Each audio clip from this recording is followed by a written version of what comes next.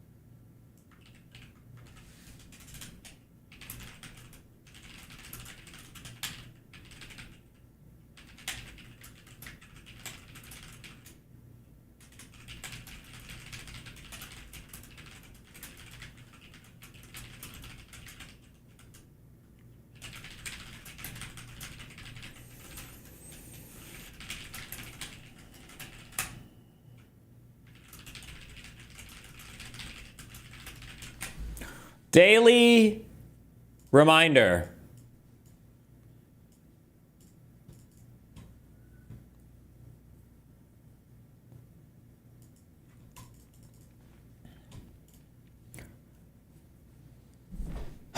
Okay.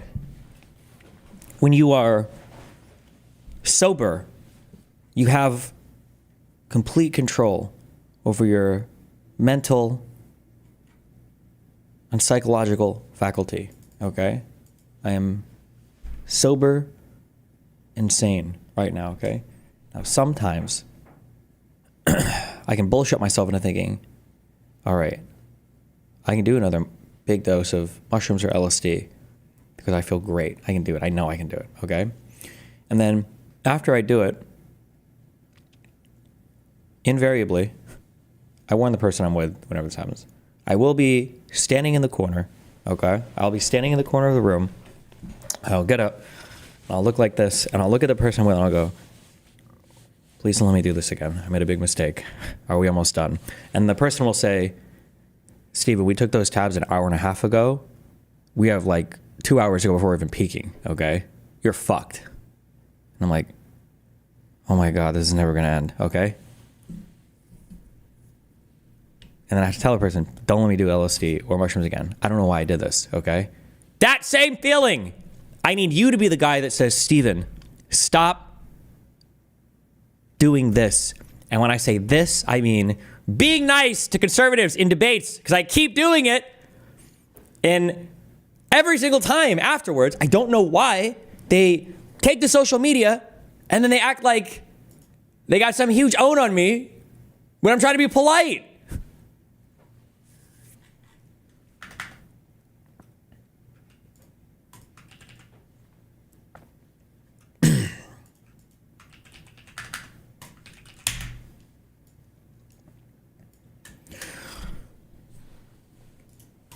The short fat otaku guy tweeted this out. Trump did try to steal the 2020 election. Thankfully, he failed. And the comments are full of ass pain. It's all ass pain conservatives. So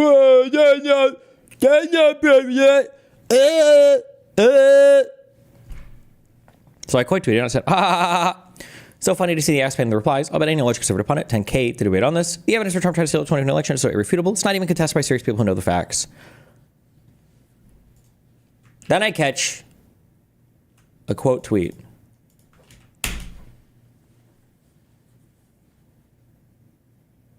At Lactoid TV, at Ryan C. Mullally. Remember when we handed the Omni-Liberal a beating so bad, Wick TV had to call in Pisco Liddy to help him. Now Destiny is ducking people. What? And the former besties are fighting, God, I love Trump's America. Hashtag swallow all of the cum from every 14-year-old that Trump turns down.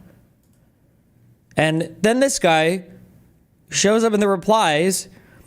What's funny about this is he still gets that topic wrong. I dog walked him on immunity for a third time recently. He dog walked me on immunity. Mr. I don't actually specifically remember what Amy wrote in her concurrence, but I'm pretty...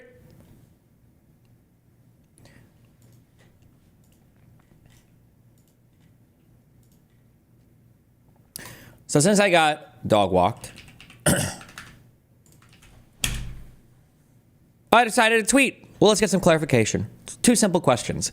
Do doctors need criminal immunity to protect them when stabbing surgery patients with a knife? Assault with a deadly weapon is illegal.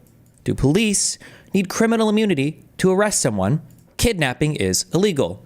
Tag at Ryan C. Mullally. So first mistake, which is to be fair for people that know nothing about the law and are just like ordinary citizens, he makes a very common mistake when he brings up qualified immunity. Qualified immunity has nothing to do with criminal charges. Qualified immunity protects you from civil liability while you're doing your job. I don't know how he didn't know that. I don't know if he lies about being a lawyer or if he went to a dog shit law school and just cheated his way through school. I don't think ChatGPT was, a thing back then, but I'm not sure. So we open with the, first of all, don't tell Destiny about qualified immunity. He'll be so sad. Ha ha ha ha.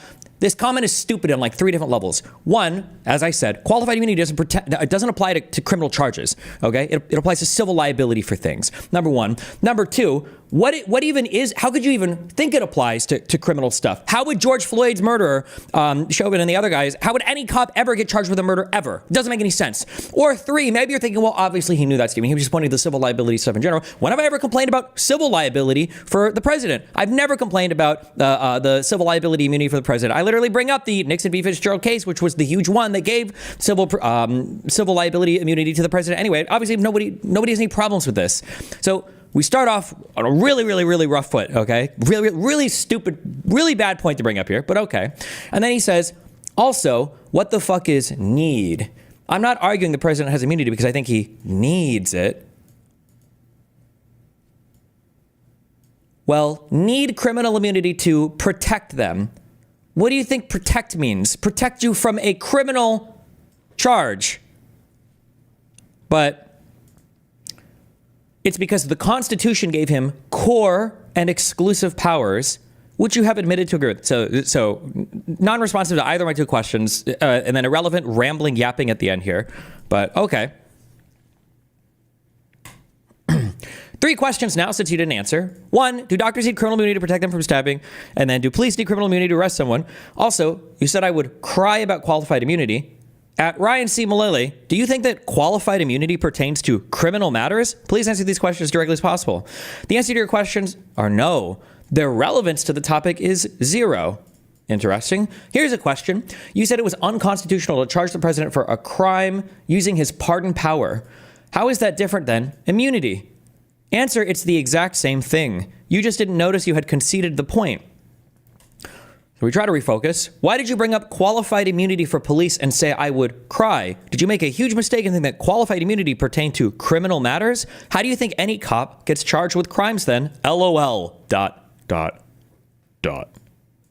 Why don't doctors need criminal immunity to perform surgery? Aren't they literally stabbing someone with a knife? And you weren't talking about charging presidents with crimes. You were talking about Congress passing laws. Are you saying that the immunity granted by the Supreme Court has nothing to do with Congress passing laws now, and that it has to do with whether or not the president can be charged with crimes that are within his executive purview? Can you give me an example of a U.S. federal law, the U.S. Code link should work, that the president would be in danger of being charged with a crime for that would endanger his ability to do his job? So, for instance, maybe you'll link some U.S. statute, whatever, 6969 that says something, nobody can give a speech at the White House. Like, oh, well, that probably wouldn't work, right? Something. I'm just curious. Give me an example of a law. We could talk through it.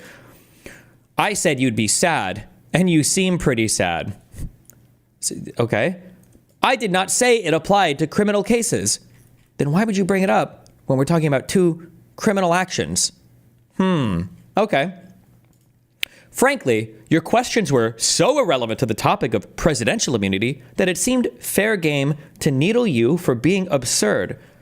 But you're not, it's not even needling my argument. It's not responding to literally any part of it whatsoever. It's just showing a really common layman's interpretation of qualified immunity, that qualified immunity somehow protects you from being charged with crimes instead of just being held civilly liable for things. I wouldn't expect them to make that mistake. It's incredibly embarrassing.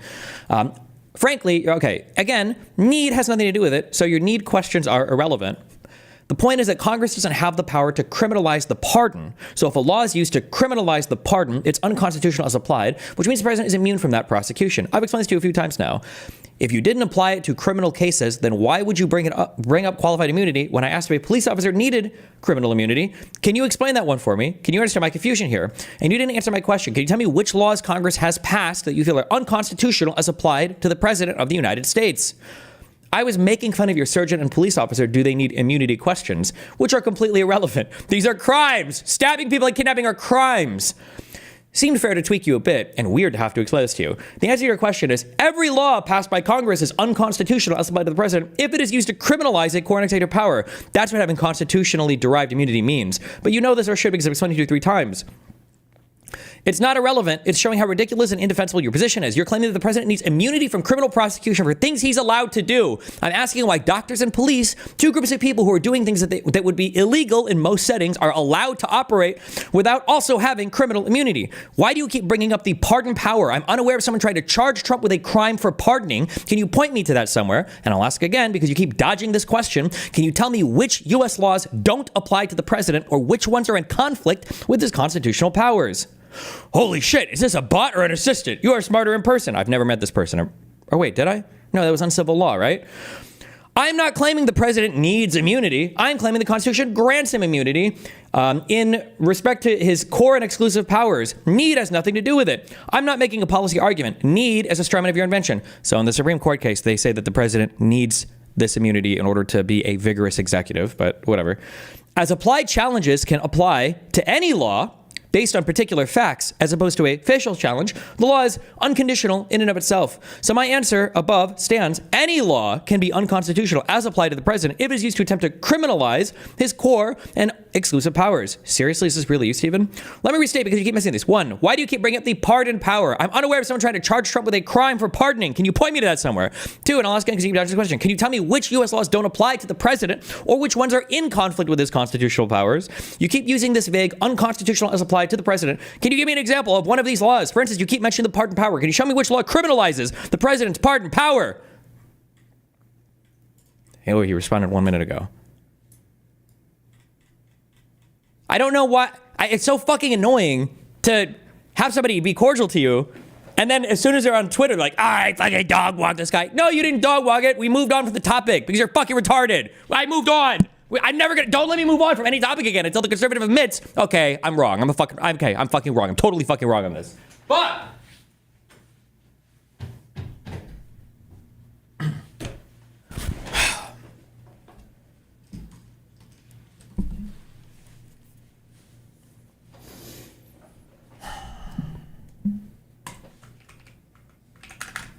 all right.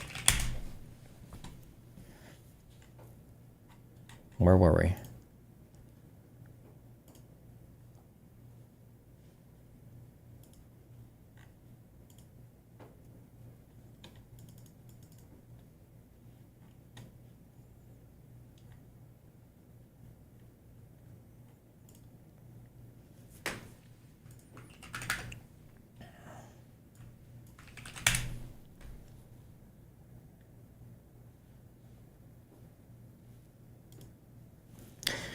try bringing it up again. 1, I bring up the pardon power because it is the easiest, cleanest, and least controversial example of a core and exclusive power. Not because it was part of the Trump case, but to explain to you the logic the court used when reasoning that immunity existed in the first place. It's a bad example to use because pardoning is not a crime in any sense of the word. So it helps your argument too much due to the absurdity of the notion of charging the president with a crime that literally no U.S. citizen would be charged with because there is nothing in the U.S. criminal code that illegalizes pardoning. Can you give an example of another law that you feel like the president needs to break in order to perform his job? ?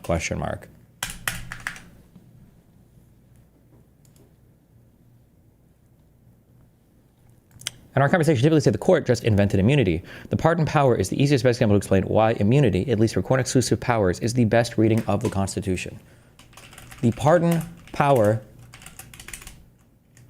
the quote, pardon power, end quote, example, is literally given by Sotomayor as an example of an unprosecutable action if used in conjunction with, the acceptance of a bribe, especially due to how far the ruling went.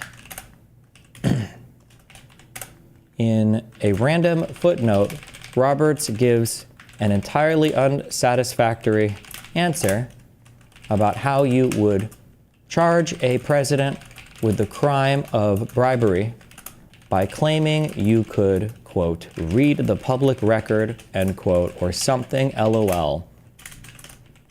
Roberts and the rest of the majority never address the hypothetical posed by Jackson, Kagan.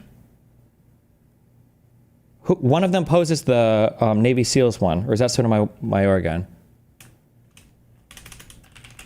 The Navy SEALs assassination attempt, which should frighten you if you care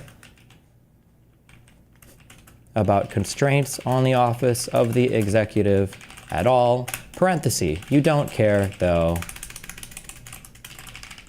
because you would literally support Trump doing just about anything. End parenthesis, period.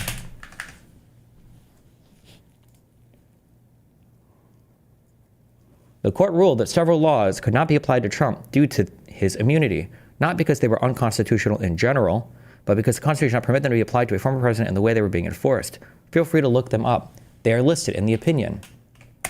I am unaware of any specific laws being listed in the opinion. Were there? Instead, what Roberts does in the majority is he sets out 4 different actions and explains why he believes one of them is completely untouchable. Parentheses, the firing of his acting AG as part of a conspiracy, and then explains the others will need to have their presumptive immunity, quote unquote, parentheses, a totally fucking new concept invented by Roberts, your favorite, quote, originalist, end quote. Oh, BTW. Can you point me to the specific laws that are mentioned in that ruling? ? I must have missed them.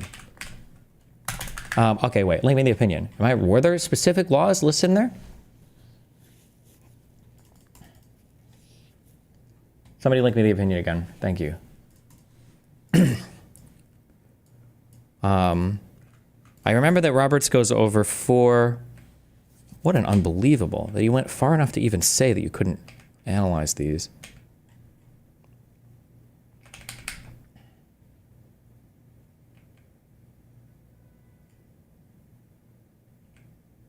God, what a fucking horrible dog shit fucking ruling. God, I hated reading this, and I hate looking at it again.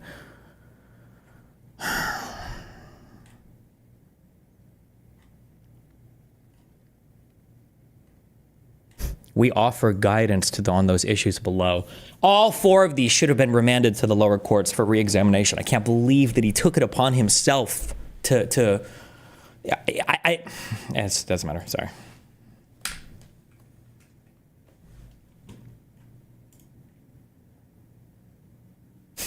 In dividing official from unofficial conduct, courts may not inquire into the president's motives. It's actually so unreal. Sorry, we're not going back into this. I just need to make sure.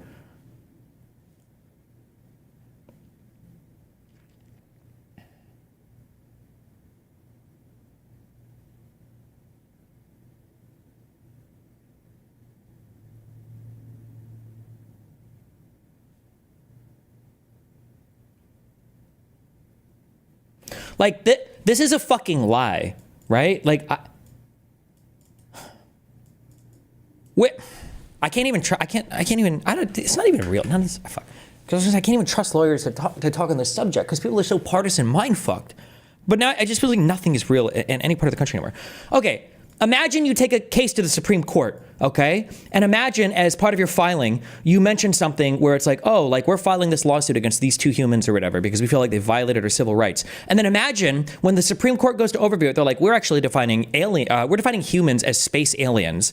And then they say, we actually don't think that we can charge space aliens with crimes because we think that, they're Scientologists. We think that all Scientologists are aliens. And we can't charge aliens with crimes because we don't have personal jurisdiction or whatever to charge them with crimes, right? And imagine you make that claim, and then imagine the Supreme Court's like, so therefore, we're going to say that since they agree with us, since the plaintiffs agree that they're all spacefaring creatures, they're all aliens, then we're going to say that you can't charge them with any crimes, and we're going to toss this whole case, right? It's like, hold on, excuse me.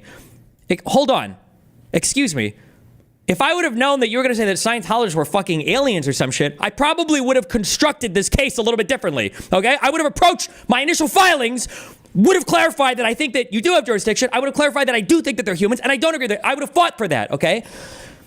When they do this little trick here, so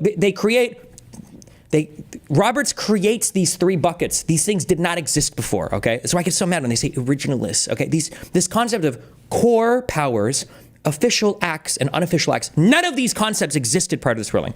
So now that, okay, wholesale, out of cloth, Roberts has constructed totally new things, okay?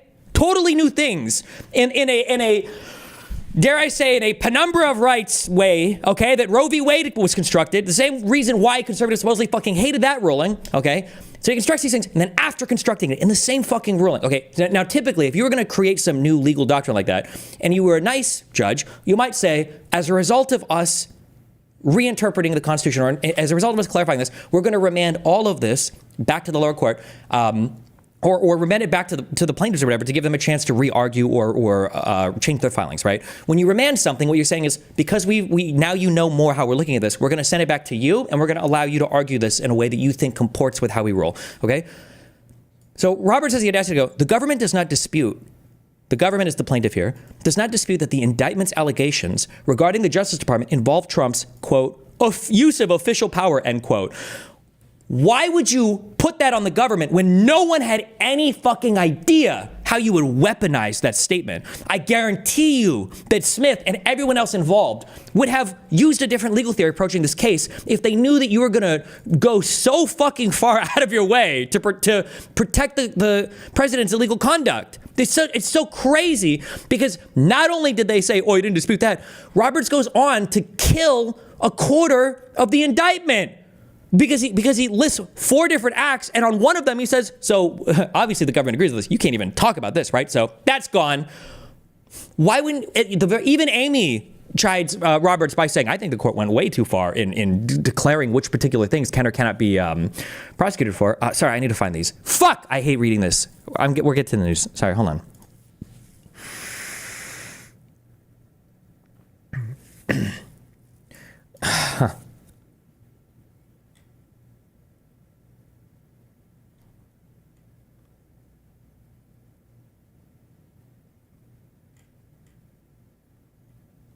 and the executive branch's exclusive authority and absolute discretion to decide which crimes to investigate and prosecute, including with respect to allegations of election crime. The president may discuss potential investigations and prosecutions with his attorney general and other Justice Department officials to carry out his constitutional duty to take care that the laws be faithfully executed. And the attorney general, as head of the Justice Department, acts as the president's chief law enforcement officer who provides vital assistance to him in the performance of his constitutional duty to preserve, protect, and defend the Constitution. What debate? I feel like I had a debate tactic for this. Like dictionary Andes. It's like when you're arguing with somebody and they just start saying a bunch of stuff that you agree with. And it's like, why are you saying this? I don't disagree with any of this. Why don't you just like focus on our disagreement? I don't know if maybe the Supreme Court has like a page requirement on some of their rulings. Otherwise, they get detention or something. I don't know, or they flunk Supreme Court school. Investigative and prosecutorial decision making is the special province of the executive branch, and the Constitution vests the entirety of the executive power in the president. For that reason, Trump's threatened removal of the acting attorney general likewise implicates conclusive and preclusive presidential authority. As we've explained, the president's powers to remove executive officers of the United States, whom he has appointed, may not be regulated by Congress or reviewed by the courts. The president's management of the executive branch requires him to have unrestricted power to remove the most important of his subordinates, such as the attorney general, in their most important duties. Okay. Can you answer this question? The tried and true. If the president of the United States tells someone that he will nominate them as attorney general as long as they agree to rape 10 women, 10 children first, would you agree that you could never, ever, ever, caps, charge the president with any sort of crime here, as any criminal charge would intrude on his exclusive and core functionality as president to nominate whomever he sees fit for the position of attorney general, ?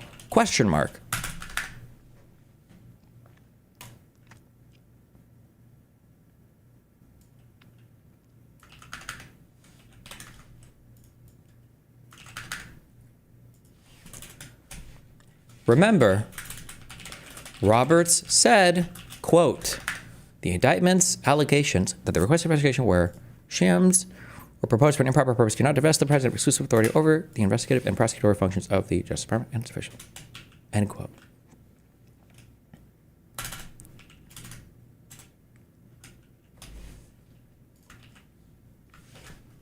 Here is a link to the ruling if you need to revisit.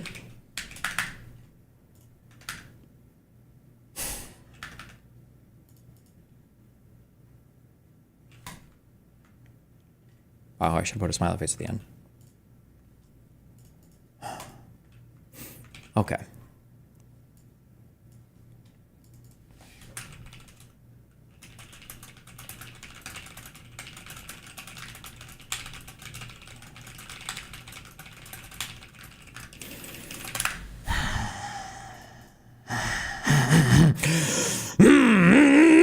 Okay.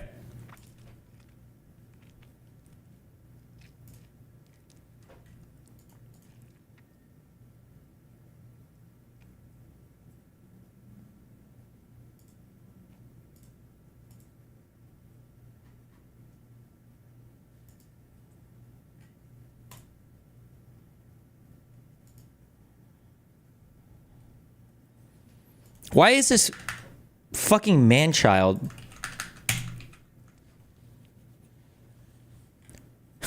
Why is he using the snake thing for Elizabeth Warren? Yes, I'm glad. Warren is campaigning for Zoran, and the campaign is obviously right to graciously accept the snake's help. I don't think the rest of us civilians have any obligation to pretend not to remember what she proved herself to be when it mattered most, though. Holy shit!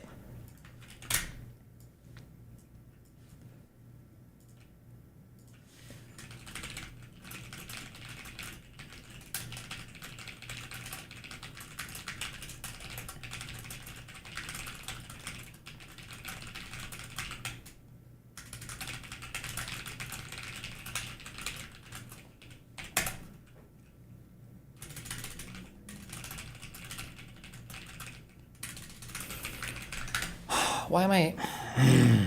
Okay, stop.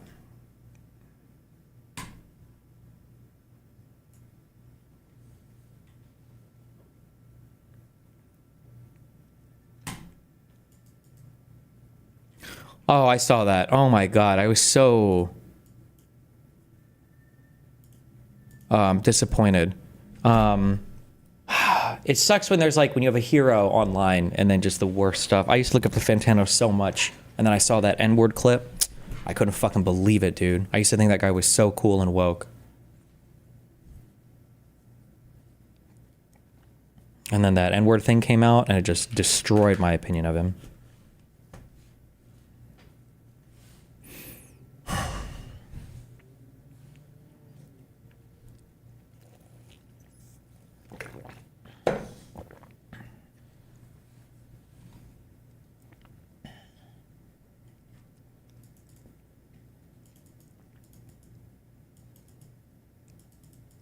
You've been pretty gentle and kind lately with all debates. I miss the Tide Pod energy, to be honest. You know, I go back and forth and back and forth.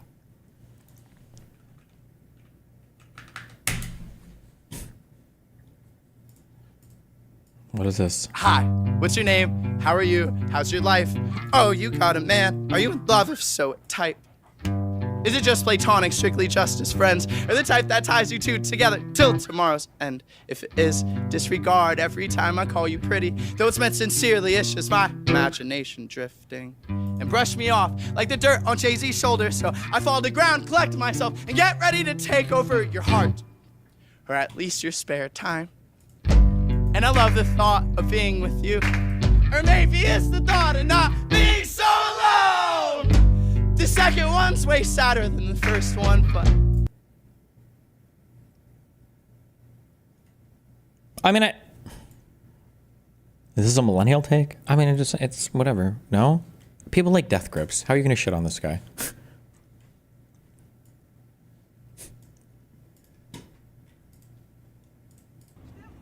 Good because you're not, and you know what? It's not hard good because you're a young person.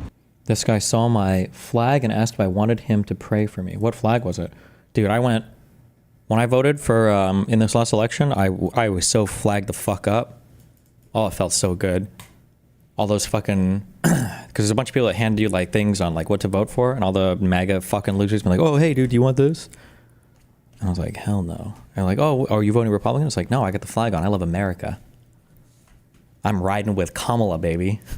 You're a young person, and you have got. Oh, so do you drive potential. this truck right here? Yes, I do, and Yeah, I'm hey, damn proud. imagine being a woman voting for a rapist and a pedophile. Ha! Look at Joe Biden. Look at Joe Biden. What about Biden? That's a MAGA mating call. What? Wait, who is this guy? He what? Molested his daughter in the shower. Oh, he did. Are you sure about that?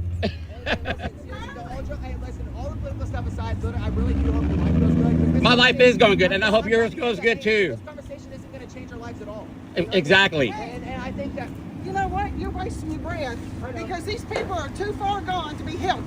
Only the good Lord himself can make. Oh, look, a white Christian nationalist. Imagine that. Just because I believe in Jesus. Hey, you know what? My husband died for this country. Hey, I'm a veteran. Okay? I'm a veteran. Oh my God. I cannot even imagine a veteran.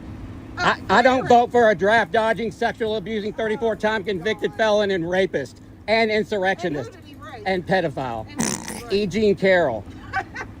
Right! Lie! Hey, what are the three? Oh, she's a liar. Hey, what are the And three? never Hey, what are the will three do. branches of government? That's what I thought. Hey, you know what? What are the? You see that? What is this? An Expedit? What are these? A Tahoe? You see that huge car? Every time I see a huge car like that, you know what I think?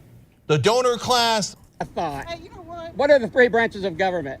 What branch of government does the president belong to? Look, she's shutting the fuck up now. Go to hell. Go to hell. Go to hell. I'm just asking you questions and you're getting mad.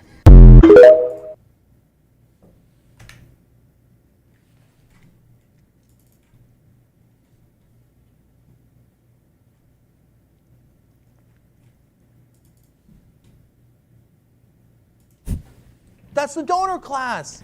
Dude, I just need a full Jank soundboard. I just think he has the most soundboardable voice.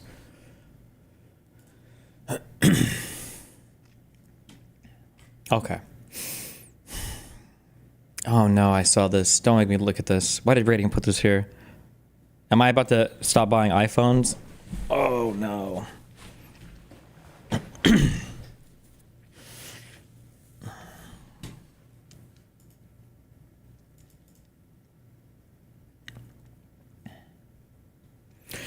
At Destiny, I keep hearing that illegal immigrants are getting $30K from states. Where does that come from? I thought it was $40K.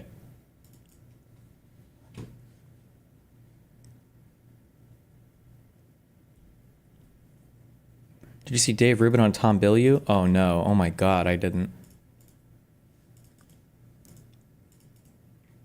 Please add Golly G. Listen, whoever emailed me all of these, email me more and I'll add them. That's my donor class right there. That's just so cute. Like, he just sounds so adorable saying this.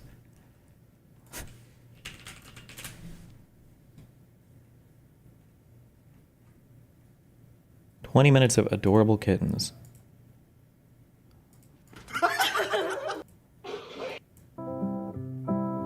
Look at him. And I know it's gonna happen. Here we go! That's the donor class. The donor class. Guys, I think it's the donor class. Donor class. That's my donor class right there. Okay. Fine. Send me more Jank things. Oh wait, I have a Oh no, I didn't add it. Never mind. Somebody sent me the. That's mens rea. Stupid Finkel fuck. But I didn't put it on because I don't know when I would ever fucking use that ever.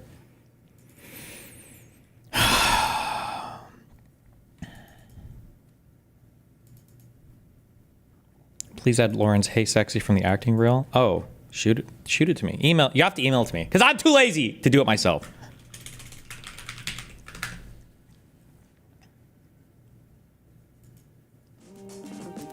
When does she say it?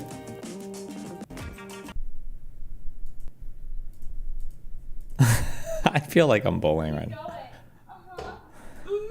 I'm bullying. I'm about to creep. Stop. This is bullying. Okay. Stop! Perpetrator of this.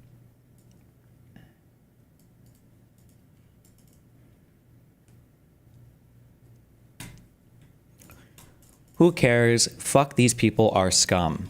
Okay. Listen. My mind has been locked in a constant state of battle, all right? For the past, like two years? Year? At least 6 months, okay? I've come out more on the other end, though, somehow. Somehow! With my positivity intact, okay? I think that if you act bad, I think that there is an immediate reward for it, but in the long term, I think it will hurt you. I think that if you act righteously, I think that sometimes there is a short-term penalty for it, but in the long term, hopefully, because human history is progressing in a positive direction, on the aggregate, it will lead to good things, hopefully, okay? When I look at a lot of people that I fight with who make unhinged claims about me and say crazy things, sometimes it feels a little bit hopeless and kind of crazy, okay? But I feel like in the aggregate, the crazy things that they say ends up hurting them, just takes a long time to see it, and ends up being beneficial to me, okay? That's all I'm saying, all right? All that to say that when I criticize people, I try to keep it like subject matter relevant. I try to avoid the crazy, unhinged personal attacks, and I think in the long term, I think that benefits me. I'm pretty sure it does. I'm pretty sure it does. Yeah. This atrocity, which is exactly what it is, will. I'm never going to buy an iPhone again, am I? It's going to be all over after this. Are you prepping for a Econoboi debate or winging it? I'm fucking winging it. Fuck it. Good luck. It's going to be a boring. I shouldn't say boring. I don't mean that negatively. I just mean like. It's. I don't know. We'll see. Are there any examples of that happening? I think, I mean, at long term of my streaming career. So, like, I would say that. I don't know if I'm giving advice to my oppos, Like, there is a world with the whole pixie rape everything. Not that I'm accused of rape or whatever. There's a world where if criticisms of me would have been narrow and specific, then potentially things would have went better for that side.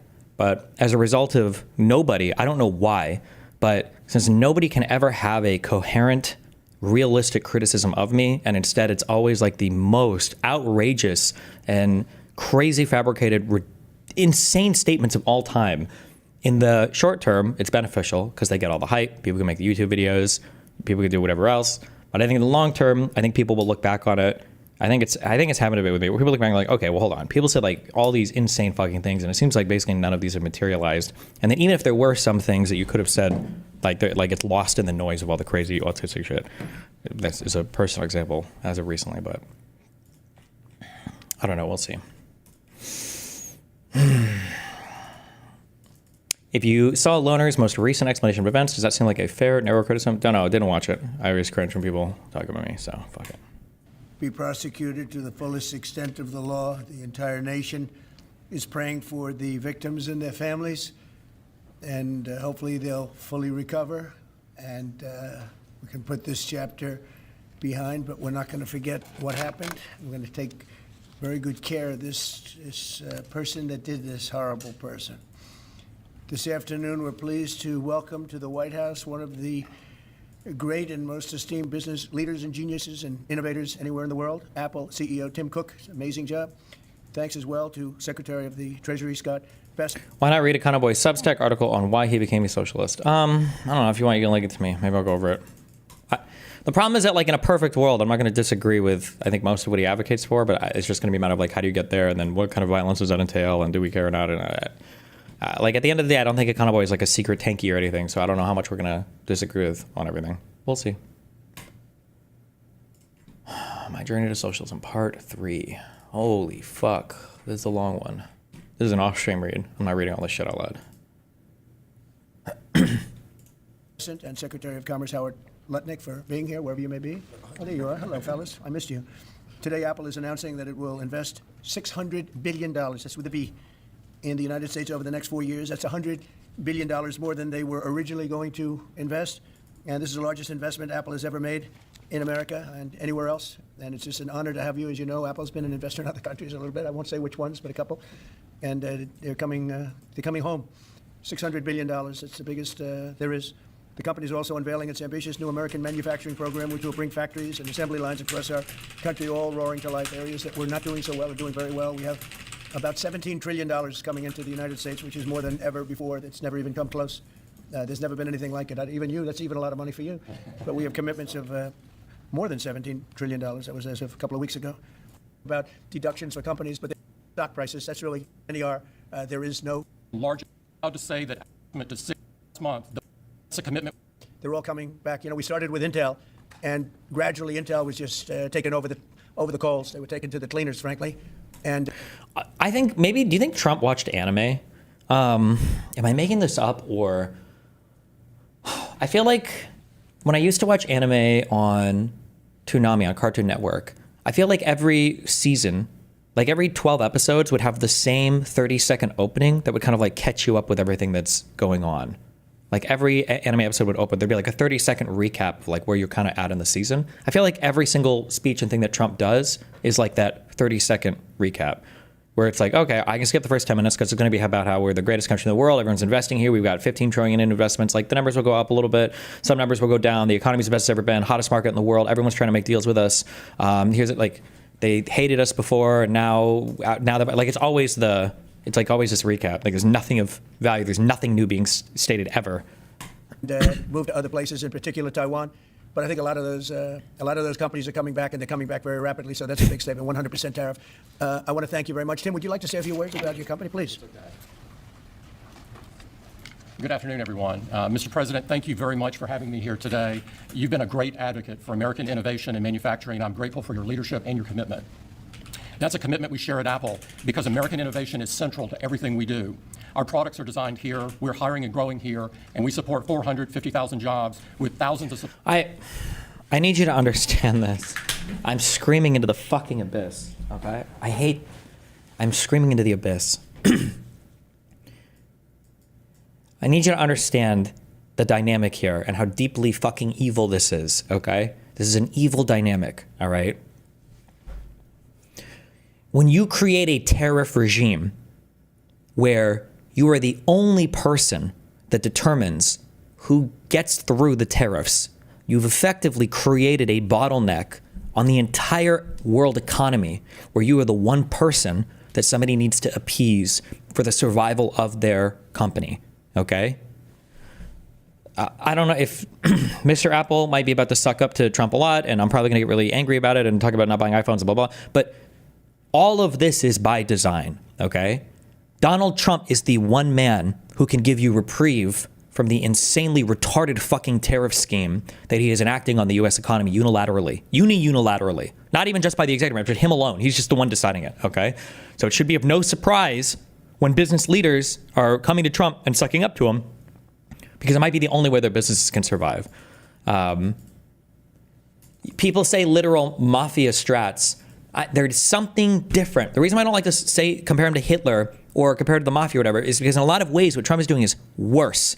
Because usually people act with some level of shame or act with some level of secrecy when it comes to things like this, right? If this was the mafia, some guy would walk up to your business and he would go, huh, I noticed that you're not paying anybody for protection here. Be pretty bad if somebody came and fucked your shit up, wouldn't it be? That would be like a mafia tactic. MAGA or Trump will walk up to a bakery and go, hey, pay me $100 or I'm going to send some boys to fuck your shit up tonight. That's the difference. And it is so much worse and so much more evil that he can have the support of everybody by acting this way because people just don't understand what's going on. It's just crazy. The failure of democracy here for the citizens just having no clue what the fuck is going on in this country is actually insane to me. Suppliers and partners in all 50 states. Earlier this year, we made our largest ever spending commitment, $500 billion to the U.S. over the next 4 years. That's already yielding results. Earlier this year, we broke ground on a new factory in Houston to make advanced AI servers. And just last month, the very first test unit rolled off that factory's line.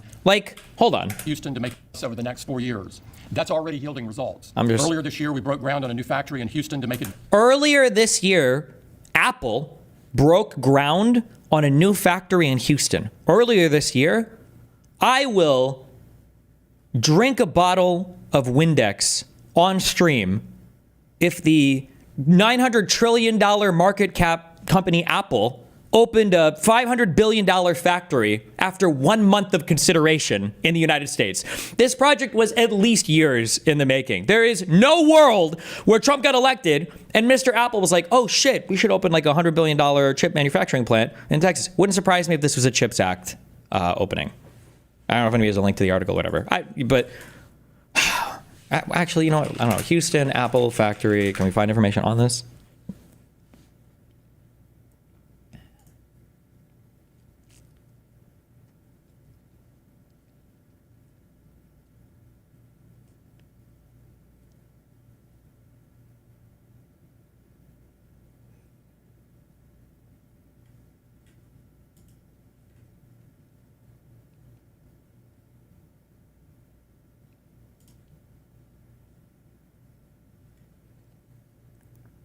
I see the February announcement, which is what he's referring to here.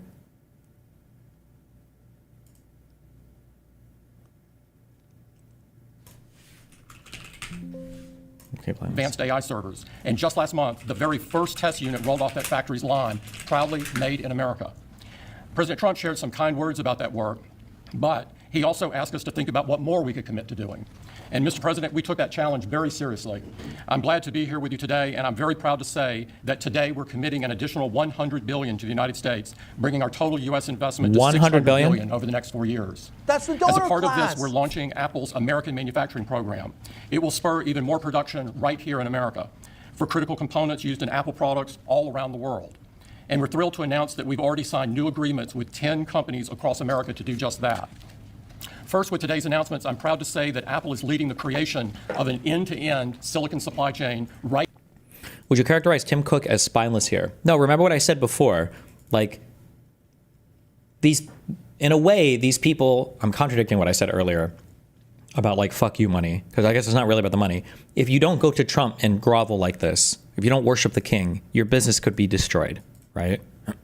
Right here in America, from design to equipment to wafer production to fabrication to packaging. In Texas, we're working with manufacturers like Texas Instruments, Global Wafers America, and Applied Materials. We're working with Amcor in Arizona and Broadcom and Global Foundries in New York.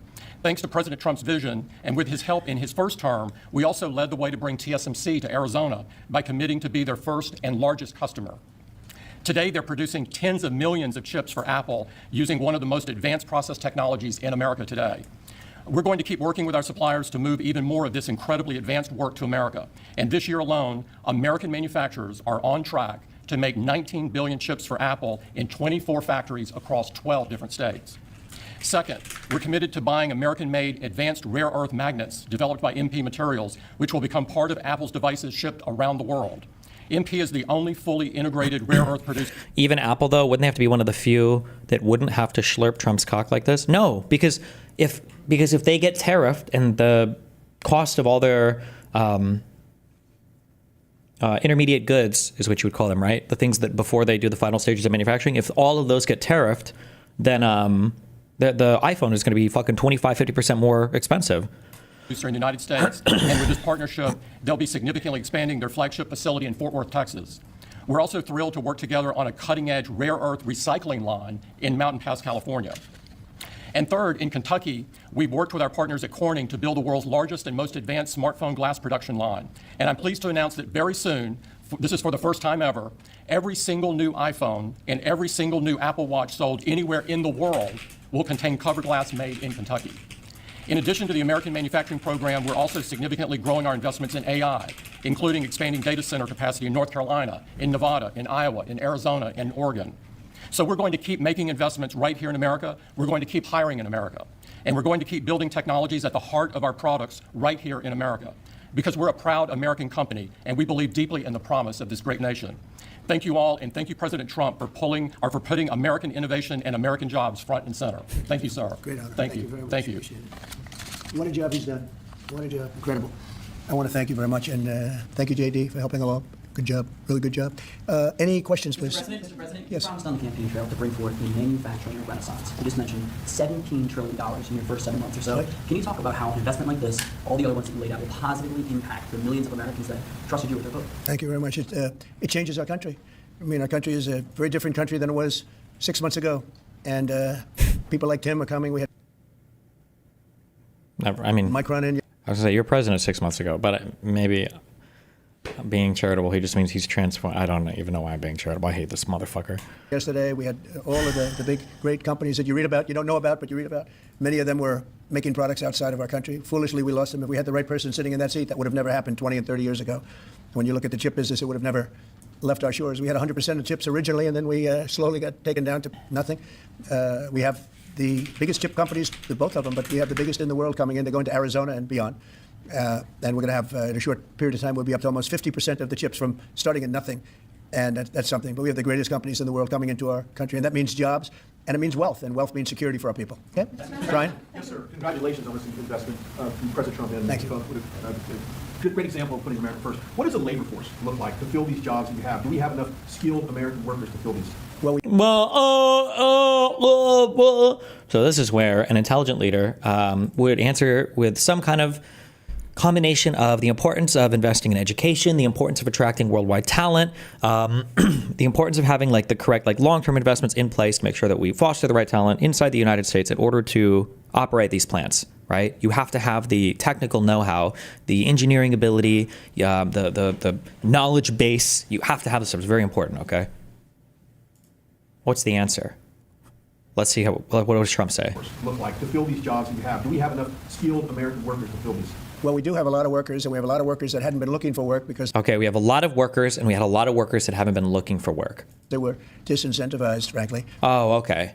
And so the guys collecting welfare because they're lazy, I guess, according to Trump, they're going to be the ones that are work. You just so you know, Donald Trump thinks that building microprocessors is like guys with hammers or maybe screwdrivers inside of a fucking factory. 100% that's what he believes. He thinks that There are guys with screwdrivers, and maybe the really advanced ones have soldering irons that are putting together these microprocessors. That's what he thinks. Unironically, that is what he thinks. And people like Tim have tremendous schools and training centers that they build along with a lot of their big plants where they train people on whether it's glass, like in Kentucky, or computers, or whatever they might be doing. It's a complex world, and they train people, and they do a great job. So it's a whole new workforce. Now, we have a lot of them in energy because, they've always liked energy. As you know, coal has opened up big. We brought it back in a very large way. China's right now building 58 coal-fired plants, 58 big ones. And here we were saying we don't take coal. We have more coal than anybody else in the world. We have more oil and gas than anybody else in the world. But we have tremendous energy jobs, and the energy, as you know, we're booming with energy.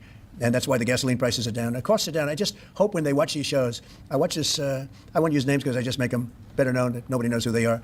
But I watch this group of people on CNN and MSDNC too, the same thing, where they say, well, costs have gone up. Costs haven't gone up, they've gone down. I'm telling you, the thing that's gone up is stock prices and success. Remember, stock prices don't matter when they're going down, but they do matter when they're going up. Always remember that. Of our country. Our country is really doing well, successful. Yes, ma'am? Yes, Mr. President, have Putin and Zelensky agreed to a summit yet? And where and when would that be? Well, there's a very good prospect that they will. And we haven't determined where, but we had some very good talks with President Putin today. And there's a very good chance finally we had some good talk. Thank you. Tell Anna to stop crying on Twitter. The war is ending. To be fair, okay. I'm pretty sure the Biden admin has gotten like 30 times more ceasefires from Hamas and Putin than the Biden admin ever did, right? How many ceasefires did the Biden admin get from Hamas? Like none? We've had like 10 so far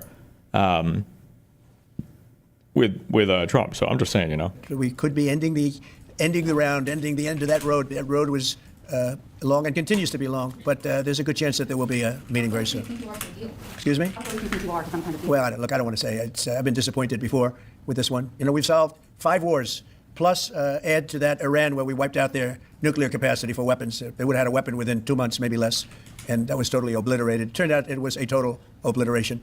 And the pilots and the people that did that job are really, we have the greatest armed forces in the world, but that was really something. In fact, there's a model of the plane right there. So, you got to bring that up, Susie. We have to see that. Look at this. This was just given to me. We ordered brand new B-2 bombers. This is a plane that over... Wait, what? When was the last time we built a B-2? Like 30 years ago? How... Did we really order more of these?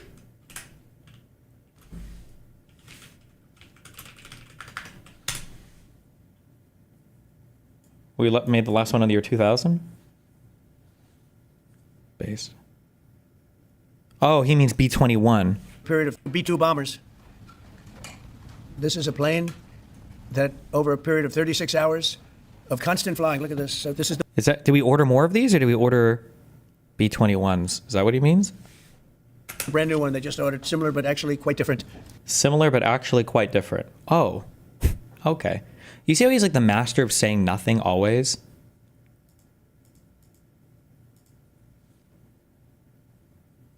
I hired somebody. They're similar to the last boss, but they're actually very different.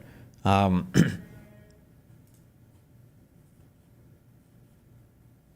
reminds me of the end of...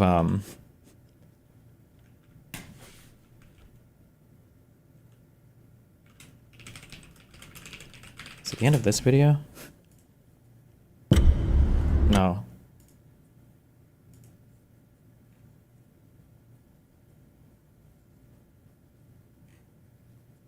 Fuck. I will find this. Get fucked. Hold on.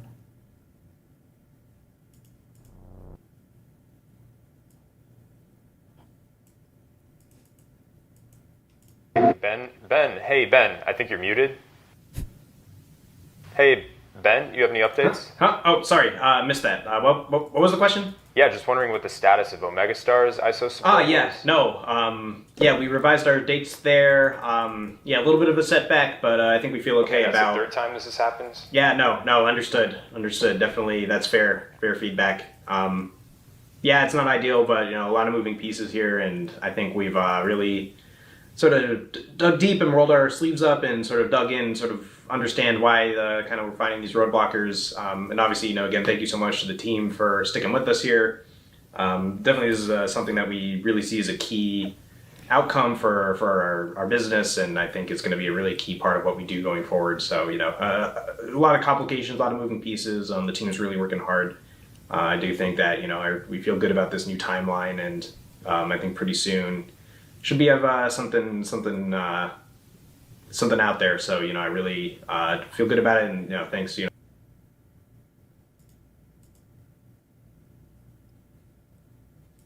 It's new and enhanced. It's an amazing machine. Went 36 hours. We had 52 tankers up in the air loading up our planes because this was surrounded by F-22s and F-35s, and it was flawless. Tim, even you would say it was flawless. And every one of those bombs hit their target.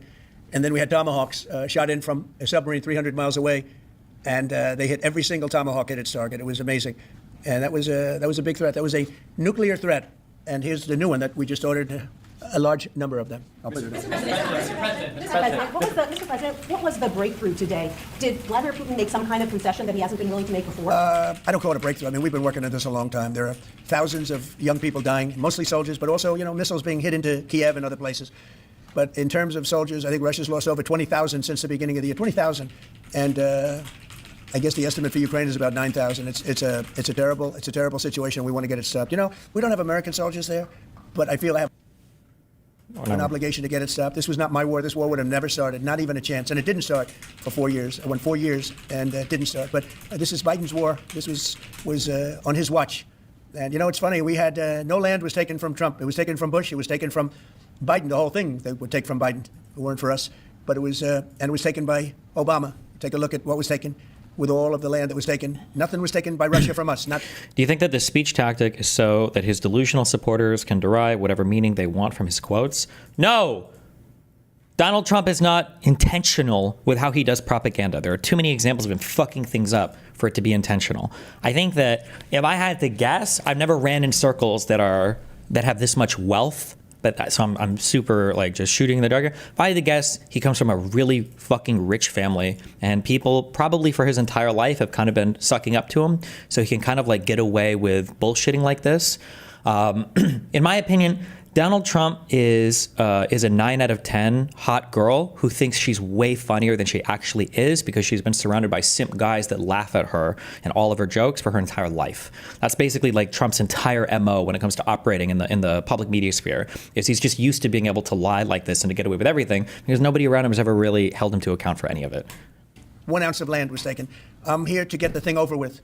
It would have never started if I were president, and we're here to get it stopped and get the death stopped. Yeah, please. President Past, you said he would know if Putin was tackling you along. What gives you any confidence that he is or isn't doing that this time around? Can't answer the question yet. I'll tell you in a matter of weeks, maybe less.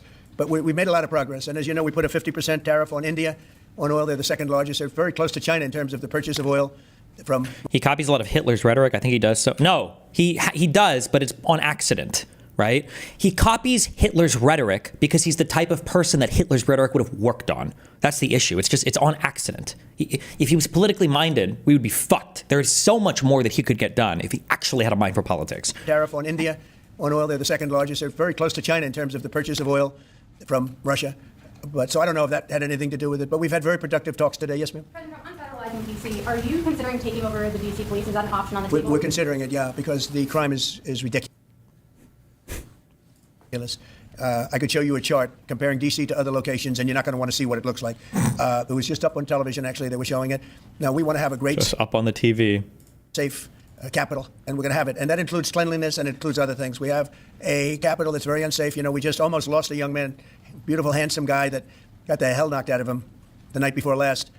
And I'm going to call him now. We wanted to give him a little recovery time. We just put a call into him. They're calling back in a little while, but he went through... a bad situation, to put it mildly, and there's too much up. Taking over D.C. would literally require Congress passing a law, but who cares these days? Maybe, I'm not actually sure.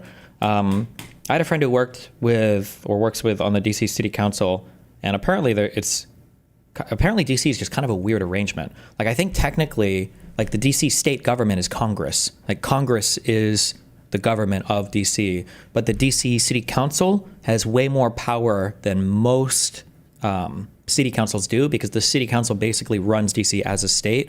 But I think that that's a formality such that when the DC city council has a budget, they kind of send it off to Congress, and Congress always just okays it because Congress doesn't actually do any of the stuff for DC. But if they wanted to, They could. They could be like, oh, actually, no, we're going to have way more oversight over DC. That's just like the arrangement they worked out.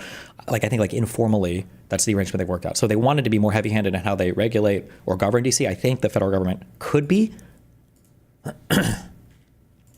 Of it, we're gonna do something about it. So whether you call it federalized or what, and that also includes the graffiti. You just say federalize DC? No! Is he going to federalize? Is he going to federalize DC? Oh no! A while, but he went through. Call him now. We wanted to give him a little recovery time. We just put a call into him. They're calling back in a little while, but he went through a bad situation, to put it mildly, and there's too much of it. We're gonna do something about it. So whether you call it federalized or what, and that also includes the graffiti that you see, the papers all over the place, the roads that are in bad shape, the media. Do DC residents live well because of this setup? I imagine funding is never an issue for the state. Oh, that's a good question, actually. Does DC, it must come from the general budget, right? The thing is, like, DC has a reputation, every city in the US that's like a hard city has a reputation for being like trash.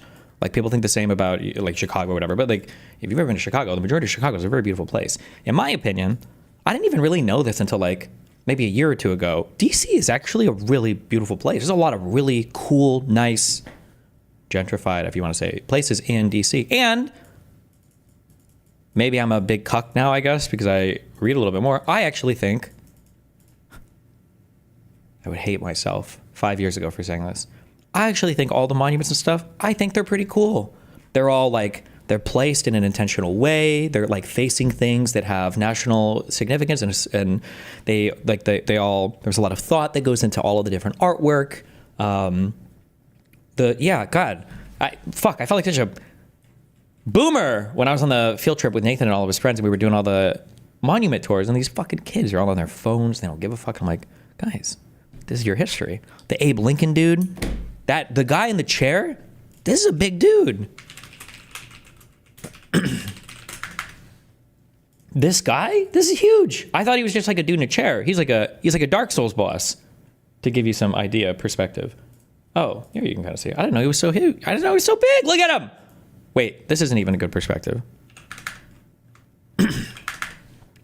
But I don't know. I think DC has a lot of really nice areas, I think. But obviously DC has a lot of rough areas as well. DC ghettos are historic. So just depends on where you're at. That are falling down, the median in between roads that's falling down. We're going to beautify the city. We're going to make it beautiful. And what a shame. The rate of crime, the rate of muggings, killings, and everything else, we're not going to let it. And that includes bringing in the National Guard, maybe very quickly, too. Do you want Congress to look at overturning the D.C. Home Rule Act? We're going to look at that. In fact, the lawyers are already studying it. We have to run D.C. This has to be the best-run place in the country, not the worst-run place in the country. And it has so much potential. And we're going to take care of it. You're going to be safe. You're going to be safe walking down streets. You're not going to get mugged. Mr. President, if you do reach a deal with Ukraine and Russia, would you drop the additional tariffs on India? Well, we'll determine that later. But right now, they're paying a 50% tariff. Okay. Yeah, please. One for Mr. Cook as well. Yeah, please. Sure. The president wants a made-in-the-USA iPhone. What are the chances that you can actually make that happen? Well, if you look at the bulk of it, we're doing a lot of the semiconductors here. We're doing the glass here. We're doing the Face ID module here. And so there's a ton of it. And we're doing these for products sold elsewhere in the world. And so there's a lot of content in there from the United States. But what about the whole thing? We're very proud of it. Can you make the whole thing? Is just the final assembly that you're focused on. And that will be elsewhere for a while. He makes many of the components here, and we've been talking about it, and the whole thing is set up at other places, and it's been there for a long time. So in terms of the cost and all, but I think we may incentivize him enough that one day he'll be bringing that. But he brings most of the stuff. Look, he's not making this kind of an investment anywhere in the world, not even close. He's coming back. I mean, Apple's coming back to America. Thank you. Mr. President, Indian officials have said that there are other countries that are buying Russian oil. It's okay. Like China, for instance, It's buying okay. more. Yeah. Why are you singling India out for these additional It's sanctions? only been 8 hours. So let's see what happens over the next. You're going to see a lot more. So this is a taste. You're going to see a lot more. You're going to see so much secondary sanctions. Yes, ma'am. Sorry, you were the driving force behind Operation Warp Speed, these mRNA vaccines that are the gold standard. Right. Now your health secretary is pulling back all the funding for research. He's saying that the risks outweigh the benefits, which puts him at odds with Research the on entire what? medical community and with you. What is going on? Research on what? Into mRNA vaccines. Well, we're going to look at that. We're talking about it, and they're doing a very good job. And, that is a pass.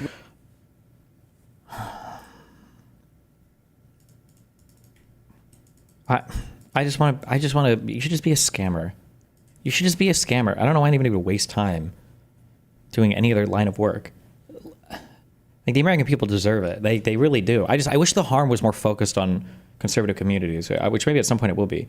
Like, he talks like such a scammer. How is this not so obvious, right? They're doing a great job. We're going to look at that. We're looking into that. We're doing a great job. We're looking into it, though. Give us 2 weeks, and we're going to go ahead and look into that. And he's doing, like, he can't speak with substance on any issue ever. He knows nothing. His mind is empty, or maybe it's full of porn spreads of 14-year-olds or something. I don't know. He's just like so obviously fucking retarded. Like, he's such an obviously fucking mindless NPC. Like, this is the actual deep state. Like, if you actually wanted to talk about a deep state, it's Trump. Because this motherfucker has no idea what the fuck is going on. That's why every executive order he's been handed has to be explained to him by whoever's actually running shit next to him. It's so crazy. Into mRNA vaccines. Well, we're going to look at that. We're talking about it, and they're doing a very good job. And, that is a pass. With Operation Warp Speed was, whether you're Republican or Democrat, considered one of the most incredible things ever done in this country. The efficiency, the way it was done, the distribution, everything about it has been amazing. But, that was now a long time ago. And we're on to other things. But we are speaking about it. We have meetings about it tomorrow at 12 o'clock, and we'll determine. We're looking. How did you feel seeing the homeless near the Capitol building and White House on your trip? Obviously, it's a prosperous city, so it's an unavoidable issue without a lot of policy intervention, but it's still a disheartening sight. I'm not trying to sound like an elitist here, okay? I swear to God, I'm not trying to do like a one-upper, okay? I'm not trying to do that to you. I'm not trying to do that to you, all right? But when I go to Austin and it's a 17-mile drive somewhere, and then somebody's like, oh shit, dude, the traffic is really heavy, 17 miles, it's probably gonna take you like 30 minutes to get there. You don't understand how living on the West Coast changes the way you view things, okay? In LA, a 17-mile drive, that's an hour at least anywhere in the city.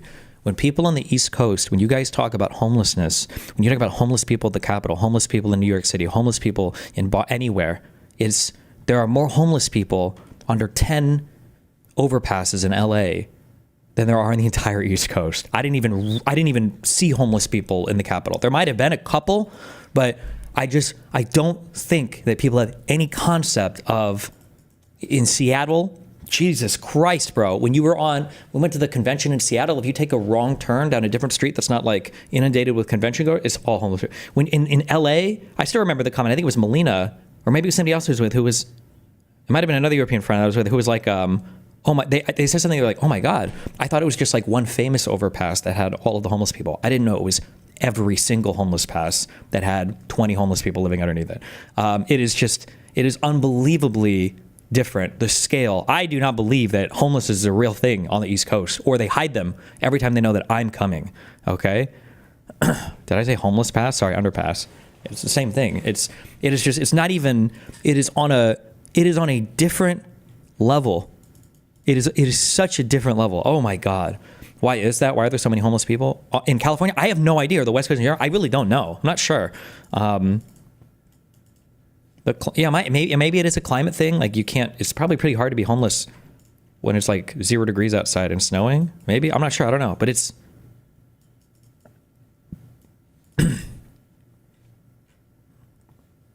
yeah, I don't think I've ever been in an East Coast place where I've been like, oh my God, look at all these homeless people. For other answers to other problems, to other sicknesses and diseases, and I think we're doing really well. Yes, ma'am, please. Thank you, Mr. President. You said many times that you want to stop wars in the Middle East. Now, Prime Minister Netanyahu is contemplating reoccupying Gaza entirely. Is he defying you, sir, or are you giving him a green light? Well, we have stopped wars in the Middle East by stopping Iran from having a nuclear weapon, and they're they can say they're going to start all over again, but that's a very dangerous thing for them to do, because we'll be back. As soon as they start, we'll be back. And I think they understand that. They're just words. But no, we've stopped. Hold on, I'm just trying to remember. In Israel, between the IDF and like Hamas, was Iran, is that a city in the Gaza Strip? Or is that a bordering country to Israel? Or I'm trying to figure out why the fuck we're talking about Iran when she just asked about the IDF claiming that they were going to fully occupy Gaza. Which part of the Levant? Where is Iran in this? Why the fuck did he bring that up? It's talking points. Stopped a lot of wars in the Middle East. If you think about what we did with Iran, Iran was the perpetrator of hate, a very evil place, and I think it's going to be a lot different in the coming years. On the India penalties, do you have any similar plans to enact more tariffs on China as it relates to their purchases? Could happen. Depends on how we do. Could happen. Why do you even ask him? Could, maybe. Yeah, maybe, possibly. Is there not a skit or something dedicated to this guy in the way that he speaks? Holy shit. Maybe. There must be like a Key & Peele or some Dave Chappelle skit. Right. I've got an entertainment-based question for you. A few weeks ago, Stephen Colbert announced that he was leaving his show. Oh, finally, something we can speak about. Stephen Colbert leaving the Tonight Show. Whoa! Well, let me tell you, failing comedy show, losing $40 million, not funny since he started attacking me, and maybe name drop one other person that you want to see get fired in the comedy world, please. Howard Stern announced that he and Sirius XM Radio are parting ways. Do you think the hate Trump business model that's been in the entertainment business is going out of business? The hate Trump business model.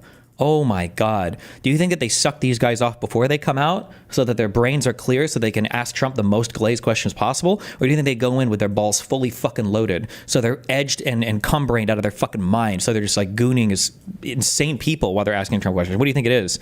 Because it's not popular with the American people. Well, it hasn't worked, and it hasn't worked really for a long time, and I would say pretty much from the beginning. Colbert has no talent. I mean, I could take anybody here, I could go outside in the beautiful streets and pick up a couple of people that do just as well or better. They get higher ratings than he did. He's got no talent. Fallon has no talent. Kimmel has no talent. They're next. They're going to be going. I hear they're going to be going. Drop the other person, the other name. Yep, there you imagine, go. Because you know, Colbert has better ratings than Kimmel or Fallon. You know that. Howard Stern, it's a name I haven't heard. I used to do a show, used to have fun, but I haven't heard that name in a long time. What happened? He got terminated? Yeah, they're going to separate ways because I think what they're offering salary-wise is real low than what he's getting. You know when he went down? Whenever you want. You know when he went down? No, before. When he endorsed Hillary Clinton, he lost his audience.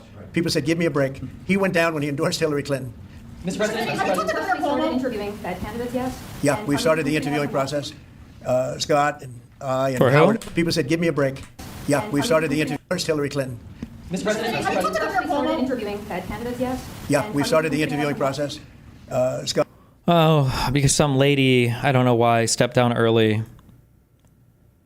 I don't know much about the structure of the Federal Reserve, I'll be honest, but I think there are 7 governing seats, and the chairman of the Federal Reserve has to come from one of the 7 seats, and apparently one of the people are stepping down early from their seat. So Trump now has the ability to, does the president nominate somebody for the seats? And so there's a chance that the person that he nominates could become the next chairman of the Federal Reserve. So this is kind of a big deal. But Scott and I and Howard, a lot of people, JD, we have some great candidates. It's probably down to 3. He doesn't want the job. He said, do you like this job better? Yes, sir. I mean, he was a candidate, but I don't think he'll take it. I don't know why people are saying this in chat. Her time was running out in January 2026, so it doesn't matter. Then why not just wait until your time runs down? I'm not entirely sure I don't know why you're saying that. I don't know why multiple people just typed that fucking retarded statement in chat. If somebody were to deprive you of water for 2 weeks and say, "Oh, well, you can drink later anyway," I don't know why. Hold on. Why did you say this? Okay? Hold on. Incongruent. You said incruente. Her time was running out in January 2026 anyway. And then Terez, you said she had to step down in January anyway, so it doesn't matter. Why are you saying it doesn't matter to serve your full time? I don't understand why you would say that. Stop. I really don't think he'd take it, actually. From Wall Street, Mr. President? Yeah, essentially we're all from Wall Street, aren't we? You know when you get right down to it, the term Wall Street. Yeah, please. Yep, major tax. The deep state. Oh, no, I missed it. Fuck. Hold on. Pretend that didn't happen. Hold on. Yeah, essentially we're all from Wall Street, aren't we? You know when you get right down to it. That's the donor class. The term Wall Street. Yeah, please. Yep, major tax cuts permanent. You mentioned that the tariffs are bringing in a ton of external revenue. You've opened up markets, the EU, Japan, South Korea, many others, to American goods that we've never seen before. How much growth can we expect in the economy now that this model of yours is sort of beginning to really take off? Oh, yeah, true. How many Glazers are in this fucking room right now? I think the growth is going to be unprecedented. I think unprecedented. Are we going to hear a number? Growth that's unbelievable. Okay, remember, unbelievable. We're building and just starting unbelievable and unprecedented. Okay. Build a lot of these incredible Yeah, plants. incredible. We talked about the electric facilities Okay. that we're building, the generating They're going to have electric? My God. plants, electric generating plants. They're Oh, massive. okay. And they're going to be great. And they're going to sell Massive, excess great, electricity into our grid. So we're going to be having much more Into the grid? More, okay. electricity than we ever had. And those plants are going to be taken care of individually. I know Tim is building one in one of his big factories, but especially for AI because it needs so much Oh, electricity. AI, okay. So I appreciate the question very much. I think the growth is going to be unprecedented. Oh. Did you have a phone call with Andrew Cuomo? Did you speak to Andrew Cuomo? I haven't. No, I haven't. Mr. President, have you been briefed on what Elaine Maxwell told Todd Blanche? No, I haven't. I have You don't not. know whether it I don't came know. up in the I know Todd is conversation a or very not? respected person all over the country, all over the world legally, so I don't know. Mr. President, Yeah, please go ahead. will the new Fed governor be temporary? We're probably going to go with a temp and then a permanent. Go ahead. Will the new Fed governor be temporary? We're probably, I don't know. Yeah, please go ahead. Will the new Fed governor be temporary? Fed governor? Is that what she's saying? We're probably going to go with a temp and then a permanent, I think.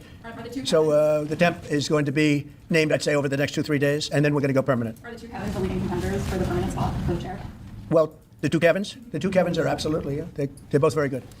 The two Kevins, very good. Mr. President, is Vice President Vance hosting a gathering this evening to talk about how to respond to the Epstein situation? Is he working on what? He's hosting some kind of gathering with top advisors this evening to talk about how to respond to the Epstein situation. I don't know. I could ask you that question. I don't know of it, but I think here's the man right here. I saw a reporter today, and it's completely fake news. We're not meeting to talk about the Epstein situation, and I think the reporter who reported it needs to get better sources. Look, the whole thing. Oh, God, he's so affable. I love this little Hitler over here. He's so cute. Aw. It's a hoax. It's put out by the Democrats because we've had the most successful 6 months in the history of our country, and that's just a way of trying to divert attention to something that's total bullshit. Okay? Yeah, please. Oh, bullshit? That's very unbecoming of the Oval Office. A poll says that Elon Musk is the most unpopular public figure in the country right now. I'm wondering, do you miss... Bring up the Mark Cuban tweet. Where is it?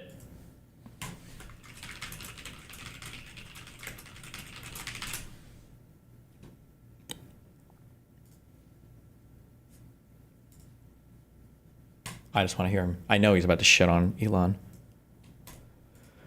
Elon, there will come a time when you need something from Donald Trump. You will think you have earned the right to ask and receive. You've been a loyal, faithful soldier for him. You've supported him politically with tens of millions of dollars.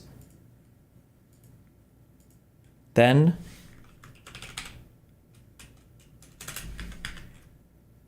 at that point,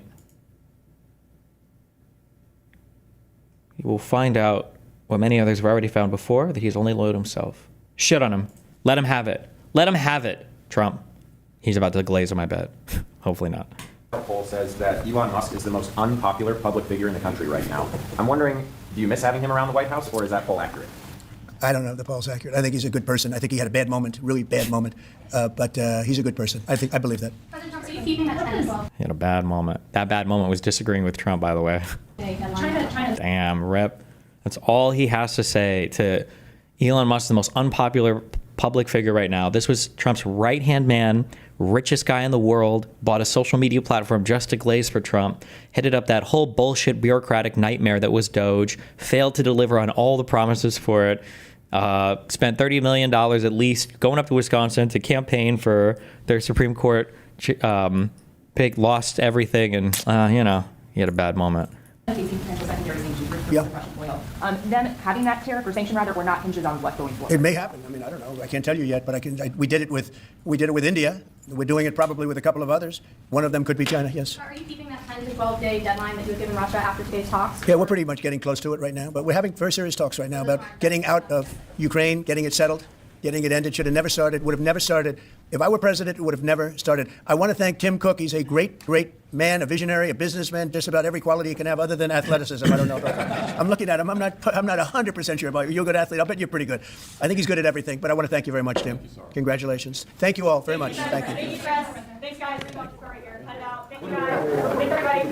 Thank you, Press. Thanks, guys. Press. Thanks, guys. Right here. Cut it out. Thank you, guys. Thanks, everybody. Oh, did he finally stop doing that retarded fucking handshake thing because he got owned by too many international leaders? Or is it because he's too old and he'll fall over if he does it? Thank you, Press. Thanks, guys. Thank you. Thank you. Thanks, guys. Right behind you. Thanks, guys. Right. Why do you think Trump is still saying stuff like that instead of throwing him under the bus like everyone else who attacks him? Because I think Elon ultimately came back into the being nice. As long as you come back, Trump will be nice to you. If you're mean to him, he'll be mean to you. So it's very reciprocal. What is this?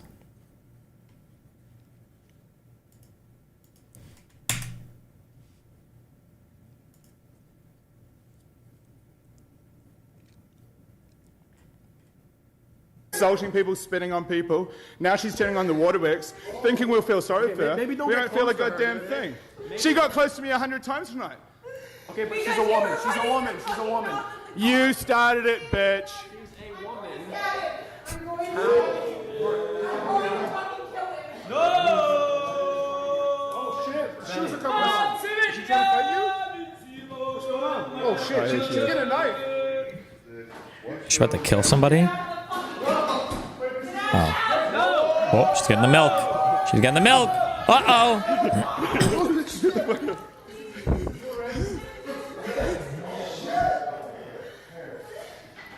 Look, you're the only problem that's got a problem with me. Ah! Wow! Did she just throw a knife at him? Ah! Wait, is that a... No way, right? That's not, is it? With me.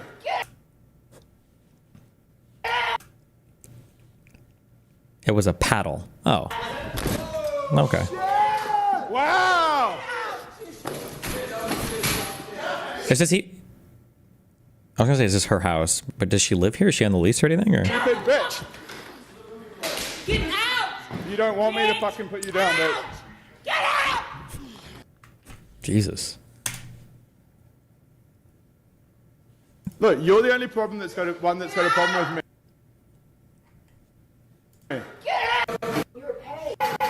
Oh shit!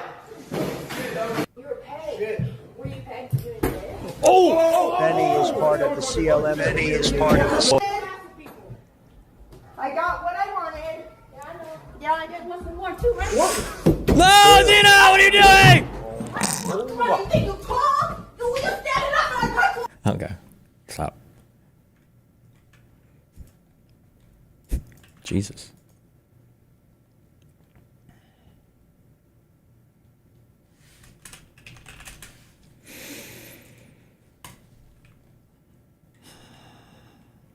Oh. Oh, we'll get to that. Oh my God.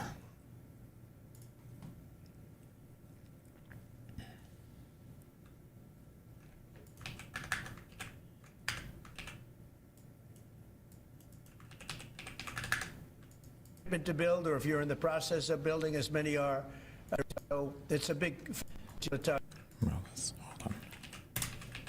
Yes, please. This bond was made in the U.S., California, and this glass comes off the Corning line. It's engraved for President Trump. It's a unique unit of one. It was designed by a U.S. Marine Corps corporal, a former one, that works at Apple. Oh my God, you are 100% correct. Holy shit. Oh, no, you can't be right. Never mind.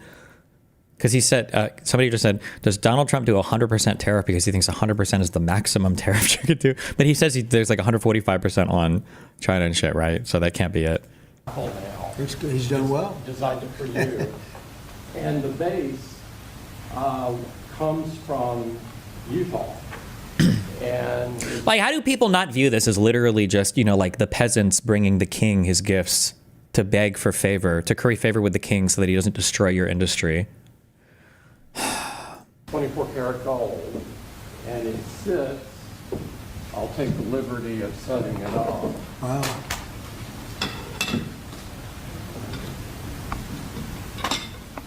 Well, let's see. There we go. Congratulations, Thank you Mr. very much. President. It's Thank you so fantastic. much. The great people of Kentucky. Actually, is he legally allowed to do that? I wonder if he broke a little law here on accident and he's not aware of it, because there's a cap on the dollar amount value of things you're allowed to give to, I think, any politician without it counting as a campaign contribution. Because remember, I think Aiden Ross tried to give like a Cybertruck or some bullshit to Trump, and he had to take it back because you're not allowed. It was over the gift limit. You're going to find it a great place to do business, too. It's fantastic. Isn't that nice? We're doing these things now in the United States instead of other countries far away.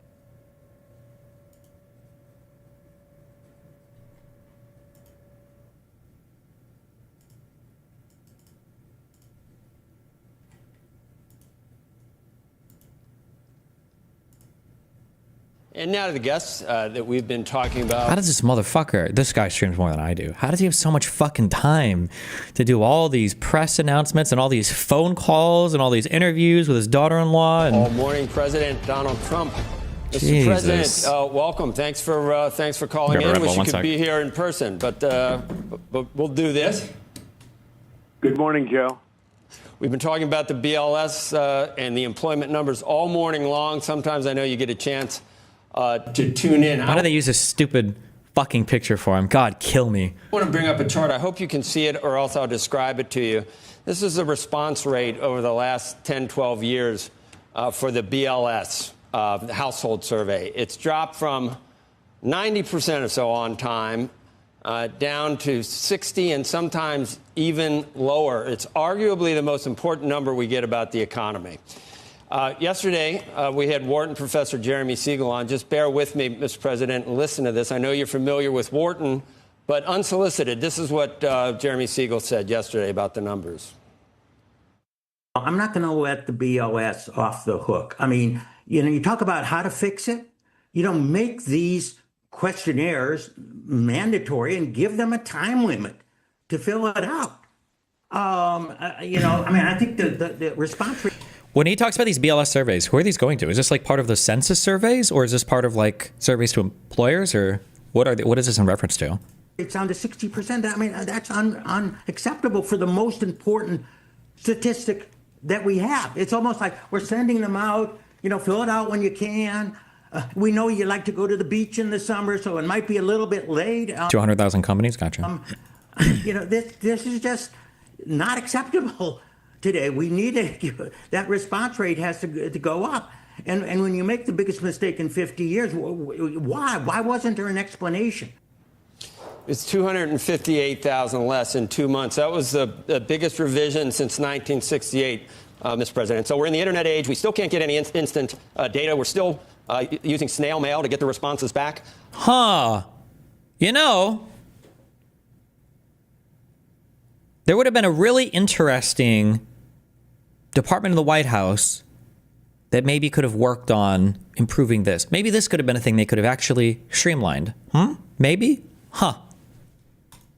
It is a government, after all. Antiquated, no doubt, and certainly suboptimal, but rigged? Where do you get the notion that it's rigged, or do you have any evidence there? It is antiquated, but it's also very political. And, I had an election recently where I did very well, won every swing state, won the... Oh, my God! Lil bro, stop glazing! Yes, you won the popular vote. You won all 7. We get it. Popular vote, won everything, all right? Won all the counties. It's, I think, 87% of the counties were Republican. Oh, my God. Before.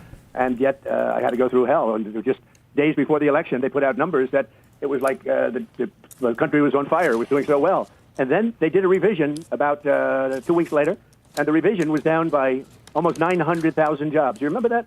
And I said, man, what would have happened? What would have happened if I lost? Think of it. I would have said they gave phony numbers and then they revised them a week and a half later. Those were benchmark numbers, though, Mr. President. That happens. They do that. They do that twice a year, and it reconciles the monthly figures with like the overall numbers. And it was a big number. And obviously, but the numbers were rigged. The numbers were rigged. Biden wasn't doing well. He was doing poorly. They announced these phenomenal numbers 2 days before the election, and a little bit before that, always these great numbers. And you knew it wasn't doing well. You knew prices were through the roof and inflation was terrible. The whole thing was bad. But think of it. Then they did the biggest revision, I think, in history of almost 900,000 jobs. And it turned out to be more than that because later on they did another revision. And so they gave phony numbers in order to win the election. After I won the election, I said too big to rig. But after I won the election, then they announced a downward number, in other words, to bring them back to reality. And I said, wow, suppose I have the best poll numbers I've ever had. I have poll numbers where I'm 71%. I have the best poll numbers. Donald Trump has the lowest approval rating of any presidency in U.S. history, aside from President number 45, who are the second lowest in all of U.S. history.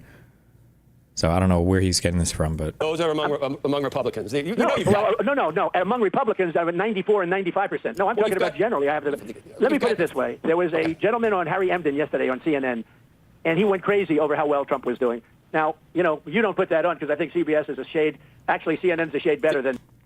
Trump's EO on ending the de minimis exemption is already affecting jobs in the shipping industry. I was laid off last Friday. My conservative coworkers are okay with it, even the ones that got laid off. Why does MAGA always ignore the damage was bad policy? I don't know. What is the de minimis exemption? I feel like I've heard this 3 times and I always look it up and then forget. A Latin term that, no, just kidding, can't read that. What about this article? Eliminated a global trade loophole that allowed duty-free importation of small packages into the United States. This decision closed a backdoor for Chinese companies like Shein and Temu, which may be forced to pass tariff costs on to the consumers. Trump revoked the so-called de minimis exemption, which permitted duty-free imports of goods valued up to $800. It was widely used by major online retailers over millions of dollars. Oh, okay, gotcha. RIP. Oh, damn. than NBC. I think NBC is probably the worst of them all. But if you check CNN tomorrow, watch Harry Emden, and you'll see about the numbers. But that's okay. We have to defend ourselves, Joe. But there are other. They can cite. Your haters cite polls that have you down in the 30s, Mr. President. Yeah, but they're fake polls, Joe. I had a lot of fake polls. You also have me in the 70s. I have fake polls. I honestly don't know whether Donald Trump is legitimately that stupid that he can't see that his polling is completely underwater, or if he thinks his supporters are that stupid that he's trying to convince them that he's got over 70% support. Either way, not great. The reality is that no, Trump's support is not over 70%. His support is at an anemic 37% among U.S. adults. He's fallen into the 20s with independents. He's at a jaw-dropping 2% with Democrats, and he's even fallen into Thank God. That's what the fuck I want to see. the 80s with Republicans, although still enough to shake your faith in humanity that 89% of Republicans support this guy. All of which is to say, no, Donald Trump's... Dude, this is unshakable. Unshakable. After the Epstein stuff, he's untouchable, guys. He is untouchable. Although still enough to shake your with faith in Republicans. humanity, that 89% of Republicans support this guy. All of which is to say, no, Donald Trump's approval is on no planet in the 70s, or 60s, 50s, or even 40s. And any suggestion otherwise is evidence of either his delusion or his contempt for the suckers who believe him. And yet, in a way, this shouldn't be surprising at all, because for Trump, it's not about working to actually move public opinion. He doesn't care about reality. He just wants to be told that he's the best. He isn't interested in figuring out why his approval is at 37% or how to get it up. His priority is just shoveling the horseshit down everyone's throats that he's at 70% approval, and that's that. Just like how he doesn't care what the actual jobs numbers are, he just wants everyone to think that they're high. And if that reality isn't playing itself out... It's just so crazy. I don't know if you guys remember 2020. You remember when they obsessed over... They obsessed over this. I think this was in the 2020 election, wasn't it? Or did they? Or was this for midterms? Very important thing I told my daughter and granddaughters: no serious guys in your 30s. Okay. No what? No. This weird, like, who would have thought the people who were trying to shove clips out there of Joe Biden sniffing hair or whatever are also the people who defend, I guess, like, statutory rape and Andrew Tate. Like, that's just so crazy to me, bro. Then he'll just fire the statistician at the Bureau of Labor Statistics and replace her with somebody who will offer stats that are a little bit more palatable for Donald Trump, a little bit more praising for dear leader. Again, it's not about reality, it is about what reflects best for Trump. Remember this back during COVID? And what we've done with the ventilators and with the medical equipment and with testing, testing is a double-edged sword. We've tested now 25 million people. It's probably 20 million people more than anybody else. Germany's done a lot. South Korea's done a lot. They call me, they say, the job you're doing. Here's the bad part. When you do testing to that extent, you're going to find more people, you're going to find more cases. So I said to my people, slow the testing down, please.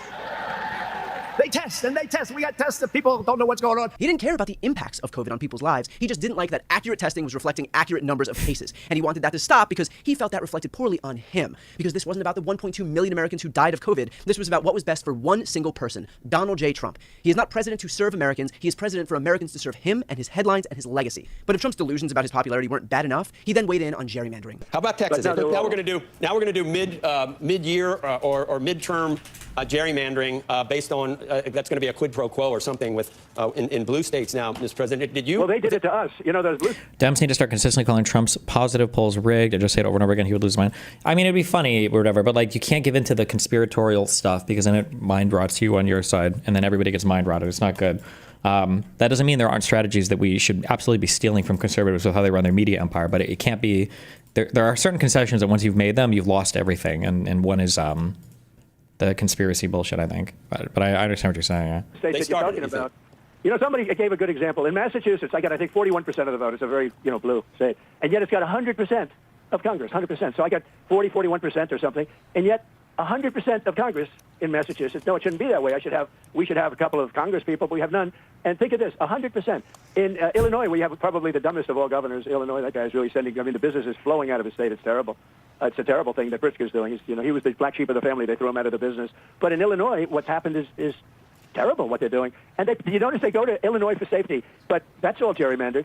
California's gerrymandered. We should have many more seats in Congress in California. It's all gerrymandered. And we have an opportunity in Texas to pick up 5 seats. We have a really good governor, and we have good people in Texas. And I won Texas. I got the highest vote in the history of Texas, as you probably know. And we are entitled to 5 more seats. I don't know. I have to check. Yeah, I agree. It's cringy to say this, I think, because it's very, like, young white man coded, I guess. But no, it's not really, actually. Democrats need to leave the PC environment behind. Many people move to the right due to the PC wave and people getting the feeling they aren't allowed to speak their mind. I don't even think it's so much that people feel like they can't speak their mind. I think that people just don't like soy hand-wringing. People just really don't like it. I don't like it. People in general don't like it. And I think I think we're I feel like we've done a much better job at kind of moving on from that.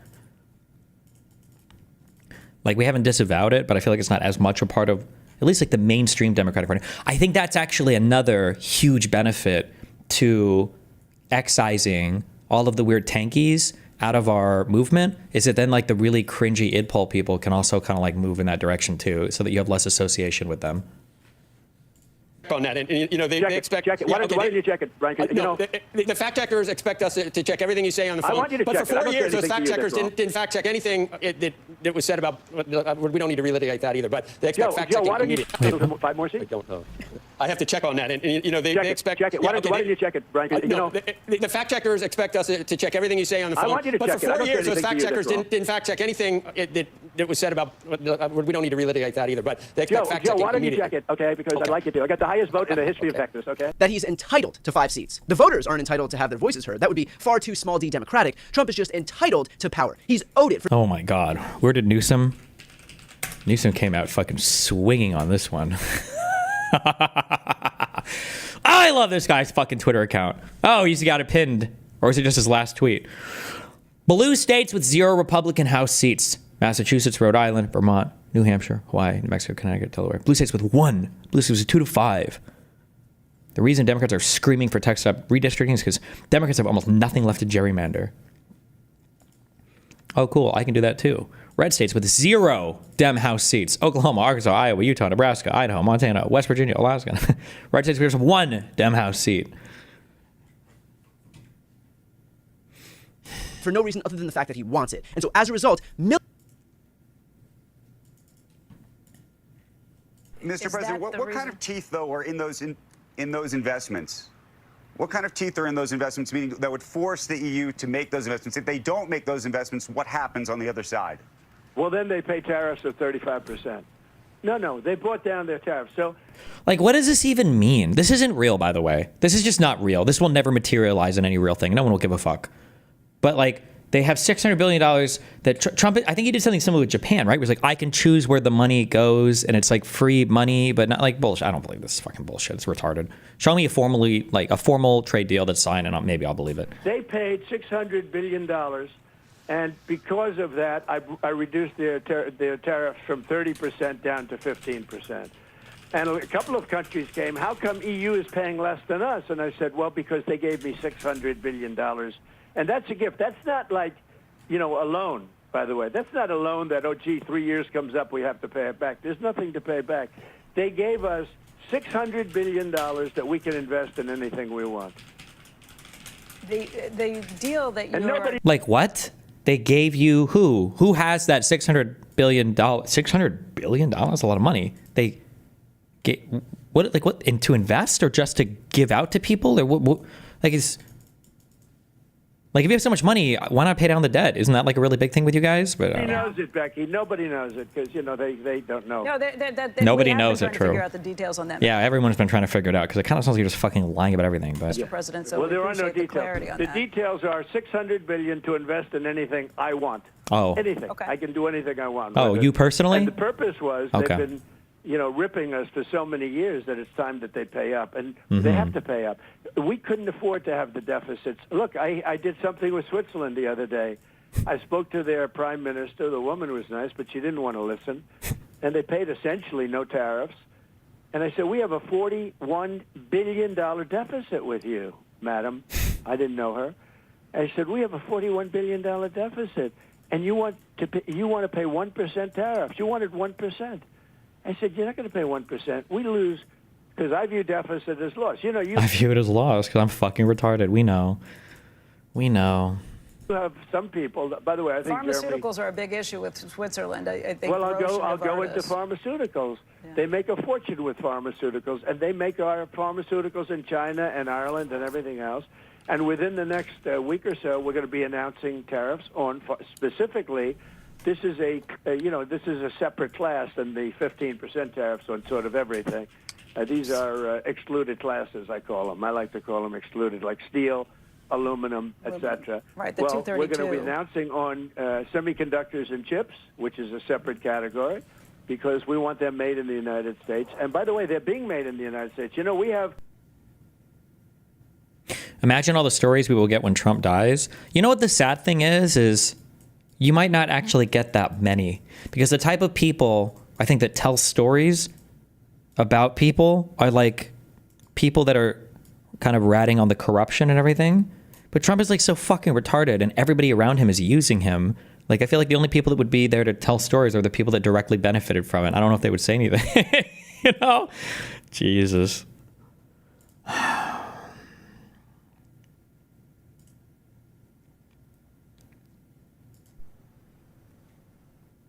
political situation. It's totally rigged. Smart people know it. People with common sense know it. But if you look at the jobs report last week, it did show a 1.7 million drop-off of foreign-born workers from March to July. And That's a great number, by the way. That's a great number. Because it means we're putting Americans to work, by the way. That's a great number.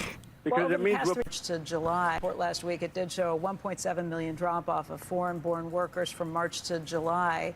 And Do you hear the zero-sum game? Oh, foreign-born workers are losing work. That's good. That means U.S. workers are gaining work, right? For a Republican, if you were to show them, did you know that Europe lost $100 billion in business or whatever?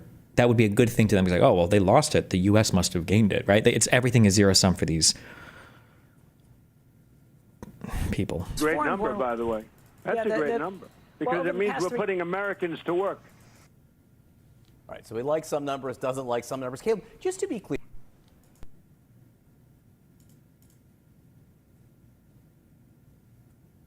Can I finish one thing? Yes. 1 year ago, 1 year ago, our country was dead. Now we have the hottest country anywhere in the world by far. Everyone wants to invest in that it. was told to me by every leader of NATO, which they do whatever I want.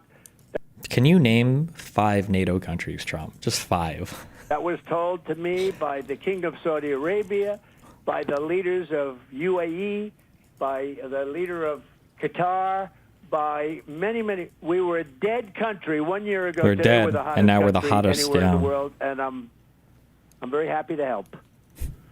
Mr. President, once again, thank you. Thanks Thank for your you. time. I finish one thing.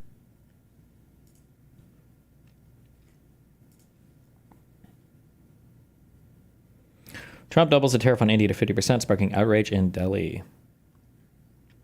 U.S. President Donald Trump doubles tariffs on Indian goods to 50% as a penalty for its purchases of Russian oil, escalating a fight with a key Asian partner and sparking outrage in New Delhi. This is a sanction, not really a tariff. Feels like a sanction, but okay. I know it's through tariffs, but signed an executive order imposing a 25% tariff on Indian imports that will stack up on top of the 25% levy. I like how these numbers are all just like a game and good memes.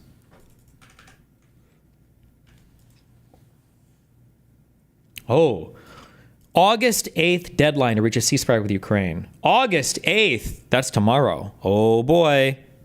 Oh boy. Oh boy. Oh boy. Oh boy. Oh boy.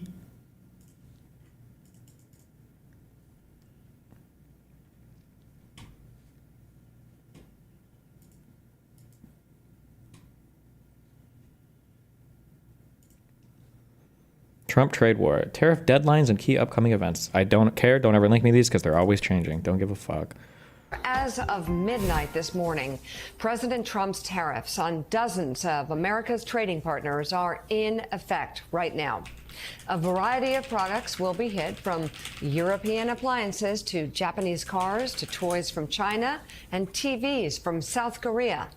The overall average effective tariff rate is now more than 17%, which is the highest level in nearly a century. Meanwhile, Trump announced yesterday he will double tariffs on India to 50% due to the country's purchases of Russian oil. That is set to go into effect later this month. The president also threatened a 100% tariff on foreign semiconductors, but he said he would not charge companies who commit to making chips in the U.S. Joe? With us now, let's bring in Treasury Secretary Scott Bessent. Mr. Secretary, thank you so much for being with us. You heard Mika summarize what you already know. This is probably the most significant trade reset on the global stage since 1935. What do you and the president hope to achieve by jacking tariffs up on average at 17% per nation? Well, Joe, first of all, I don't think it's the biggest trade reset since 1935. Where the biggest trade reset was the China shock, and we are just responding to the China shock from the early 2000s. I'm good. What's going on in Texas yet? Have they hung the Texas lawmakers? What is this? To their country with a pass back in legally, and we're doing things that are Have they hanged? Would it be hanged? I think. are very difficult to do and very complex, but it works really well. We're sending them back, and then they're schooling, they're learning, they're coming in legally. We have a lot of that going on, but we're taking care of our farmers. We can't let our farmers not have anybody. These people that you can't replace them very easily. People that live in the inner city are not doing that work. They're just not doing that work. And they've tried, we've tried, everybody tried. They don't do it. These people do it naturally. I said, what happens if they get it to a farmer the other day? What happens if they get a bad back? He said, they don't get a bad back, sir, because if they get a bad back, they die. I said, that's interesting, isn't it? These are very, I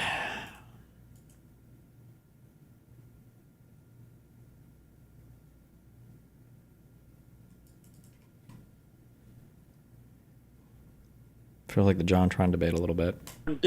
In many ways, they're very, very special people. Okay, go ahead. No, okay, so... He's like, all right, how do I act like this is an ordinary interview? Country with a pass back in legally, and we're doing things that are very difficult to do and very complex, but it works really well. We're sending them back, and then they're schooling, they're learning, they're coming in legally. We have a lot of that going on, but we're taking care of our farmers. We can't let our farmers not have anybody. These people that you can't replace them very easily. People that live in the inner city are not doing that work. I can't even tell who he's talking about. Like, does he knows like majority of farming is done like with extremely advanced machinery and stuff, right? It's not like women going out with their oxen and plowing the fields with their children. Just not doing that work. And they've tried, we've tried, everybody tried. They don't do it. These people do it naturally. I said, what happens if they get it to a farmer? Is he just talking about the like illegal immigrants that are working in the fields? Is that and they're like genetically? The other day, what happens if they get a bad back? He said, they don't get a bad back, sir, because if they get a bad back, they die. I said, that's interesting, isn't it? These are very, in many ways, they're very, very special people. Okay, go ahead. No, okay, so... To their country.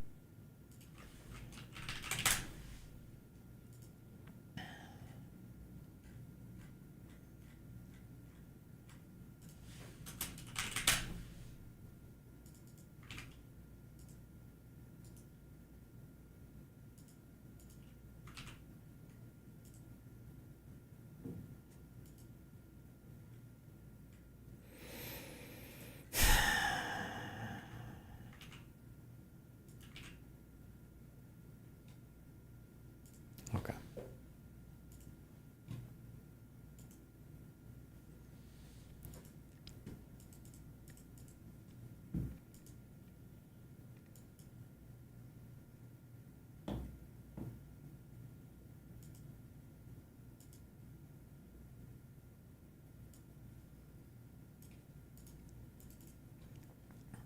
Trump's picture book is going viral. Oh.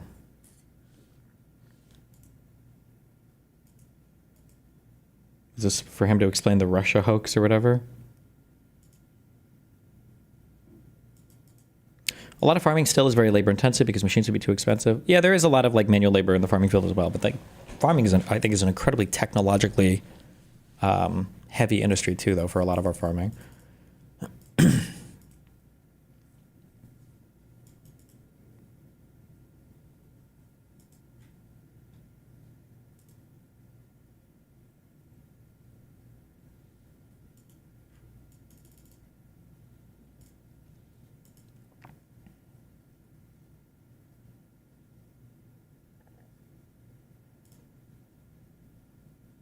Oh. Abbott joins us now. Thank you so much. God, this is disgusting. Fuck. Greg Abbott has filed a lawsuit at the Supreme Court of Texas seeking Representative Gene Wu's removal from office. House Democrats had until 3 p.m. on Monday, August 4th to return to Austin. Now they must face the consequences. Does that mean they'll have special elections to fill the seats then, or... much. Can you tell us from your perspective, what is the issue? Why did they leave?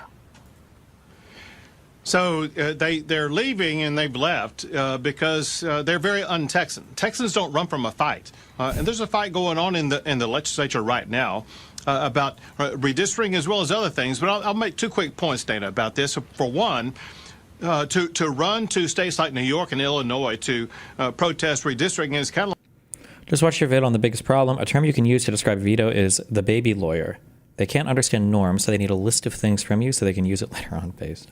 like running to Wisconsin to protest cheese. It's just kind of outrageous. Those are New York and Illinois to Wisconsin to protest. Notice the narrative control here, right? Notice that why did they leave? Notice he didn't bring that up at all, that they were having a special session to redistrict and eliminate 5 Democratic districts from the state of Texas. Protest cheese is just kind of outrageous. Those are New York and Illinois, two hallmark states that have already done redistricting to eliminate Republicans.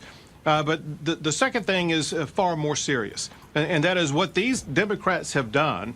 Just a small fraction of them were needed to break a quorum, and that small fraction is holding hostage legislation in the state of Texas where we will be able to provide assistance and reform for all of the victims of that horrific flooding that we've had in the state of Texas. Our fellow Texans are being let down and not getting the flood relief they need because these Democrats have absconded from the responsibility. And I believe, like, excuse me, what? They have forfeited their seats in the state legislature because they're not doing the job they were elected to do. Governor, let me show everybody here what you were talking about. I think we have this map of Illinois and the districts as they've been drawn. And as you point out, it's been over and over again. They make these small little squiggly lines to make sure that they can figure out the best way to get Democrats there. So that's an example of what you were talking about. Wow. I want to play for you this sound from State Representative Gene Wu. Illinois is pretty fucked gerrymandered, to be fair. Although I'm pretty sure when they do like the fair analysis for the gerrymandering across the United States, I think that it's generally conservatives that are like the least fair states. I don't know if somebody's a link to that. The thing that I would see, if anybody has a link to it, what's the percentage of people that vote Republican versus Democrat, and then what is the percentage composition of seats in the House? Like right now, the House is majority Republican. Right? What is the House? Okay. Ballotpedia. U.S. House Representatives composition.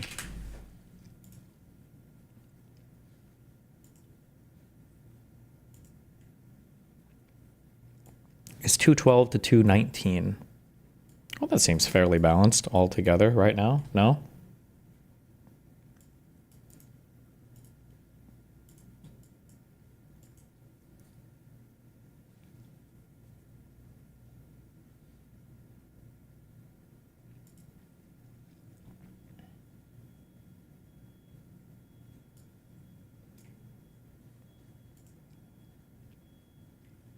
People will argue over, no, they won't actually. I was going to say conservatives will just argue over what's fair gerrymandering, but that's not true. They actually don't engage in any conversation of substance about what a fair or unfair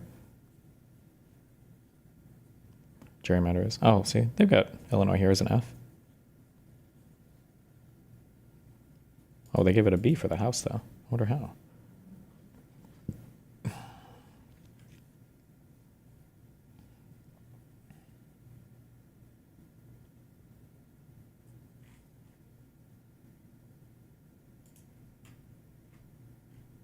Wait, am I crazy? I thought that... Hold on.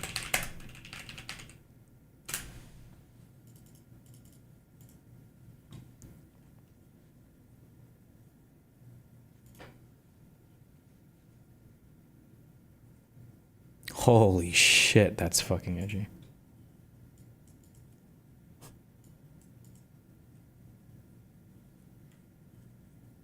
The House composition is 14 Dems and 3 Republicans.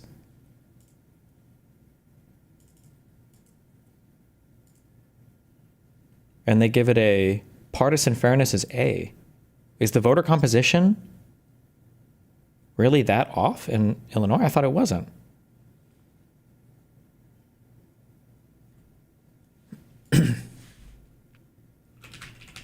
The state house is different from the U.S. House.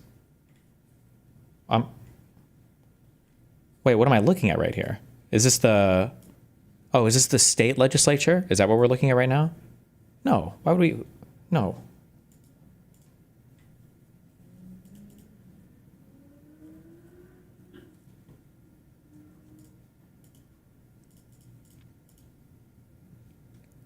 They're probably conservative Dems. I don't understand how they get an A here for partisan fairness. I'm sure they explain their methodology, though. But I'm too lazy. I don't give a fuck. He's a Democrat from Texas. Here's what he said. The tool they're using is a racist, gerrymandered map. A map that seeks to use racial lines to divide hard. Oh, I'm sorry. Somebody said they get an F for Congress. So I was reading the redistricting A for the... Because it's the Illinois House, and I should be looking at the...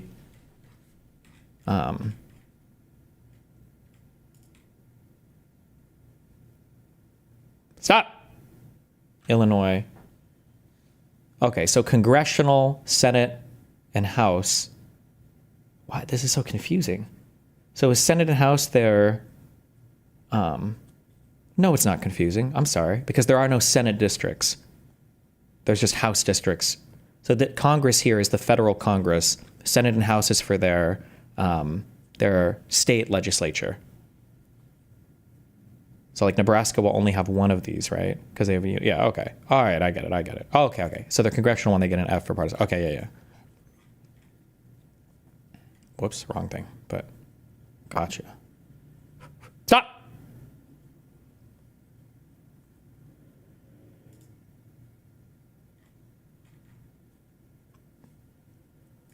Yeah, okay. All right.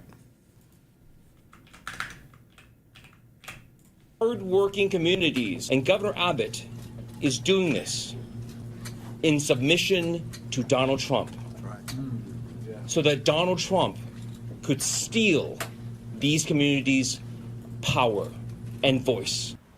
I have two main questions. How do you respond to his accusation that you're using a racist tool to do this? And the second question I have, if you could wrap it into this answer, is why now? Why do you need to do this in the middle of this session? Sure. So what he just said is totally bogus. So first, for redistricting purposes, it's not done for racial reasons. However, the racial outcome is this, and that is the district lines will solidify the Barbara Jordan African-American district in the Houston area, and it will add 4 new Hispanic districts. And so there's actually going to be more racial minority districts in the state of Texas. Why now? 2 reasons. One is... The only reason why it's now is because Donald Trump wants to do better in the midterms. So I believe it was Pam Bondi, I think the Attorney General, is the one that mailed a letter to Texas, an open letter saying, we think that your districts are illegal, so you need to redo all of them. That's the only reason, by the way. Texas is a cuck state with no agency. They're not doing this on their own prerogative. They're doing it because Bondi, it forced them to. Just to be clear, anything else he says is a fucking lie. Since we last did redistricting, there's been a change in law. A court decision affecting Texas came out and said that coalition districts are no longer required, and it's perfectly legal to dismantle coalition districts. He's referring to the Bondi letter here. He's just saying in other words. The second is gerrymandering can be done, or drawing lines can be done, on the basis of political makeup, as in Republican versus Democrat, and there's nothing illegal about that. And then when you look at the outcome of the most recent presidential election, all these districts that are being added are districts that were won by Trump. Here's the point of that.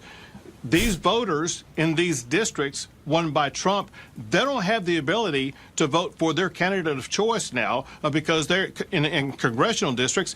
They're in a Democrat district, as opposed to a district won by Trump. And so we have the authority legally. What's actually stated in the letter, what's legal about it? I haven't chased down the legal theory yet for what she's saying, but I think the letter basically says that the districts that were drawn are illegally drawn because they're using racial demographics to draw them, and the Supreme Court decided that's not okay, so you need to redraw these 5 Democratic districts. And you can probably Google Pam Bondi letter to Texas districts.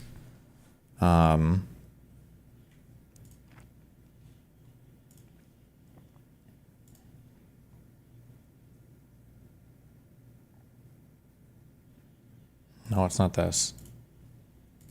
Am I making this up? I thought it was a Pam Bondi letter. Or was it a letter from Congress? Or... I wonder if it was a letter from a congressional committee or something. I thought it was a Pam Bondi letter. Somebody find it. Somebody find what I'm talking about. Redistricting law to draw districts that align with the voter preferences of the voters of the state of Texas. And Donald Trump proved in these Hispanic-created districts that Hispanics, as well as other people in those districts, they want to vote Republican. Let me just point this out. Like, we've seen this movie before, and we know how it ends. If you don't have the votes, eventually you come home to Texas, and we know it, like, basically it's going to be overtaken by events. But you also said in your statement that you put out today to all of them, in a letter to them, you said, in addition to abandoning their offices, these legislators may also have committed felonies. What is the felony? What are the penalties for this?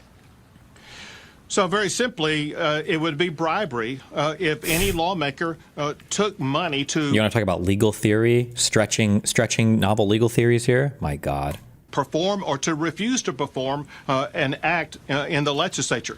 And So what the legal argument that they're going to try to roll with on this, I don't know if they'll actually file charges. My guess is they won't, but who the fuck knows? The legal theory they're trying to roll with on this is if you left the state and anybody gave you money for anything, helped you with an airplane ticket, bought you a meal, did anything, that actually counts as them bribing you to abdicate your role in the state legislature, which counts as taking a bribe. That's what they're trying to roll with on this. Reports are these legislators have been both, they sought money and they offered money to skip the vote to... Do you think any voters care about any of this shit? No, nobody knows anything about any of this. Like, nobody understands districting or gerrymandering or any of that, so no one will give a fuck. Leave the legislature to take a legislative act. That would be bribery. And so the facts will have to come out. But I think based upon comments made by legislators themselves, Would you pay the fine that they are threatening the Texas legislators so that money isn't the reason they're forced back into Texas? Money would never be the reason why they're forced back. But he's trying to say that if somebody did help them pay that fine, that would count as a bribe. I think he explicitly stated the fine or whatever. Yeah. Face a possibility of facing bribery charges, which is... Why did you stop talking about Israel, buddy? Because none of the pro-Palestinians are able to mount any actual arguments relating to the region, so I got really bored debating it. Running a train on all of the supposed world scholars about the issue and finding out that all of them were fucking retarded severely diminished my interest in the issue. But if any of them want to fight about it, let me know. It's a second-degree felony in the state of Texas. There's one way to cure that, and that is if they get back to the state of Texas and make quorum today at a hearing that we have at 3 o'clock, they can cure themselves of any quid pro quo that would subject them to potential bribery charges. All right, Governor Abbott, well, we'll be watching Martha's show, the story, at 3 o'clock Eastern to see if by the end of that show they come back. Thank you so much, Governor. Good to have you. We will be covering the return of... Oh, this might be what I'm thinking of. Hold on. When was this? All right, dozens of Texas Democrats... July 9th.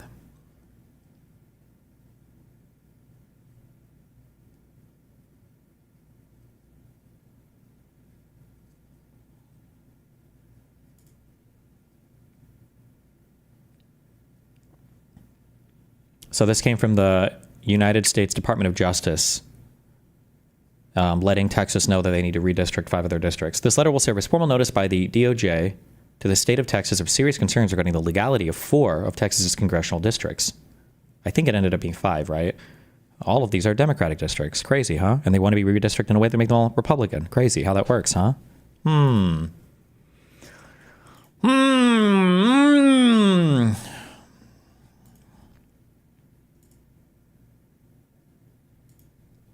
This happened 10 minutes ago. Texas Governor Greg Abbott says state troopers have been deployed and are now actively searching the streets to locate and arrest Democratic House members who fled the state.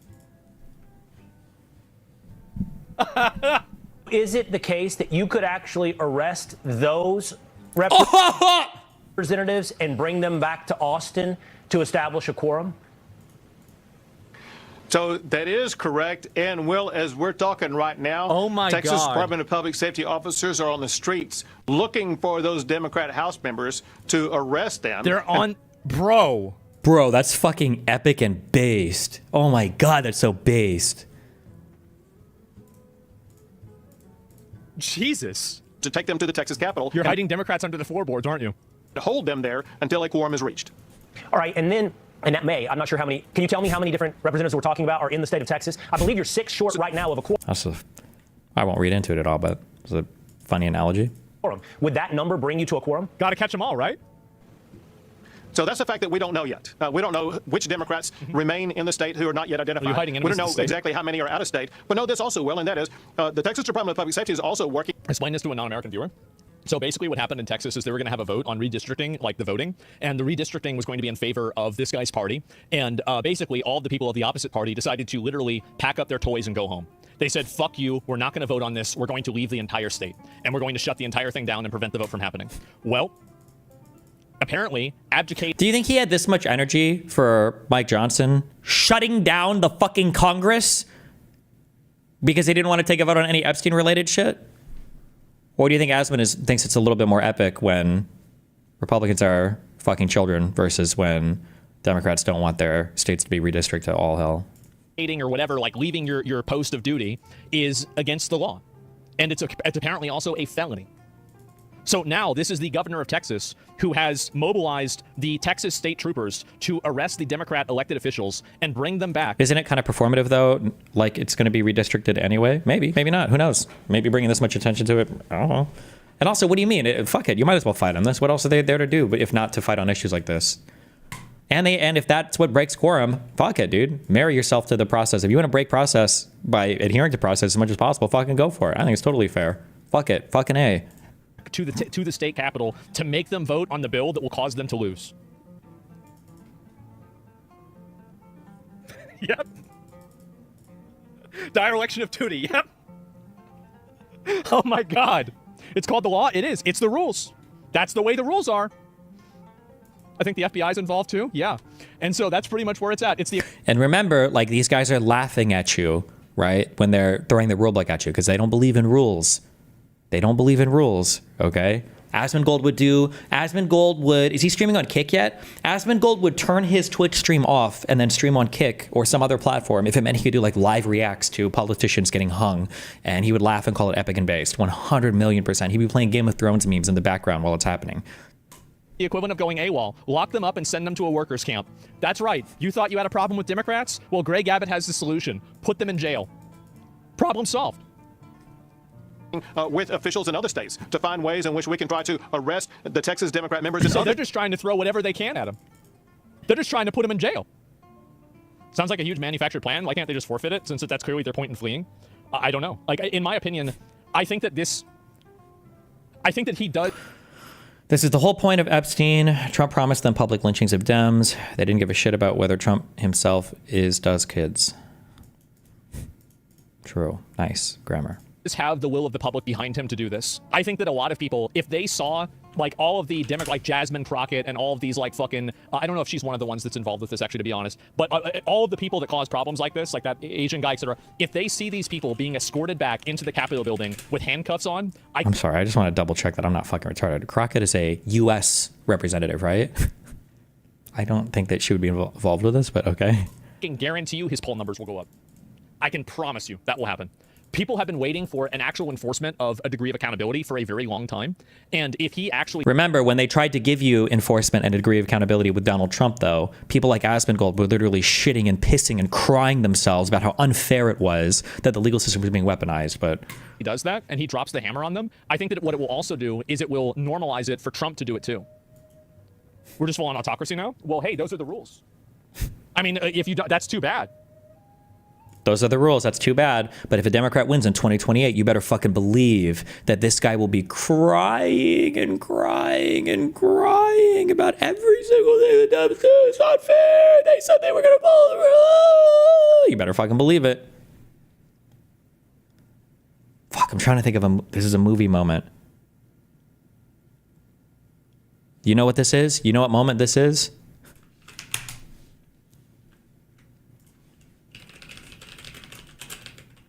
What it needs to be? It's true. Sister against sister, and I'm trying to Protected you. Protected me. By selling me to the Boltons. If we could speak alone, I can explain everything. Sometimes when I'm trying to understand a person's motives, I play a little game. Just repeat it right back at him, baby. I assume the worst. What's the Repeat it right back at him. Everything they say, everything they've done. Oh, okay. Well, the president can do whatever he wants. He has criminal immunity, right? Yeah, those are the rules. He might just run for president next election. Yeah, I mean, like, the law's the law. You can't skip work. Exactly. Bro, what's wrong with you? What do you mean? I can't skip work. Donald Trump goes on his 27th golf outing. What is quorum and why is it such a big deal? I don't know. I'm literally using context clues, but it sounds like quorum is probably the minimum number of lawmakers necessary to hold votes. And by leaving, they break quorum, meaning there's not enough people there to actually hold a legislative session, so they can't actually take votes on anything. That's what it sounds like. You're mad? You're mad about what I'm saying? Like, am I? So you said, so Jan, is gerrymandering cool now? I'm just going to ban you. You're not advocating. You're not talking about this in good faith. I'm going to ban you. No, it's not about gerrymandering. It's about owning the Dems. So you said, so Jan, is gerrymandering cool now? I'm just going to ban you. You're not advocating. You're not talking about this in good faith. In my opinion, I don't think that they should be arrested, but I think that if they don't show up, they should lose their seat. You can't just simply refuse to show up to a vote because you're unhappy about how it will turn out. I think this is very clearly an abuse of the democratic process. And while I don't agree necessarily, this is a joke. Remember, this is a joke. I need a button that I can push that says "big jokes in progress," and I'll play that every single time. August, when you edit these videos, I need to have this. This is essential for my channel. Okay, every single time Republicans or conservatives or MAGA talks about the rules or the law, it's big jokes in progress. Okay, they always want to abuse your system or play by your rule set. Okay, when it's in their favor, and then when it's in their favor, they don't give a fuck about the rules every single time. With putting all of them in jail. Oh, true. I just need a good laugh track. I need a laugh track. I need a laugh track soundboard button. That's what I need. I don't really care if it happens. I don't. I think that Democrats have weaponized the legal process enough. I think they did that with Donald Trump. There it is. Actual cuckoldry right here. Effectively. No, that doesn't make sense. It's not cuckoldry because you're the one getting fucked. I don't. I think that Democrats have weaponized the legal process enough. I think they did that with Donald Trump. They effectively opened this Pandora's box, and now Republicans have 4 years to take complete advantage of it. And if I was them, this is the way that I look at everything. I look at everything from the perspective of, does this get me closer or farther away from my goals? I think that if I was a Republican, this would get me closer to my goals. So I would do it. It's that simple. Yeah, and it's not about what's right or wrong or what's fair or what the right thing to do is. Or of course, we know it's never anything about that. Yeah, of course. No, absolutely not. You do what works, and that's what works. Not showing up should be an automatic nay vote. Yeah, exactly. They were elected to attend votes, not run away from them. Yes, exactly. Both sides do this, so it's a recognized cheat code. Yeah, it is. States and bring them back to the state of Texas. All about winning. Well, that was my next question I was going to ask you, Governor. Of course, Texas DPS would have limited powers to arrest anyone out of state. Most of these Democrats have fled the state for that express purpose. Representative Alderson has said that both you and Attorney General Ken Paxton, though, have looked into whether or not they're funding these trips or fundraising off of these trips, which would amount to bribery. Would that open up the potential for you to go retrieve some of these representatives who have fled the state? Just curious what you think. I think when the pendulum swings with a D leader, it'll just fall short like Barr, and we'll just get screwed infinity. They should go to the max on everything that they could go to the max on. Like, because there's a lot of stuff procedurally even that you can go hard as fuck on. And I think they should do that. There should be a full investigation of basically every single person that's orbiting Trump having to do with improper utilization. I'm sure there are crimes related to doing business improperly. What were they trying to charge Joe Biden with and Hunter Biden with? Whatever conspiracy crimes there relating to abusing the office of the president. I don't know if it's Hatch Act or what, but. Yep. That opens up several opportunities. One, bribery in Texas is a felony. Felony is the type of offense that we can issue papers to have these Democrats brought back. Another thing, though, that Democrats don't seem to know, and that is taking or receiving a payment like they have to escape or not take a vote subjects them to forfeiture of their seat. That's going to be one of the... I am still in the camp of nothing ever happens with this. I'm sorry. Until I see them getting convicted and put in jail. I want to see this happen, bro. Can't Trump order them back even across state borders? Well, that's what's probably going to happen. Is that... Yeah, right. That would be crazy. I bet Trump will probably somehow figure out a way to do this federally. No shot. So that's it. You break the law, you need to be... That would be... That's Civil War type shit. Not even Civil War. I don't know what that would be.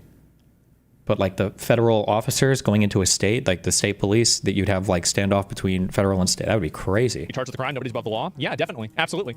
Yeah, again, like that's what the rules are. I guess that would be a rebellion or an insurrection, right? Against the federal government. I'm here for it in a video game. Don't like the rules, then change them. The legal grounds you're going to see asserted here immediately to seek the vacation or elimination or abandonment of these House seats by the Democrats. So we will remove them from office and call for elections to replace them. Wow. Well, there it is, guys.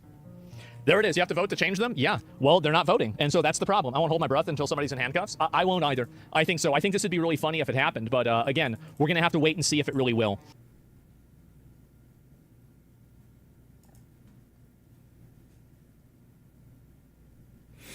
All right, changing gears to the late. Districting drama. Governor Newsom is. Dude, I love this picture. Oh my God, I love him so much.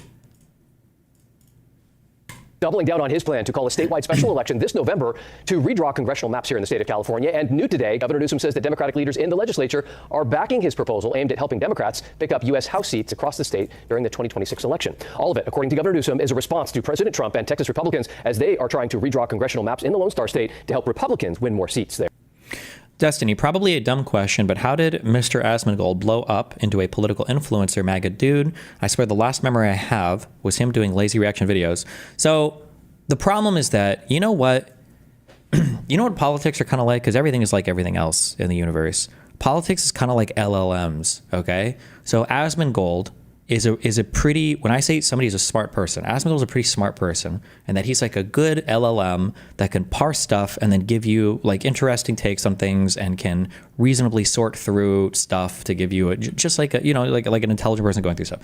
But the same limitations that exist with LLMs also exist with people that do online politics, and that if the data set is dog shit, then the answers are dog shit. So the problem you run into is people like Asmongold are above average intelligent people, but they get tricked by their own intelligence, and they think that intelligence is a substitute for factual correctness, and they assume that they can just sort through a plethora of information and come to the correct conclusion without taking the time to sanitize the information that they are that they're deriving their opinions from, basically, is the issue. So Asmongold has always been kind of like a logical thinker, smart dude, played video games, huge audience from there. And so people would like to hear his takes on things. But the problem is he's absolutely epistemically retarded. He doesn't know how to discern like good truth or good piece of information from bad piece of information. But if you give him a bunch of bullshit information, he can throw it together in a way that is entertaining and quote unquote logical, valid, but not sound maybe in a philosophical sense. Win more seats there. Fox 40 Capitol reporter Eitan Wallace was with Newsom today and has his message. And we're not going to roll over, and we're going to fight fire with fire. Governor Gavin Newsom, with that message, vowing to fight President Donald Trump's plan, calling on Republicans in the Texas legislature to redraw congressional districts in the Lone Star State. The idea, according to Trump, is to shift 5 Democratic-leaning districts into Republican-leaning districts, all with the goal to pick up 5 GOP U.S. House seats in the 2026 midterm election. These folks don't play by the rules. If they can't win playing the game with the existing set of rules, they'll change the rules. That's what Donald Trump has done. He's dialing for seats. The Texas legislature was supposed to vote Monday on new proposed congressional maps put forth by Republicans, but members, a quorum is not present. No vote ever took place Monday because Texas Democratic representatives fled the state to prevent the Texas legislature from having a quorum. No quorum means no vote. Leaving the state does not stop this House from doing its work. It only delays it. Texas Republican Governor Greg Abbott posting this on social media, calling for the Texas Department of Public Safety to arrest each Democrat who fled the state. Should those Democrats eventually return, and should Texas Republicans move forward with their redistricting plan, Newsom says he'll respond with his own plan. Whatever they are doing will be neutered here in the state of California. Specifically, he says, if Texas Republicans move forward with their plan, then Newsom would consider a plan to redraw California's 52 congressional districts to help Democrats pick up U.S. House seats statewide in the 2026 midterm election. He makes clear, though, any newly redrawn congressional district maps part of his new plan would need to be approved by California voters in a special election this November. It's a plan California Democratic leaders, including Assembly Speaker Robert Rivas, discussed and endorsed over the weekend. We're not drawing lines to draw lines. We're holding the line on democracy, on the rule of law. Newsom acknowledges his plan to redraw congressional district lines in favor of Democrats means changing how the state has drawn maps since 2010. That's when California voters approved an independent redistricting commission made up equally of members from both parties to draw congressional maps. I'm not in favor of gerrymandering occurring in any state, and I'm certainly not in favor of continually shifting around district lines. Republican Rockland. Why abandon Israel-Palestine for other research? What do you mean? it's not an abandoned topic. It's information you learn and you move on to the next thing. What do you mean? I'm going to debate one topic for the rest of my life. And if anybody intelligent wants to debate it, I'm always open to debate it. But most of the pro-Pally people are intellectually bankrupt and they know that their arguments are bullshit. So they actively avoid conversation on that front. Congressmember Kevin Kiley is introducing new legislation to nullify any new maps adopted by states before the 2030 census, including the possible new Texas maps in favor of Republicans and possible new California maps in favor of Democrats. I think it's completely chaotic. It's not good for democracy. And we have much more pertinent things to be worrying about right now as a country and issues to be focused on than redrawing congressional district maps. Are you concerned about your own congressional seat? I'm not super concerned about my own seat because I won by 46,000 votes in the last election, but I'm very concerned about democracy in our state, about representative government. And important to note, Newsom has said he will not move forward with his plan if Trump and Texas Republicans do not move forward with theirs. Reporting near Sacramento, covering local news that matters, Eitan Wallace, Fox 40 News. Yeah, what does Asmongold have to say about California's plan to redistrict? I'm curious. He must support that, right? Welcome to Meet the Press Now. I'm Kristen Welker. As President Trump's Is there a reason why they left the state and didn't just stay home? Probably because if they stay home, they could be arrested and brought to the state legislature, house, or whatever the fuck. Asmongold, Gavin Newsom, California redistricting.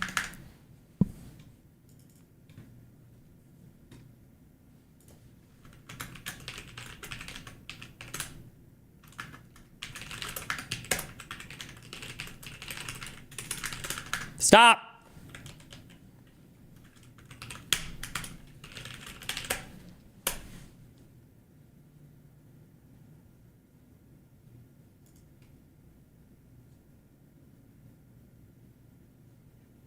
I'm curious if anybody has if Asmongold has reacted to it, or maybe it's in here.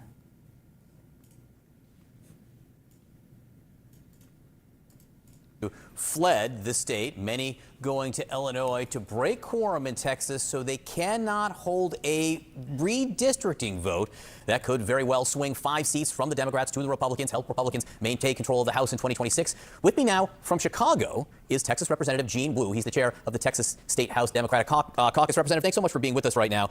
What's your plan as you sit here on Monday morning? Look, this is not a choice that we take lightly. To be here in Chicago, we really didn't have a choice. We tried to negotiate with Republicans. We tried to talk to them. We tried to reason with them. We tried to tell them that the public is very angry at what they're doing, and they simply wouldn't listen. This was the only way we could protect our constituents and protect the state. What they're doing is not just politics. It's not just affecting lives. This is going to destroy lives. Texas Governor Greg Abbott says he will try to take your seats away if you don't go back. Let me read you what he said. He said, "This truancy ends now. The derelict Democratic House members must return to Texas and be in attendance when the House reconvenes at 3 p.m. today. For any member who fails to do so, I will invoke Texas Attorney General Opinion Number KP0382 to remove the missing Democrats from membership in the Texas." What is this? Real quick. Yes, Judge. Thank you, Mr. President. So I called the president because I had some very good news from Trump is doing an event with a quack economist in a desperate attempt to justify his firing the BLS commissioner. Who is this guy? some new data that we've been able to put together that no one has ever seen before, and I'll just very quickly go through these. So I was telling the president that he did the right thing in calling for a new head of the Bureau of Labor Statistics, because this shows that over the last 2 years of the Biden administration, the BLS overestimated job creation by 1.5 million jobs. That's Mr. President, that's a gigantic error. And I don't know if she's, I'm not. It might not have been an error. That's the bad part. Oh. If it was an error, it would be one thing. I don't think it's It was an the error. deep I think state. They did it purposely. Whether that, you may well be right, but even if it wasn't purposefully, it's incompetence. Right. Yes, Judge. Very North Korean-ish, sir.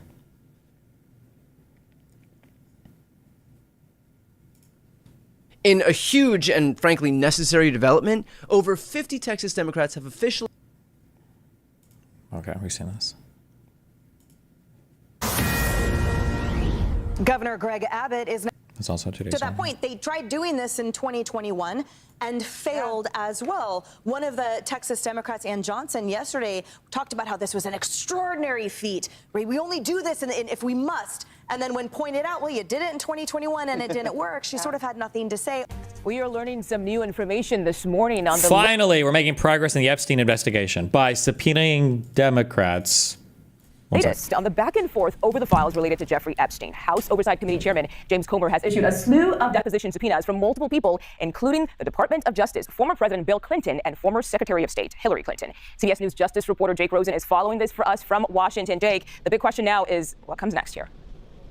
Well, that's right. That is the big question, and it comes as the House is adjourned right now down the street from us here in D.C., Mugo, because there would have been a floor-wide vote to potentially force the unsealing and public release of the Department of Justice's Epstein files. Speaker Mike Johnson did not want that, so they took a break for this part of the summer. The pressure has not stopped, and this is actually a semi-bipartisan resolution and statement from Chairman Comer, who has promised to get more information out of the Department of Justice and people who were involved in these Jeffrey Epstein investigations throughout administrations. There are former Trump officials here. Think about Bill Barr, Jeff Sessions. There are other people from the Obama era, Robert Mueller, Merrick Garland, who obviously was the Attorney General under President Biden, Eric Holder, some names who really are from a different generation of politics, maybe than what we're living in now, but all whose Department of Justice or law enforcement organizations oversaw multiple investigations into Jeffrey Epstein. They want to sit down with these people, ask questions, and potentially get new answers out of them if there are any to be found. But the most interesting thing is the bipartisan resolution here, Mugo, to force the Department of Justice to release files from the multiple investigations, and in addition to that, a resolution to make sure that victims are protected, and also to force the release of any communications between the Biden Department of Justice and the FBI and White House about the Epstein files during President Biden's administration, obviously between 2020 and 2024. Yeah, and Jake, we mentioned some very big names there. So how likely is it that they'll actually sit through a deposition? Well, it depends on how much they want to fight this. There have been 3 instances in which a president has been compelled by Congress to subpoena. It's been Donald Trump, Harry Truman, and now potentially Bill Clinton. No president has actually sat down for any of these depositions so far, so likely President Clinton is not going to be forced to testify here.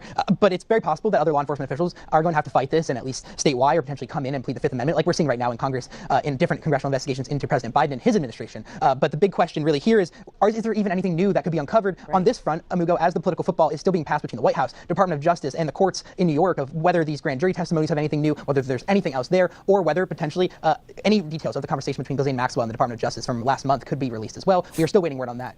I like how everybody... any details of the conversation between Ghislaine Maxwell and... Everybody pronounces Ghislaine. Everybody pronounces their name differently. Based. Oh, fuck, my debate is in 20 minutes.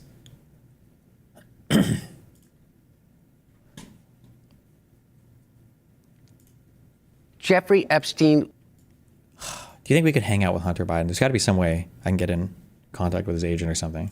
Was a pedophile, that it came into enormous wealth by very mysterious circumstances and had connections across the globe to very, very powerful people. And he was murdered right before it was all about to blow up. And now there supposedly are no files that the American people can see to explain all of that. I don't understand why the Jeffrey Epstein case would be of interest to anybody. It's pretty boring stuff. I mean, it's crazy. Like, do I think that there's an actual list? No, I don't think that there's an actual list. I don't think that he was that stupid. But do I think that what they do have implicates him? Yeah, I think so. You know, I mean, Epstein introduced Melania to Trump. The connections are like so wide and deep. Is there a does he publicly? Oh my god, dude! If I could sell, or not sell, if I could display his art, like buy some. Oh my god.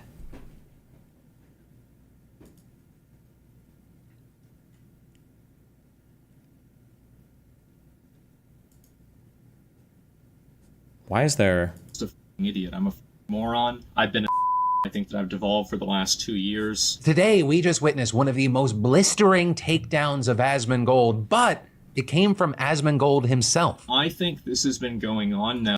What is this website? MSN. Is this like the... Okay, I don't even know. Jesus. Okay.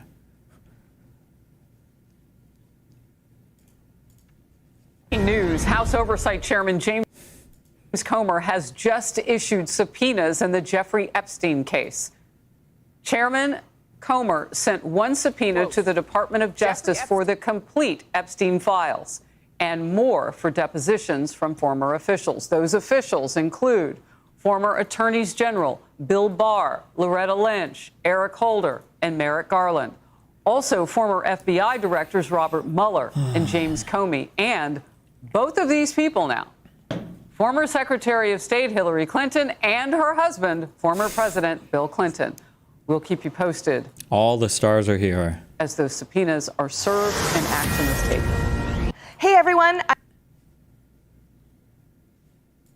There was irrefutable evidence that Obama was the... You said there was irrefutable evidence that Obama was the mastermind of this intelligence manipulation and the perpetuation of the Russia hoax. What is that irrefutable evidence for our viewers tonight? Yeah, Laura, as you were playing those clips of these people like Morning Joe seemingly befuddled, saying that by no account is any of this true, I would challenge them to see if they've actually read the documents, every single page of the documents that we've released over the last couple of weeks. If not, go to odni.gov, G-O-V. It's all right there for anyone to see. And those who go in and read this will see how President Obama directed that a National Security Council meeting be called to talk about Russia, that the report that came out of that meeting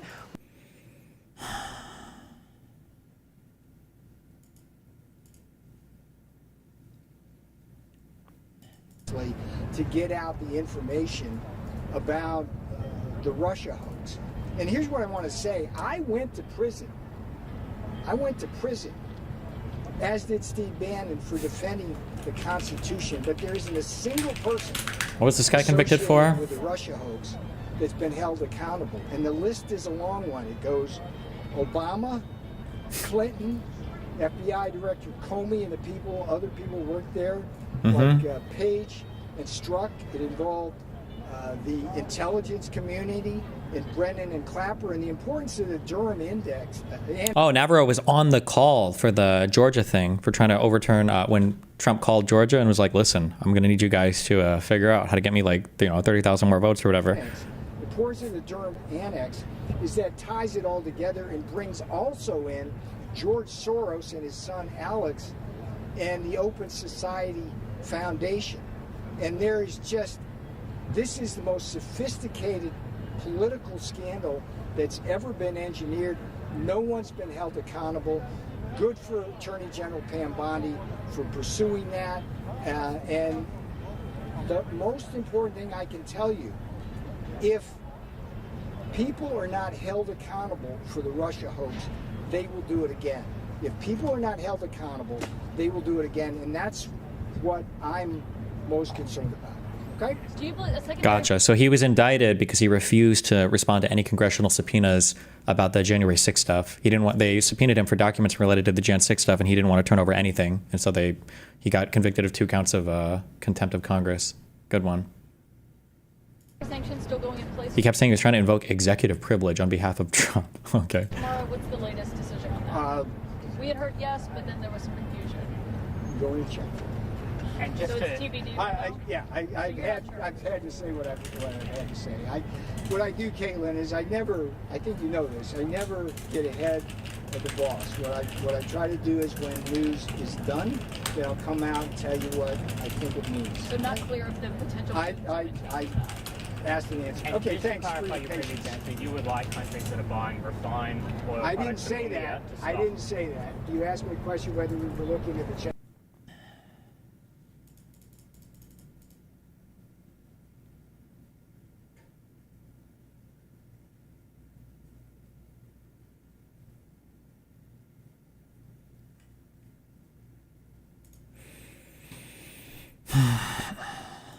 As a bonger, why are journalists about it asking questions? Because when you ask mean questions, they don't talk to you anymore.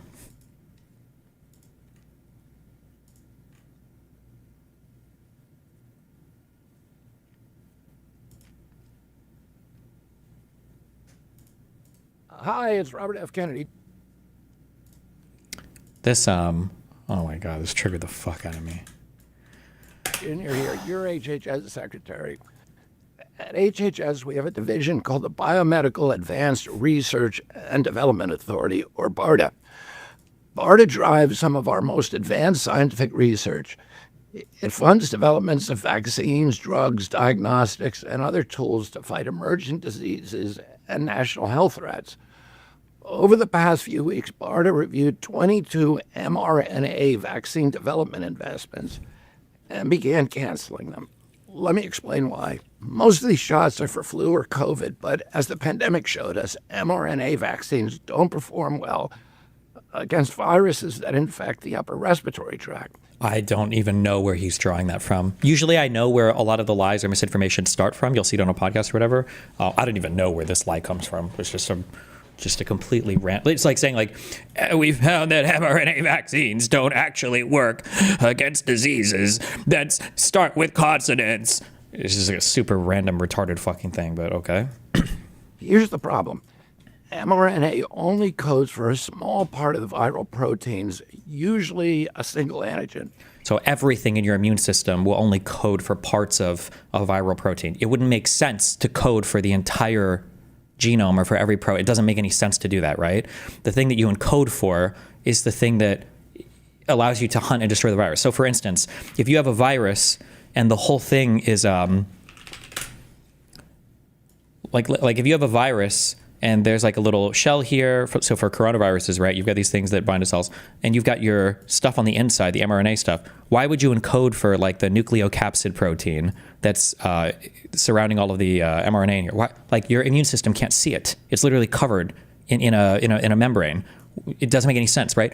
Or why would you encode for amino acids or proteins that aren't accessible to any other cell or immune system in your body? It doesn't make any sense. Like, this is just such a stupid nonsense statement. It's so fucking retarded. It's like saying we canceled bulletproof vests because we realized that bulletproof vests don't do anything to protect the inside of your body from bullet damage. Like, there's nothing in between your ribs and your heart in a bulletproof vest that's going to help you. That doesn't make any sense. It's just the most mind-numbingly fucking stupid statement. Proteins, usually a single antigen. One mutation and the vaccine becomes ineffective. This dynamic drives a phenomena called antigenic shift, meaning that the vaccine paradoxically encourages new mutations. That's not paradoxical. You're just describing evolution. You're describing all evolution. Things adapt to their environment to become more fit. That's everything. Your immune system also causes mutations of viruses, because when they start getting killed by your immune system, they evolve and they change. Like, he's just describing a thing that happens with everything. Antigenic shift, meaning that the vaccine paradoxically encourages new mutations and can actually prolong pandemics as the virus constantly mutates to escape the protective effects of the vaccine. And your immune system of everything. This is how all things work in nature. Yes. Millions of people, maybe even you or someone you know, caught the Omicron variant despite being vaccinated. That's because a single mutation can make mRNA vaccines ineffective. The Omicron variant had a plethora of mutations. The theory is that that virus bounced around inside of, go figure, immunocompromised bodies for a long time and then came out of South Africa. Omicron had tons of mutations compared to the variants before. So it doesn't make sense to say a single mutation. It doesn't even make, like, what a mutation where? That doesn't even make sense. Like, what do you mean by a single mutation even, right? It depends on what you're encoding for. Before, he said, well, you only encode for, like, a couple proteins or a couple whatever, right? So a single mutation can change anything. Well, if you encoded for the entirety of the virus, then wouldn't a single mutation anyway? Like, it's not even, it's just, he's not even saying anything. That this is all fucking retarded. This is retarded. This is retarded. The same risk applies to flu. After reviewing the science and consulting top experts at NIH and FDA, HHS has determined that mRNA technology poses more risks than benefits for these respiratory viruses. That's why, after extensive review, BARDA has begun the process of terminating these 22 contracts totaling just under $500 million. To replace the troubled mRNA programs, we're prioritizing the development of safer, broader vaccine strategies, like whole virus vaccines and novel platforms that don't collapse when viruses mutate. What is the program that allows you to vaccinate against all future viruses?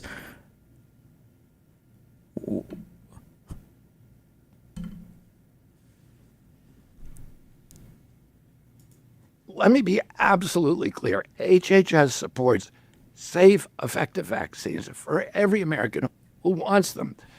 That's why we're moving beyond the limitations of mRNA for respiratory viruses and investing in better solutions. Thank you. An actual hellspawn.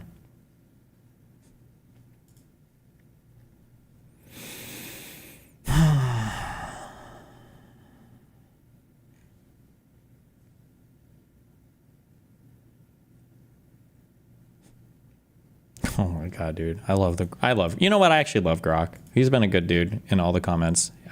I just love that every time they call for Grok. Oh my god.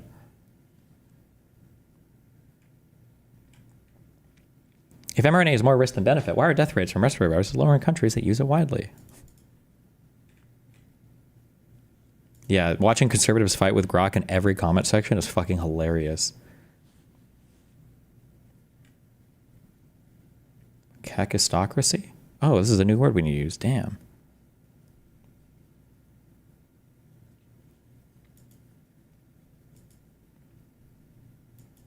What process did HHS use to review the science? They haven't publicly detailed the review process or specific metrics used.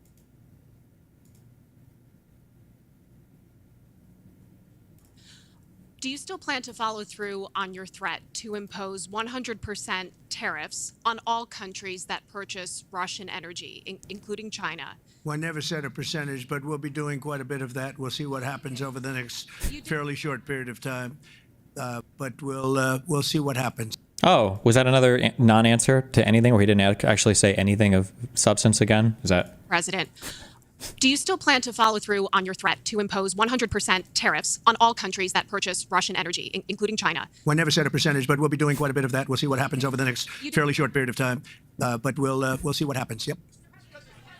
You know, they have a meeting tomorrow. We have a meeting with Russia tomorrow. We're going to see what happens. When is the recent peers appearance? I haven't done one. It was that didn't happen. We'll make that determination at that time. We're very, very unhappy with them, and we're going to be doing very severe tariffs if we don't have a deal in 50 days. Tariffs at about 100%. You call them secondary tariffs. You know what that means. Oh. President. Secondary tariffs. We have names for them. Based. Why? When I was doing that second interview, I thought it was I have bookers that text me, and I thought it was the Piers Booker, but it wasn't. It was for the Saudi Arabian one.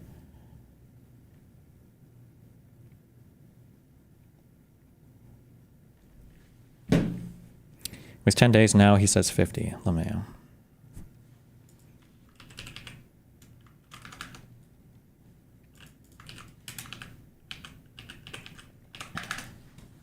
If you wanted to know how a debate bro Hassan hater looks like IRL, oh yeah, Dhoni did the master debater shit, which is crazy. Dhoni, don't do it. You're gonna get the stink on him. But I guess he's like always around like fucking psycho right wingers anyway, so he's used to that shit. Please stop calling yourself a dumbass. It makes everyone else credible when they are not Hasanabi. You literally have a fancy degree. I mean, fancy degree? Who's Dhoni? Is that the name of the CNN guy that interviewed me? Maybe Dhoni something. Yes. The Michelle Obama. The Democrats have to go high. When they go low, the Democrats have to go high and talk about our norms and protecting the democracy while Republicans steal the House. Is any party going to stand up for fairness? So the Republican Party wants to be unfair. And is the answer to be more unfair to voters in California in order to respond to the Texans, right? I mean, I don't think they have this is my concern. But what's the unintended consequence of this is if you're fighting to protect the democracy by breaking democratic norms, are you protecting the democracy or are you helping? I think that this was a really strong argument to be made in 10 years ago, but it's 2023. Oh no, not even. You got to go back way earlier than that. Maybe I'll give it to you, but yeah, thank you. True. Yeah, we'll take that. Or are you helping? I think that. Where are these people when Trump is doing crazy shit? Maybe we shouldn't be breaking norms, guys. Maybe we shouldn't. Maybe. This was a really strong argument to be made in 2023, but it's 2025 now, and it's kind of over. I mean, like, well, then it is over. He's in there. He's breaking everything. Then he's it's broken over. The Justice Department. He's broken the the Congress. He's about to break. Like, it's the same thing with Israel-Palestine. It's the same thing with me. When Israel does something and people are like, oh, well, if Israel does this, you know that they're going to start killing your civilians, right? And Israel's like, yeah, that's kind of been the entire history of us being here, right? Or when I'm reportedly pro-doxing, people are like, you know, Destiny, if you do this, we're going to start doxing you. Yeah, you've been doxing me for like 5 years. Okay. People are like, you know that if you do this, you're going to start breaking democratic norms. Yeah? Really? Huh. Break the Fed. He's broken the Bureau of Labor Statistics. Okay, but all of that is Texas. true. Like, Make that the fucking campaign. Like, that's my... No one cares, but no one gives a fuck. They have to suffer the consequences. I like it. I like hearing Asmongold. I like it when Asmongold says, oh, I can't make that joke because Destiny's going to come down hard. And I am, and I will. I'm following all your bad jokes. I'm following all your abhorrent humor. And I am ready to pounce. Hey, and Joe Biden Go lost. back. Well, go back and in Merrick Texas. Garland lost. Like, that strategy Go back failed. Well, look, there's a lot of reasons that entire administration failed. Yeah. Right? Number one was Joe Biden himself. He never should have run. Sure. But that's... Wait, what is this guy's name? Chuck Todd. Wait, why did you link this? New vid shows DOJ advisor telling Gen 6 writers to kill police. Who is this guy?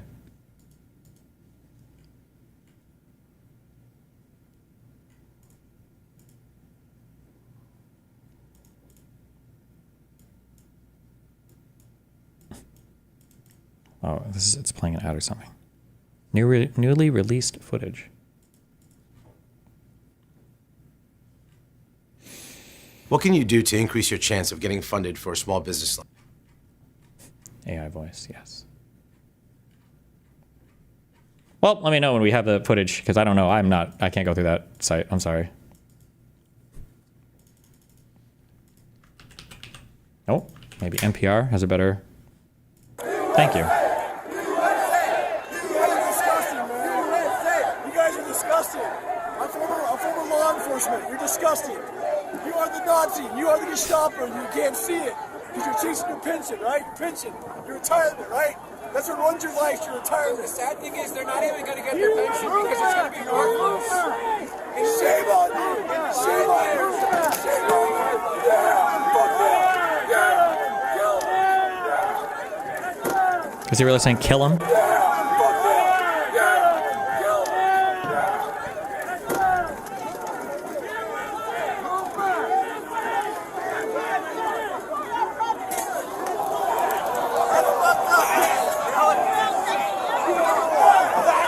It's so crazy. You can see, it's kind of hard because it's all pixelated. Oh no, you can see it more here. All of the fucking Antifa people that are here instigating, it's wild, dude.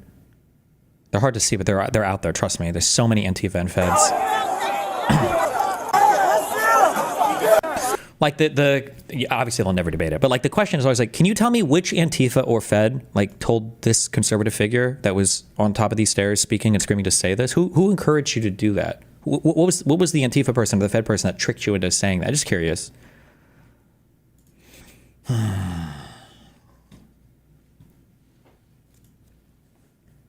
And hear what we're saying. Oh, thank you for the $2, by the way. Thank you for the $2.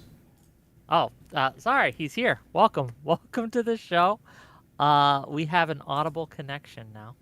So let's just get this on the road and we'll get to it. So welcome. Yet another episode of WIC TV. It's a cross-ideological space where we come together to talk about issues both political and cultural, from the silly to the serious. Econoboi asked me to set this up because he felt that it would be a more productive discussion to have kind of like a correction already, moderator interference. The people asked for this to be set up. The people. Okay. So the socialism strikes already. Okay, well, voice of the people, Econoboi, why don't we do this? We're just debating on capitalism and socialism today. And the first question I have for Econoboi, and we're going to give the mic to him, is when you say you're a socialist, what do you mean? Go ahead. Yeah, I thought we were doing opening statements. This is your opening statement. Go ahead. Oh, okay. Sure. Yeah. Okay. Yeah, so I think there's a lot of misunderstandings about my position, so I figured doing this discussion directly would, I don't know, help clear some of that up at the very least. I know a lot of people don't fucking listen, okay? So hopefully they will today. To answer that question right off the bat, socialism is when you collectively own the means of production, and by the means of production, that's basically businesses. I think that's what socialism is. That's the broadest kind of tent of socialism that I think is the biggest through line of socialist thinkers. And I guess to go on with my opening statement, even though it was phrased as a question, why is this preferable to capitalism? So I fundamentally now describe myself as a socialist because I came to a developed egalitarian view where egalitarianism is something that I think is intrinsically valuable for a number of reasons. We can relate to each other as equals. I think that's a good thing, morally speaking. I think that the distributional principle of essentially equal access to advantage, where advantage is welfare and resources, established by G.A. Cohen, I think those are sensible egalitarian views as well. And capitalism kind of violates this in a number of ways. It violates it because of the private ownership of the means of production, sort of unequally distributing wealth in society, right? And unequally distributed wealth means unequally distributed capital income. But it also means unequally distributed power in society, right? Wealthy people have a lot more power. They have a lot more, as Ryan Mullally would say, capacity, but I would just say freedom. And I think that that's probably not good, especially on balance of your other values. Essentially, if we can create a more equal society without destroying the economy or, destroying innovation or something like that, then I think that we should do it. And then maybe you'd sacrifice some level of like utility or something for some like radical increase in equality, perhaps. And so I think that that's just something that is important. I think that inequality itself needs a reason to exist, and our current unequal society just doesn't have a good enough reason, if you ask me. Now, to go on to finish out, I'll talk about my model very briefly. I think that the capital allocation, profit motive, like these kind of competitive processes are important. The way that capitalism kind of works today is that we have huge asset managers that allocate a huge proportion of the capital in society. And so basically what I'm saying is we should transition that process, that capital management asset process, from private hands to public hands in the form of sovereign wealth funds and holding corporations, to where we can eat up a large chunk of the economy, if not the whole economy, if things just end up working out really, really well by doing this. One small caveat before I give it over to Wick and Destiny is when I reference countries, I've heard people say that I said this. I've never said this, and I won't say it today. I don't think that the Nordic countries are socialist countries, okay? I think that socialism is when you collectively own the means of production. Societies exist on a spectrum between total private ownership and total collective ownership, the socialist ideal, the capitalist ideal. The Nordic economies, the reason I reference them, is because they've engaged in a process of socializing at least a very large chunk of their economies. And we can see kind of the fruits of that, where they have reasonably decent levels of economic growth, employment, good unionization, things like that, high equality. And I think that those are just good examples of the process where I want to move society towards. Okay, well, thanks for being here. Destiny, why is capitalism the superior system to whatever Econoboi just said?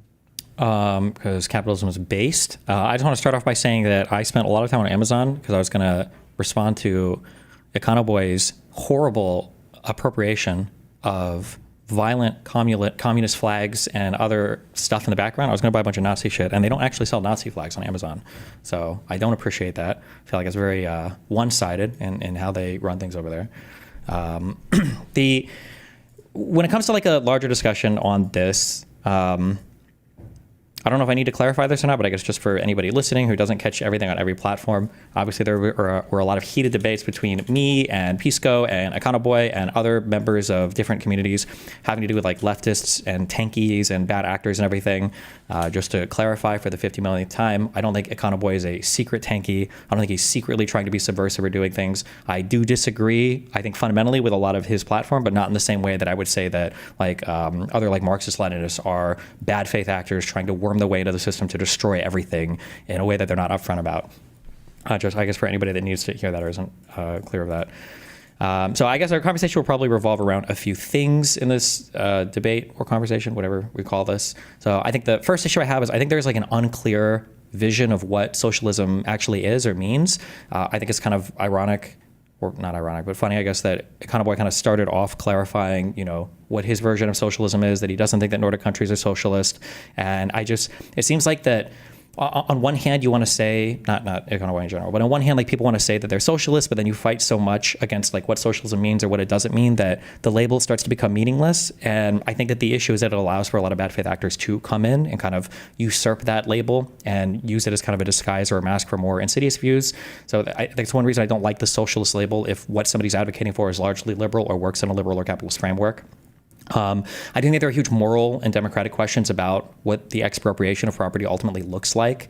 A lot of the examples I think that Econoboi gives for how we could expropriate property, I think are a little bit unsatisfactory. So when we bring up things like civil asset forfeiture or things like eminent domain, like we're not taking these things to socialize them or to make them like a part of a socialist economy. Usually they're done for other reasons, sometimes for punishments for crimes or sometimes for necessary government projects. I don't think that those comparisons are the same as trying to acquire 90 to 100% of the overall capital of the United States, under the ownership of the government. I think that when we talk about egalitarianism and when we talk about idealized forms of economies, I don't know how much time I'll argue this, but I think it's interesting that you always hear this argument, and even capitalists give here, arguments will socialists will say and capitalists will say, well, socialism only works in an idealized form of society where there's no human greed. And in an ideal world, maybe we'd be socialist. But I don't actually know why that's true. I feel like people assume that, and it's not necessarily the case. Like, I can envision an ideal socialist world where everybody shares in the means of production and we all get the fruits of our own labor and, we all can do that, sure. But I could also conceive of an ideal capitalist world where everybody has really high-paying jobs. They can choose who they want to work for at any point in time and quit and leave. And I feel like you could have idealized versions of both worlds. It's just difficult because with capitalism, there's a real-world implementation of that, and you have to fight on that real-world implementation. And then on the socialist version, you have to fight on the kind of like idealized or utopian version. So it's harder to kind of like point out flaws. 4 and 5, I think for the fourth point, I've got socializing profits is a thing that socialists always talk about. Like we want equal ownership in the means of production so that we can all kind of reap the rewards. And I think that's an attractive quality about sharing in the ownership of the means of production. But it also means socializing decisions. And I feel like there's not as much time paid to the socializing decisions parts. So for instance, if the government owns 90 to 100% of all the capital in the country, that means that every new business started kind of has to be started by the government. So are we taking votes on that? Are they going to be picking winners and losers? Are they going to decide, whether or not there's an 18 or older ID verification limit on my pornographic consumption, or whether or not League of Legends gets canceled for Dota 2 or whatever else? And then I think that for the final thing, this is kind of a general complaint I've had. When people talk about like, we got these really good things because of socialism in the United States, whether you're talking minimum wage or 40-hour work weeks or whatever else, I think it's important to clarify that all of these things are happening in a liberal system, and there are good things that can happen from lots of different modes of economic production and lots of different countries that can happen in a liberal capitalist system. But if we were to move to a fully socialist system, we could only do the good socialist things. You wouldn't have any of the good capitalist things. And I think that is problematic. Okay. Is that your goal, Econoboi, to move to a entirely socialist system?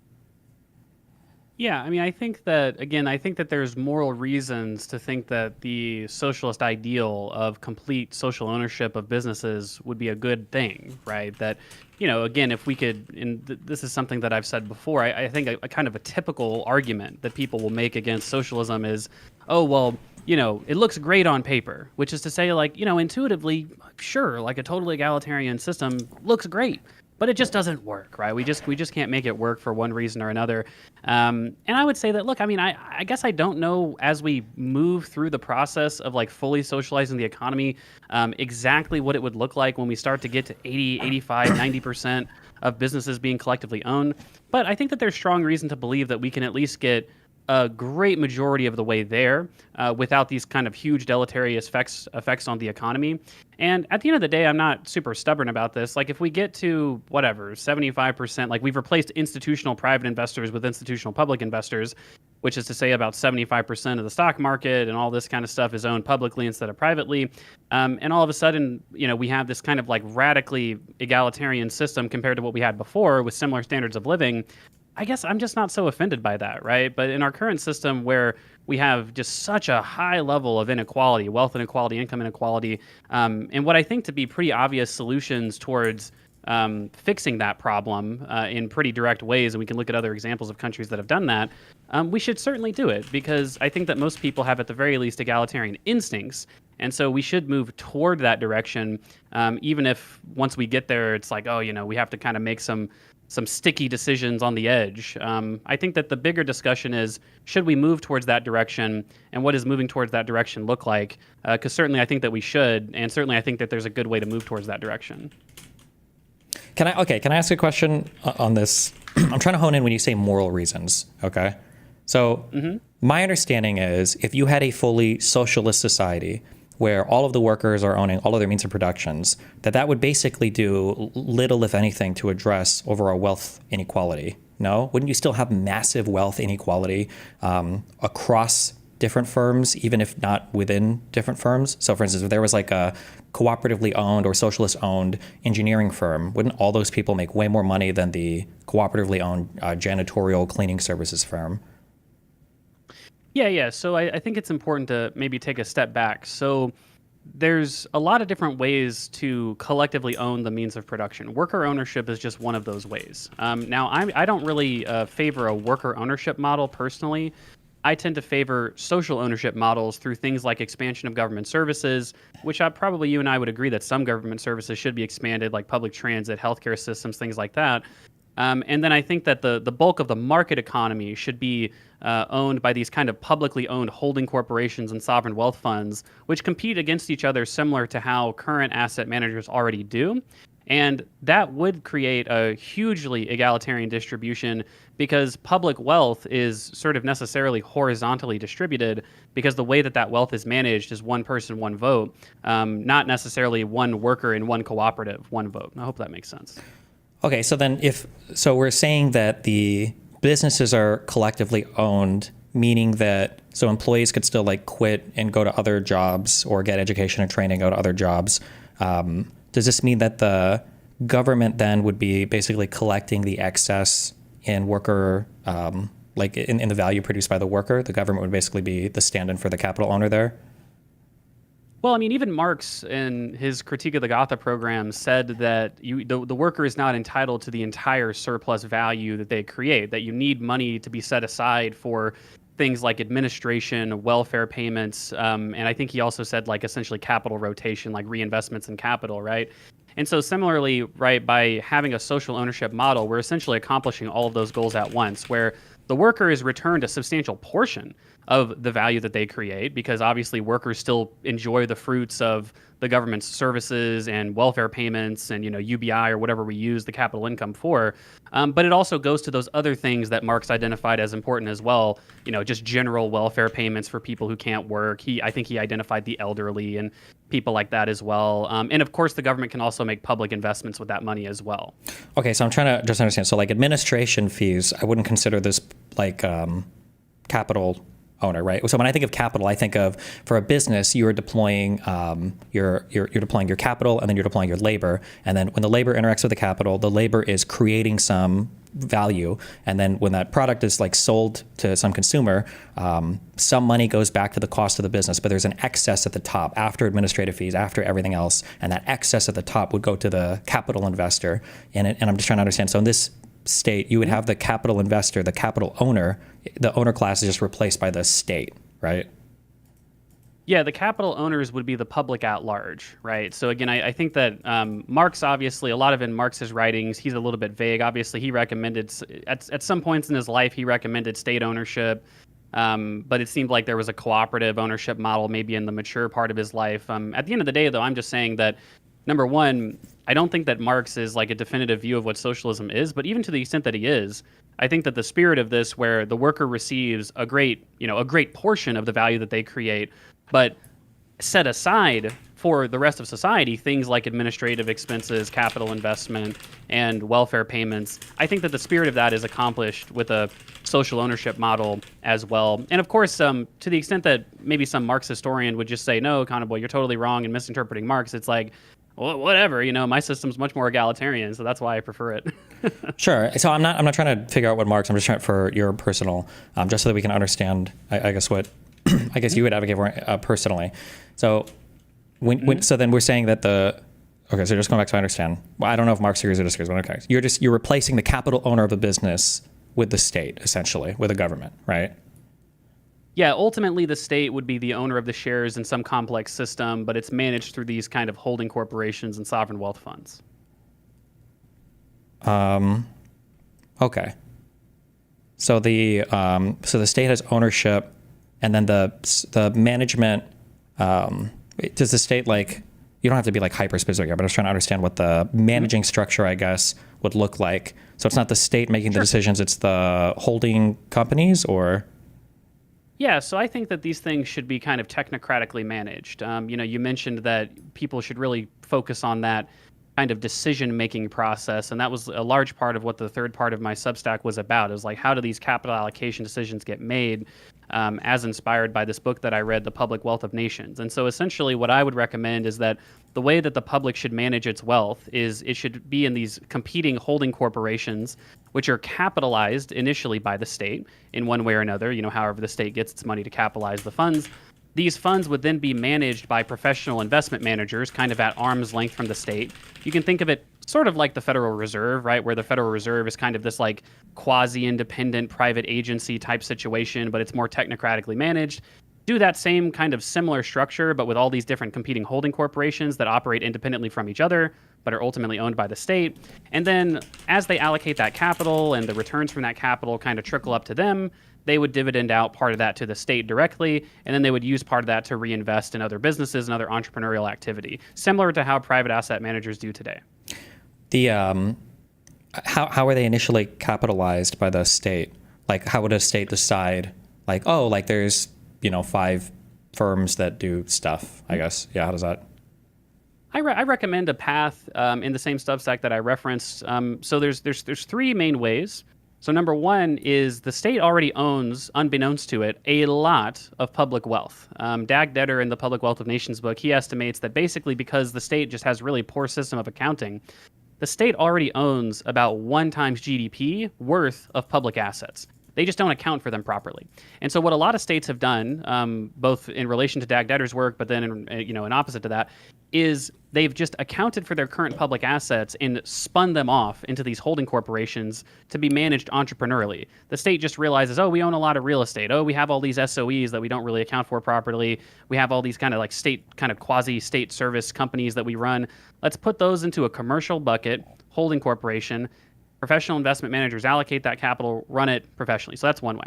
Wait, that first thing, having wealth. Mm-hmm. So wealth, broadly speaking, can include things like capital. You can't invest like capital. If we're not talking money, just because you might have a state ownership of a bunch of utility companies or power plants, that doesn't mean you can just invest that, because that's represented by physical capital, not just money, right? Yeah, it's a mixture of things, right? So it's physical capital. The public at large, the most poorly accounted for assets in a public portfolio are typically real estate assets. Uh-huh. Municipal buildings, rights of way, public lands, things like that. And so what you would do is you'd put all that capital into a single portfolio. This would be worth about $29 trillion. Uh-huh. Some of those assets, like you said, wouldn't be commercial. They'd be like state parks or municipal buildings that are currently in use. It's we're not going to use these for a for-profit purpose. But for all those assets that we now discover and that we would want to put... Oh, hello? Is this me or him? 15 or $14.5 trillion, then you could take all of that... Oh, Wick, is everything okay? You're good. Oh, yeah, you froze for a minute and we were did I lose connect? Okay. Yeah, you can take all of those real estate assets and then say, okay, well, let's just start developing them, right? And so part of that could be real estate development. It could be selling that off and investing in equities, just kind of generally building the wealth of society. That's just one way. Well, wait, hold on. Okay, I'm trying to understand this for the first thing, because I'm super confused. Okay, so it sounded like we were saying. So I'm trying to figure out how do you capitalize these initial public holding corporations? So where do they get their money from initially? And then it sounded like the answer was, well, there is actually a whole bunch of wealth that exists in the United States that's actually not accounted for right now, which I agree is actually a weird problem. We talk about GDP, but we don't actually know the nation's wealth. What is the total public accounting of all the assets? And then you say, well, there's a lot of these things that exist out there that aren't accounted for very well, and so we could have a better accounting of them. It's okay, but when we have that better accounting of them, we're not talking about money sitting in bank accounts. We're talking about we're the stuff that capital is allocated to, that it buys. So like power plants or real estate or whatever. Just to simply answer your question, they would be sold for money or they would be developed directly. How would they sell it? But if we're talking about a model where we're moving to public ownership of all these things, who are you selling it to?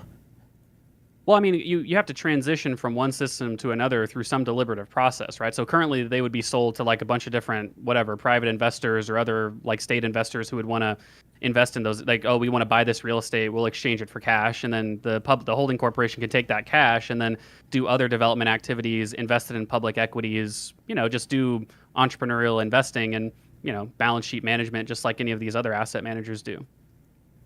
And then through that process, they would accumulate capital. The examples that we're giving here, can you give me a couple examples of things that seems like a horrible idea. Hold on, I'm sorry. Like I'm thinking like the things that the public owns to be like, are we selling national parks for cash to capitalize our new public holding firms? Or are we selling Section 8 housing, or are we selling like power plants? I just said there are going to be some assets that are not commercial in nature. I even referenced national parks. Like you probably wouldn't, you wouldn't sell a national park for cash, but there's a lot of or abandoned buildings that the government owns that it doesn't use productively because the government just has a very poor system of accounting for those assets, right?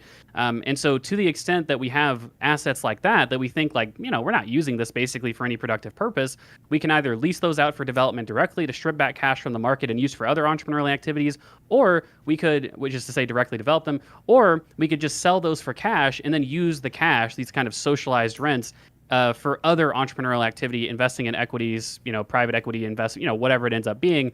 And through that process, the state now is, either developing assets directly or it transfers assets for cash and uses the cash for development activities.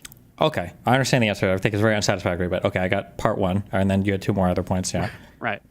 So the other two ways that the state could capitalize these funds, number one is just through efficient tax revenue, right? So you just take tax money and capitalize funds. Oh, this we're gonna dedicate a certain amount of tax revenue to a sovereign wealth fund every year, and then once the sovereign wealth fund accumulates enough capital, we're gonna split it off into these different holding corporations. You could certainly do it that way. Another way that the last thing that I'll say, which I think is kind of an interesting way to think about, the Bank of Japan does something a little bit similar, is that the Federal Reserve engages in quantitative easing, where the Federal Reserve creates money and then transfers the cash that they created with financial assets. But our Federal Reserve has the restriction where they only use that cash to buy fixed income. They don't buy equities with that. And so what we could do is engage in the same countercyclical policy that we already engage in. And instead of just buying debt instruments, we could buy equities as well. And through that process, we could accumulate capital and then transfer that capital into a sovereign wealth fund, and then eventually split it off into competing holding corporations once the sovereign wealth fund gets big enough. Okay, and then that way. So I understand we have a couple of ways that we would get the money there. How do you make the decision of like how many of these holding companies will you have, and who gets how do you do that part? Yeah, I think in terms of the decision making on how you would do it, I think you would want to have as rules-based a system as possible. Currently, I don't know that I would have any strict upper limits on how big a holding corporation could be. I think that once you would say the sovereign wealth fund accumulated $15 trillion and we're going to spin it off into 15 different $1 trillion holding corporations as an initial portfolio, you could do something like that. But I think that it's important to note that currently asset allocation is highly concentrated. I mean, I think the top two asset managers in the country control something like $15 or $20 trillion worth of wealth just in and of themselves. And so the holding corporations that do the best are going to accumulate the most capital and make the most returns. These are assets under management. They're not assets controlled directly by the holding companies, number one, which I think is significantly different because individuals still have the ability to allocate their portfolios the way that they see fit. And then two, these people, the assets under management, these large firms are not owning the things wholesale that they are managing assets for, right? It's not like BlackRock or any of these huge assets under management firms are making decisions for all of these companies unilaterally, kind of like our public holding corporations would be. So I feel like these are meaningfully different in those two ways.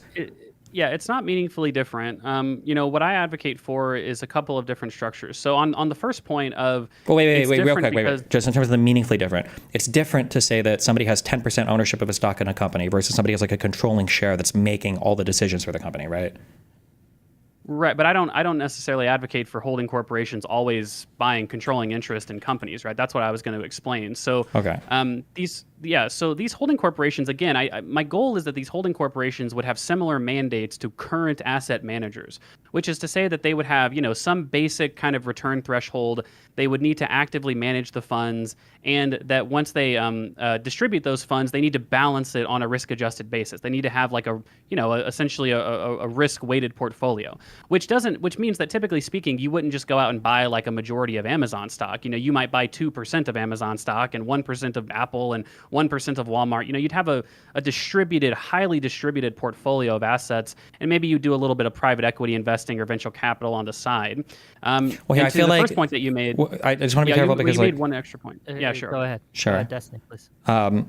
Okay, so that we stay kind of in one area, because there are things that I think would be super based, like having some kind of basically a public dividend for large companies in the United States that is returned to like every American citizen. I think is an amazing idea because it gives all of us a feeling of accomplishment and investment and like return when our companies do well. Like if Facebook or Amazon or somebody posts huge earnings, the average American doesn't give a fuck unless you have stock in it, right? And I think having some ownership there is great.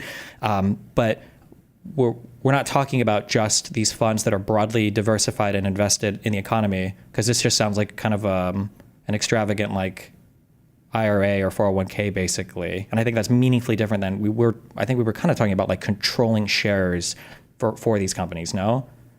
Well, it's so the controlling shares would be that the public would own the holding corporation, right? But we're talking about the holding corporations, which would independently manage the accumulated wealth of the public. So it's a matter of like, what do the holding corporations actually own? And so let's just imagine we get to like my ideal end state. We've got like 100 different of these holding corporations, right? And they've kind of like eaten up, BlackRock is literally like a publicly owned company at this point, right? Sure. They've kind of eaten up all of those other. Well, BlackRock is not even close to publicly owned, right? But hold on, when we say BlackRock is publicly owned, but it's a publicly traded company. I'm just using that as a. You were saying if they were public. I understand. Yeah. Okay. When we say holding corporations, what I'm trying to figure out is like, how did these get created? Like, let's say that there are two holding corporations in my state, and one is called like Green Energy Forever, and the other one is called like Veganism Rules. And I really want to invest in companies. I would prefer my money would go to the coal-fired dog-eating factory people or whatever, right? How does like a new holding corporation get created that would allocate money in a way that I would want to see my public money go towards? That's what I'm trying to figure out. Like, how do you create those new holding corporations? You've talked about how you would capitalize them. Yeah. But I'm curious who would decide how to make them. Yeah. Well, in terms of who would decide how to make them, like I said, I think that would be a rules-based process. You'd probably have some kind of superstructure for, some basic rules that you would establish for managing the whole portfolio of holding corporations, where they would decide, okay, like what are the basic guidances we want to give to these holding corporations? What are the kind of like transparency requirements that we would have? And then similar to your point, like, okay, well, this is how we would determine when to spin off new holding corporations with the accumulations from either tax revenue, other public assets, or the sovereign wealth fund, right? So the only reason I'm focusing on this part so hard is because, in my opinion, one of the best advantages of capitalism, if you want to be a capitalist cuck, which I am, is that capital can respond efficiently and quickly and robustly to huge economic problems. I think when people argue, there was some paper, I think it was on Working Paper on IBER or whatever, that said that like no liberal economy in the history of the planet has had a massive famine or whatever. And I think part of the argument was that not only is the media able to report on things quickly, but capital can shift very quickly around to different sections of the economy to respond and adapt to different things. So one of the advantages of capital is that people can identify market signals, put money in an area and invest in something, and then do whatever they want there. But when we talk about these holding corporations, we're talking about removing that decision-making apparatus and somehow making it a government thing. And I'm trying to figure out like, how are these things made? And if to gloss over this and then to move on to the rest of stuff, this is like the hard stuff that I would argue that if capitalism does anything well, it's this, is allocating capital. Yeah. Well, right. So there's a number of ways where I think that concern is kind of misplaced. So number one, if we look at how capital is actually invested in current society, and there's a lot of papers on this, is most kind of liquid capital that's invested is passively invested, right? It's like people that aren't even making any sort of an active decision with how they're investing their capital, right? So in some sense, you could say by transitioning a great bulk of that market, if we just were to like neutrally buy assets, so for every one asset that we buy that's actively managed, another one's passively managed. And economists have said that this passive investment is kind of a problem for the allocated process. We're kind of transitioning to a more actively managed market in the first place. I think there's some allocative. I don't know if I agree with that. That most capital that is allocated today is allocated passively? The liquid capital, right? So these are most of the assets that are managed by these institutional investors, like the overwhelming portfolio. What do we mean when we say passively managed? So when you well, I mean, you know what passive management is, right? So like passive management is when you would just invest money that essentially just tracks an index on behalf of, it's essentially managed by the asset holding corporation, right? It's not really something that you're going out and sort of trying to find, the actual good investments out there. You're just kind of free riding off of all of the other allocations that are happening actively. Sure. So I feel like we can call it passive management, but isn't that kind of like one layer removed? Because the funds that you're tracking are index funds that are kind of being managed by people that are, trying to pick like a good assortment of funds within a particular index, and then the index itself can change based on market capitalization of companies in it. Like it is like passively managed in the same way that like if I give money to an ice cream maker, I'm like passively giving that money, and I'm not actually making my ice cream, but a guy that's getting the money is actively making the ice cream, right? Well, there's a lot of papers on how this is like an allocative distortion, right? Because when essentially it makes it to where there's not as much actual entrepreneurial investing activity, and in theory, you're increasing the risk of improper allocation of capital because you're sort of necessarily lowering the amount of actual active investing that people are doing when they're going out and trying to search for the best investments. And so the holding corporations, by engaging in an active management process, are kind of, effectively solving that problem by some great proportion, and ideally leading to better allocative efficiency. Because again, I do advocate for very strict technocratic management of these assets. In general. Sure, and so I understand. To your point, just the last thing, Sure. one more thing. The last thing that I haven't been able to say is that you keep on saying that the decision-making process of capital moving in certain places when they see market activity, again, like that whole competitive process between these asset managers is still internalized into my system, that these big asset managers that are now publicly owned would have the same competitive dynamics and incentives to do the exact same thing under my system as they do under our current system. They'd have the profit motive, market dynamics. But that's the thing that I don't understand. That's why I keep asking how these are created, because I don't think they would have that same. I don't know how they would have that same incentive. Like if there are 5 holding corporations, I still don't know how you pick 5 or how 5 are created. So if one underperforms, do you eliminate it? Now there are 4, or do you spin up a new one? Or Yeah, Destiny, I feel like I've already answered this. So wait, hold on, let me answer this very, very clearly, okay? I'm sorry, hold on, because I feel like you haven't answered this at all, and it keeps getting spoke around. I don't know if it's intentional. Okay, all right. Okay. So let's say that we are, we are restructuring our economy in a way that we want to have these public holding corporations. Okay, so what we do is we have the government that has like a big bucket of money, and the government is going to allocate its money to these private holding, or not private, it's going to allocate money to these holding corporations, and then they're going to basically serve as all of these massive asset managers like BlackRock is. You're creating BlackRocks, basically, that the government is giving money to for the initial capitalization, and then they're going to be investing in individual firms, and then their metrics are going to be tracked by, profit and all that. What I'm asking is, where do those initial holding companies come from? How do you create those initial holding companies? Like if there are 2 or 10, what is the difference? Yeah. Okay, so the 3 different ways that I described, you have tax money, you have essentially quantitative easing. No, I understand. No, you're talking about how you capitalize it. I'm talking about how you create them. How do you create them? You get to vote on them. So if I wanted a puppy killing holding corporation and Destiny wanted a Discord DM privacy lock safe guarantee holding corporations, like so the way vote on those. Yeah, so I've already Would I vote on them? Okay. So I've advocated for this, and I'll say again, I'll try to say it more clearly, for a rules-based kind of superstructure process for doing that. So what do I mean by that? Okay.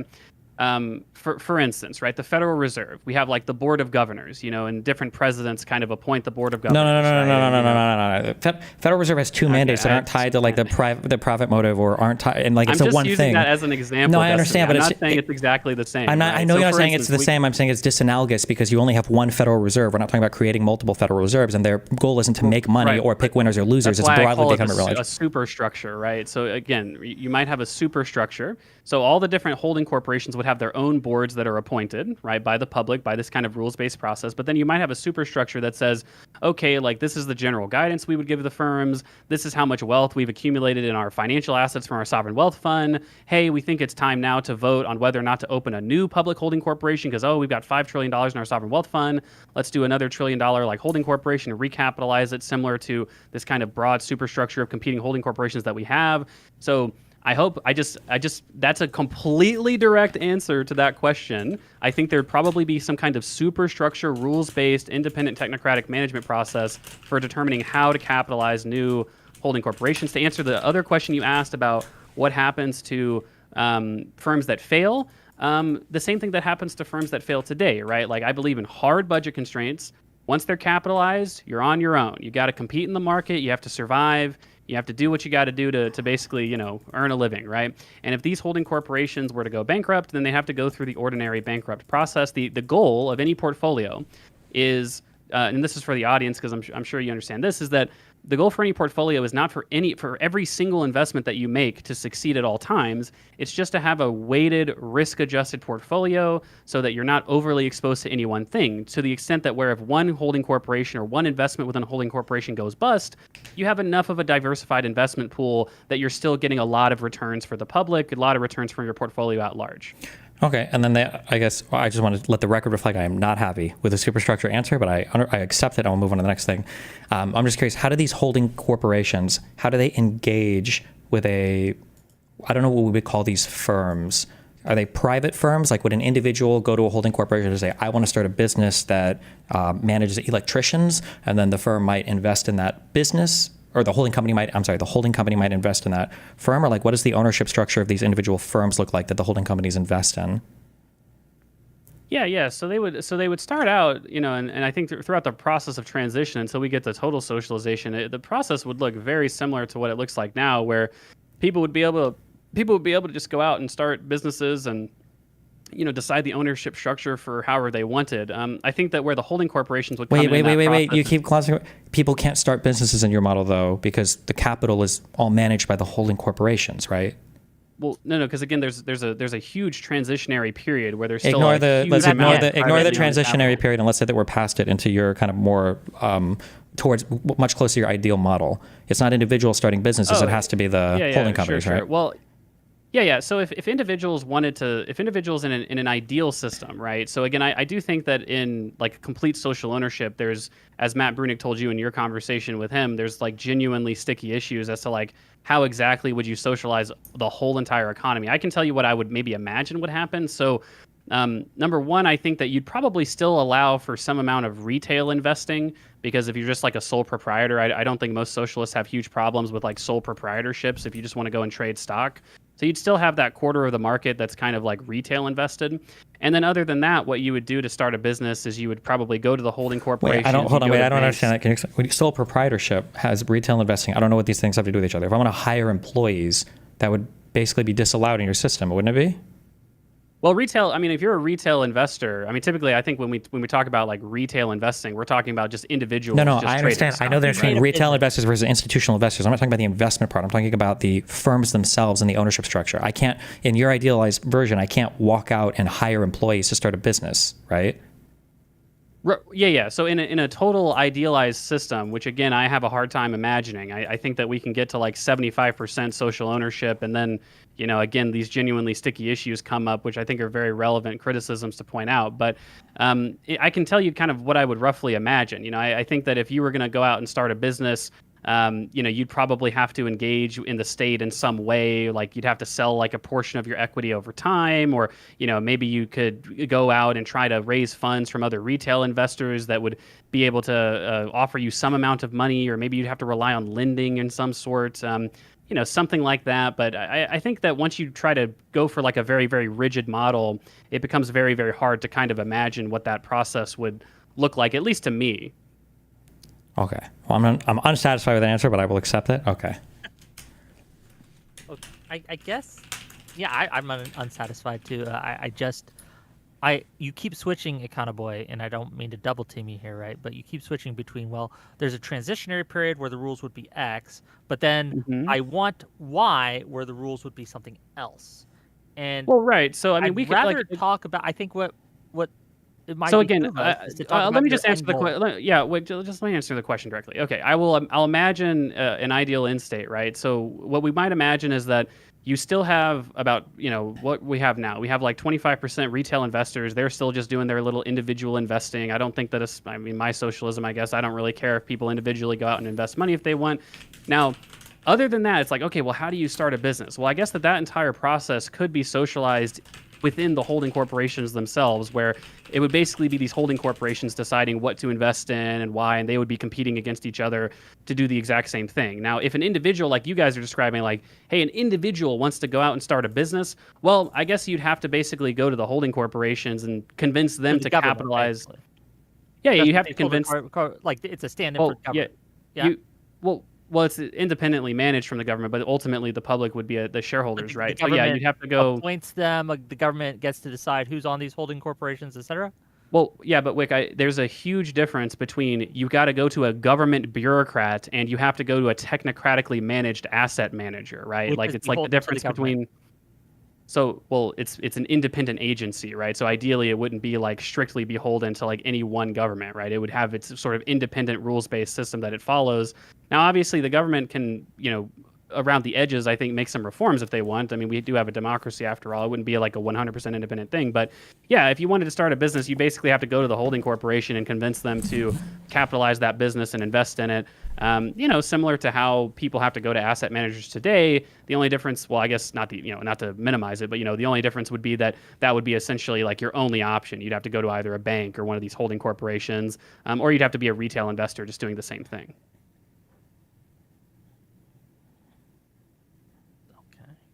Okay. Right. And in a system like that, I think that I think there's a good reason to think that even in that kind of idealist version of our system, we would have great levels of equality. We'd get trillions of dollars of dividend payments to, use for public purposes that we wanted.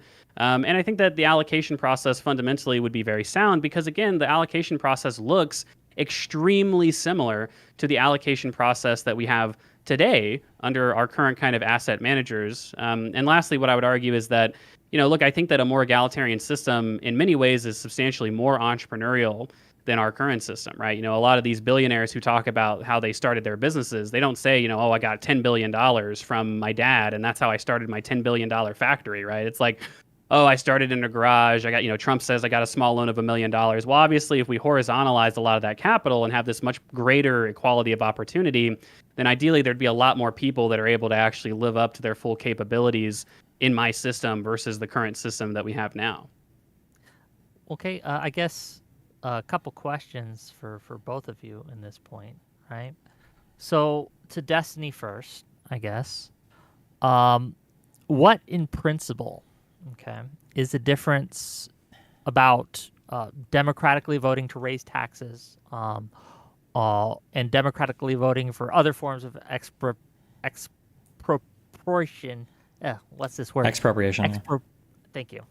For property, like what's the difference between this? So, for example, what in principle allows you to compel a company to turn over a percentage of its profits versus more like what Econoboi is talking about, where the government compels you to work through these holding companies to do your business? I think, was this a dono? No, this is just a question. Oh, there's some guy in my chat that spent this question 50 trillion fucking times. I think expropriation is meaningfully different than taxes, because I feel like when people talk about expropriation, you're typically talking about taking like a thing that the person will no longer have access to. Usually you're talking about a form of like a thing, like an actual physical, like a building or something else, you're taking that. Taxes are generally like surplus thing, like they're applied to profits. It's not like you're taxing my revenues and I don't even have money to pay my bills and the government's coming after something and now they're going to take my property, my buildings or whatever. So generally taxes are applied to profits. So excesses, money, things that are like fungible, and expropriation is usually tied to things that are not fungible and it's like taking an irreplaceable thing from you. I think they're meaningfully different things. Okay, fair enough. To you, Econoboi, is there such a thing, and if there is, can you kind of walk me through it, a liberal socialism? Like, how is liberalism in your mind compatible with the economic model you just kind of laid out there? Yeah, sure. Number one, I do want to challenge, Destiny and also Uwick, because I don't find, I'm not hearing much in terms of concrete reasons why my model would be like deeply allocatively inefficient or. Okay, Wick, there's nothing vague about what I'm saying. I'm saying we have all these asset managers now. Just imagine a system where they're all public instead of privately owned. Okay, imagine that, right?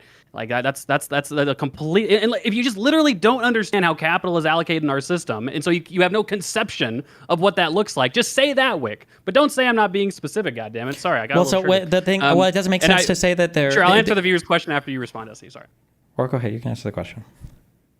Well, yeah. Anyway, so I do actually want to learn. Like, I hear a lot of, it just seems like it doesn't. I want to get into that. Tell me why. So, on the answer of can you have a liberal socialism? So yes, I think that for the most part, I think liberalism is defined by individual rights, political equality, things like that. I don't think liberalism is necessarily defined by in large majority part, the ability to start a private business. I think there's a reason why, famous kind of historical liberal J.S. Mill, he endorsed socialism at the end of his life, even though he was a very committed liberal for his time, and obviously had an incomplete view of liberalism himself. But even like contemporary liberalism, probably the most famous liberal thinker contemporarily is John Rawls. And Rawls also endorsed socialism, right? Rawls said that you can certainly achieve liberal ideals with a democratic socialist system. And he thought that because, again, the things about political equality and individual rights, like there's nothing necessarily incompatible with socialism and the idea of having essentially political equality and individual rights, right? Like, I don't think my system would abolish free speech. I don't think my system would not be democratic in nature. I've already said, hey, if people just don't want to do what I'm suggesting, well, vote against it. I don't know. I'm not going to fucking force anybody to do anything. So anyway, so that's kind of what I'm describing ultimately. Okay, you had something to say, Destiny, to him, and we can kind of go. Yeah, so I feel like the challenge is that you say that you're answering questions, but every time you answer the question, we package all of the really difficult things into this phrase of an ambiguous superstructure or the rules or some crazy rule set, and I was like, okay, Hello? We still here? Hello? What just happened? We beat for a second. Did it not? Okay, I'm gonna start over. It feels like the issue is every time I try to figure out how any of these things are. Wait, is it working? Hello? No, it is. You guys are here? Go for it. Okay. Yeah, I feel like we get the answer is oh, well, there would be rules to take care of that. And it's those rules I think are pretty important. It also seems like we're, at the end of the day, when we start to drill it down into this, all we've done is we've basically created capitalism with a different tax structure. So for instance, I'm very confused. You're advocating for a system of socialism where individuals can still start firms on their own and then scrape excesses from the surplus value created by their employees. That's a very strange. The only difference is we're just the initial investment comes from holding corporations that are capitalized with public funds. Is that the answer? Is that if I wanted to start a business, am I allowed to hire employees?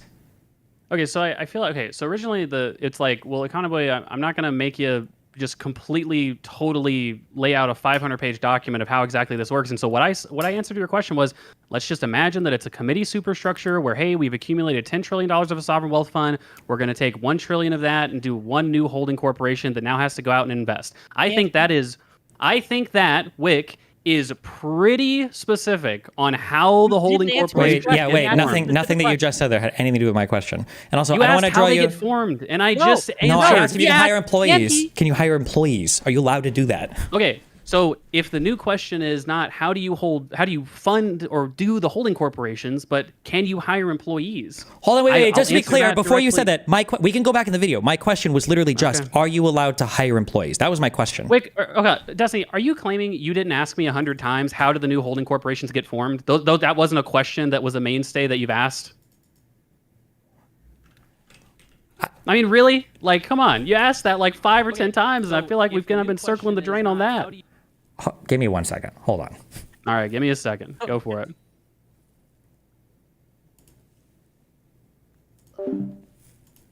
How do you fund or do the holding corporation? Okay, formed, and the holding corporation. Take one, just imagine so originally. Sir, is that about investment comes from value created by their employees? Still start firms on their own and then scrape excesses from the surplus value created. So for instance, I'm very confused. You're advocating for a system of socialism where individuals can still start firms on their own and then scrape excesses from the surplus value created by their employees. That's a very strange. The only difference is we're just the initial investment comes from holding corporations that are capitalized with public funds. Is that the answer? Is that if I wanted to start a business, am I allowed to hire employees? hire employees? And I said, well, you'd probably have retail investors that would just individual sole proprietors that don't hire employees. So my question was to the extent that you wanted to hire. I'm just asking, like, how can you? I'm asking if you can hire employees. That was my question. Yes. Okay. So if any of you dicks say I'm not answering this question directly, I'm going to kill myself on stream in a video game. Okay. So, can you hire employees in my ideal system? Yes. The answer is no. You would have to go to the capital owners, which are the public in this case, and get them to capitalize your business, and you'd have to have a shared ownership structure. I've said that before. Wait. Just to be clear, hold on. You're not saying you'd go to the public. You would go to the holding corporations that are ran by technocrats. To the holding corporations. Yes. Okay. I'm just saying the public, because WIC gets triggered. Oh, it's actually the state. It's actually the government. Well, no, yes, but there's a meaningful difference there, because you're saying that the the holding corporations would be competing against each other, so you kind of solve for your market inefficiencies there by just calling it the government. So I'm trying to be more charitable to your model. You're saying that the you're being more charitable. WIC Okay. is being the fucking dumbass in this conversation. Okay. Sorry, WIC, I love you, but Jesus Christ. Okay. Call me a dumbass. Everyone goes after the ref. Okay, so I'm just trying to figure out, as an individual right now, if I want to start a business, okay, I can hire employees and get initial capital to pay them and sell products and stuff, right? That's how we do business.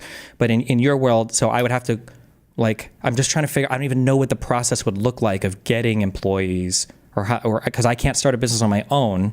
What would it even mean to start a business? Are you even allowed to start a business? Well, or would it just be me and 5 other people who would say, we all want to be plumbers, can somebody else make a business? Again, this is the ideal system, and which is, I think, to me a little bit harder to imagine. But yeah, in the ideal system, I think you'd essentially be like the leader of the organization. You'd be like the CEO, and not necessarily the sole owner of the business. And I think that's the main difference. But you'd go in and you'd convince the public holding corporation, hey, like for instance, I'm an engineer who worked in the oil field services industry for 10 years. I think I could start an oil field service businesses. Here's my kind of like my business plan. I think that this is the salary I deserve because I'm the CEO. And the public holding corporation would say, you know what, that sounds like a good idea. Here's $10 million. Go out and make a bunch of money, and here's some performance pay or whatever. It'd be a very similar system. Again, it's just that the ownership structure would be public instead of private, and that's a very specific example. I hope that is a fucking really concrete. Just you can the oil field services example. That's pretty concrete, if you ask me, in terms of imagining what it would look like. Gotcha. Okay, so then for compensation, how are we getting to our more kind of like egalitarian world if the guy is being compensated like so much more as like the owner or like the leader of the company? I'm sorry, not the owner, the leader of the company. Are we also like taxing the additional money that he makes more, or? So you would have a fiscal state that you tax the income and you would redistribute in the form of welfare payments. The reason why you're getting a lot more egalitarianism, like I said, is because the fundamental problem in our capitalist system is the private ownership of wealth and the capital income from wealth. And so that would be essentially horizontally distributed in my system.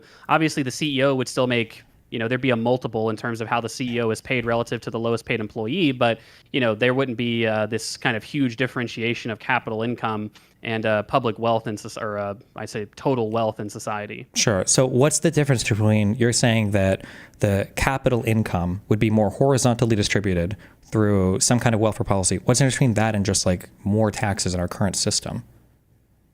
So the difference would be that, number one, my system is highly efficient relative to just raising taxes to some crazy amount. So obviously we could just raise taxes to, greatly lower the amount of wealth inequality by like raising a wealth tax. But wealth taxes are bad for the economy, right? Like wealth taxes seem to destroy investment, which isn't really good. My system would, in a number of ways, I think, incentivize investment or incentivize productivity gains, which I've mentioned before. And then with regards to capital income, right? So instead of having to tax corporations, there's so much evidence on taxing corporations and taxing capital income. There's all of these kind of, these flight problems and these problems with adherence, essentially. But you wouldn't get that if all of these things were directly publicly owned. Obviously, you just directly send the payments. Like when I own stock in Apple, I don't have a problem getting capital income from Apple. They willingly give it to me. But if I try to tax Apple, 20%, they're going to do fucking everything they possibly can do to basically avoid paying that tax as much as possible. Don't you run into a similar problem, though, if you have competing holding companies? Like, let's say I want to be the leader of the oil engineering company that I'm doing, but I want to get paid, since I know I'm going to be horizontally distributed for my profits or whatever, I want to be compensated $20 million. Wouldn't I go from holding company to holding company and they would compete in the same way that you do in a capital market right now for high CEO compensation? Wouldn't that be like an even greater problem, since now the CEO is not even compensated with ownership, but has to be compensated directly with wages? Yeah, well, currently, so I'm arguing for more of a cash compensation basis. But again, the cash doesn't accumulate quite like capital does, right? So you still have this kind of great horizontalization of public wealth. Now, people in my society could still be rich relative to others, but there's a big difference between, the top 10% owns 20% of the wealth and the top 10% owns 2/3 of the wealth like they do in our current society. And there's a big difference between the top 10% has like let's just call it capital income, because that's kind of what you're describing. Like the top 10% has 25% of capital income and the top 10% has 90% of capital income, which is about what it is in our current society. So I'm not saying my society would have perfect equality. It's hard for me to conceive of a society with perfect equality, but it would have much more equality than we have now. Okay. I feel like boosting all of our tax brackets by 15 points, I think is almost inconceivable, but I think that would be more realistic. And I feel like it would affect better outcomes than this entirely new idealized system that would obviously be incredibly difficult to move to, that I think we don't really have any strong evidence of it even being possible. Well, we do have strong evidence of, not of the ideal system, but we also don't have an ideal tax code. But that doesn't stop center-left people from saying that we need things like a land value tax or these kind of like zoning reforms, these kind of like hyper-yimpious stuff. I believe in all that stuff too. No government has a perfect tax code or even close to it, but I think it's still good to advocate for. I think on principles and what we can say about what we know about taxes, it would be a good thing. And certainly I think that there's a lot of examples of public wealth and public wealth management that have gone very, very well for the people that have lived in those societies. And so I'm perfectly willing to say that, hey, in transition, Econoboi, we got up to 85%, public wealth ownership, and I don't like the transition. The transition is like transitioning from being a bodybuilder to somebody who only eats junk food constantly. The transition is very boring to me. Like, if you can eat whatever you want and have the best body ever if you're just coming off of being a professional bodybuilder. And this transition state where we have all the advantages of capitalism and all the advantages of all the accrued wealth of all of the innovation and everything else, and they're saying, oh, well, let's just own all of it like by the state. Sure, expropriation is great on day one, but all the issues that you're running into later on is like, well, how do we decide what to invest in? Like, how are we avoiding all of the problems that we had before? It feels like we're kind of like recreating capitalism with even more bureaucratic layers that I don't know we're guaranteed to have efficient allocation of capital. And we have no like model for this working in the real world right now. So the idea that we'd be able to benefit in the same way that we are right now from all the innovation under capitalism, but also do the redistribution, I just don't find any compelling evidence that yet. We don't have a model of a perfect tax code either, or like a perfect liberalism. No, hold on. There's a difference. There's a difference between a more perfect thing that we're moving in a direction of versus a system overhaul. You're talking about a fundamentally different system, not like tweaking something to make it better than what it is right now, right? So, well, I don't know. I think in some senses I would argue that my plan is a tweak of our current system, right? I mean, because again, I tried in my system to kind of internalize the same kind of allocative and sort of investment, the allocative investment process that we currently see today under the same kinds of institutions that we see today. These asset managers, privately owned versus publicly owned, right? Well, I think, and we do see there's. I was just going to say one last thing, one more sentence, is that we do see a ton of examples of public wealth accumulation. And so I would agree. I would fully concede that, look, we do not know, like, essentially what the ideal system would actually do, right? But we have at least good reason to believe that the transition to that ideal system can work out very, very well, because it already has worked out very, very well in these other countries. And so I'm saying that for me, at least, for me personally, that's enough evidence to say two things.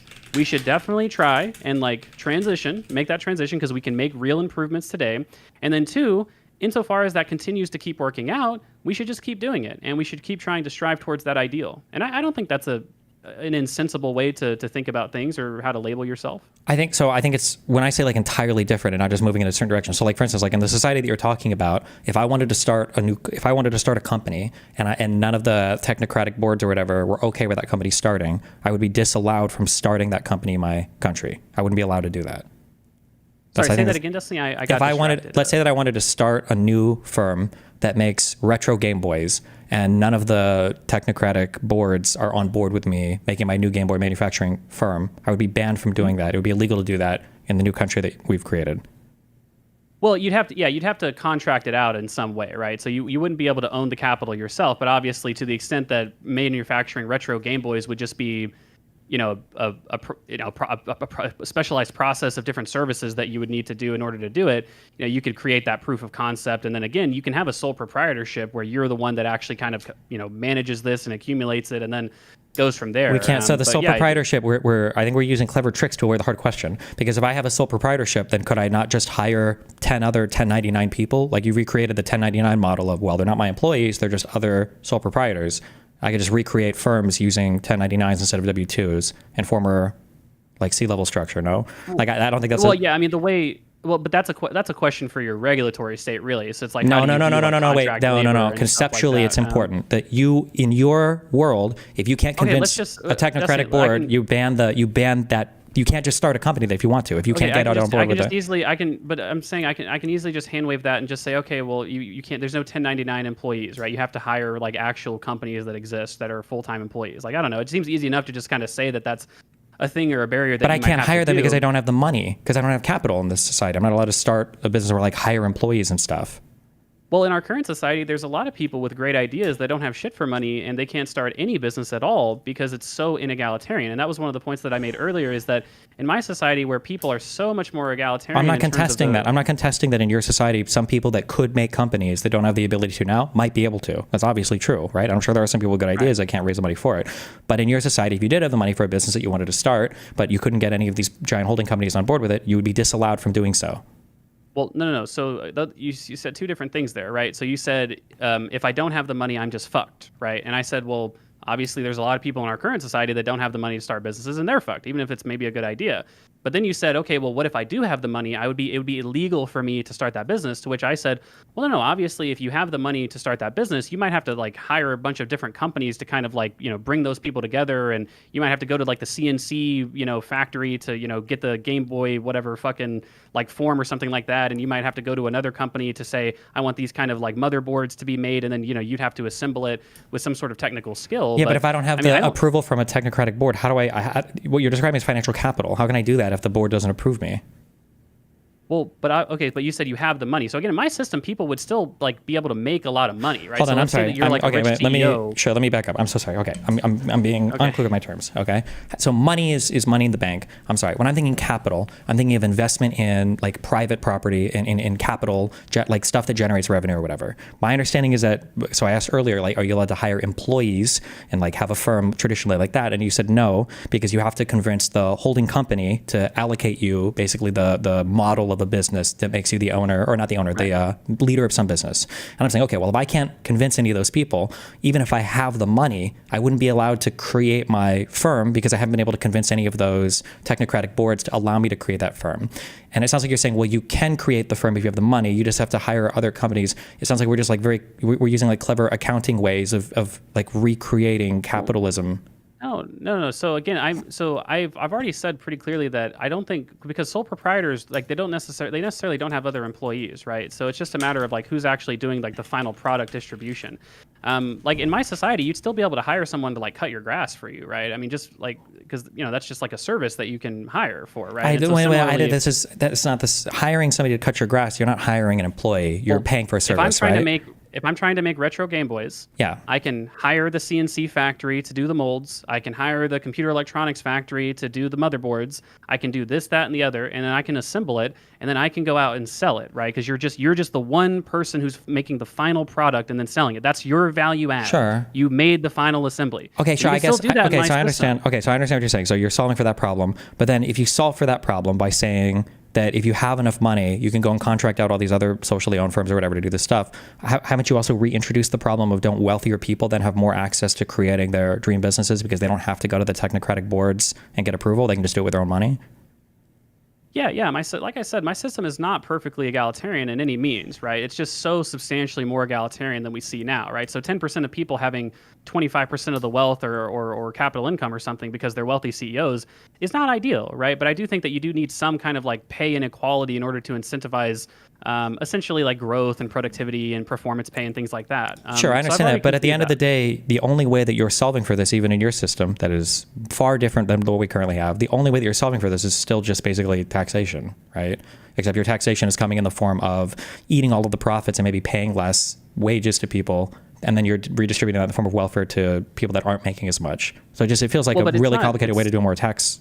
It's definitely not just again, it's definitely not just taxes, right? Because again, like the accumulated wealth of the public holding corporations is also horizontally distributed, right? So when I say horizontally distributed, I'm talking about like in an accounting sense, because one person, one vote, we all kind of control public wealth or whatever. Sure. Well, when I say it's like wealth when is I not in private accounts anymore. Well, what I say is it's basically like what you're doing is basically creating a 100% corporate tax rate, right? That's really what we're doing here.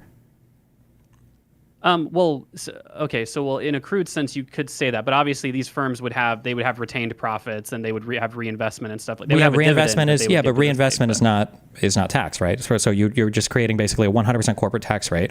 Obviously, they would still do reinvestment in business and everything. You don't tax revenues, you tax profits, and then we're just taking that 100% corporate tax rate and then we're redistributing it in the form of other welfare payments. Well, again, because profits can be retained in my system, just like in our current system. So the actual dividends would be quote unquote taxed 100%. Like what you're distributing to the state is going directly to the state, obviously, right? Whereas when you say profits are retained where? Like in the treasuries of the individual corporations. But wouldn't that just be the giant holding companies? Yeah, the individual corporations within the holding companies' portfolios or the holding companies themselves. Just like those holding companies. It's not really retained in the individual companies themselves, because the holding companies could just reallocate that capital to a more profitable business if they wanted to, right? And they would, I would imagine. We want them to do that, right? They could have like a shareholders like prioritization in that regard, like what to do with the money in the corporate treasury. But again, my system has very like distributed ownership amongst these holding corporations, right? A holding corporation could say, hey, we're going to buy out 100% of Apple, and that's just going to be like our company, like we're the holding corporation that owns Apple or whatever. But I think that for the most part, you would see, similar to like BlackRock and Vanguard, you would see that BlackRock and Vanguard don't really own a lot of controlling stakes in any one company, so they only have like this like proportional influence in what corporations do with their balance sheet. That's the competitive process that I want to retain. But then I don't understand then. So you would just have like 5 state-owned holding corporations, and then all of them would have non-controlling shares in firms. Well, I would probably have like 100 holding corporations in my ideal sense, right? So there'd be a lot of them. Again, it would be a matter of like, what do the managers of the holding corporations think are the best investments? So they might think it's good to just buy out a company and say, we own this company outright. We think we can run it better than these other holding corporations. Or they might just say, hey, look, based on our return guidance, we're just going to go out and buy 1% of this company, 3% of that company. Again, similar to how these asset managers allocate capital today. You keep saying similar to how these asset managers allocate, but it's not at all the same way that these asset managers allocate capital today. Their balance sheets would look I'm saying their balance sheets would look similar to that, right? That sometimes they buy out companies wholesale. That's fine, and I probably eat the same amount of calories as like an Olympic female swimmer who's like 4'11". But it's not even remotely the same. The way that the capital is allocated and how they're making decisions is completely and totally different. You get right? what I'm saying, though, Destiny. Obviously, you get no, what I'm hold saying, on. I don't get what you're saying, because what you're doing is you're going to the easy part of saying like, oh, like let's just collect the profits here, but you're ignoring the whole process of how that capital is allocated initially, how firms are started, and all the incentives along the way. And we're just trying I'm not ignoring it, though. Well, okay. So I'm not ignoring it. So just to be clear, right? So every company today, right? If you look up Amazon stock, right? Who owns Amazon? I think Jeff Bezos owns like 15%. Retail investors own like 20 or 30%, and then a bunch of different big giant institutional investors own 1, 2, 5, 8, 7% of Amazon. That's like the ownership structure of just Amazon. So in my system, you would have, again, these big institutional investors displacing the same exact kind of like 70% ownership of Amazon as well. And they would go out and they would say, okay, I think Amazon's a good investment. I'm going to buy their stock. I'm going to hold it. I'm going to influence the board in the way that I think is valuable. And then I might sell that stock to other holding corporations or other individuals who might want to buy it on a sole proprietorship side, and go from there, right? Like, it would be still a liquid market that you could do with what you want with your money and allocate it entrepreneurially. And you're incentivized to do that because you would have things like performance pay, and you'd be able to set dividend policy, and and what would you do? How would you decide when to end like a holding corporation? Like, what if you had some holding corporations? Like, there are different ways that I would balance my portfolio given my stage in life, right? At an earlier age, I can take a little bit more risk. Later on, I'm looking at investments that are way more stable, risk-adjusted return and everything. How would I balance out, like, when do you end a holding corporation? Is it when they run out of money and make bad investments, or? Yeah, they would either be acquired by the other holding corporations, or they would be they would go bankrupt. Just like regular. They would, in theory, they would exist in perpetuity. Wait, can holding corporations buy shares of or buy other holding corporations? Yep, ideally. Okay. Can you imagine what Trump would do if he? Wait, no, we're not even. No, well, no, because Trump wouldn't have unilateral control from the executive. This would be ran by a whole different boards of people for each one.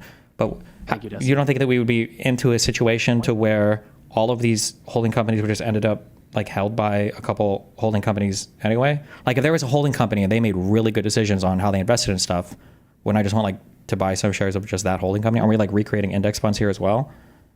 Right. So similarly, like right now, the single largest shareholder of BlackRock is Vanguard, right? One of its competitors. But they still compete against each other. Is it Vanguard, the institution owns the biggest share, or is it assets under management that has bought shares of that? Because those are two very different things, right? Well, obviously it's assets under management, right? I'm just talking about like they're managing the assets, I suppose, but it's just about the allocative process itself. And so when it comes to sure, but hold on, wait. Those are very different things, right? Because in your world, these are not assets under management. These are state funds. These are initially capitalized by the state, and it's like the state that owns basically the totality of all of these different holding companies. So these aren't just assets under management where you can just move them from one holding company to another, right? So that I'm just saying it's a meaningfully different thing, because you keep saying like, oh, well, BlackRock owns all of this. Well, no, those are investors that invest in BlackRock and in Vanguard, and then they allocate their money that way, and those assets are managed by BlackRock and they're managed by Vanguard, but they're not Vanguard or BlackRock's funds themselves. I think that's meaningfully different, right? So obviously it's meaningfully different in the sense that, again, it's not individual accounts, right? So the account here would be the public. It wouldn't be like individual accounts like you're describing. But I think that in terms of just that allocative process, like, okay, can we imagine at least that this allocative process, these assets under management are being allocated by Vanguard either passively or actively?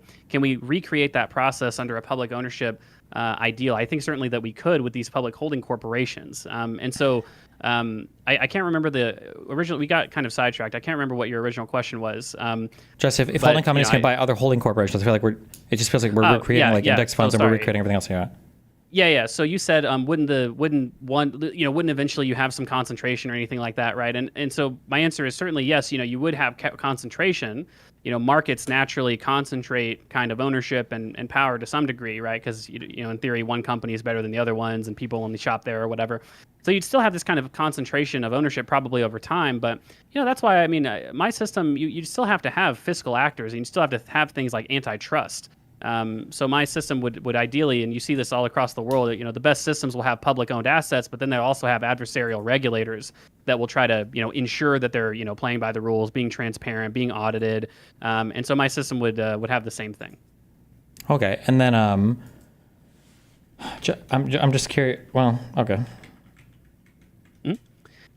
Yeah, and so I guess, Destiny, would you say that you're skeptical of my model? Just essentially because we can't see an example of it working, right? Because obviously you would agree that, to the extent that my model is a transitionary state, it sounds like you might agree, like, yeah, the transition might be great to have something. You said, having like a public kind of stock company or something would be great. You just don't believe in 100% ownership. Maybe it has to be 60% or something like that. You just can't. It's hard to imagine going the full 100. There's questions in getting to the full 100, but the real problem is that when people talk about public ownership, I don't think that people are ever talking about public ownership. They're talking about public profits, which are taxes. And the hard part about public ownership isn't in the getting profit. That's easy. It's the making decisions. So when we talk about the difference between like 60%, 90% or whatever, that's not really the hard part. The hard part is the difference between like 1% and like 51%, or like controlling shares in companies, because that's where all of the hard parts of capitalism in an ideal world are working. Well, in our current world, work the best is when people decide where to allocate their money towards. But if you're not being punished by profit incentive, then we have to look to other ways to guide investment. And it sounds like right now that in your system, that way would be debating, I guess, like a board of technocrats to convince them that your business idea is a good idea, and you hope that you can convince them. Like panels on it. Yeah. Well, yeah, my system would be punished by the profit incentive as well, right? So again, businesses can still start and fail in my system. I guess in some sense you could say that there's like extra steps to starting a business in my system. It doesn't look quite the same, which I fully concede. Well, what's the penalty for like a holding company failing? Like what happens? They would go bankrupt, and everyone that works there would lose their jobs. But they would still, they'd be fine, right? Why would they be fine? They'd be unemployed. Because in your system, you have massive horizontalization of all of the profits that are being controlled by all of the other holding corporations, so there's not like any real detriment at the end of the day.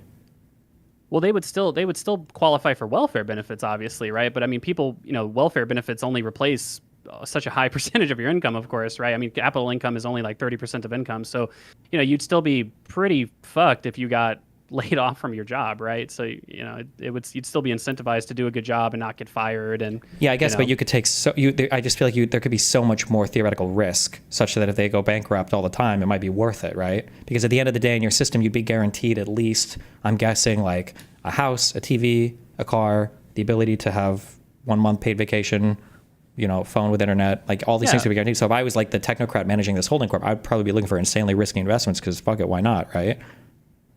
Well, again, so I really don't think so, just because we see, like, for instance, we see like capital accumulation, like capital investment in many other countries that have much more generous welfare benefits than we do here, and there's a lot of papers about there's a lot of papers about this that'll say that in many different ways, just having generous welfare benefits is actually very, very good for economic growth, because like literally kids will grow up with bigger brains, and people sure, I don't will feel deny more any of comfortable that, taking but in all risks, of those right? states that you're talking about, the capital owners are getting all of the benefit from the capital accrual. But in your system, you've eliminated that benefit. So I don't know what the... Well, again, so capital income is only, again, about 25 to 30% of income, right? Wait, so what do you mean when you say that? 25 horizontally- to 30% of income? What does that mean? All the income payments that are paid out, about 30% of it is capital income, right? So labor still makes, the vast majority of income, like total income that's paid out, is paid to labor, not capital owners. Wait, but that doesn't make any sense, because if you're trying to solve for wealth inequality, you're not talking about just capital payouts. You're talking about capital accrual, right? You're talking about like increases in wealth, right? So you have to find a way to redistribute that as well, no? Well, so the wealth at the end of the day, so like for instance, if a holding corporation goes bankrupt, right, those assets would go under a managed bankruptcy. They would be bought out by other investors. In this case, it'd be other holding corporations. Well, no, I understand. But when you say 30% of stuff is paid out by capital, like when you say that, you understand that the vast majority of the wealth that's being created in this country goes to rich people, not because they're getting dividends, but because the capital is increasing in value, right? Like Jeff Bezos isn't worth what he's worth because the Amazon stock he has is paying him sick dividends. He's worth that much because the business itself has grown to that value, right? So maybe I'm misunderstanding your point. So what is your point about people would be incentivized to take infinite risk because now the capital's publicly owned, but I think they still engage in substantial, they still are substantially punished by risk if they fuck up and don't get their performance pay or get fired or their whole company goes bankrupt, right? Yeah, I guess I'm trying to figure out, like, in terms of the holding corporations, like if we're saying that if we're saying that there is like a decent upside if you pick better than anybody else, right? Because now the public funds wait, hold on. When you're capitalizing these initial holding corporations, do they just get like the starting money and then they don't get any more money, or how do they get more money, or do they ever get more money? So hard budget constraint, so they would get the initial capitalization, and then any money from there, they would need to raise capital from other entities, or they would need to do balance sheet financing. Wait, what does raise capital from other entities mean? Who would they raise capital from? Well, from the competing set of other banks that would offer capital to them. They'd have to get loans. They would have to go out and use their balance sheet, or they'd have to maybe they would go to other holding corporations and engage in joint ventures, things like that. I feel like we're just hardcore recreating capitalism with way more paperwork in between. We're recreating the competitive dynamics of our system. Yeah, Capitalism is when the ownership is privately owned. Yeah, but the competitive dynamics only work because you're competing for the payout at the end, right? To some extent.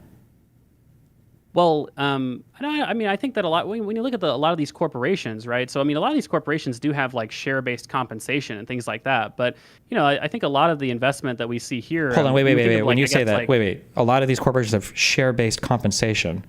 The most successful corporations in our country right now are owned by disproportionately insanely wealthy people, right? Yeah, sure. So what is that? I don't understand what that was supposed to solve. To have share-based compensation. Because I feel like what you're saying is the thing about capitalism. The reason why we've been able to accumulate such wealth is because of this disproportionate ownership. Like, you're incentivized to basically engage in entrepreneurial activity because you have the incentive of, being worth a lot of money. You have the ownership of the things that you're doing.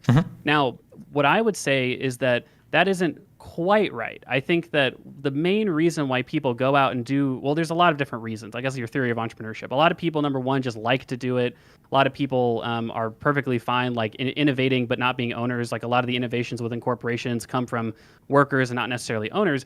But to the extent that those like the sort of great man theory of capitalism, that you have like these great people who come up because of this huge incentive to accumulate wealth. Again, when we talk about, I'll make 2 points and then I'll throw it over to you.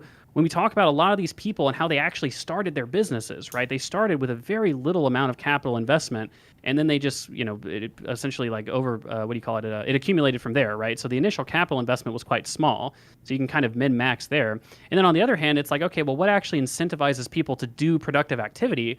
I think it's more so just their compensation, right? It's just like, okay, are we providing performance-based compensation? I don't think that performance-based compensation necessarily has to be in the form of shares, right? It could just be in the form of just cash bonuses that we give to people. I don't disagree for like employees, but I feel like owners or entrepreneurs, I think, approach it a little bit differently. They're not just looking for like high compensation or high payout necessarily. I think they're looking for like ownership of the business or the entity that they're creating. I think that's a really important part of that.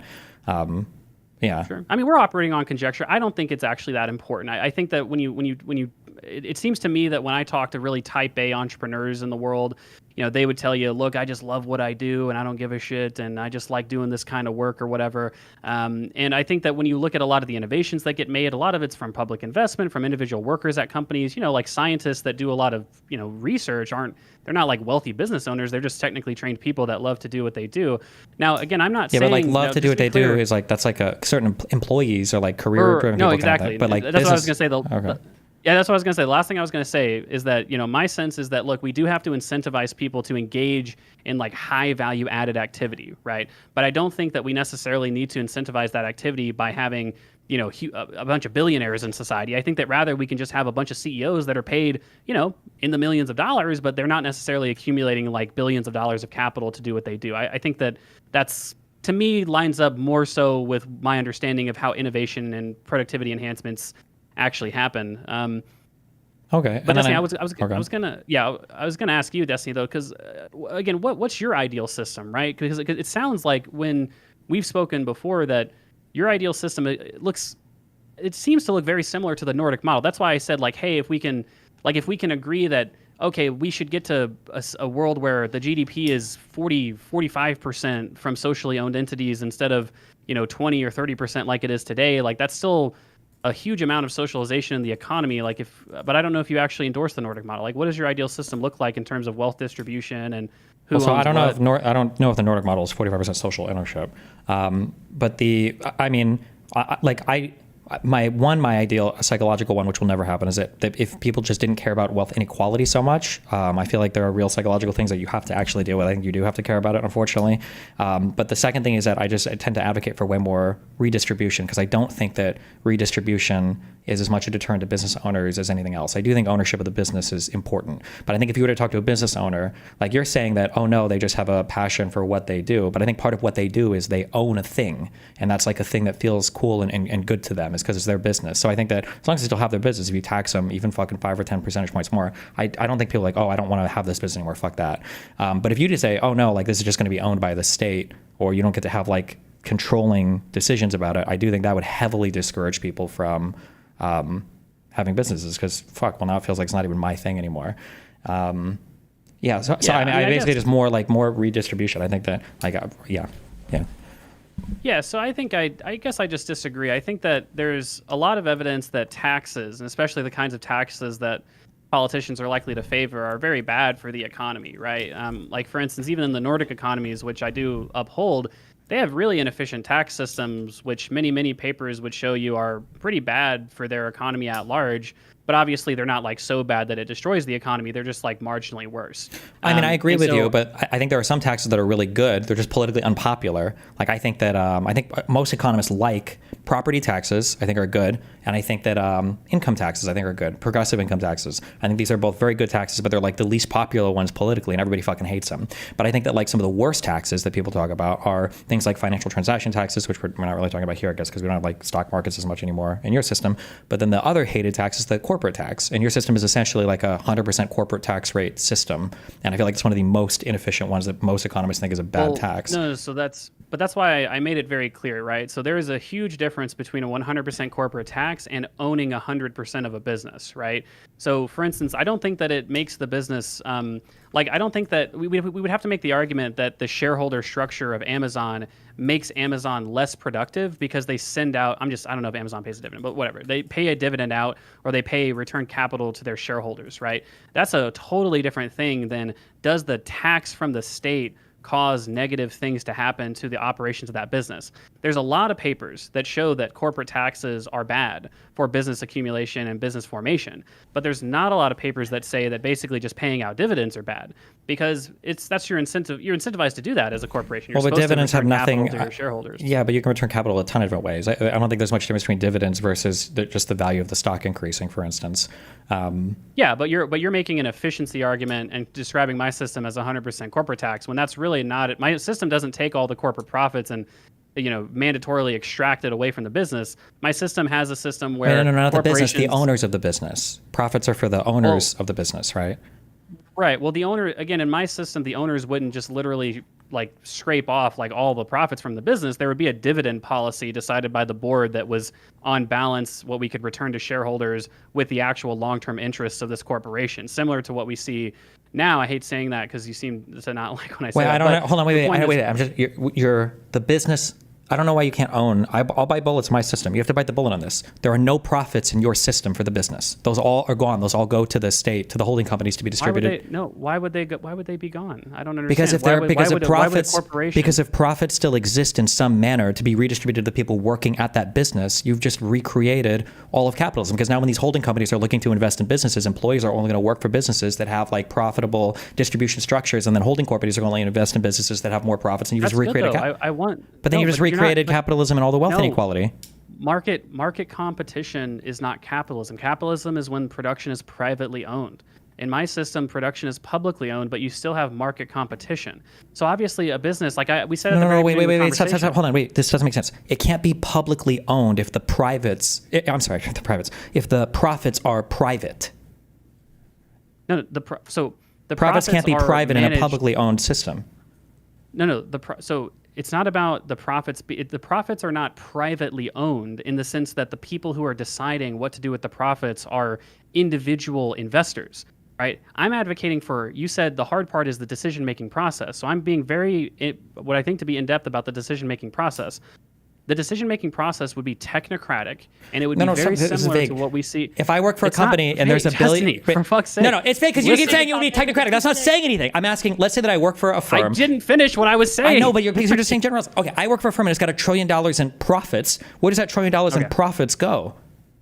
So the board of that, similar to today, fuck's sake, the board of that company would make a decision on how much profits do we need to retain, what do we want to use those profits for, how much profits based on our dividend guidance can we actually send to the owners. That's how fucking Amazon works, fucking Apple works, Tesla works. They all do that. They have a general dividend guidance where they want to send a certain amount of capital to their shareholders, but then they obviously keep a lot of their profits for things like reinvestment, for things like paying down debt, and for things like employee compensation. But that's not like a radical departure from what we see now. So hold on. That's a radical departure because the capital. Profits are not ever for employee compensation, right? Profits are the excess that you have after everything else, including cost of labor. Profits are the things you have that you return to the shareholders, right? But in your world, I can't tell who the shareholders are. So the shareholders should just be the whole. In our system, we do not return 100% of the profits to the owners of the company. Now, you're right to say that that's what you're supposed to do. What do you mean? No, you're absolutely Destiny. Okay. Do you think when Amazon makes $1 billion in profits, shareholders get $1 billion check? If there's nothing else to invest the money in, yes. Right, exactly. They have to make the decision. If there's nothing else to invest the money in, if we've paid out all of the shit that we need to pay out, if we don't want to pay down our debt, then we send the rest to the shareholders. But that's not the same thing as a 100% shareholder tax, and my system's not 100% corporate tax, because businesses would have to say, hey, we've paid all of our employees, we don't have anything else that we want to invest in, we have this money that's left over, we have this dividend guidance, that's how much money we're going to send to our shareholders, which happens to be the public in my system. Which is all the profits. No, it's not. It's not all the If you're profits, 'cause a lot of the using- profits are retained and used for other investing activities. Or Yeah, used that's for reinvested. recapitalization. That's like sure, but that's like reinvested stuff. Is not the excess money that you make at the end of everything else, right? Like, Right, and but if what's you are taxed in a corporate tax is not money after basically every single investment you make. It's just the accounting profit of the business, right? Obviously with a lot of complications, but you get what I'm saying. Like corporate taxes tax a much broader set of money than just money that's finally available to shareholders. isn't in a general sense, isn't that generally what corporate taxes are aimed at? Like you don't generally tax like revenues, right? It sounds like you're talking about revenues, and I'm talking about profits. No, but again, you do tax corporate profits, right? But there's a difference between corporate profits and essentially retained earnings, which are used to pay out dividends, right? Retained earnings are not the same thing. Wait, as why you corporate keep profits. saying dividends? Dividends are profits. No. Okay, I use the technical term. Retained earnings, that's the money that's used to pay out dividends and to return capital to shareholders. That's not the same thing as the profits that are taxable from a corporate profit perspective. Wait, Those so are you're different saying, things. hold on. So you're saying that the dividends that a company pays out, corporate taxes don't apply at all to that? No. So if I own a business and I say I'm never going to withdraw anything, I'm just going to pay myself a 100% dividend from all the extra money. I don't have to pay corporate taxes on that dividend? Yeah. The corporate, so it applies to both labor and capital. So the corporate tax, because it taxes a broader base than essentially just distributions to capital, when you actually study the incidence of corporate taxation, it falls to both labor and capital. No, hold on a second. When you taxed- talk about incidence of taxation, you say it falls to labor. It falls to labor such that the company might choose to pay them less, but not because it's a direct tax on the labor itself. It only falls to labor in the same way that tariffs probably are about 50-50 between the consumer and the producer, but not because the producer, China, is actually paying the tariffs, but because they're going to have to drop the price a little bit in order to remain competitive in the market. And it's like about 50-50 at the end of the day, but that doesn't mean they're paying the tariff. So the same way but labor just doesn't think pay about it corporate taxes. conceptually. Sure. So just think about it conceptually, right? So if the business has a certain amount of profits that it wants to use for investment, right? Because we're taxing corporate profits and not retained earnings, then the amount of money that the corporation has for investment goes down. Wait, right? so if let's say the corporation has $1 billion in profits, and then it wants to reinvest that $1 billion in profits into more capital, are you saying that $1 billion in profits is facing a corporate tax rate in our current system? So I'm sorry, say it again. I didn't understand. If I reinvest all my profit into my business, am I paying taxes on the profit that I reinvest into my business? So that's one of the problems with our current tax is that we don't exempt investment activities completely, right? We have things like depreciation where you actually end up being overtaxed on what you're actually investing in, right? That was one of the things about Hold this on, now latest we're nibbling. We're OBBA. super nibbling around the edges at this point. I understand that there are certain classes of reinvestment that might not have the best tax treatment in a corporate tax system, but I'm saying that if I have a business and I have $1 billion in profits, and I'm like, okay, I'm going to buy a whole new fleet of vans, or I'm going to buy a whole new facility or whatever. Generally speaking, this money would generally speaking be tax exempt. There might be some particular cases around. No, not generally. Generally, that's not the case. Depreciation. Okay, if you buy a factory, if you buy a factory and it costs $100 million, there's all these complex rules for how to depreciate that asset and actually claim the tax write-off. Correct. So if you spend $100 million in profit, or you have $100 million in profits, and you decide I'm going to buy a fucking, a factory with this money, right? The government is still going to extract some of that money from you. So you're either not able to build the full amount of your factory, or you have to have more money to build the full factory because you're only able to claim, like, say, 10% of the value of that factory as a tax deduction on an annual basis. So all I'm saying, and this, retained earnings, which is my understanding is the money that's actually used to pay out dividends and return capital to shareholders, that is a smaller pot of money after you actually already have paid your corporate tax money. The only reason we got off on this is because you described my system as similarly inefficient or similar to paying 100% corporate tax, but it's not. My system is, to a pretty radical degree, much more efficient. Like if you had a 100% corporate tax rate, the economy would essentially be destroyed. But my system doesn't. I guess wouldn't do that. So I can't tell you every single thing about every depreciation schedule. I do know that in general, depreciating things over time is more beneficial than depreciating it all up front, right? That if I had $100 million of income or revenues this year, next year, the year after, I would want to depreciate on a time scale instead of depreciating all up front, because in terms of like tax brackets and everything else, like generally speaking, is better. Well, actually, wait, I don't know if there are different corporate tax brackets, but generally, like, spreading this out over time is helpful. I know there are some things that you can do full depreciation up front as opposed to doing it over time, but I don't know the individual depreciation schedule on every single thing. That's my offense, right? That's my offense, is that I think that your system, you're saying basically, look, I would just tax more and redistribute more. I don't necessarily care about like the public wealth accumulation. I guess you did endorse the sovereign wealth fund, but it's not clear like how big the sovereign wealth fund would be. Well, sure, but I also like, don't think, again, sovereign wealth fund, that's just a big retirement account. They're not making decisions about things. Well, they're still collectivizing like the means of production, because obviously they're buying a lot of equities with that money, right? So it's just a matter of how big the sovereign wealth fund would be. So that's why I'm saying your system is kind of like a down payment in some sense on my system. But I think that your system, by ultimately requiring a higher tax burden on society, because society isn't just getting the direct dividend payments from all these corporations, is marginally less efficient, because we have a lot of evidence. We have a lot of evidence that, you know, taxes like that are just, you know, they're not really good for your economy. Sure.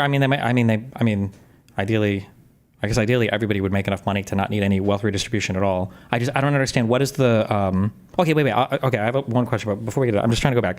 So if there is a company, and this company is a highly profitable company compared to another company that's not as profitable, are the employees in the highly profitable company just getting a whole bunch of extra money, or are the other employees, or is all that money going to the holding company and then it's just reinvesting it in other companies that it has holdings of? Yeah, or has it? I would expect my system would have a similar pay structure to today, where larger, more profitable businesses tended to pay more. That probably would happen, yeah.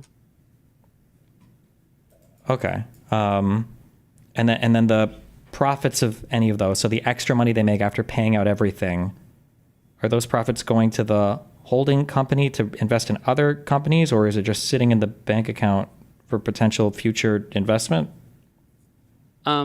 I'm sorry. So is the money is the money in the treasury? What are they doing with the money that they keep in their treasuries? Yeah.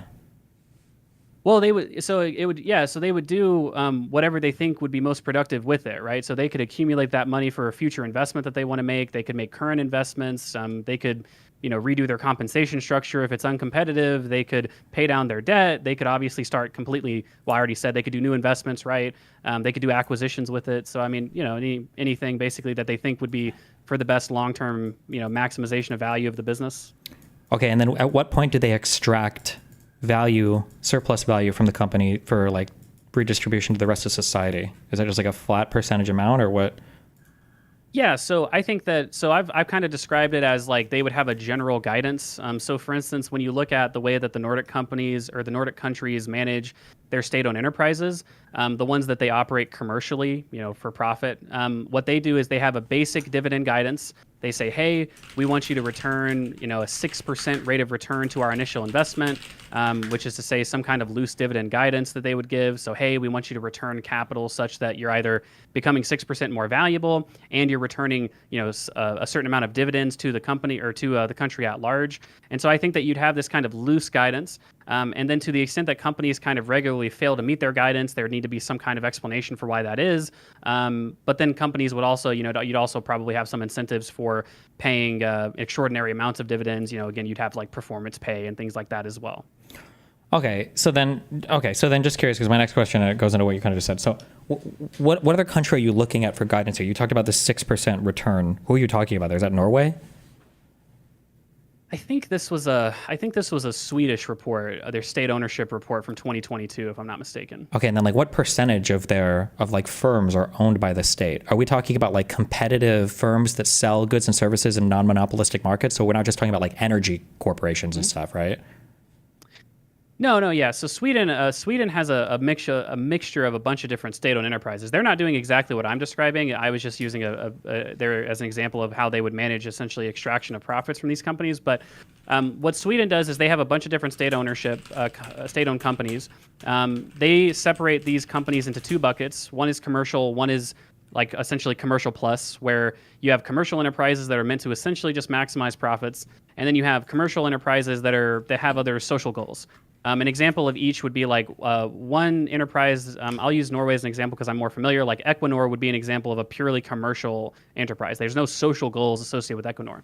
But Norway also has a state ownership company which is based around essentially creating art. It's like, hey, we put on plays and we put on, you know, art galleries and stuff like that. Like we have a balance sheet and we have like a profit and loss statement, but we're not like really expected to make money. This is almost more of like a social service with transparent accounting.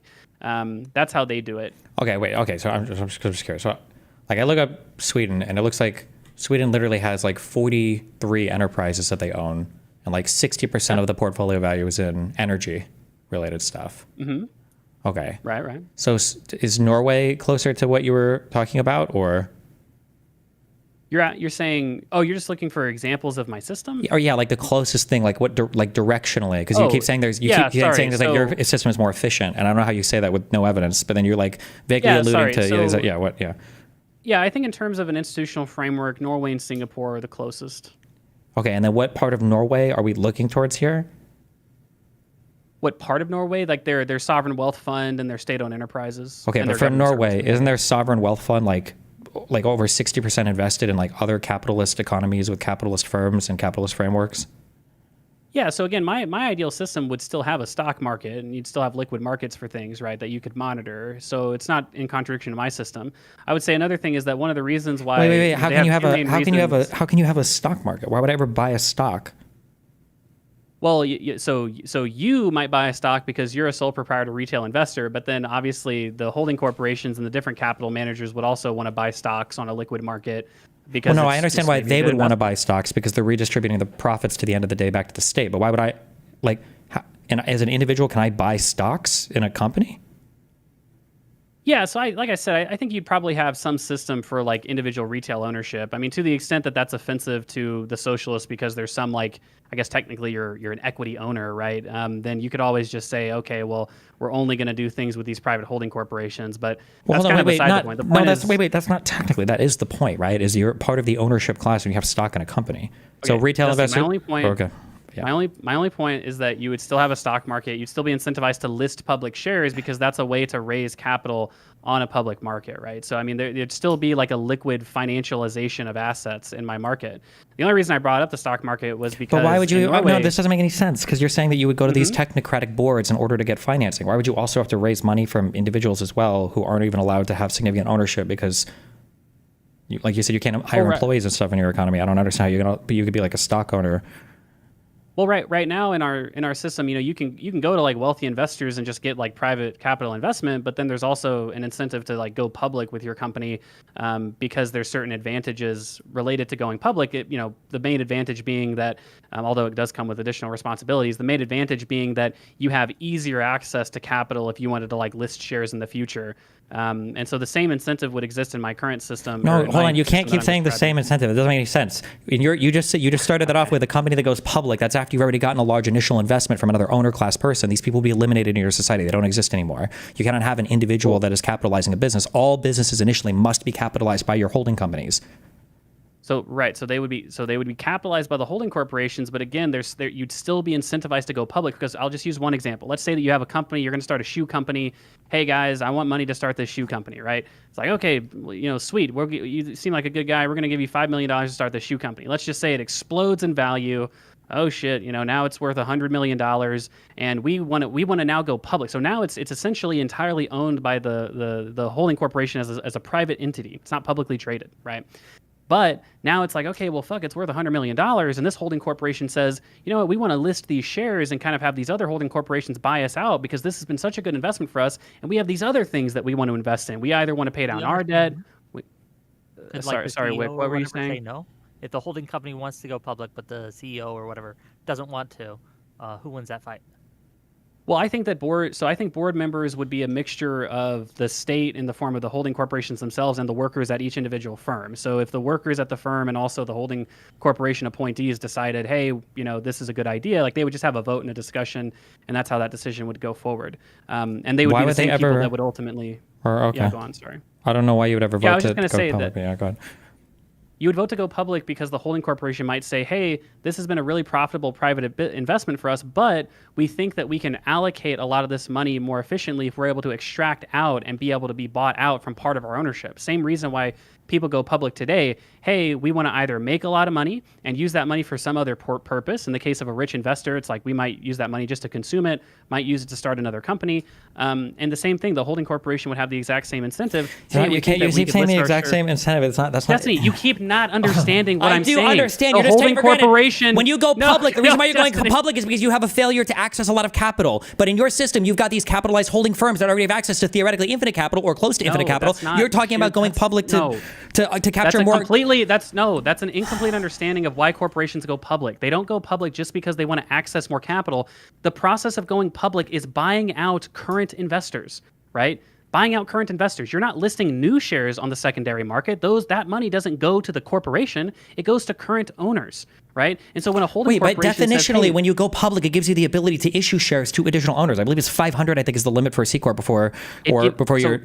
Or no, actually, I might be thinking of C corp. But wait. You're saying if you don't go public to raise more capital, what do you go public for? What's the point of going public?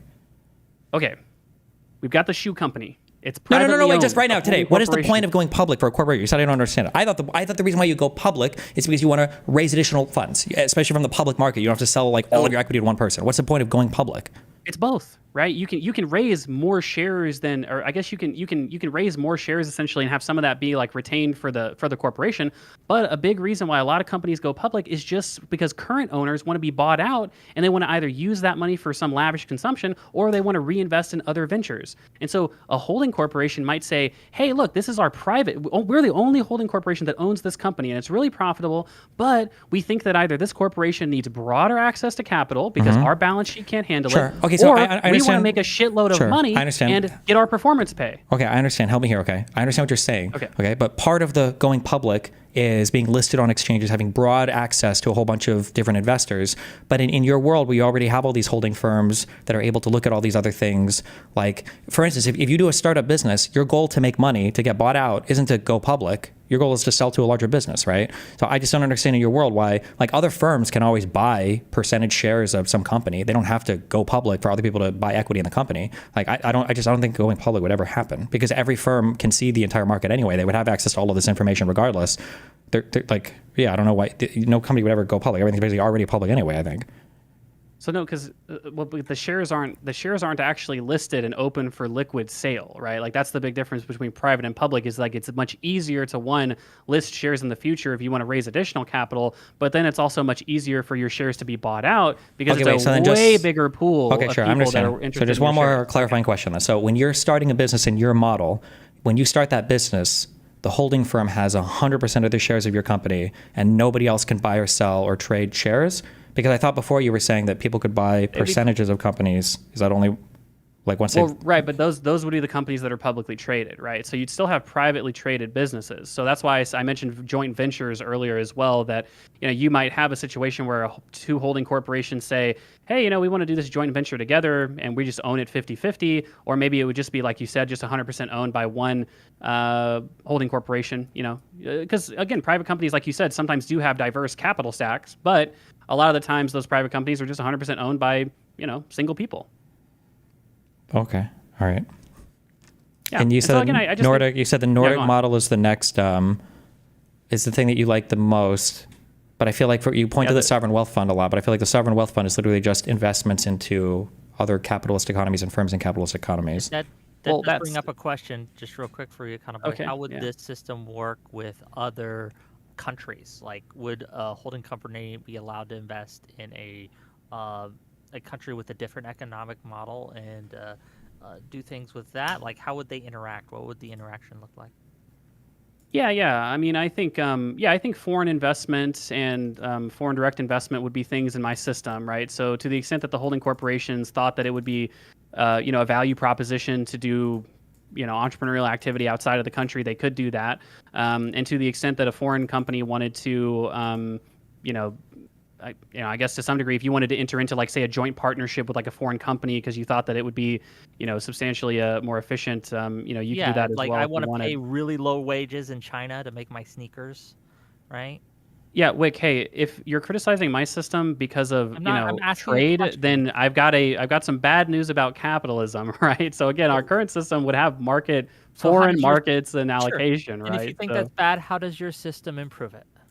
So my system, this is one of the criticisms of social democrats in general, is that we don't have an internationalist model. That my system, to the extent that we can improve things like foreign trade relations and, climbing the value chain in other countries, that's a fiscal problem. What would the government do to try and do that? But I don't know that there's a clean way to really accomplish that from a pre-distributive side from the companies in the public wealth's portfolio. So my system doesn't really, to the extent that my system raises a lot more money for the government, in theory, we could have more foreign aid and, things like that with other countries. But that's been one of the criticisms for basically any non-internationalist socialist model. I don't have a good way to, other than just basically saying all the other countries should do the same thing that I'm describing. But our current system is pretty terrible in that regard as well. One more question from my end.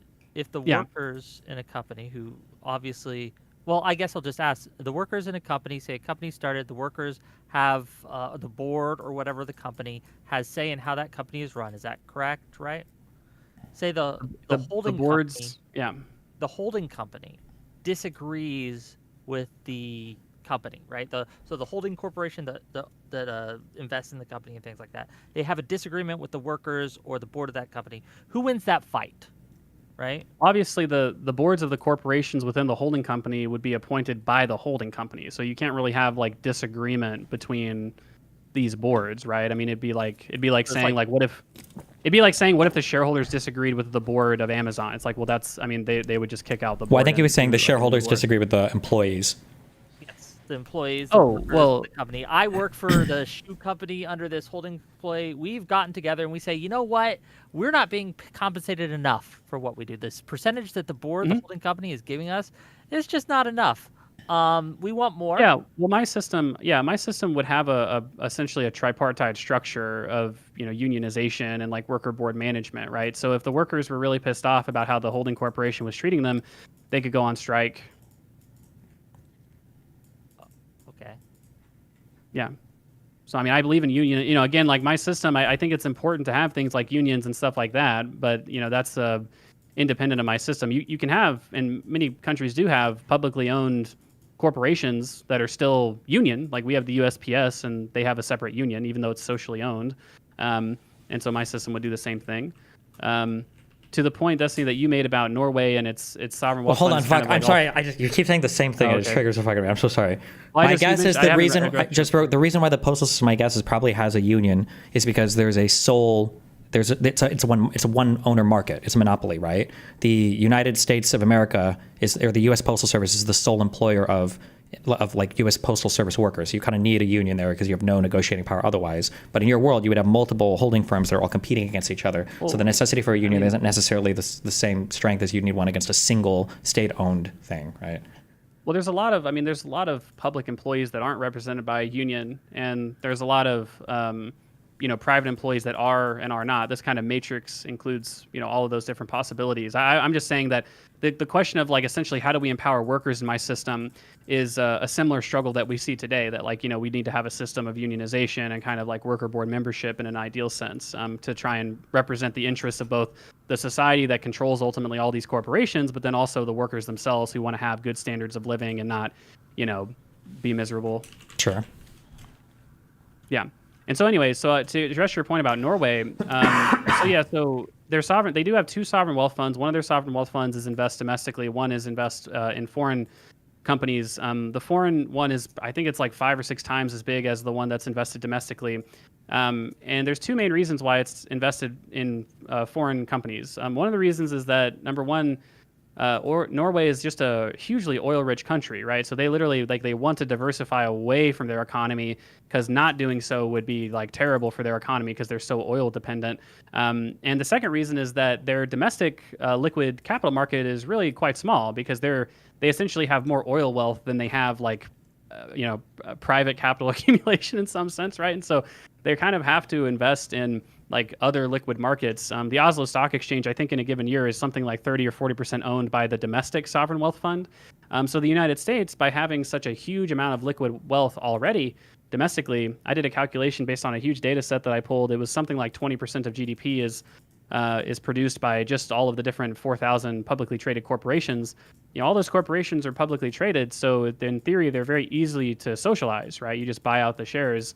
And so the United States actually has kind of a unique advantage relative to Norway when it comes to utilizing a sovereign wealth fund to socialize the means of production. We have no guarantee that it would function anywhere similarly to the Norwegian Sovereign Wealth Fund, though, right? Because the Well, Norwegian at least the sovereign wealth fund would, right? Because well, no, because the sovereign, but I don't talk about buying out all the companies, right? The Norwegian Sovereign Wealth Fund probably owns very small stakes in everything that it invests in internationally, that are all capitalist economies that it's all deriving most of its money from. You're talking about the United States buying wholesale or 50% plus ownership, controlling shares in all of their domestic companies. There's no reason to assume that the returns on the profits or whatever there would be as beneficial as the returns on the Norwegian Social Wealth Fund profits. Well, yeah, but again, so the holding corporations and the sovereign wealth funds themselves would be competing against each other. So they would still have, they'd still have like kind of minority ownership, and they'd be, selling and buying these shares in a competitive process. So I think that we would still be able to have what you're describing, like not necessarily like single entity controlling shares. It's just when you accumulate all the public ownership, it ends up being controlling shares, but it's still like a competitive process of distributed board appointments and technocratic management, which I think is really, really important to maintain. And again, I think that and I guess we might be circling the drain here, but I think that my system is superior to yours because my system, number one, and I think directly addresses the problem of what private wealth accumulation, and your system, by relying on tax revenue, I think relies on by the literature that I'm familiar with, a less efficient means to socialize the returns to capital. And hold on, wait. Just to be clear, we both rely wealth on the exact same mechanisms, right? So again, I don't think that my system is equivalent to a corporate tax. Okay, wait. If you're a janitor, and you're working in your system, where are you getting all of your money from? Where you work. How is that place generating that much money? To pay a janitor? Yeah. Janitors are not making the same amount as like an engineer. If you're like working at think of whatever the poorest fast food worker, the poorest compensation job. Well, yeah. I mean, obviously, so janitors don't work at like the janitor company, right? So like there are cleaning services companies, right? But I mean, a lot of janitors are employed by corporations directly, and so you'd have a similar diverse structure for how, employees are hired and like what kind of employees are getting hired. Sure, but then let's say it's for a small restaurant. Where are the janitors in that company, or in the small restaurant company? Where are those people getting the majority? They would need to get a lot of money from the state, right? Well, they would be hired either from the balance sheet of, or the cash flow operations of the restaurant itself, right? So they would either hire janitors directly, or they would contract out that service to like a cleaning the janitors in that society, in your society, would have to be getting all of the profit like distribution from also like the giant Amazons of your society as well. It relies on some tax mechanism and some social redistribution. They would be, so what you do with the dividends is just a question for your fiscal state. So you're right. So you could just directly give everyone a check. If wait, hold on. You keep using these terms to hand wave away what I'm saying. You say you said that your system directly addresses like income inequality, or directly addresses distribution of wealth. And I said that, no, we rely on the same mechanisms. And then you just said, well, that's a question for the fiscal state. That's, yes, the fiscal state is what deals with wealth redistribution through taxation. Okay.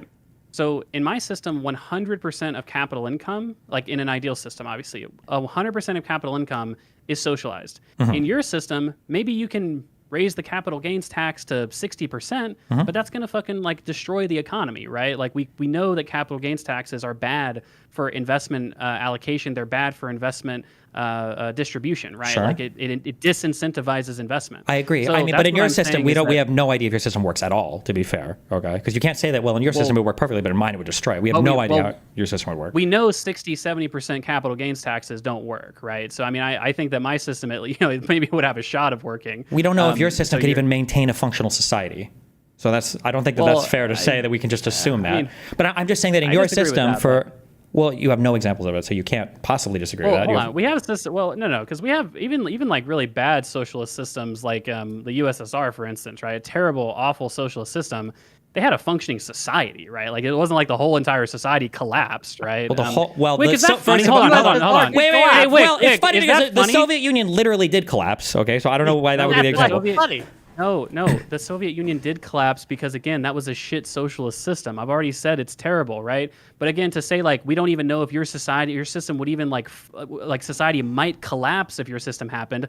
There's so many substantial reasons to think that my system would work much better than the USSR. And the USSR for 100 years had like a country and a government, and they had services and things like that. Obviously, it was a terrible. Isn't it like 60 years? Yeah, it wasn't 100. What was it? It was like the 1917 revolution all the way to the 90s. So I mean, that's to 90, like 80 91 years. Yeah, about 70, 80 years. Not We'll say about 100. Okay, we'll say about whatever. 70 years. But okay.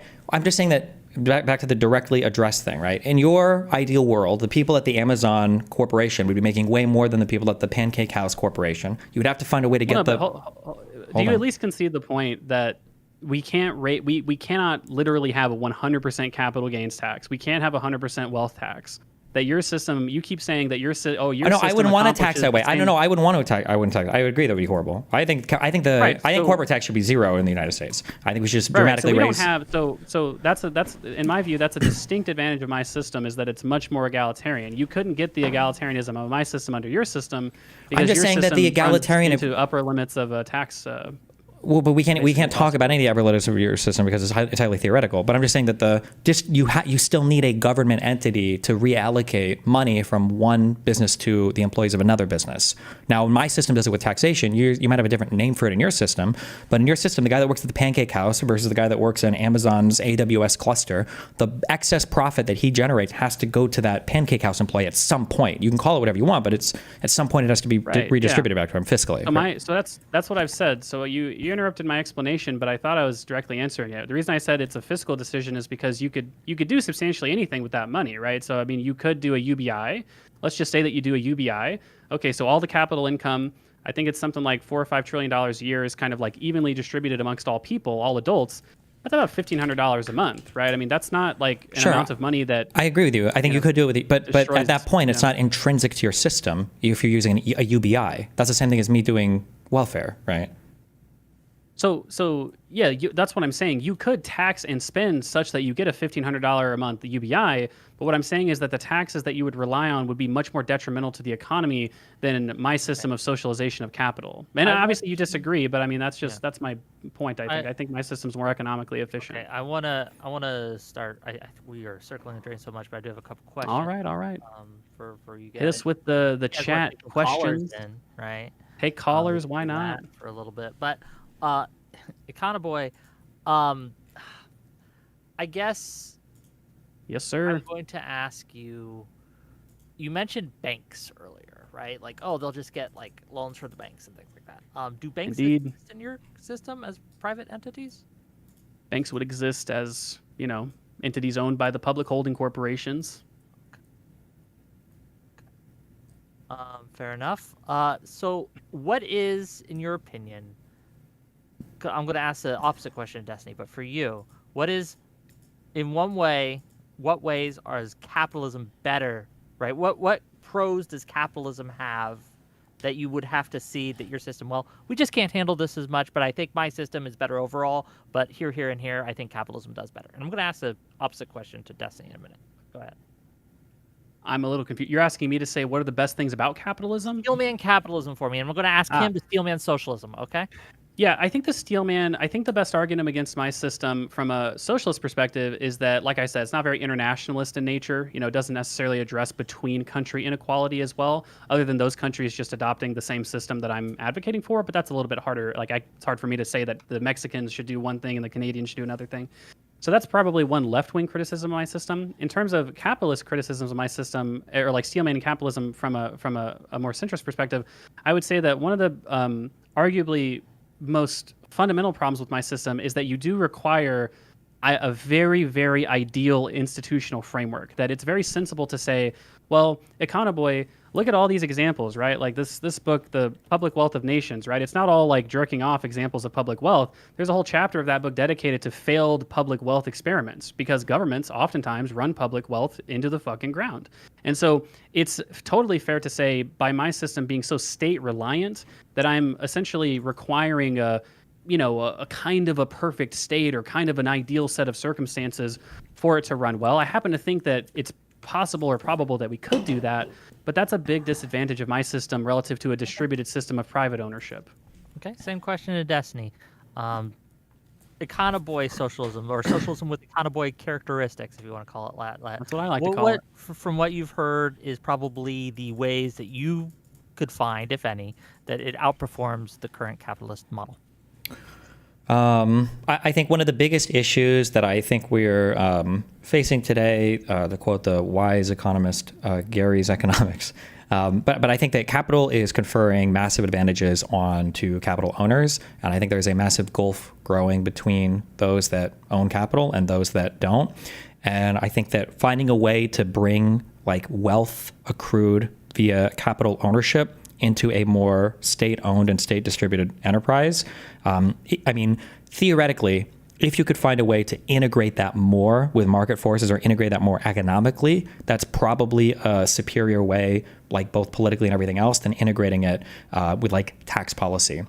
Like if you have a corporation where, if we could imagine we could just like print 50 years of history right away and people start someplace. If you have a cooperatively owned corporation and it just is that the CEO owns 10 times more than the bottom employee, and that's the most it ever is, then that's a norm that carries forward into the future, probably requires less intervention from the government to make things fair between the lowest paid employee and the highest paid employee, because that's just like a norm that would hopefully develop and stay in place over time. Whereas if you have the norms that we have today, and it's the thing, you don't have to fight as much for policy, for welfare, for UBI, whatever bullshit. Those conversations are hopefully just not as much what we talk about politically. Whereas in our system today, we have to have massive fights over redistribution of wealth. And in my opinion, people have a very fucked concept of where does wealth in this country come from, because people very much look at the top of the pyramid and they assume that the block is floating there rather than all of the piles of stuff that are beneath that help to support that structure. So in my opinion, like the greatest advantage to more cooperatively owned economies or socially owned economies is that there's so much more economic integration. You can eliminate a lot of these very lame and very morally loaded fiscal questions about how does the government steal money from rich people and give it back to poor people, because in a more socially owned economy, you can kind of see like, oh, actually everybody is required to make this business work. If that makes sense. That makes sense to me. Fair enough. Fair enough. Okay, gang, if you want to ask either of these lovely individuals some questions, if you have comments that you want to share, just jump backstage. We'll take a little bit of callers. It won't be too long. And then we'll wrap it up and we'll close out for the evening. I gotta say, I have more questions than I have answers, but that's probably limited to the format and the fact that we've gone for 2 hours and it's a whole ass economic system. So I don't think it's entirely fair to ask you to like answer every single question and all these things, but fair enough. Let's bring on some of these individuals and let's do it. See what happens. Okay, you're live. Hello. Welcome. Hello. Hi. What you got for us? Hello. I wanted to ask Econoboi about his like morals and ideology, because he's said before that he's described himself as a liberal socialist, or at least that his socialism is compatible with liberalism. From everything I've read, liberalism, one of the core tenets of liberalism is private enterprise and private property. But in his ideal society, as I understand it, private property wouldn't exist and would be highly discouraged, maybe even not allowed by the state. Is that correct? Yeah, so I referenced also in the beginning of this discussion multiple liberal thinkers who really didn't agree with that conception of liberalism, or at the very least they thought it wasn't necessarily incompatible to have a socialist worldview, but also a liberal worldview. I think J.S. Mill is a very well-known historical liberal thinker. He's not like right up there with like Locke and Hobbes and things like that, but he's pretty well-cited liberal, let's say historically, and he was a socialist at the end of his life. John Rawls, perhaps the most well-known liberal thinker contemporarily, certainly in political philosophy. He's probably the most famous political philosopher in our contemporary time. He was a liberal, but he also said that democratic socialism would establish his liberal ideals and his theory of justice. And so I think that it's important to understand that many liberals do advocate for private ownership of businesses. But it's not necessarily the case that you have to be a person who advocates for the private ownership of businesses to be a liberal, because being a liberal is much more complicated than that. Believing in individual rights, democratic frameworks, political egalitarianism. You can have all of those things and have entirely publicly owned businesses. Okay. Any other questions for you, Raymond? Or we're gonna cycle through these quick. I was going to ask if private enterprise is not a priority. And I've seen you say that you wouldn't want too much, how should I say it, state oppression and state means to get rid of private property. You said that you don't want systems like the USSR and maybe China, but is there an acceptable increase into things like eminent domain and direct nationalization that you would be fine as compared to right now? Yeah, again, so I think that there are probably moral and practical economic upper limits to how much you can socialize. I know that Destiny wanted to talk about kind of, let's just kind of skip to the end state and imagine how it would look like, which is totally fine.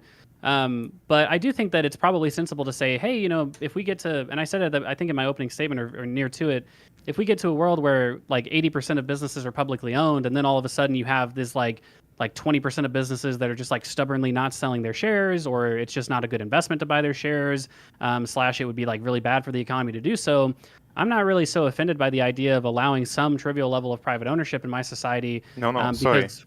Sorry, I'm asking more like if you have the democratic mandate, the people come to you and say, bro, we want to get rid of private property, so we are increasing eminent domain by 10 times with this and this and this measure, or we are going to nationalize this and this industry, and you are like the prime minister or the president.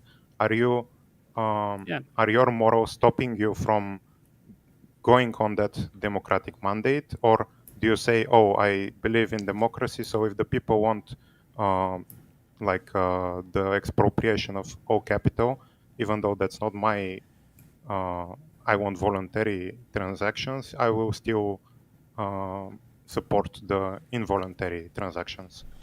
Yeah, like I said, I mean, whether you want to make me president or not, I would argue probably against that if it would require some like wild level of violence or, you know, militarism in our society. So if they wanted to vote me out, I guess they could. But like I said, based on my morals and kind of how bad I think the trivial level of private ownership left in society would be, I don't think it would be that big of a deal to wage essentially a war to socialize the remaining 20% if you had to do that.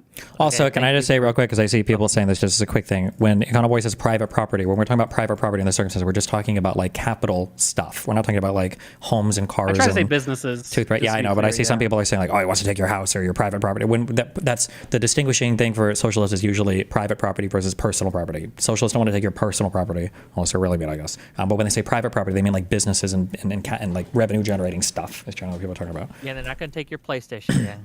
Okay, so Yes, Raymond, that's thanks what I for meant. calling in. Thanks. Hello, you're live. Calling in. Thanks. Hello? Hi. Hi, what you got? Hello, how are you doing, sir?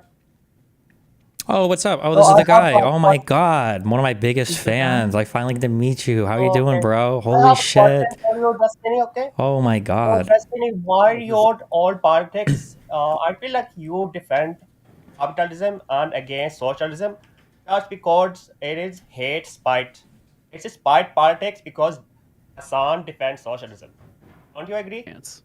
What did he say? What was the question? Can you translate for me? Are you defending capitalism from spite because Hassan defends socialism? Yes. How did you catch me? Fuck, you got me. You. Okay. Why don't Thanks. you answer seriously, huh? Thanks for calling in, buddy. And how old was Rose? Older than your mom. I got him. Okay. The dangers of open call-ins. Okay. Let's try someone I actually know.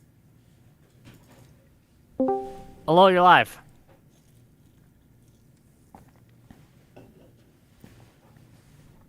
Hello, you're live. His mic is What's muted. up? Oh, there you So go. I got a question for Econoboi. I do agree with the criticism that it seems like most of like the reasonableness in your system comes from that transitionary period where things aren't actually the system that you want.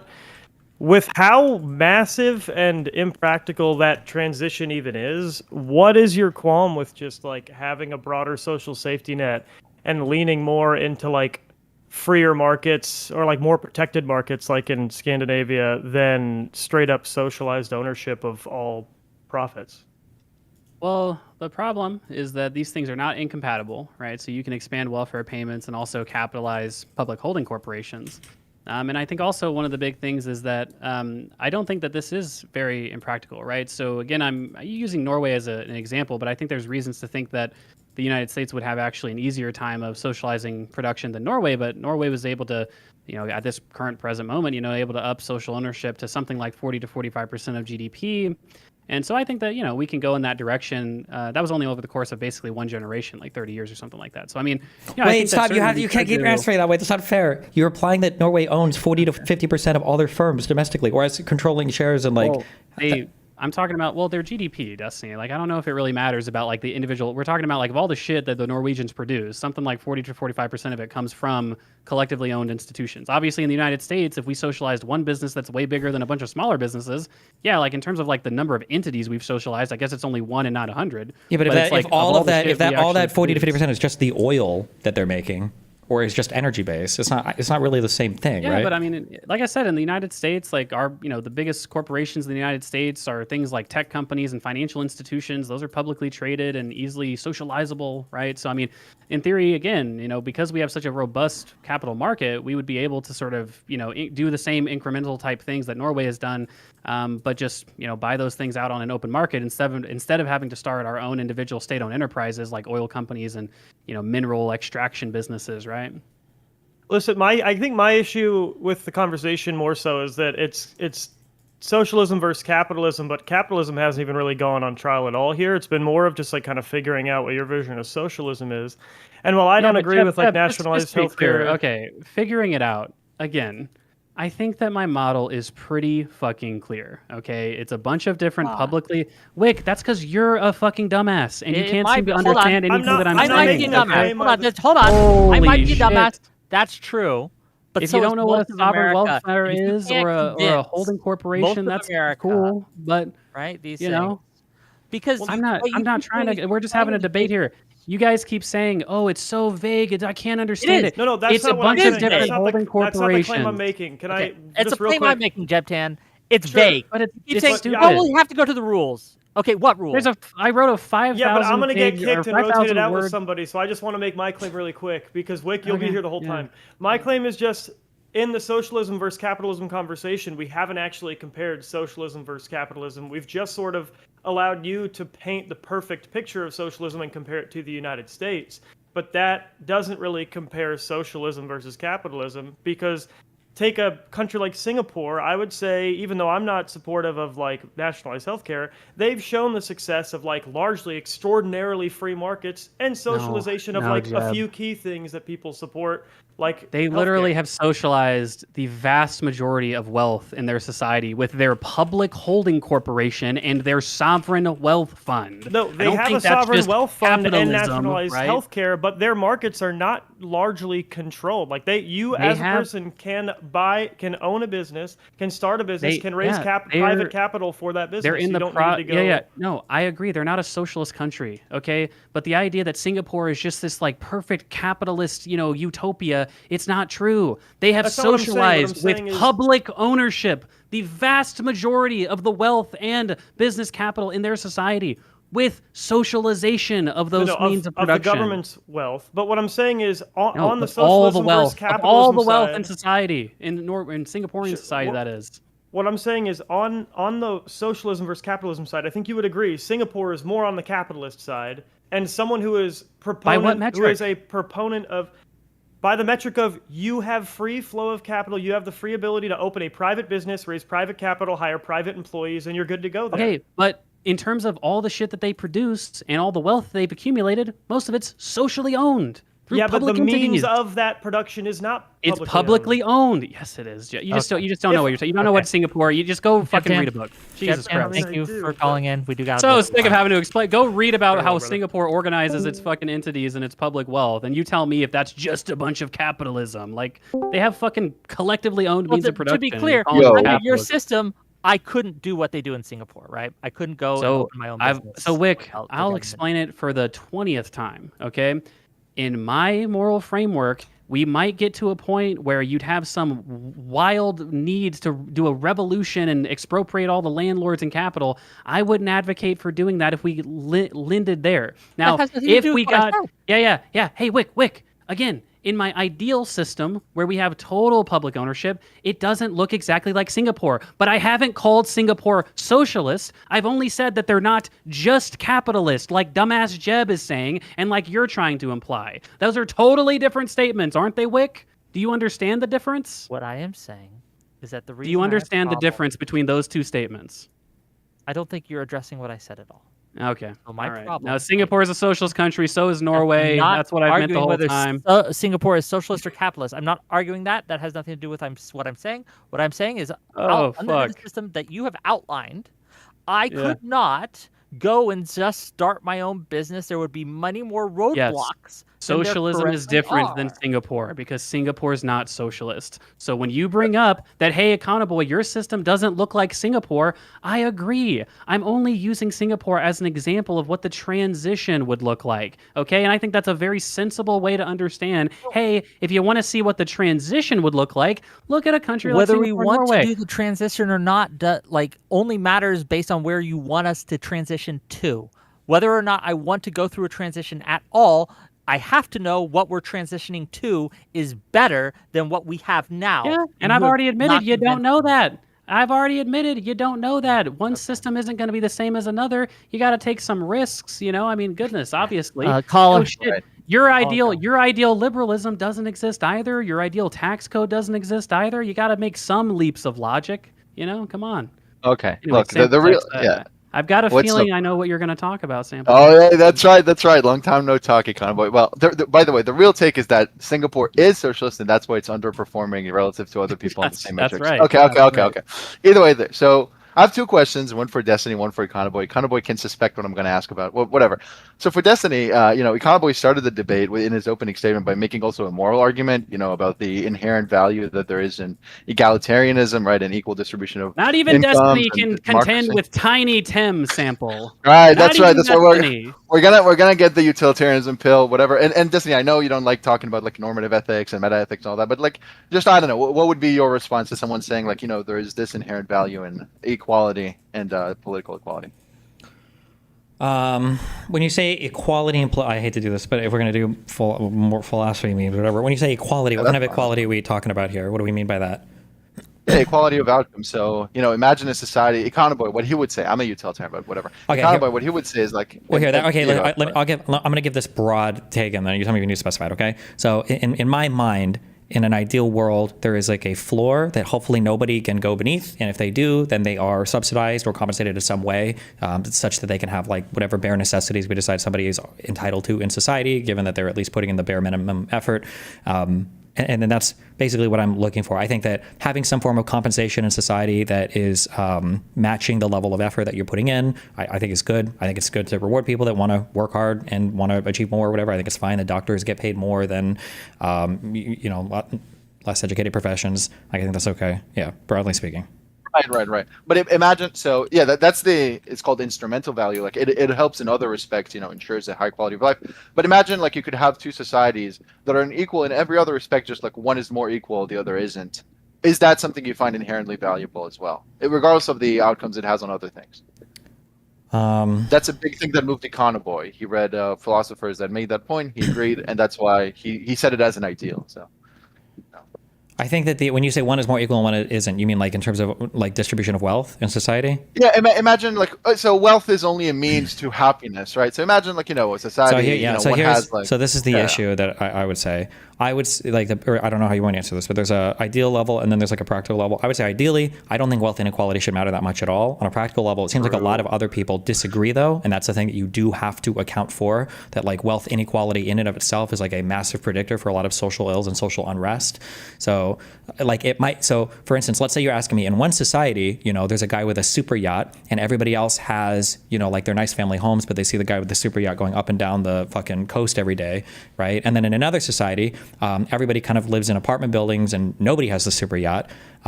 I would say, well, I think that the society where one guy has the super yacht and everybody else has homes is probably a better society, but it seems to be the case that most people in society actually prefer the one where everybody's in the same kind of situation. Right. So I don't know what the actual answer is to that. I guess we have to do something to address wealth inequality as much as we can, because the perception of it, if we can't change the perception of it, then you have to do something with it. Otherwise, you elect people like Donald Trump.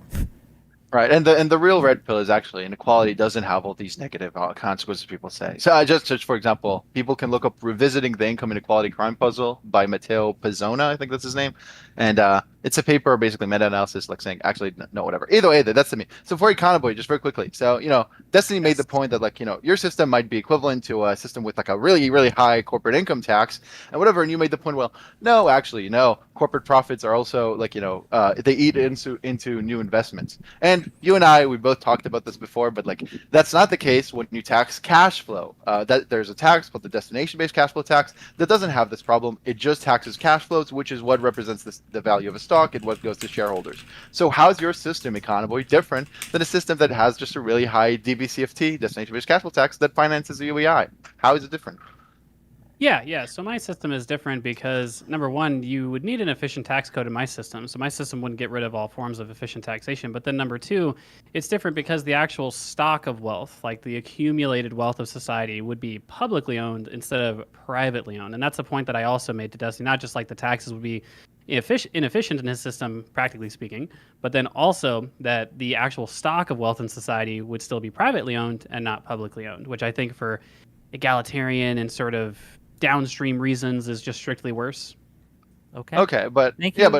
If you want to end it here, whatever. Wait, real quick. Wait, just add on this real quick. Like society, it doesn't really matter who owns the wealth, right? Like the wealth in and of itself, we don't really care about. It's more the fact that wealth begets more wealth and that it generates something. So we really care about like the profits generated by wealth, right? Yeah. And before I go, I'll just make the point that so you do own the wealth, quote unquote, but I said finance it with the UBI, so it's directly taking capital rents and horizontally distributing them equally to everyone with the UBI, right? So there is horizontal sharing here, but whatever, that's okay.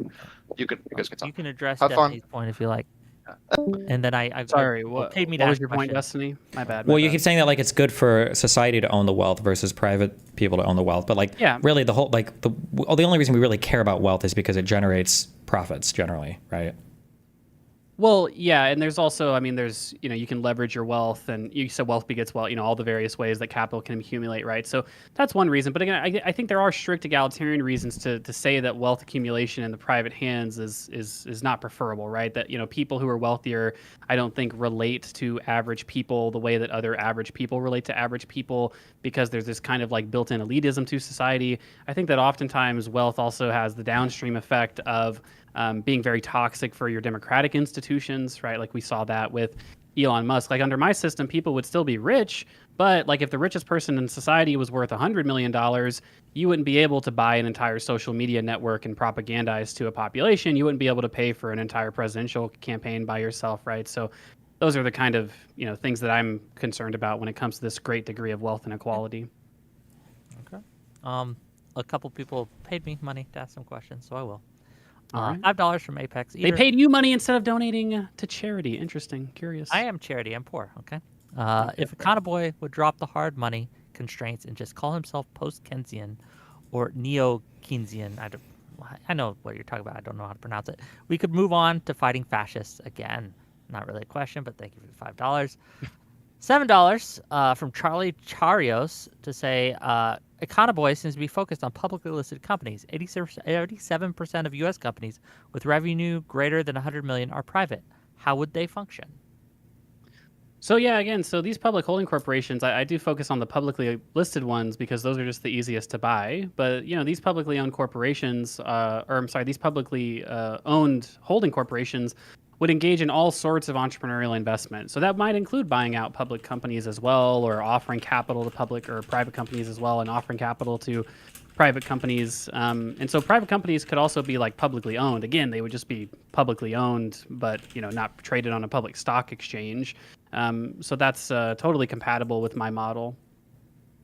Okay, £10. Yeah, and I was going to say it's also important to note that if the Fed has this distribution of financial accounts, right, where they explain this, and even though there's a lot more private companies, the actual value of those private companies is several orders of magnitude less than the value of public companies, which is kind of interesting to think about. £10 for Maze to say, ask Econoboi how he determines if a fund is good, and will the FAMA French 5 factor still hold in his system? Also, I believe active managed funds fail to beat the market 80% of the time. Yeah. So just because actively managed funds fail to beat the market doesn't mean that the process of active management is bad for capital allocation, right? So we would typically say that it's more allocatively efficient to have a competitive active process than to just have a much smaller minority of people doing substantially the same process. When it comes to your first question about how do you determine like which holding corporations are doing the best, well, it'd be similar to our current system where it would be like who's actually maximizing the value of their portfolio the best, who's returning the most capital to the shareholders, which would be the state. And that would be like the triggers for their performance-based compensation as well. To your third question about the 5-factor, I guess I just don't know what that is. So I'm not sure. French 5-factor? I'm not sure what that is either. So. You guys don't know about the Forma French 5? Oh my God. Yikes. Can't believe we had this I've been to debate. grad school, so My God. Just not sure. $10 from Lawson Harrison to say, Econoboi, my hatred of your ideal system is matched only by my love of you personally. $2 from Blaine's Escape Corner to say, sole prop doesn't mean one person, you could have workers. 30, some sort of currency, says, I foresee extreme brain drain in the future of this system. Skilled people. Wait, who said the sole proprietor doesn't mean you can have employees? How do you have a W-2 employee in a sole proprietor structure? Can you issue W-2s as an individual? I feel like don't you need an LLC for that? Yeah, I don't really think a sole proprietor. I don't think you would call like a guy who owns 100% of a small company like a sole proprietor. But maybe you would. Well, you own the company. So when I say sole proprietor, when I say sole proprietor, I mean like one guy doing a business, not one person owning a business. So but I think that was clear in the debate. So 30. This currency to say, I foresee extreme brain drain in the future of this system. Skilled people will just move to countries that will allow them to be paid more and hold capital. Yeah, I mean, again, in my system, more skilled employees are paid more than other people, right? So there is an open question as to like, and we talked about in the debate of like, how much does the prospect of capital ownership incentivize people to work and do productive things? And, I mean, there's only so much evidence to say one way or another, right? But I'll just say I like do this for free. Like I wouldn't hold these debates for free. Well, right, but I mean, obviously you might do it if you were just paid a lot of money by some other company to do it, right? So I mean, it's not necessarily the case that we wouldn't have like people do entrepreneurial investing just because they don't have the prospect of ownership. They would still have the prospect of performance-based pay and just like high pay scales in general. And so like that's to me, kind of a big thing. Again, like that's why I kind of ground my example in to a lot of the billionaires who tell their stories. They start out with like really a much smaller amount of capital, and like their original like that sort of like times zero entrepreneurial activity was done with a much smaller amount of capital than obviously the amount of capital that they've been able to accumulate on account of their ownership over time, right? So that's why I say like, hey, for a number of reasons, my system I think would in many respects be more entrepreneurial. Gotcha. 200 Norwegian crowns to say, here Wick, hope this helps with the headache. These are capitalist Norwegian crowns. Don't let anyone say different. Yes. $10 from Andrew Steele to say, socialism removes all personal incentive to perform better. That's the core problem. It throws away the incentive structure that works in the real world. People want to own their own stuff and time. We certainly didn't just have a 2-hour discussion of how I to a pretty specific degree incentivize people to do more and do productive things. But I guess if, what's the reading comprehension equivalent to watching videos? That this guy doesn't have good, like, I guess listening comprehension would be the word. I mean, just go back and watch the fucking VOD where, just go back and watch the VOD where I spoke just so much about how you incentivize people to do like entrepreneurial activity and like, why would people work more under your system? Well, because they get paid more. Like, what the fuck? Like, that seems like a pretty clear answer. So $5 from Noonian Star to say Econoboi has succeeded in renaming his bureaucratic capitalist pipe dream of his own as socialism. That's right. Capitalism is when my system where all the capital is publicly owned is just capitalism. Capitalism where everything's publicly owned is just capitalism. I hear this from so many really big-brained people. It's not socialism. It's just capitalism where everything's socially owned. That's a new one for me personally. Just make that one make sense, guys. Well, to make it make sense, the argument would be that there are workers who are producing a disproportionate amount of stuff and a disproportionate amount of their surplus values being taken by the state and redistributed to other workers. So it's more of a state capitalist model than a socialist model because you don't actually own your labor and you're alienated from it the same way you would be in a capitalist system, right? That's the Marxist conception of socialism. But again, the broadest umbrella of socialism is just collective ownership of the means of production. Look, ultimately, if you guys out there want to call my system capitalism, fine. But if you're not calling it bad, I don't really care that much about the label. Personally. True, but I would say just think it happens to be socialism. It's a collective ownership of the means of production. There is no collective ownership of the means of production, though, in your system, right? It's the government owns the means of production. Social ownership. But it's the government. It's a state-owned enterprise. SOE is a state-owned enterprise, not socially owned enterprise, right? So just because the state is managing it, just because you're outsourcing the management of that capital, doesn't mean you don't own it. Similar to how you mentioned how just because Vanguard is allocating your capital doesn't mean you don't own that capital. No, but I can sell my shares on Vanguard. I can't sell my shares in a state-owned enterprise. Yeah, but I just don't think that's a more meaningful. I don't think that's like a more meaningful way to understand like public ownership. And as well, when you talk about, I mean, we can say that, but I'm just saying that like if you had a doctor working at a place, he's producing a great deal more of his surplus values being taken from him, right? Exploited, and then it's being given to the state that's then redistributing it to it. So he's still alienated from his labor. He still doesn't have the ownership of the goods and services he's producing for society. Right. Yeah. If you have a Marxist conception of socialism or just like this kind of like labor theory of value kind of conception of socialism, then of course my system is not socialism. But again, like I just think it's kind of brain dead to say like my system is just capitalism when my system has essentially entirely collectively owned means of production, right? I think that's at least at the very least we could say that to the extent that a socialist system is the decommodification of labor and socialization of ownership, my system is at least a socialist project, a socialist step in the socialist direction. Well, but you say decommodification of labor, but labor is still just as commodified. You said you would pay different people different amounts based on the work they do, right? It's definitionally commodification. Right. But again, like to the extent that you need social ownership and decommodification, at least the social ownership part is a step towards socialism. I guess, but you don't have social ownership. It's just state-owned enterprises. There's no social ownership. It's just owned by the state.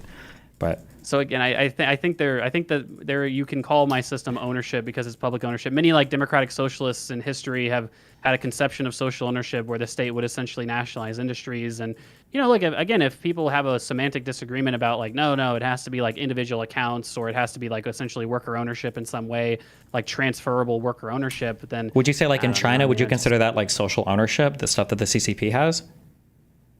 Well, that's what I would call state ownership because they don't have a democratic system, right? So, I mean, in terms of how you're accessing the wealth, it's hard to say that the average Chinese person has meaningful access to public wealth because they literally don't. Like, they don't vote on what to do with public wealth. But in a democratic system, you do vote. Like, you vote on no, because it wouldn't be voted. Wealth. It would be dealt with by the technocrats that are managing the holding companies, right? So that's my recommendation for how to manage public wealth. But obviously, society at large is determining how to manage it. So similarly to how, again, if I say I want my wealth to be managed in a passive way, or I want my wealth to be managed by some other firm doing the actual allocation, that doesn't mean I don't own it, right? So I think that the democratic nature of my ownership is what makes it like social ownership relative to China. You've made the point about individual accounts being a big difference, but I don't happen to think that that's that big of a difference personally. Okay. $5 from Metal Rules to say, Econoboi, you gave the Norway example, but their sovereign fund is barred from investing in their domestic companies. But you want to do the opposite here? You're right. We didn't talk about that in this discussion. We never talked about that. That wasn't a thing that we brought up. I'm reading the No, I know. I've only answered 100 questions the same way 100 times. So I do understand. They have two different sovereign wealth funds. One of them is invested in the domestic economy, which is several times small. It's like 5 or 6 times smaller than the other one that's the big boy, also known as the oil fund, which is invested in foreign capital. So I'll repeat myself, okay? And Wick, you're making me do this because your goddamn audience member didn't hear me the first time, okay? I happen to think that the U.S., because it has a much bigger financialization of capital and financial market, would have an easier time using a sovereign wealth fund to establish social ownership because so many more valuable domestically owned companies are traded on the U.S. stock exchange. The Oslo Stock Exchange is very small because it's literally just a very, very small, not very diversified economy, right? So, that's the answer again. Go back and watch it a second time if you want.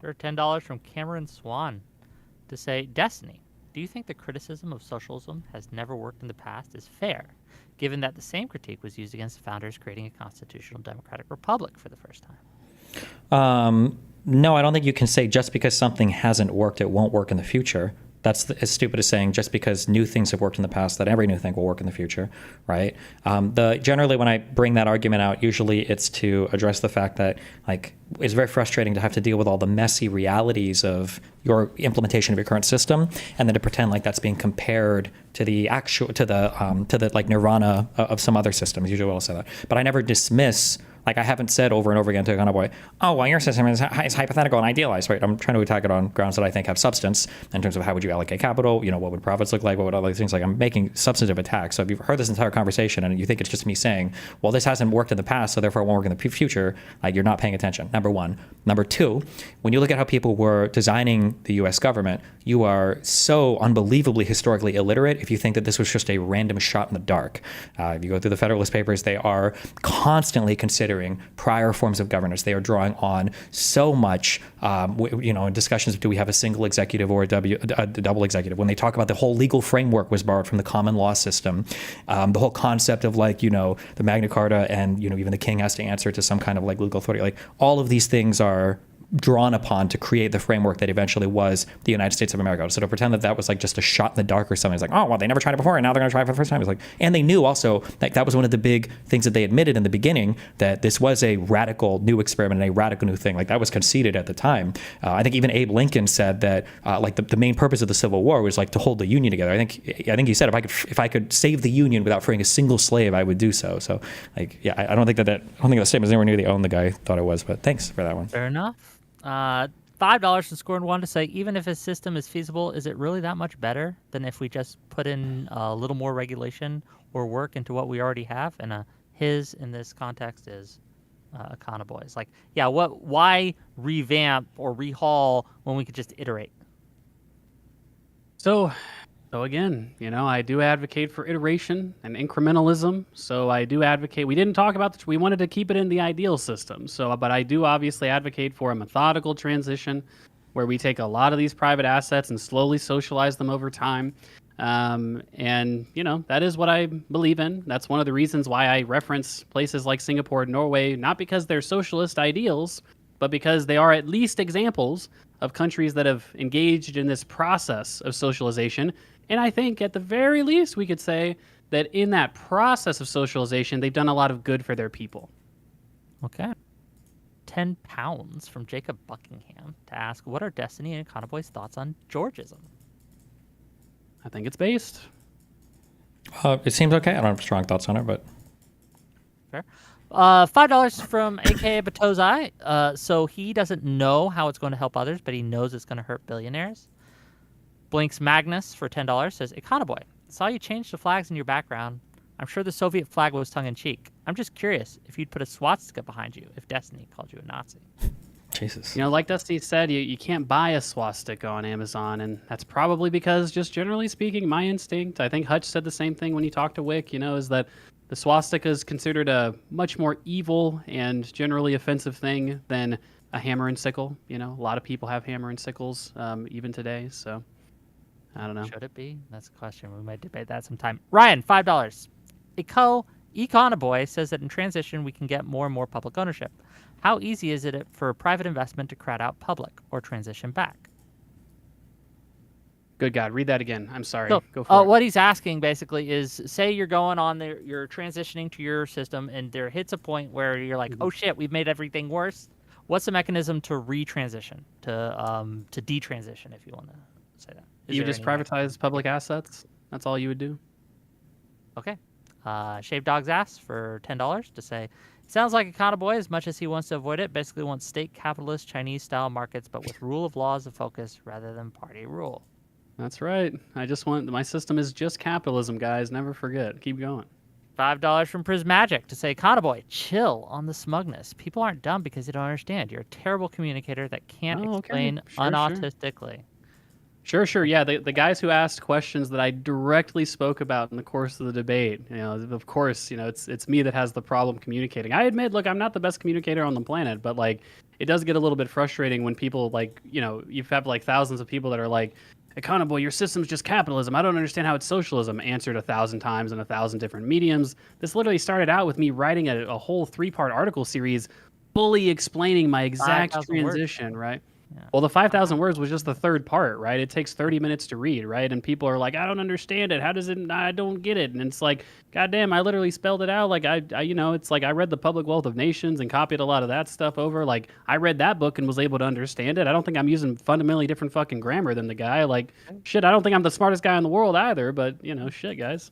$5 from Blaine's Escape Corner to say, do you think if you keep answering the same questions with the same answers, you might suck at answering?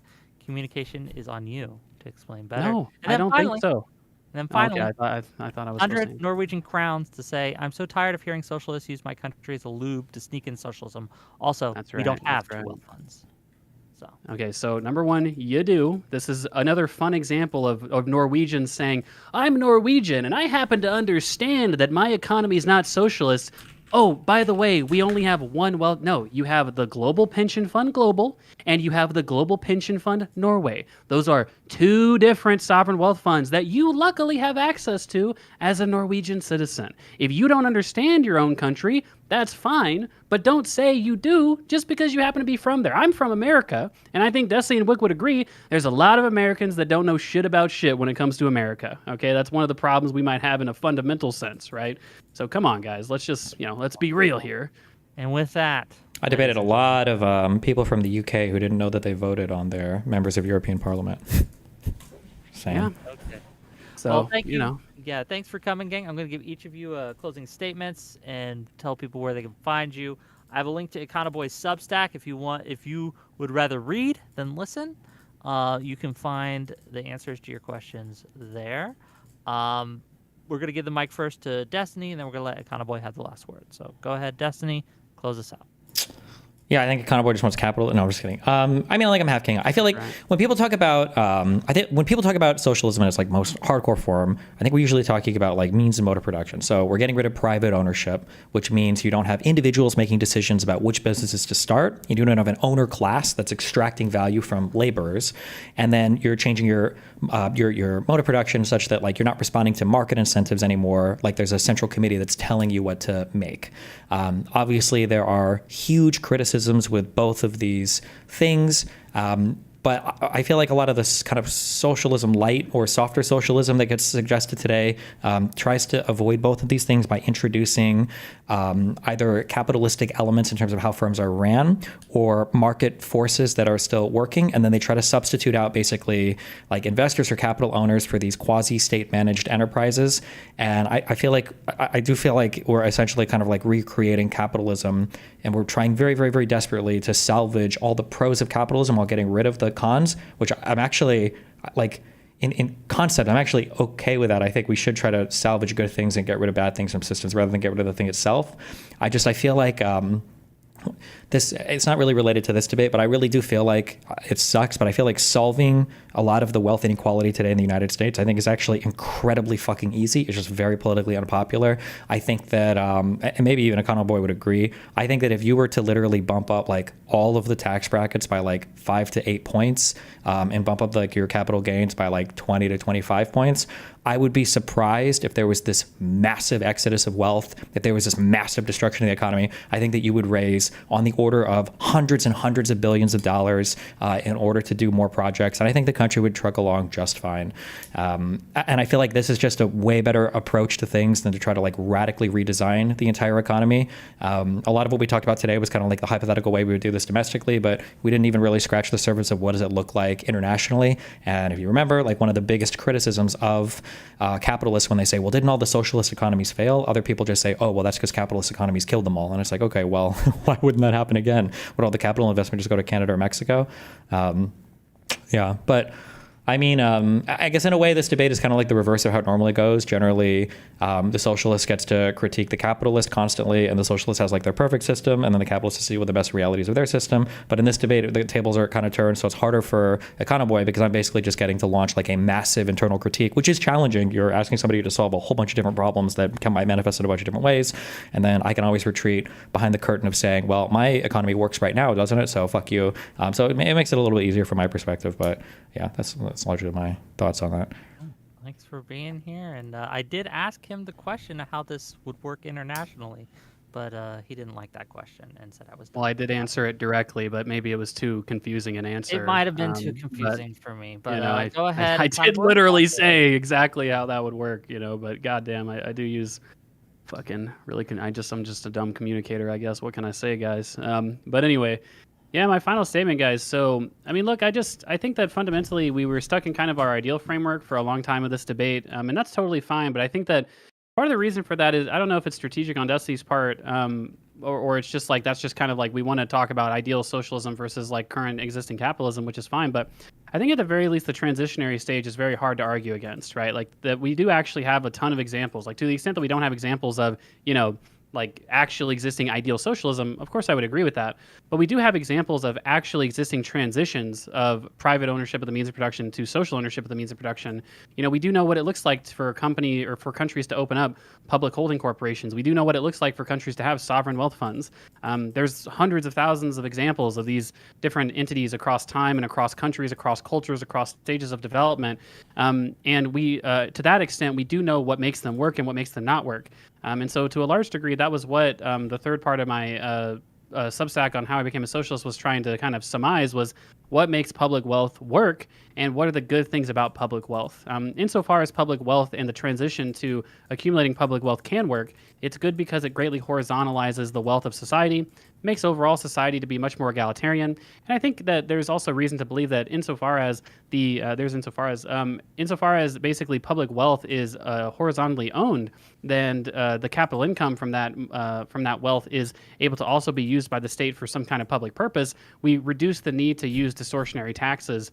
And I think that that's a reason that especially at the very, very, very least that in transition to our system, ideal social ownership, we would absolutely prefer the transition to just what we currently have now. Because what we currently have now is a system that is radically unequal, is I think radically unfair in many ways. And at the very least, if we just started accumulating some level of public wealth, similar to how these other societies that I've referenced have done, then that's to the extent that our system would be some level better than it is now. And although, like Destiny said, it's hard to defend like an unrealized ideal, I think it's very, very easy to defend at least a radical transitionary process to where we get to some like very high level of public ownership to where maybe we end up hitting that kind of upper limit. And apologies for, I guess, being smug and being an asshole at some parts of this debate. It is a little frustrating to get asked the same question basically 1,000 times and to have answered that question within the very same conversation and then to be asked again that very same question. I don't claim to be the best communicator, but I mean, when I talk to just people in my personal life and when I talk to people, just generally speaking, it just, I don't know, like it just seems like this is kind of an understandable thing. And it's hard for, I guess, everyone to understand it. And I'm not saying people that don't understand it are just like stupid, but I guess to some degree it is just like difficult to wrap your head around what kind of a radical transition of our economy would look like. And so just try to read the words that I write and hear the words that I say and try to, you know, reconcile that with our current system and come up with critiques yourself, you know, to try and kind of refine what you imagine a good economic system would look like. Okay. With that, we're going to let you guys go. I am still going to stream for a little bit. I have some thoughts of my own, but thank you again for coming, Destiny and Econoboi, and I hope to see you again in the future. Have a great day. All right, bye, guys. Can we? Am I allowed to stick around? If you want to, did you have some closing thoughts? Well, what do you think? No, I'll just stick around. I'll hang out because he left. I don't want to get my closing thoughts. He accused me of being strategic. Like that triggered me a little bit. He accused me of being strategic. I feel like I tried very hard to be charitable and understanding, but much more than I did. Okay. I mean, I feel like I was being gaslit. Like I answered that question. Did you though? Like we talked about I did ask like how would your system interact with the international markets? And he said, well, one of the internal critiques of my system is that it doesn't really have an answer for that. And then in the closing statement there, he's like, well, I answered your question already. Well, yeah, you answered that there was no answer. It felt like I was chasing a constantly moving target. And whenever I tried to pin him down on a specific, he'd hand wave it. He literally would hand wave it away and say, well, no, the rules system would just take care of that. Okay, but how? And in what matter? I don't know. I was very frustrated through that whole conversation. I was going kind of crazy, but that's me, buddy. That's me. I don't know how you felt. Yeah, I think maybe that we're working off of a couple of different sets of assumptions, maybe, and then because of those different sets of assumptions, like I feel like I'm not getting an answer to some things, but maybe he feels like it's kind of baked in. Like if I'm like if I was talking to somebody and I'm like, what kind of computer should I buy? And they only list me like Intel computers, and I'm like, what about this one, this AMD one? And they're like, no. And I ask them over and over again, like, what's wrong with this? Like, well, the processor's not whatever, but they're like fundamentally they just like hate AMD or they like Intel or whatever. And I feel like there was some fundamental thing that maybe we just disagree on, that we didn't get to that fundamental thing, I guess. And if banks are owned by the holding companies, but the way that the holding companies will get their initial loans is through the banks, I don't know. I do think though, right, that you, and this is a critique I have for you, that you, I think, downplayed the influence that politics would play into these holding corporations.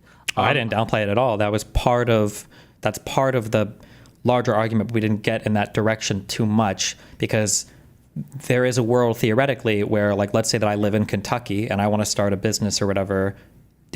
How are we appointing these boards of technocrats that are doing the investment? Like, are we going to start to have like basically segregated states? Because you run into if you want to do things democratically, one of the big challenges in the United States and in every country, right, is how are you democratic without running into the tyranny of the majority? And then you would have to ask the same question here with your holding corporations. Like, we want to democratically, in some ways, allocate money, but we also don't want to fall into like tyranny of the majority, where we're voting away or not investing in minority businesses. But that's a whole separate line of argumentation. But yeah, a lot of these things theoretically could be captured by bad political interests, I think. Yeah, it's possible.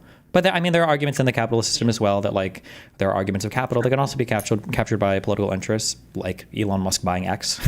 But yeah, no, I agree with you. That is true. Actually, no, I shouldn't make those equivalent. The only thing I get irritated about is, like, I can admit that in a capitalist system, there are definitely ways where private interests can influence the country in ways that I think are not good. But sometimes it feels like they think it'll solve so many problems on the socialist side. It's like, well, there are other ways that different interests can be captured in the socialist system that might be more pernicious than in the capitalist system. Yeah.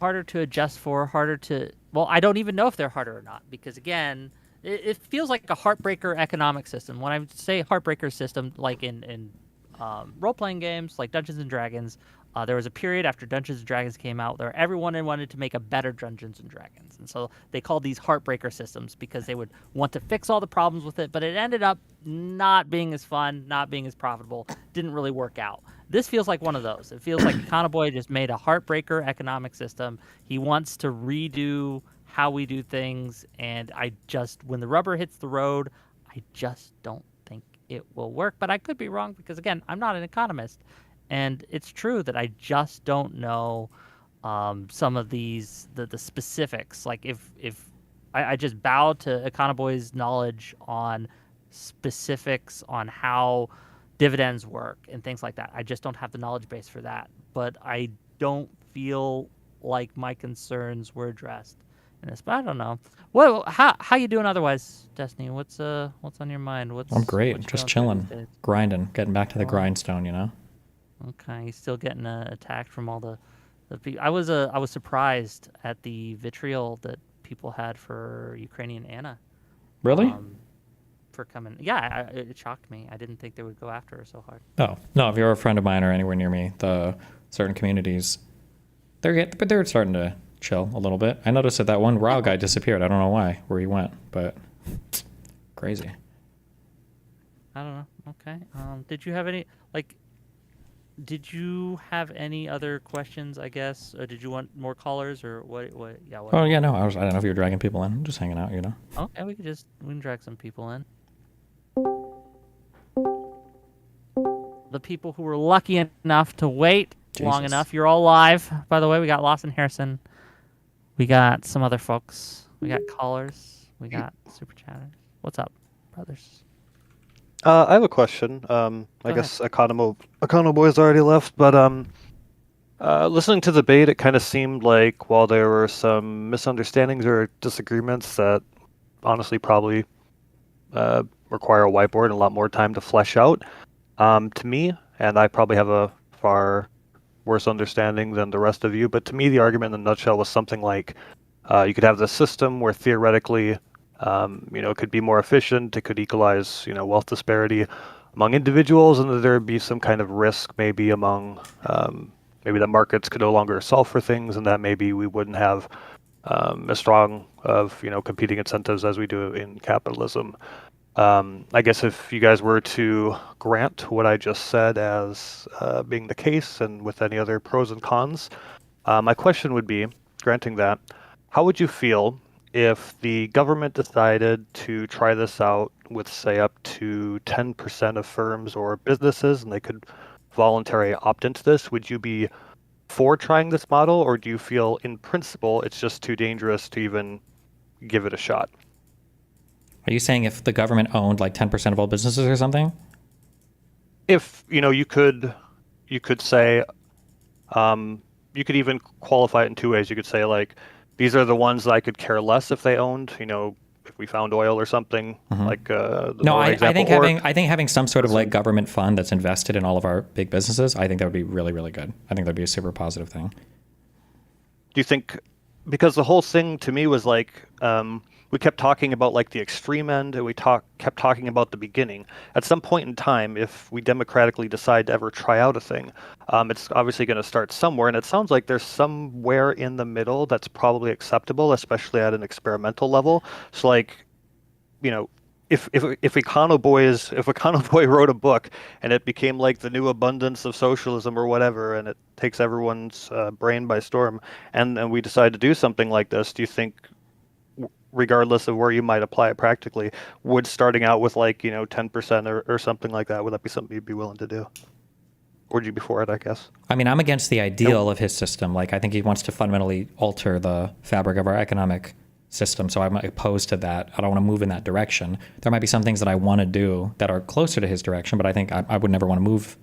Like, if I'm moving in that direction, it's just because I'm moving towards an idealized version of what I want, and it happens to be in the trajectory of where he's pointed to, but it's it's different, if that makes sense. So do you feel like the experiment would be just too dangerous to even perform, sort of like almost a Manhattan Project of economics, or do you feel like, hey, what's the harm in trying this with, say 10% of things? Or the problem is not like it's hard to try it with 10%, because the thing we're really talking about is the control of the company, and 10% doesn't really give you like control. It's when you get that 51% where they're starting to make decisions about who to invest in and what. Like, that's where your huge transformative stuff happens, I think. Although, I mean, to be interested to see it, I guess try it on like a state level. I think you're not saying 10% of a company. You're saying 10% of all companies. I'm saying 10% of 100% of these 10% of all of our companies. 10% of companies will be 100% owned. Yeah, that's correct. That's what it's like a test model to see how it goes.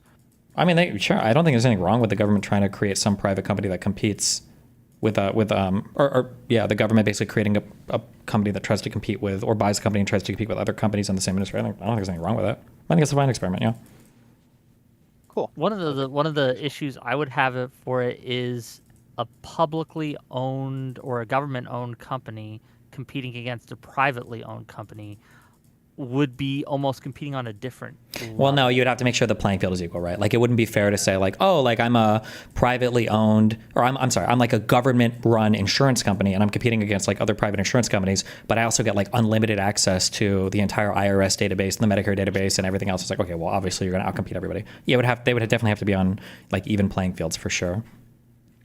Certainly. It's but yeah, in concept and theory, sure, why not? Mm-hmm. Okay. Yeah, I think my thing is what do you like got for us, sir. I think the conversation is barely even worth having. Like, I see him like the man. I really just don't like him. I've had a few conversations with him. By who?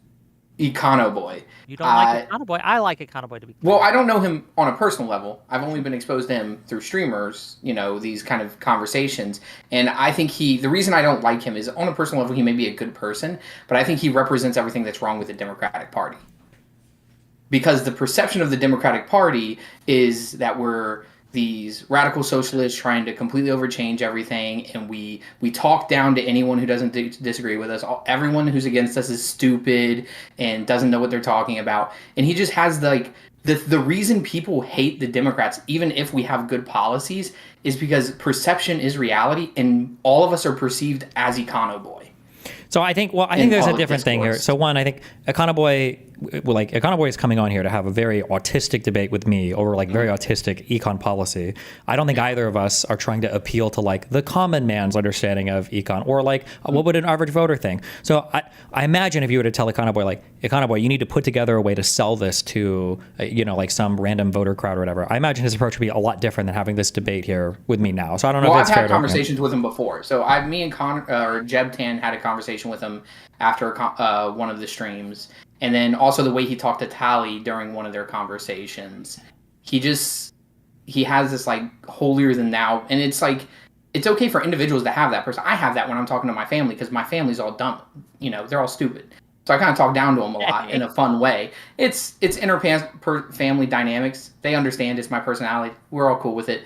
But like, you can't be doing that like as a political streamer. Like if I was doing political streaming and influencing, like when he's on Live and Learn and all that stuff, I just feel like they're the perception. Like they're the people who me and Wick get lumped into. And like his refusal to understand like how to communicate. I feel like he doesn't know how to communicate with the average voter because I've never seen him. I guess you've seen an example. I've never seen an example of him. Sure. I mean, I would just say the way that I say it, when I look at like media spaces, I think there's a lot of different spaces that could be filled by different people. Like I'm sure I know for a fact that there are tons of people that are massively turned off by things that I say.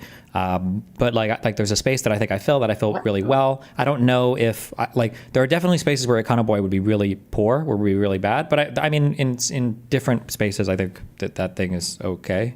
I guess like as part of like Live and Learn, I feel like they generally like all kind of get along and like chill with each other. I don't know if people come away from that show thinking like, God, this Econoboi is such a smug fucking piece of shit here, Probably not as a whole because their audience is their audience. But I'm saying like it's not necessarily his actions are the problem. I think the problem is he's our perception. So one of the problems I have with this kind of trying to gauge whether or not the Live and Learn crew are actually turning people off or not is that the people who I hear primarily from that do not like Josiah or Pisco or Hutch or whatever, or Econoboi for that matter, they're Republicans. They're MAGA, right? They're not going to like them, not because of how they come off, but just because they're Democrats and just because they're just because they're liberal or liberal adjacent, and they're advocating for things that are anti-Trump and anti-MAGA and anti-Republican. And so it's hard for me to know how much of that is from demeanor and how much of that is simply from they're just wildly different political parties and things like that. Yeah, so really usually when I'm not looking at like the Republicans. I don't, I don't care what my family down in Tennessee says or my family in Kentucky. They, except for we do vote Andy Bashir. It's kind of weird. They're all Republicans that vote Andy Bashir, but it is what it is. But what I'm looking at is like the moderates, because I think you and I agree. I don't know if Destiny agrees or anyone else that like the moderates, the apoliticals, like the normies who aren't online in these conversations are who really kind of win elections. Turning out your base is important, but in reality, like whoever gets the moderates to either anti-vote or vote, whichever way, usually is going to be the deciding factor. Well, I agree that's kind of true. I think we just have to be careful about who the moderates are because different people have very different concepts of this. Because like online, moderates are like the far left says that the moderates are like all Nazis, but then the people who call themselves moderates are almost actually like far right people. I kind of understand. I feel like there's a huge moderate left, like center left coalition of voters that can be turned out. Again, like Biden got the most votes of any president in all of U.S. history in 2020. I don't think that was done by appealing to socialists necessarily. Like there's a lot of moderate voters out there that aren't like the moderate right or Republicans, Well, one of the reasons that Biden won the primary and went on to win the election is because people were tired of what they felt as the extremism of Trump won, right? They didn't like how he was handling things. They didn't like his handling of COVID, obviously. They didn't like his handling of all sorts of different parts of how he presented himself and how MAGA specifically were going out. One of the things that we did in 2022, for example, the DNC, when I say we, the DNC propped up the campaigns of the most hateful, extremist MAGA people that they could for their primary campaigns. They wanted those people to win because we understood, right, that the public in the general election would punish that behavior. They don't like that shit, right, in general. And so I think that one of the frustrations I have sometimes with you, Destiny, is that you are copying that behavior that lost them the 2022 election, and you're saying, well, Trump does it now, so that means it's okay and the public's okay with it. When I think we have direct evidence, at least as early as 2 to 3 years ago, it just didn't work, and I don't think we've changed that much in the 2 to 3 years time. I mean, Trump won in 2024, didn't he? Barely, and only after we pushed out our incumbent 3 months before the election, right? There was so much other stuff around that election that it would be to say that Trump won because he was mean is just, it's... Well, do you think Biden would have won if we didn't push him out? I kind of do. I kind of do. So, but that's so here's where I go back. So right? Here's where I go back to the perception of the left is the problem, because the perception of Democrats, anyone left of center, is that we're all radical leftists. Like the radical, somehow the majority of our party isn't the radical leftist, but we get labeled as a radical leftist. And then on the right, the majority of their party is the MAGA right, but they don't get labeled as the MAGA right.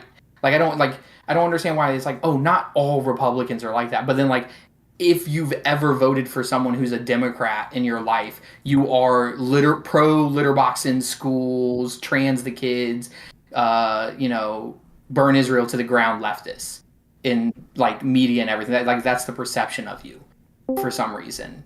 And and so Biden and Kamala, they didn't turn on the moderates. And I don't think the lefties didn't vote for him because the lefties don't vote, the radical lefties. And the perception of Kamala was that she was these radical leftists. And I don't know how to beat that because she definitely wasn't. But Biden, no one was going to vote for an old, the moderates were saying the old dude problem, So I know a lot of people in Pennsylvania, I know this is anecdotal, but a lot of people in Pennsylvania looked at what happened with Biden and Kamala, and they're like, well, you know what?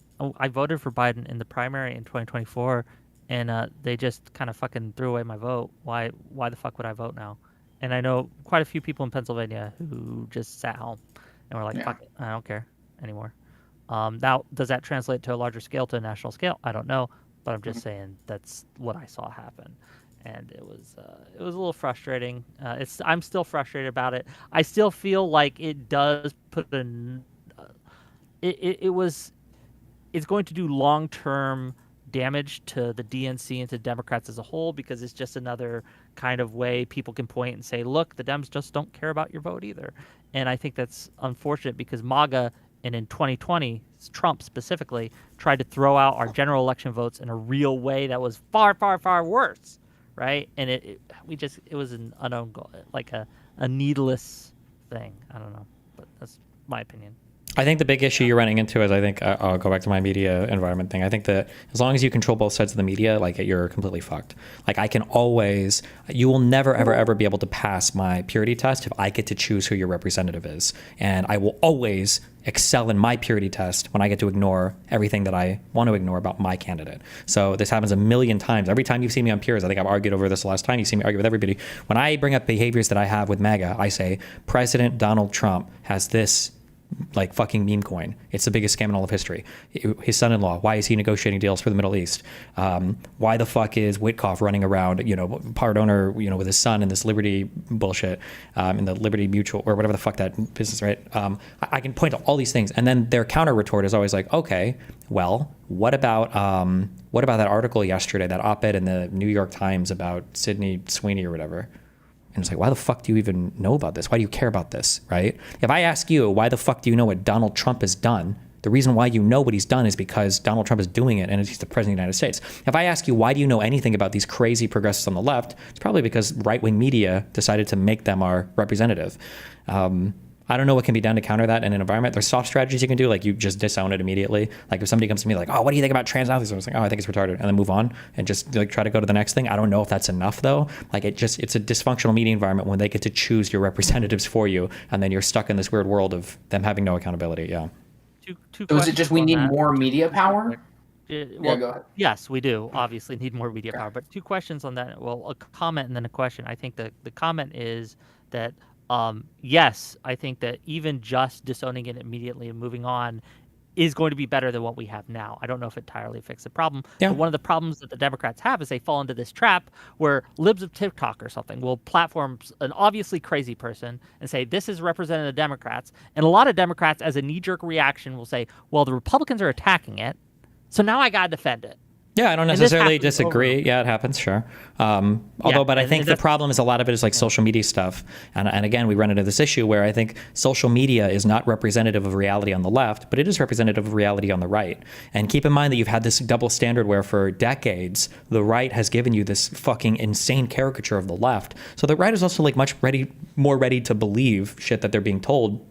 Whereas on the left, it's kind of harder to lie about their figures or exaggerate as much. Like how much, again, like you point to all of the sessions with Ezra Klein, the struggle sessions with Ezra Klein, with me and other people, with Brian Tyler, with everyone else, where it's like, guys, what can we do better? What can we do for the next election? Like we got to reflect. We need to introspect. We need to figure out why we didn't connect with the average voter.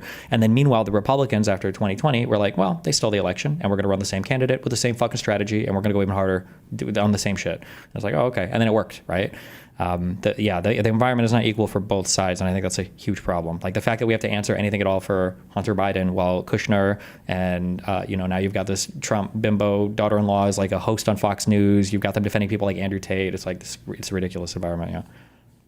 Could you imagine if Hunter Biden was like a host on CNN? Yeah, they'd lose their fucking minds. Yeah. I do want to get some more other people in here and give a chance for some of the other callers to kind of get in. Oh yeah, cool. I gotta go put my kids to bed anyways, so I'll see you around. You can stay if you want. Pineapple and Lawson, you haven't spoken yet, so go ahead, Pineapple, then go ahead, Lawson. Listen, at the risk of triggering the hell out of Destiny for being a fucking Brit bonger involved in American politics and been interested in whatever the fuck you guys are on about, so it seems to be the case that I sort of agree with everything you're saying, Stephen, about like the media environment is super toxic and it's an unwinnable scenario, but sort of vaguely beyond more like we need more media power. What is your prescription? I understand the like there needs to be like a strong democratic liberal platform that politicians are not ashamed to defend. So for instance, it sounds bad, but like there needed to be more vocal pushback against a lot of the retarded ACAB shit as part of the BLM riots, because behind the scenes, Democratic politicians were furious. So they were getting destroyed in elections over a lot of this defund the police bullshit, but they won't say anything publicly about it. And I understand why they won't, is because they feel like they're going to be eviscerated by the rest of the party. But you have to have people that believe in strong democratic values, and I should say Democratic Party values need to be willing to stand more affirmatively on those. Newsom is starting to do it, finally. I think the lawmakers that fled Texas are doing it, where it's like, okay, well, we're going to fight with everything we have at this point.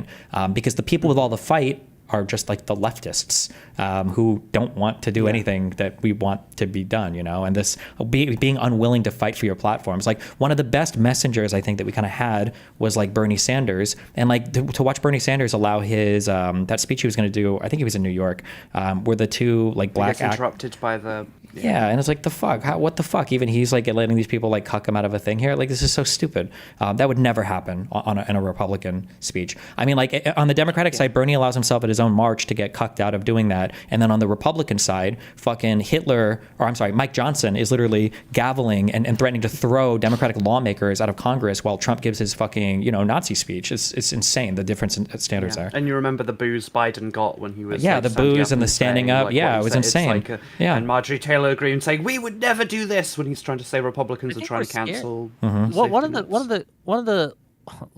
the criticisms that I actually do agree with leftists on and the right wing on when it comes to Democrats is Democrats are cowards in a lot of cases. Liberals have been cowardly. We've been too cowardly to say no to certain people, to certain groups, because we worried without this group we're going to lose the election. And I don't know if it's necessarily cowardly though. I think that like there are, unfortunately for better or for worse, like there are different standards. We just kind of have to address it. Like I feel like the whole MAGA movement has had like a Homelander moment. Do you remember? Did you watch The Boys? Do you remember when he lasers that one dude in the crowd and everybody starts clapping? Yes. Like that was the Trump 2016 moment where conservatives were like, grab him by the pussy. We fucking hate veterans now and everything else. And they were like, oh shit. Yeah. I think you could do that like. too, but here, let me give you this. Sorry, let me yeah, give there you you this example, right? So I'm going to give you the classic example where it worked in the 90s, and then I'm going to get to give you the example where I think it could work today, right? So in the 90s, Bill Clinton had a sister soldier moment. Are you familiar with this at all? Nope. Do you know what happened? Okay, so sister soldier moment. They had this reading coalition where I think it was one of the black leaders at the time, Jesse Jackson, I think it was holding this thing. He was going up for election, so he hadn't been elected yet. He was running for election, and there was a rapper at the time called Sister Souljah. Okay, and Sister Souljah had made some very disparaging comments about white people, like white people are all evil, et cetera, et cetera, et cetera. And she was present at this coalition. Bill Clinton got up and basically made an example out of her and excoriated her and said, "No, you're not part of what we want to do here." He used much more political language, but he's basically like, "Fuck off." And this was a very powerful tool to keep the right from being able to paint him as a far leftist, and it really inoculated him from a lot of those criticisms. And he went on to win the election. He won the next election, and I think that this was one of the reasons that he was able to be so successful. We need that today. We need our Sister Soldier moment. We need a place where we can bring on. Here, if Kamala had gone on Hassan's podcast, okay, sat down, listened to him, and then at the end of it says, "Nah, you're just an anti-Semitic fuck, get the fuck out of here," I think Kamala would have got so much credit, would have had the crowd clapping like in the Homeland moment, 400 electoral votes. That would be what we need to do. One of the things that people criticize Kamala for, and what I criticized Kamala for, was she really was scared to kind of pick a side, whether it be centrist or full leftist, and she tried to appease both sides, and that didn't work. She just needed to make an example of one side or the other. Yeah, I don't necessarily disagree per se, but there's a lot more that's going on in the background when that happens as well, right? Like people from healthy, wealthy families can take so many more risks in life because they know that their family is always there to back them. Conservatives can come out and be as unhinged as possible because they always have the rest of the conservative movement there to catch them if they fall. They don't even fall. Like if they fall, they'll pretend to fall next to them. This actually literally happened. Do you remember when Trump was walking up the stairs and he had a little thing tumble and Rubio did it right after him? Literally exactly happened in a physical sense. Whereas on the Democratic side, you saw it happen a little bit with Newsom. Newsom gave the most tepid disavowal. I don't want to say disavowal. He gave the most tepid criticism of the trans athlete stuff. And he still had articles, I think on New York Times and WAPO, he had articles attacking him saying that he was being mean to trans people, basically. And when we really need stronger disavowal than even what Newsom was willing to give for some of these insane people. I agree that it needs to happen for sure. I just think that there's a lot of people who, it's like trying to diet and somebody has a thyroid issue or whatever, and they're trying all these different things over and over and over again. It's this other thing has to be brought in line. We have to have this other thing because we're identifying so many things that the conservatives are doing well, but it's all really proxying this other thing, which is this top-down media, political, citizen model of everybody's repeating the same message, and that's why they can do so many things. We talk about flood the zone as an example. The only reason they can flood the zone is because when one person turns on their sink, every other person turns on their sink too. Whereas on the Democratic side, okay, let's flood the zone. What are we going to do? Let's do this. And then you put out a story, and then immediately everybody else in the Democratic media is like, okay, fuck. Well, should we disagree with them so that we are holier than thou to prove that we're one of the good liberals? And it's just we're fucked on that. Yeah. It is. There's incentives to attack Democrats for Democrats to attack each other that don't exist on the other side. I will agree. Yeah. Right. You can get so much credit for saying I'm not like those other Democrats versus someone who's MAGA or on the right. If they don't toe the line, the voters punish them immensely. In certain ways, yeah. On their side. Go ahead, Pineapple, please. Do you have any sort of fear of so for example with the trans issue, obviously in my country we have this hilarious and wonderful thing that makes me want to jump off a bridge where recently, because of some really stupid actions by the Scottish Prime Minister, the Scottish Supreme Court ruled that trans women aren't real women effectively. It's so good. And as a result of this, because I live on Turf Island, basically, despite Keir Starmer in I can't remember if it's like 2021 or earlier, making statements about how trans people are like some of the most victimized and like vulnerable people in our society, because of the trans issue, sort of more generally, and because of the optics, and trying to sanitize himself as Prime Minister of the Turf Island. He said, "I'm really glad the Supreme Court could lend like wisdom or lend their like authority on this like complicated issue or something." And for me personally, as somebody who has a lot of trans friends who is super passionate about LGBT issues, I'm definitely not progressive in a bunch of other ways, but this is like a niche where I am very like, no, we really need to be doing more than we are. It is a huge turn-off for me specifically. Do we worry that like, obviously I think the Conservatives might be right when they say that trans sports, especially in extreme examples of like adults, is like a 90-10 issue, but like, are we a little bit worried about people misjudging that and like turning off the like liberal voter base to a high degree, trying to thread this needle?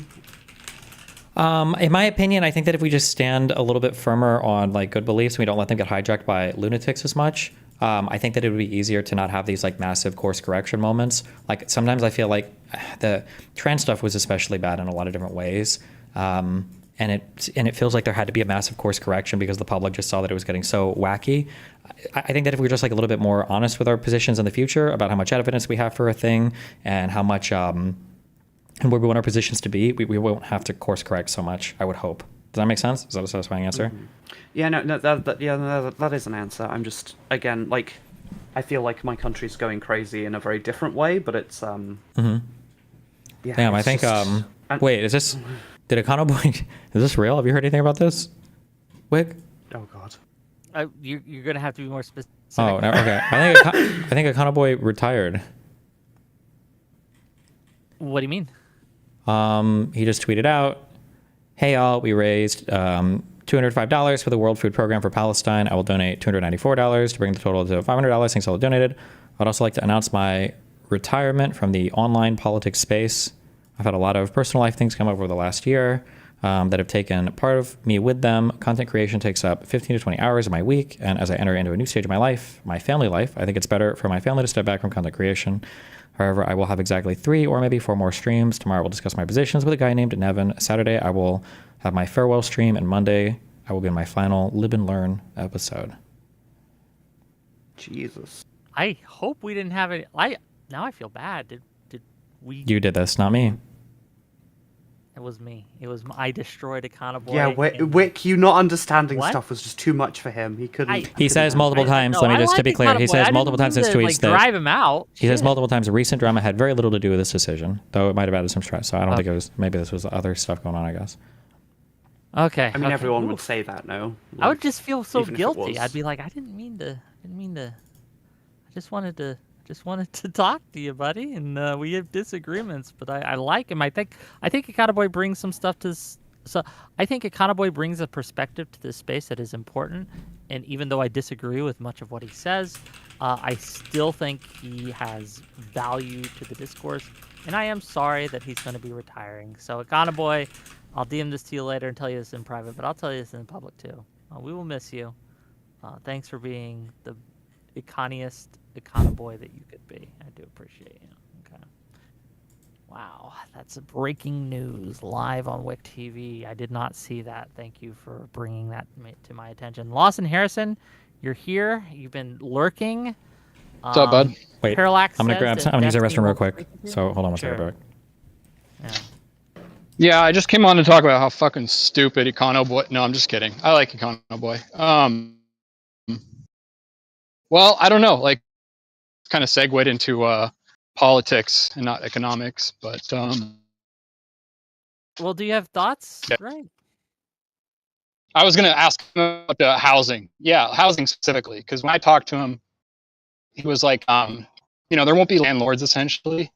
I think that's a big hurdle to get over, and I do agree that like he won't say this. I'll say it for him.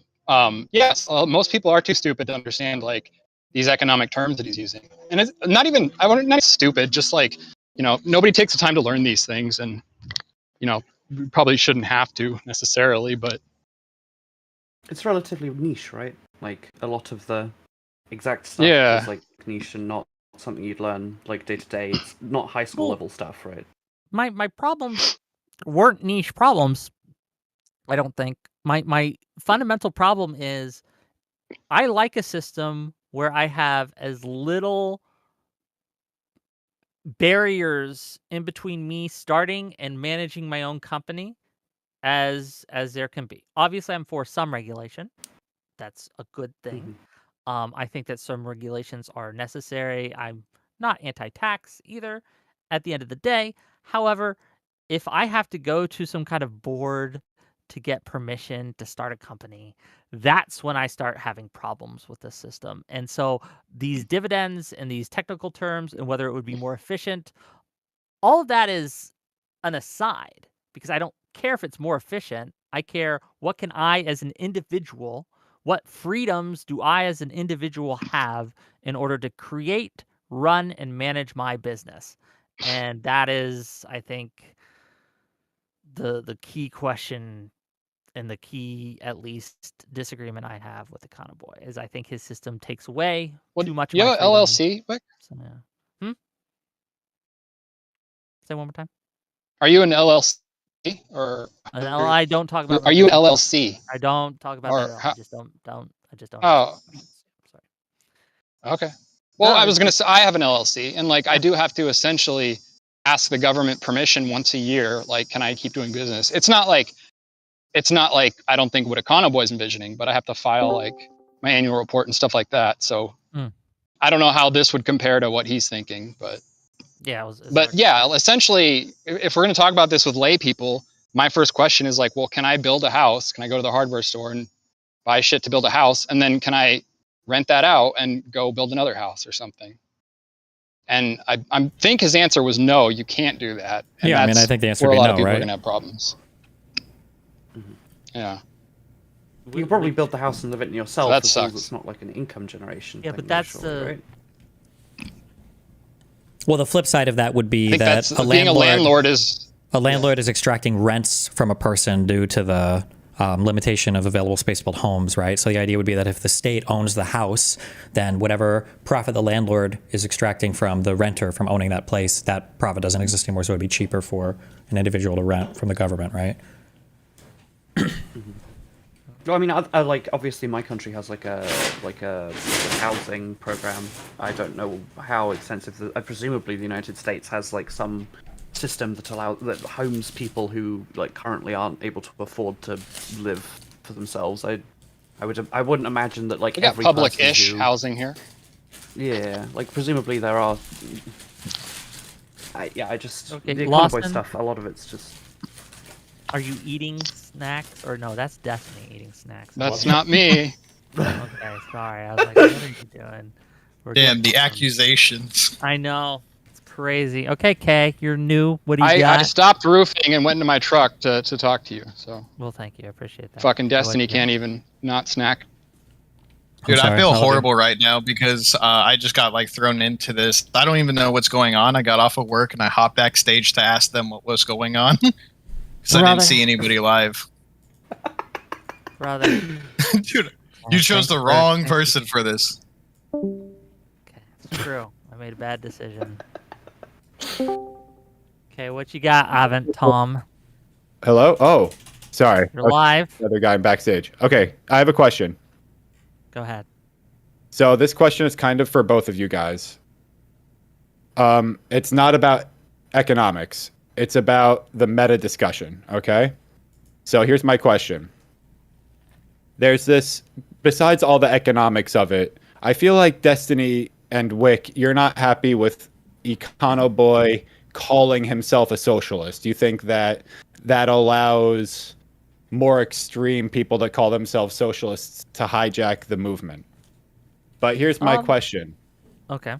So here's my question. I don't know if you disagree with that framing, you can say so. But my question is, to what extent does liberal-leaning leftists calling themselves socialists allow more extremists to hijack the movement versus how much does it start to reclaim the word for a more liberal meaning, kind of like, was done with the N-word in the black community. So I'll answer real quickly. I don't think that there's much value in reclaiming the word socialist. I think that the fact that people don't view communism specifically, but socialism in a softer sense, as bad as these other kind of things. Like the fact that you can't buy a Nazi flag on Amazon, but you can buy the North Korean flag on Amazon is weird.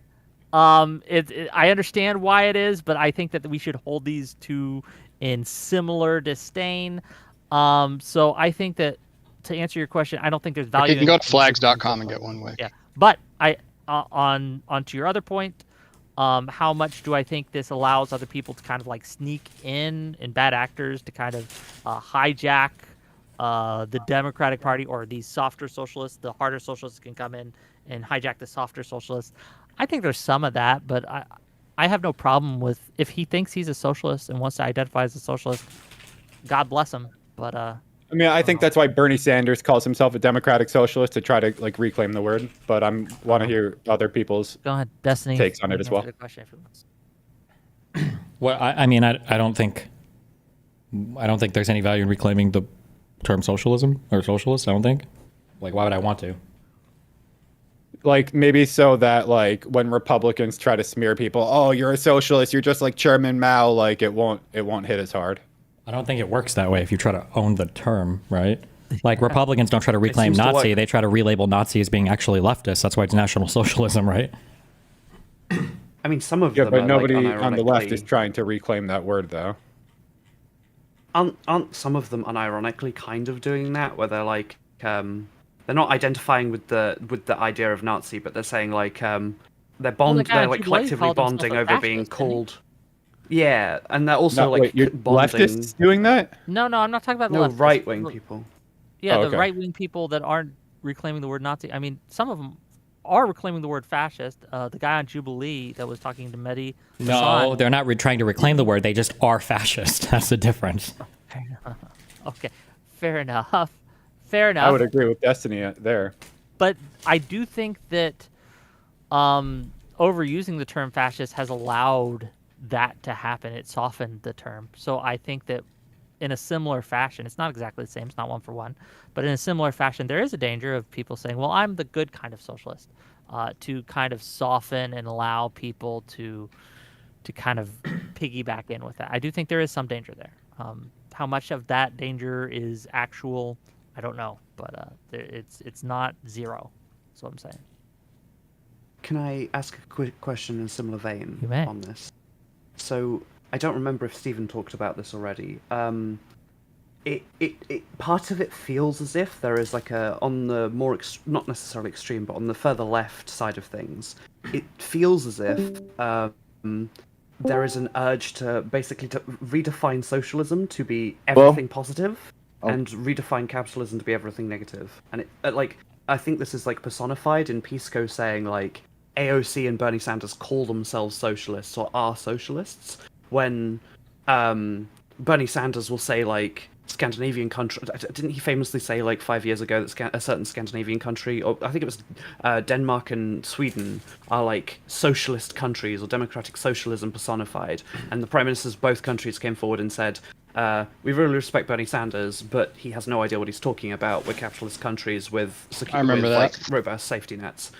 So part of it feels like you are ending up at war with the more left-wing parts of the party, because they are undermining liberalism in that they are taking everything that liberalism does well, like incorporating its criticism and having social safety nets, and saying, well, that is socialism. When the government does stuff, that's based, and it's socialism, and it's not liberalism. But you're also saying they don't allow any dissent, right? That's like a minority of a minority of a minority of people. It's not about allowing dissent. If you explicitly normalize like. Okay, maybe I misspoke. So if you explicitly normalize all the good things about like the Democratic Party as like, oh, that's socialism. If you like these features, if you like the idea of free healthcare, you're a socialist. are you not undermining like the liberal Democratic Party of the United States a little bit when you every time you say that, and eroding like the belief in liberalism? Why would it? If I'm not opposed to that idea, but why would it erode it? Because again, you're not identifying with liberalism, the thing that does incorporate its criticism and does allow for social safety nets, and you're saying, well, if we did give you guys universal healthcare now, that would be a socialist policy. It wouldn't be a liberal policy, even though plenty of European liberal countries have this policy. I feel like you're sneaking this thing in there of socialism not allowing or incorporating any criticism. I don't think that's true. Let me ask you this. Hold on, just real quick. I haven't, Tom. Maybe we're going to have this conversation tomorrow with Soypill and others, but do you think that liberalism is fundamentally compatible with socialism or not? I would argue it's yes. Not, I'm curious your thoughts. I think the majority of economies in the world are mixed economies, which is essentially capitalism and socialism working together. I think liberalism is a political ideology and socialism is a political one. I think that they're compatible. Real quick, I love you guys. I'm going to hop off and watch some stuff. Be careful, okay? No! Oh. Have a good day, dude.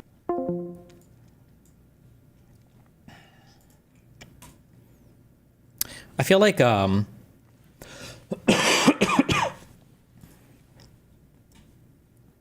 on pissing and shitting himself alert. Uh-oh. Yeah, fuck. I feel like, listen, I love Econoboi. I'm not trying to shit on him. But I feel like a lot of his stuff in this debate was like hidden behind like a rule set or a super structure. And when I push on a lot of these things, I feel like we're recreating so much of capitalism that we basically have capitalism with more government-appointed market things. I don't know. I just, that's what that was the feeling I had, I guess. I'm sorry if that is mean. What is this? Hassan, you know who that is. That's the donor class. I like that these guys are like, this is our weapon. This is our secret weapon. If only Destiny will just like engage in spirited debate against Charlie Kirk. If only we can do this. If we can unleash what is he going to do? Isn't Hassan debating Charlie Kirk? I thought he was really happy. Didn't he get a debate with Charlie Kirk there? If only we can do this. If we can unleash what is he going to do? Fuck Charlie Kirk and film it? Like, what do you mean?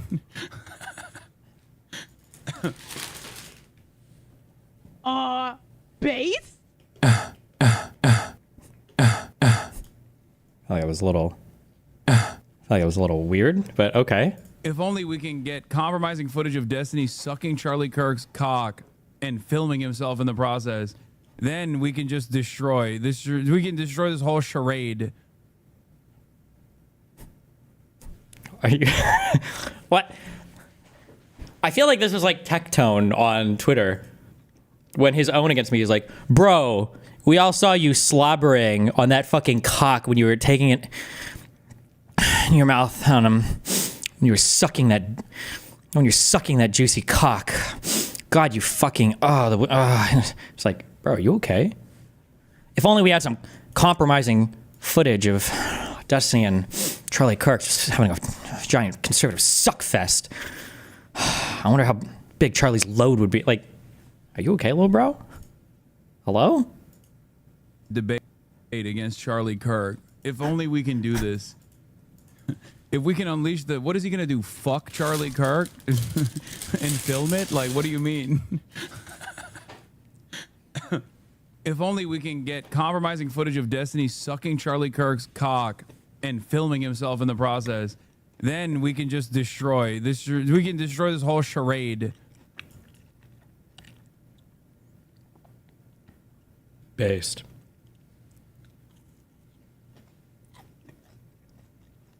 To be fair, I'm pretty sure if there was footage of me fucking Charlie Kirk, that would probably hurt him pretty badly. So, I mean, it wouldn't be a bad strategy if you can do.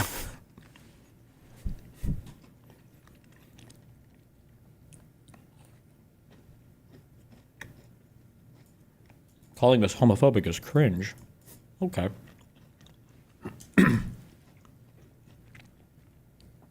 Oh, Hassan. Oh, somebody linked this in his Discord 100%. I can tell. When all the initial ones are all pro Hassan comments, like these are all probably.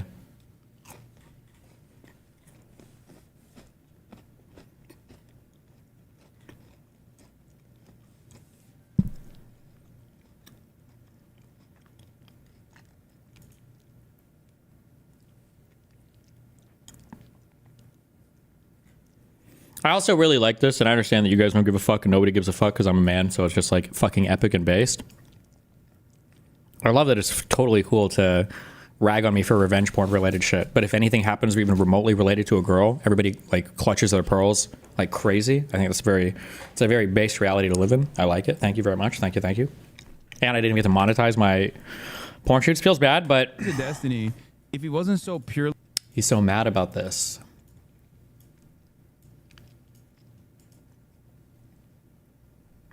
I can't even fucking read. Hold on. Oh, okay. You're lucky with low res. What, that we both did CNN stuff? Oh, I always get more views on Hassan. Hassan does not have much, he doesn't have much pull outside of Twitch. Like, people think I'm just jelly when I say this, but he's been granted an institutional monopoly on Twitch by whoever the fuck keeps him there, like as the only leftist influencer, right? All the other ones fall in line. Nobody's going to contradict him on that platform from the left. Asmongold is obviously shitting on him from the right, but there is like basically no huge like streamer that pushes back or can push back. Yeah, maybe if Hutch continues to grow, but yeah, it's fucking annoying. But I'm pretty sure on any program where we do things together, or where it's like me and him, like I'm just a better, not to be mean, but I'm a better guest. I'm more funny. Can laugh at myself. I'm just generally wittier, smarter, taller, more handsome, younger. Just everything. Can bench more. You know, just everything.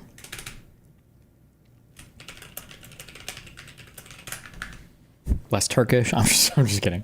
He's about to do a 20-minute segment on that.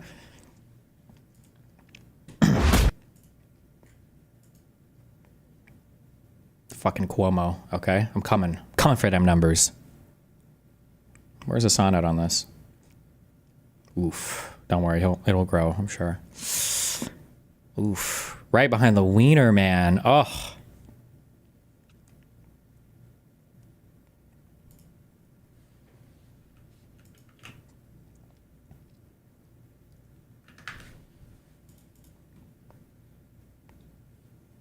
Did you see apparently Section 9 and 10 were deleted from First Amendment on Constitution website? You mean from the Constitution, not from the First Amendment, right? It was some, I don't remember which article it was, 2, 3?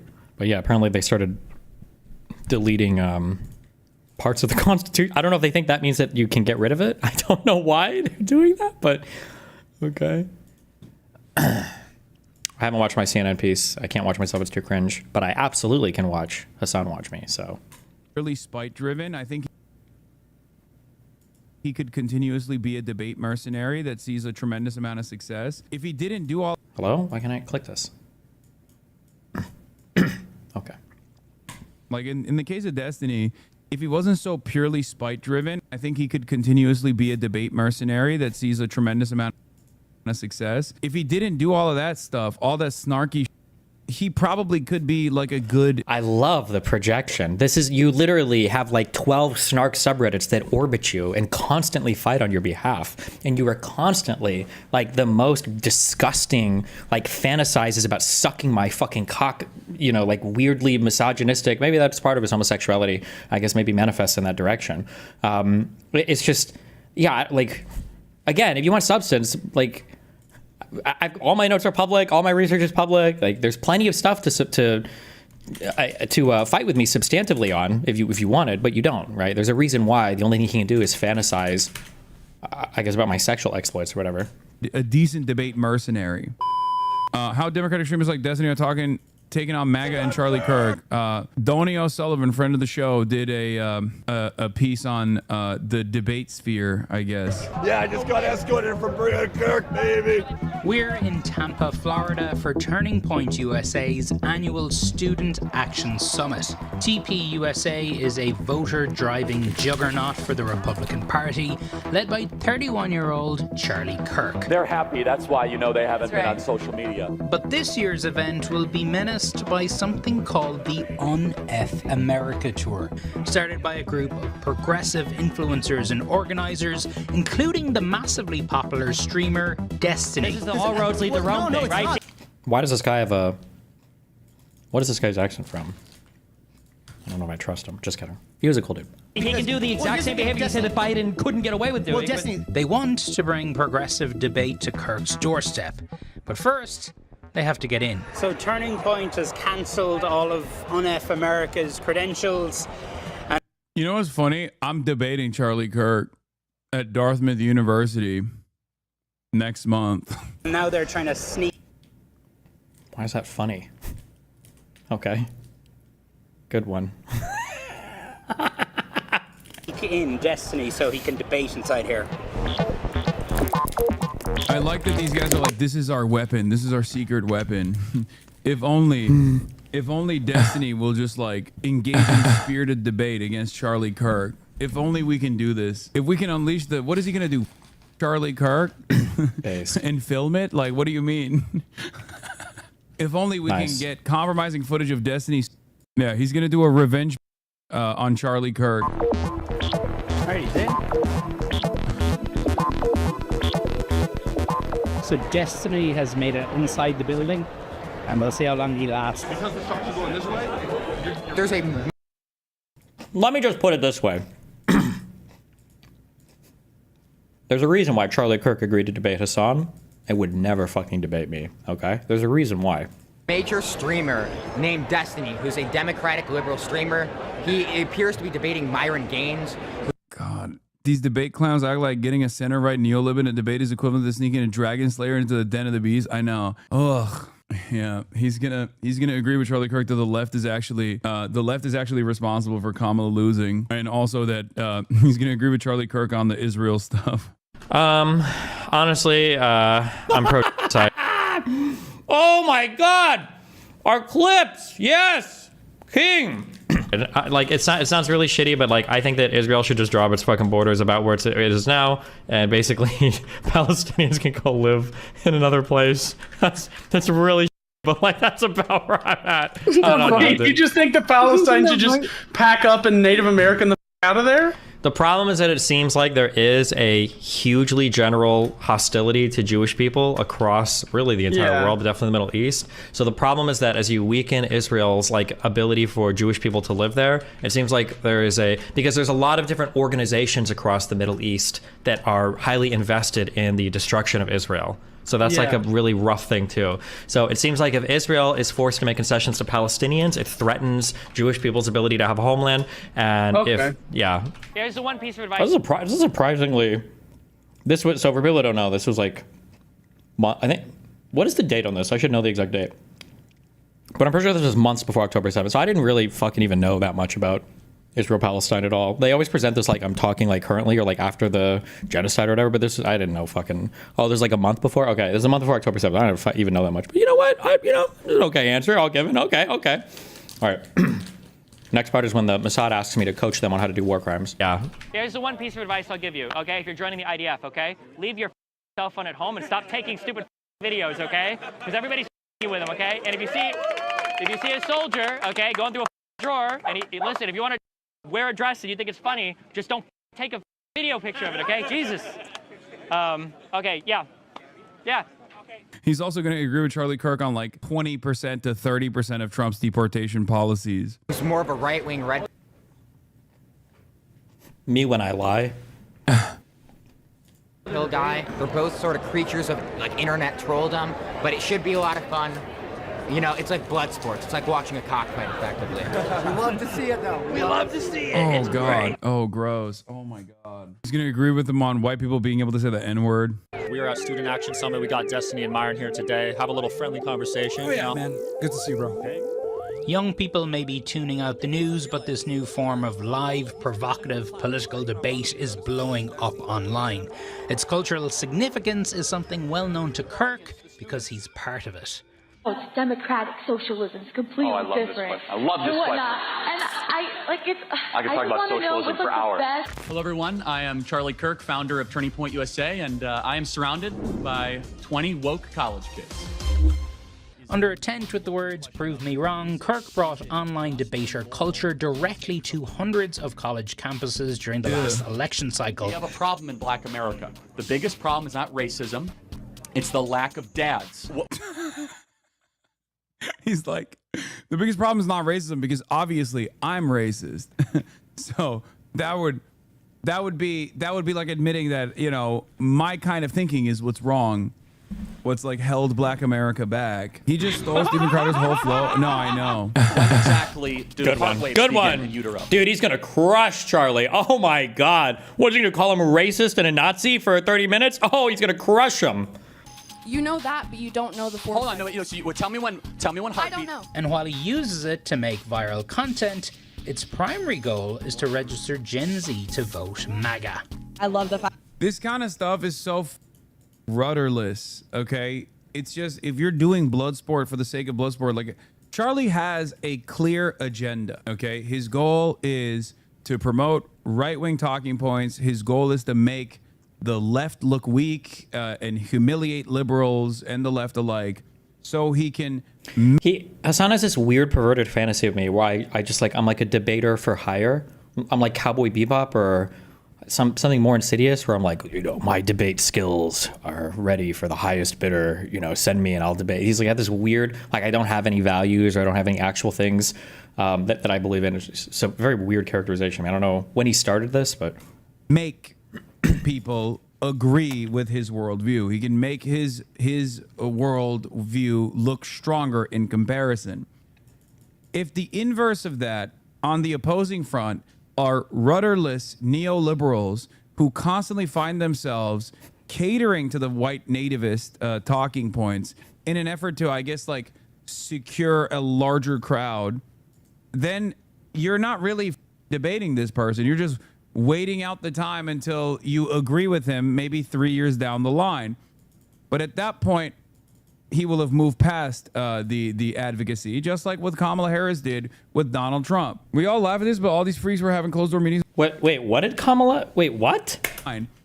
But at that point, he will have moved past the advocacy, just like what Kamala Harris did with Donald Trump. I don't know what he means there. Is he saying that Kamala stopped fighting because she lost the election or what? We all laugh at this, but all these freaks were having closed-door meetings with heads of government, including head of ICE, that pay to expand all facilities into alligator Alcatraz type places. I have proof if you want to chat about it. No, I know. These guys are like actively in government as well. Under no circumstance do you agree with these motherfuckers unless they are agreeing with you. Okay? By the way, want to know how maybe you guys could have had a position in government?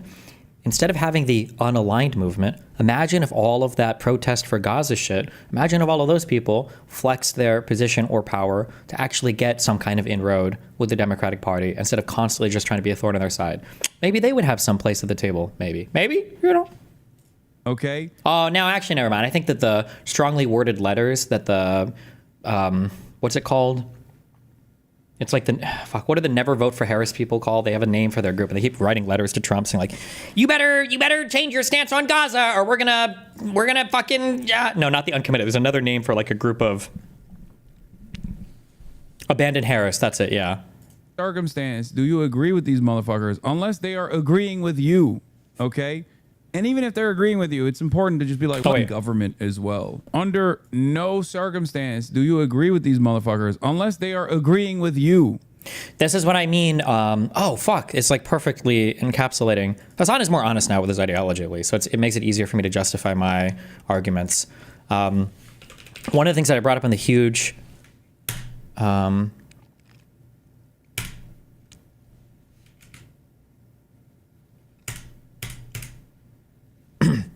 is this point Why must we constantly bridge build to them, but they never bridge build to us? If we criticize any of their candidates, we are called sellouts, bootlickers, racist, Islamophobic, etc. But they will always shit on our candidates, or shit on and attack our candidates constantly. Listen to what Hassan just said there. You never ever agree with a liberal unless they're already agreeing with you. They're agreeing with, right? They never, why the fuck, they're not bridge building. This is retarded. Why?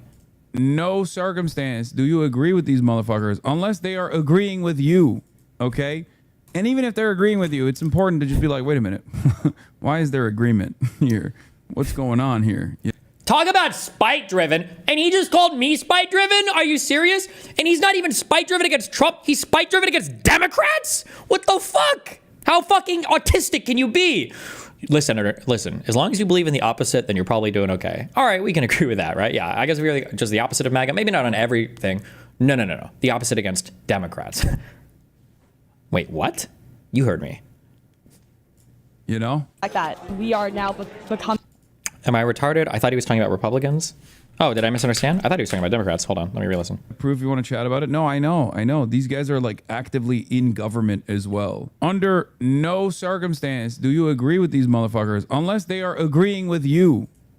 No, this is coming from a different part. It's cut a little. I think he's talking about liberals here, like liberals/Democrats. Okay. Because why would he talk about under no circumstances should you agree with MAGA? That doesn't make sense. He wouldn't say that to his audience. Okay. And even if they're agreeing with you, it's important to just be like, wait a minute. Why is there agreement here?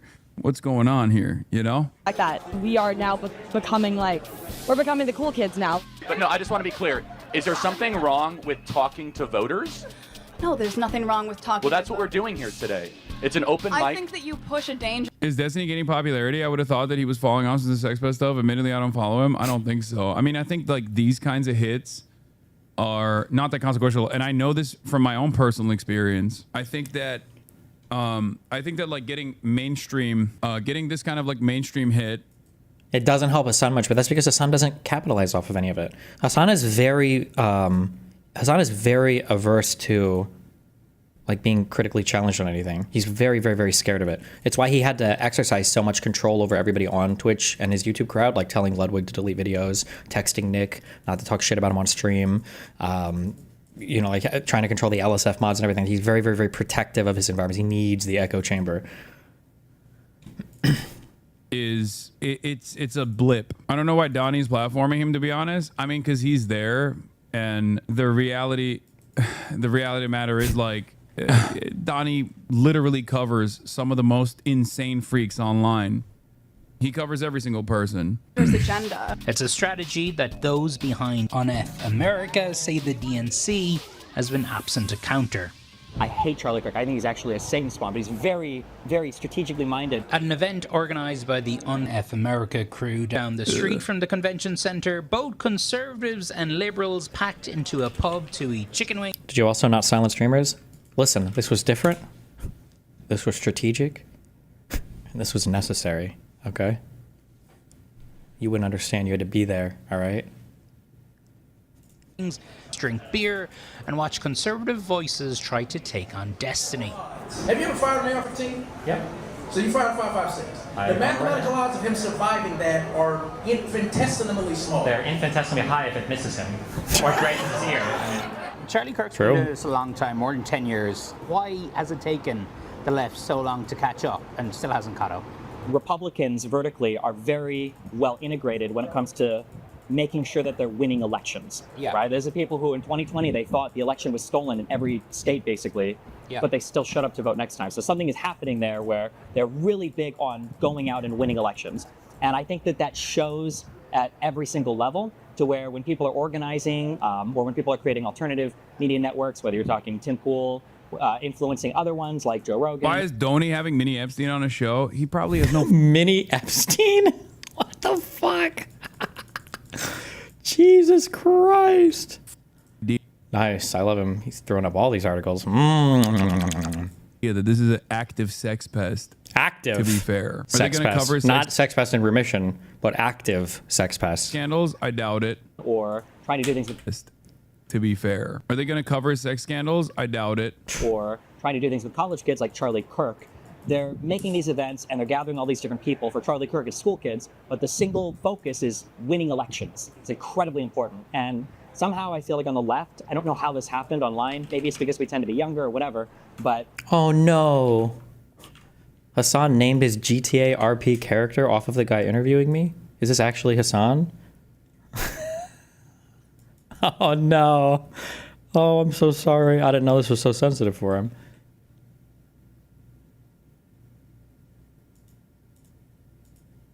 Somehow the party's messaging apparatus, it feels like it's gotten hijacked from people, by people who won't vote for your candidates, which I think is incredibly destructive. Did the Democrats have anything like this? Nothing. And I will say, like, Charlie Kirk is honestly one of the best organizers of our generation. And I think that, like, Charlie Kirk is honestly one of the best. He doesn't even know that the Unfuck America tour got outed for being a racist event. Oh no. Organizers of our generation. And I think that, you know, as much as I disagree with Charlie Kirk, I believe that what he's doing has worked. And that's why I'm here to replicate what he's doing. I'm not here to, you know, disrupt Charlie Kirk's events. I'm here to say that there are alternative ideas and that we need to build the same thing that he has, because he is good at it. Z Cohen Sanchez. If this is the Why does Hassan hate you so much? It's almost cartoonish. Because on paper, Hassan should have everything in life that he wants. Fuck, it's got to be a movie analogy for this. He has like the nepotistic advantages. He was born into like absurd poverty, or not absurd poverty. I'm sorry. He was born into absurd wealth. You know, he's like genetically, obviously very gifted. He's gotten in trouble with the world. He got to go to college in the United States. He got to learn how to ride horses in his like rich, like fucking mansion and with his billionaire father in Turkey. He has every single thing in life that he wants except what he really wants, which is respect as some kind of like political intellectual. And I think that Casey-tron moment actually fucking brain broke the fuck out of him. And I think he's genuinely resentful that he feels like he'll never have that respect. Although I don't know why he doesn't put any effort into it. I don't think he's an idiot. I think that if he would actually do some reading or research, he probably could become decently informed on issues, but I'm not sure. Yeah, he's the Salieri to my Amadeus. The same thing that he has, because he is good at it. Z Cohen Sanchez. If this is the America tour Shonda Black covered this months ago when they were under heat for being racist, they replaced Dean and Harry Sasson with Destiny. Z, the other organizers, a fucking scammer, Lamau. Wait, really? I don't have a lot of confidence in a lot of the people in like the debate sphere because I ultimately feel like he's talking about you, Law. Wait, what do you mean? Who's talking about me? What is this? It's because we tend to be younger or whatever, but this? Somehow the party's messaging apparatus, it feels like it's gotten hijacked from people, by people who won't vote for your candidates, which I think is... Oh, he is. Yeah, he is talking about me here. Yeah. This is his like this is his main gripe. This is my main gripe about people on the left, like the leftists or socialists. But like, notice the difference there. What is Destiny, the person who is supposedly the debate mercenary, what's his main gripe? So you don't vote for the fucking candidates. Why would that be the main gripe of a debate mercenary? Meanwhile, Hassan's main gripe is that my sex tapes weren't recorded with him. He thinks I'm not like writing the Democrats, not understanding that like I'm not in the business of writing Democrats. Why the f would I write the Democrats? He's literally saying he wants to be a Charlie Kirk for the Democratic Party in a piece about how Charlie Kirk is a charlatan. He is a... That's not at all what any of this is about. And the fact that you would discourage anybody from me, we absolutely need Charlie Kirks. I wouldn't want to do this because fuck all that shit. That's just not my calling. But like, why would you not want you to have like an extremely successful person who's propagandizing fucking college students across the United States? The fuck? About how Charlie Kirk is a charlatan. He is a masquerading suit that is a fleshlight for Republican messaging. That's the whole point. That's not what fleshlight for Republican charlatan. He is a masquerading suit that is a fleshlight for Republican messaging. Do you think Charlie Kirk doesn't know that? Like, this is literally what Charlie Kirk does. This is bread and butter. He has conversations with the president probably on a monthly basis, if not more. Yeah, of course he knows that. That's his role. He understands it. He plays it very well. That's the whole point. That's not what I want to do. Yeah, he's literally saying we don't need better candidates. We need better voters. The reality is that is a message that I think media executives will entertain, though, because that is precisely the kind of message that they want to put out there if they want to continue losing, or maybe every now and then marginally continue losing. Didn't we do really well in the House in 2018, and then didn't we win the election in 2020, and then in the middle of a midterm and an elected president for Democrat, didn't we also do really good in 2022, and and then we lost the election in 2024. I like how like the history now since Trump won again is that like the Democrats can't win. They lose constantly. They're fucked. They completely lose. They're destroyed. And it's like, okay, well, Bush Sr. had 1 term. We had 2 terms of a Democrat. Then we had 2 terms of Republican. Then we had 2 terms of Obama, a Democrat. Then we did 1 Trump, 1 Biden, and now we're on 1 Trump. Like, what are we talking about right now? Securing victories, then great. I'm not in the business of that. I don't care. What Charlie Kirk is doing doesn't actually work. It works because there's endless sums of money being thrown at it by billionaires to spread propaganda. It's not just that Charlie Kirk is such a genius. That's part of it. The vertical integration that he also mentioned is something that I talk about quite frequently. When he stole my propaganda model and then he weaponized it against me. Oh fuck! Wait, what did I just see? Fuck! I saw something on Reddit. Oh my god, what was it? I saw something on Reddit that was a verbatim rip. I got so ass pained when Hassan said this. Fuck! What was it? What was the I'm not gonna remember it. I feel like I saw it on Reddit when I woke up and I checked my phone this morning. I'm not gonna remember it, but it was a straight rip. Fuck. Which is that the propaganda apparatus on the Republican side is directionally aligned. Wow. And therefore, all of the independent outlets that are supposedly independent are being funded by the same backers that fund the Republican Party and also Fox News. And therefore, Charlie Kirk... It's not funding. It's not funding. It's not the funding. It's not the money bullshit. These people don't need money to do it. I don't even know. Do people even fund fucking Steve Bannon? Or did he just scam his own fucking money? Like all these guys on fucking Rumble and shit? I don't know if these are all paid by the Koch brothers. I don't know if they're paid. I don't even know if it's that much. These motherfuckers will do it for free. These people are shameless. They're not shameless. They're incredibly ideologically motivated, highly ideologically driven. They do it for free. Can go in and out of mainstream circles to gain significant more prominence in times of need. He can also consistently farm donations from wealthy Republican donors. Charlie goes on Fox and Friends. He goes on all of the Fox News, all of the different programs. Wait, what? No shot. God damn, dude. Wait, did he really get away with this? I wonder what I said back then.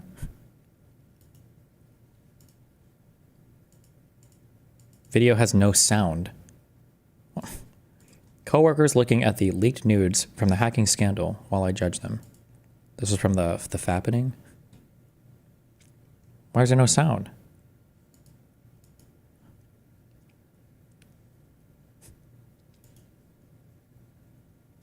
Based. Programs on Fox News. Same with all of these other guys, like even the PragerU guys. Even no-name PragerU guys, they get mainstream... Prager or Prager? Isn't it Dennis Prager? Opportunities with regular frequency, whereas there is no equivalent on the independent left media side. There's not even equivalences. It's a meme? Okay. On the independent liberal media side. Like Brian Tyler Cohen, Midas Touch, Harry Sisson. These guys are not like regularly being uplifted by CNN or MSNBC. No matter... Who did he just... Wait. Regularly being Tyler Cohen, the independent liberal media side. Like Brian Tyler Cohen, Midas Touch, Harry Sisson. These guys are not like regularly being uplifted by CNN. Oh, Harry Sisson. I thought he said Mehdi Hassan. Sorry. Or MSNBC. That's true, though. Good criticism, Hassan. That's true. They should work more with him. Good job, little bro. You got it. Wow. No matter how big of a freak you are, if you are an independent content creator that is right-wing, you will get elevated by the Republican media ecosystem. Yep. Okay? The un-American thing is so because the Dems on the team are just right-wing libs who are also TERFs. I don't know anything about this. I don't know anything about like the Un-America tour. I am so out of touch with whatever the that is. And I know that like TikTok debates are what pops off, especially for an entire generation of people who want to consume political content. I think that it is ultimately unproductive, especially if you are rudderless, especially if you have no like ideological backing, if your politics are not guided by empathy, if you're not predisposed with policy, and you would rather defend the party. True. We do no policy debate, no discussions like this. When the fuck was the last time Hassan discussed literally any policy in depth ever? His fucking brain would explode if he had to actually have a fucking policy debate. Hassan's brain is literally the fucking McDonald's ice cream machines back in the 2010s, like out of service, like 6 days of the week, like barely works one time when the manager comes on a Sunday. Like this motherfucker acted like he does substantive policy debate. The only time he's talking about anything of substance is literally just pure ideology. I do not care about defending the party. I care about defending good policies, no matter who is the person. Yeah. Oh my God, he's so unpartisan. Oh, you don't even care about. Oh my God, he's so nonpartisan. Good for you, dude. He doesn't care as long as it's a good policy person. Oh, defending good policies, no matter who is the person. No matter who is saying the actual good policies, who's defending the actual good policies. Good for you, Ultimately, a lot of these people are, like in the case of Destiny, if he wasn't so purely spite driven, I think he could continuously be a debate mercenary that sees a tremendous amount of success. But I think because of his like overwhelming amount of spite for like everyone he thinks him over in his career and like kept him down, which is ironic because he should look in the mirror. That's the only mother like himself. True. I forgot. We're behind on our daily hate ABBA segment. That's true. I'm such a spite-driven individual. Meanwhile, Hassan literally, because he's so spite-driven and so ideologically motivated, literally lost the largest podcast that gave him access to normies for just because he couldn't tell his audience not to be so insanely fucking anti-Jew. He couldn't tell his audience for 2 days to just chill on the fucking Jew hate so much that he lost his podcast. That's crazy how that happens, huh? Over. If he didn't do all of that stuff, all that snarky then the snark, yeah. He probably could be like a decent debate mercenary. But even then, he would be just like another Harry Sasson type. True. Right? Only defending, and this is before we talk about him being an active sex pest. Active. And I love the random adjectives. Fuck, what was the one that he said? Divorced. It was divorced permanently. There was an adjective that he added to divorce. I thought it was the funniest fucking. Oh, divorced all the time. Divorced all the time or something. It was just like, yeah, it was funny. I think it was very funny. Defending like white people saying the N-word. Kyle Rittenhouse. I like how it's a constant stream of like the best possible hits that he can remember.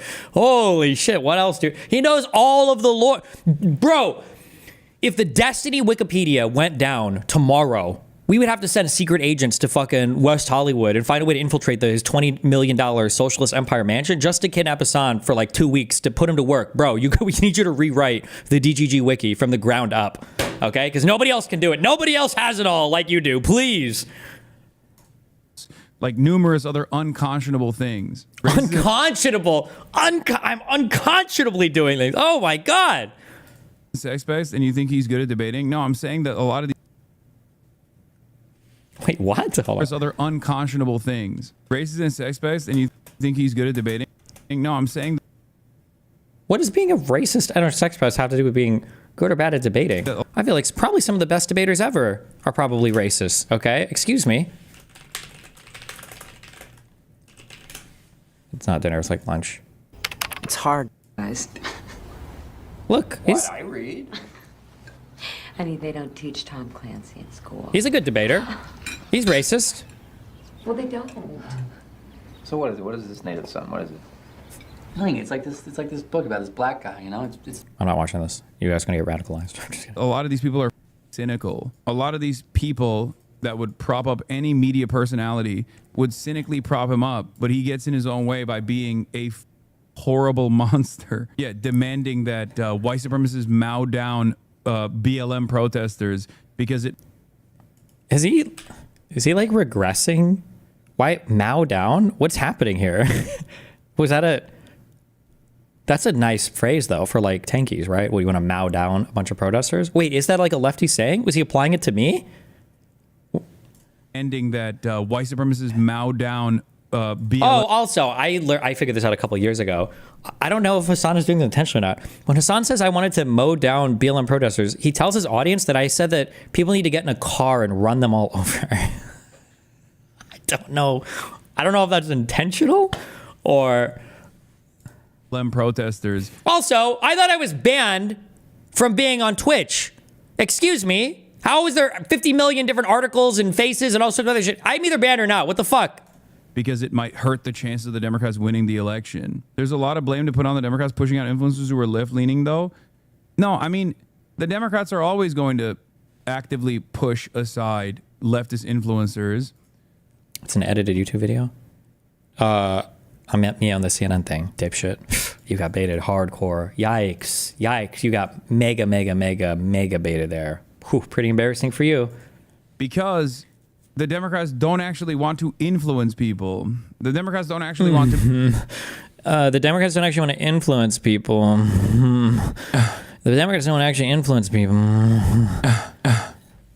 Make change. That's the unfortunate problem. That's why I say, no matter how independent or how far right, even Nick Fuentes has very little daylight between himself and Donald Trump in especially their domestic. Donald Trump is literally, oh God, I hate the vapid political analysis. Donald Trump is literally the most fucking Israeli simp fuck in the universe. And Fuentes is literally a quasi neo-Nazi. What do you mean? There's no daylight between them. Domestic policy, right? Like there is less daylight between Nick Fuentes and Donald Trump than there is between like me and Bernie Sanders. And Bernie Sanders is never becoming president. You and Bernie Sanders have almost nothing in common. That's why he dodged your interview, little bro, and you got so ass pain. That's why your whole audience started shitting on him. Sanders' voice is not a prominent one within the power structure of the Democratic Party. Unfortunately, you understand? It would be akin to Bernie winning the presidency, and Bernie has no chance within the power structure of the Democratic Party to win the presidency. They don't like Bernie Sanders' worldview. They actively attacked him and undermined him. The Democrats were more scared openly about Bernie Sanders winning the primaries. That's what I always thought the quote was about when those trucks were driving into BLM protesters. What were you talking about, lawns? No, what? I was talking about guns. Kyle Rittenhouse shot somebody. He didn't run anybody over with a car. I'm talking about guns. Then Donald Trump winning the presidency. I still remember the CEO of Goldman Sachs writing an article about it. So for that reason, until the Democratic Party changes and actually... I need more Hassan breaths. So whoever emailed me all the donor class things. That's the donor class. I need more Hassan breaths. Becomes an active fighting party, a party that actually cares about its citizens, a party that actually cares about its voters, a party that is actually predisposed with like improving people's lives, a party that wants to advocate for good policies that do genuinely improve people's lives, and not just like the status quo party that is marginally better than the increasingly worse. Marginally better, by the way. Absolutely fucking delusional. This is why this retarded fuck doesn't do policy analysis or debate or anything at all. He's absolutely no fucking idea what the fuck he's talking about. He's unbelievably fucking retarded. Republican Party, there's not going to be this kind of cohesive media push from independent circles, and at most they'll just push for like Midas touch to be dominant in the media landscape. Did the Democrats have... Is there any chance that Hassan will debate you? He's debating Charlie Kirk. Hassan debating me is literally the moment in The Wizard of Oz when the fucking curtain gets pulled back and there's like a midget behind the thing. He can never have that. If he's doing it, then he's either about to kill himself or about to retire. He's just, you have to like, from his perspective and from his audience's perspective, like think about how he talks about me. Like I'm like a neo-Nazi, like rapist, like horrible, retarded dipshit who can't know anything about anything. Like you put us in the same room, like Hassan will have to fucking kill himself. It would be such an agonizing process for him. There's just no possible way he could do it. Anything like this? Nothing. And I will say, like, Charlie Kirk is honestly one of the best organizers of our generation. And I think that, you know, as much as I disagree with Charlie Kirk, I believe that what he's doing has worked. And that's why I'm here to replicate what he's doing. I'm not here to, you know, disrupt Charlie Kirk's events. I'm here to say that there are alternative ideas and that we need to build the same thing that he has, because he is good at it. Z. Cohen Sanchez has worked more than a decade on Democratic campaigns. There's no reason why we can't do this. This is not very expensive to do. We have so many PACs on the Democratic side raising millions of dollars, right? We are not a big PAC. We haven't even raised $1 million yet. And we're able to get all of these creators essentially anywhere that Charlie is. And so that's what we really want the Democratic Party to do, is we want to have them to start investing in these movements. Is the DNC supporting this? No, not currently. Why not? If Ken Martin's watching this, text me back. But really, I mean, I think it's disappointing that we haven't been able to see the DNC really get off the ground since the election, because I think a lot of things have happened internally that have been distractions to the actual ground game that we need right now. No, our motto is when they go low. Based on what that woman is saying, isn't it analogous to them saying they need a Joe Rogan to the left, aka not understanding what the root of the problem is? Yes. I think she... No, it's not. When you talk about a Joe Rogan of the left, with that has to do with like some kind of like cultural outreach or whatever. It's very vague. It's not very well defined. Like Joe Rogan was left. Like it's kind of a weird thing to talk about. Although I understand, I'm sympathetic towards the problem, right? Like why don't we have like a Joe Rogan of the left, like that kind of podcast figure? Charlie Kirk. I just don't know if anybody, or you guys know this, right? Charlie Kirk has built like an empire out of this fucking school shit. How many Turning Point USA chapters are there? They said over 800 plus college chapters. These people have, is there like a membership list? Do you have to pay dues for this? How many Turning Point members are there? Can you say that, or will it tell you?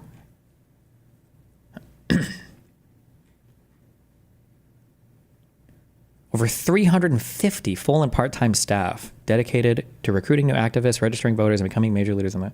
God damn.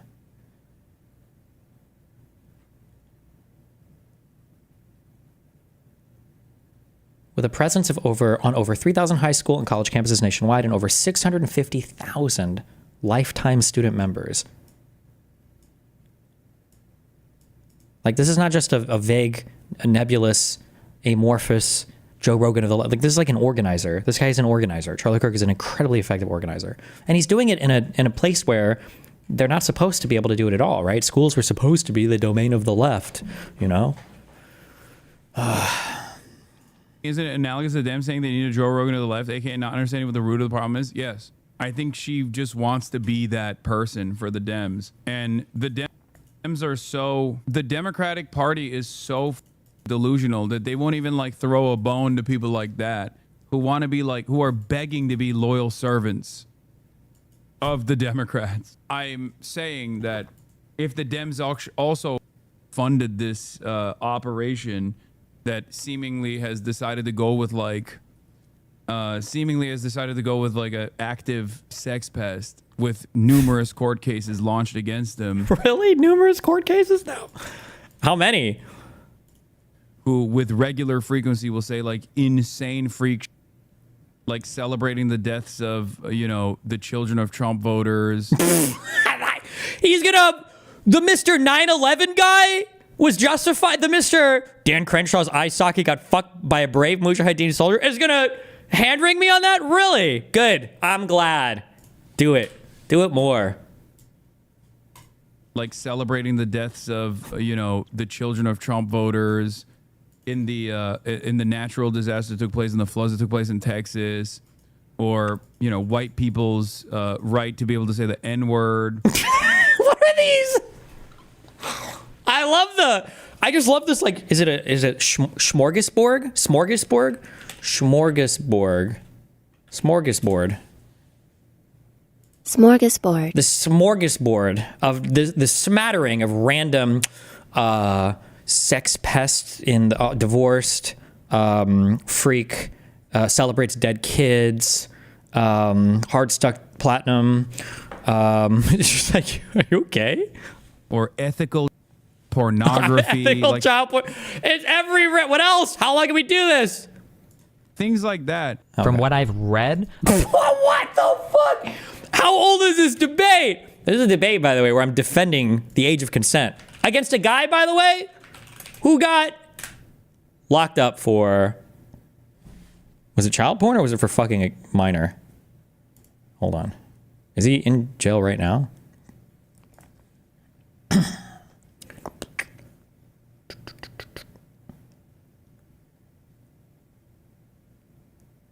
Oh, he's in jail for 2 years.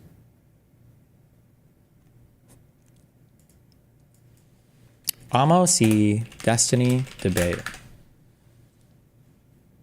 7 years ago. Based clips. Ethical pornography, like things like that. Oh, the only thing we need now is the on October 7th.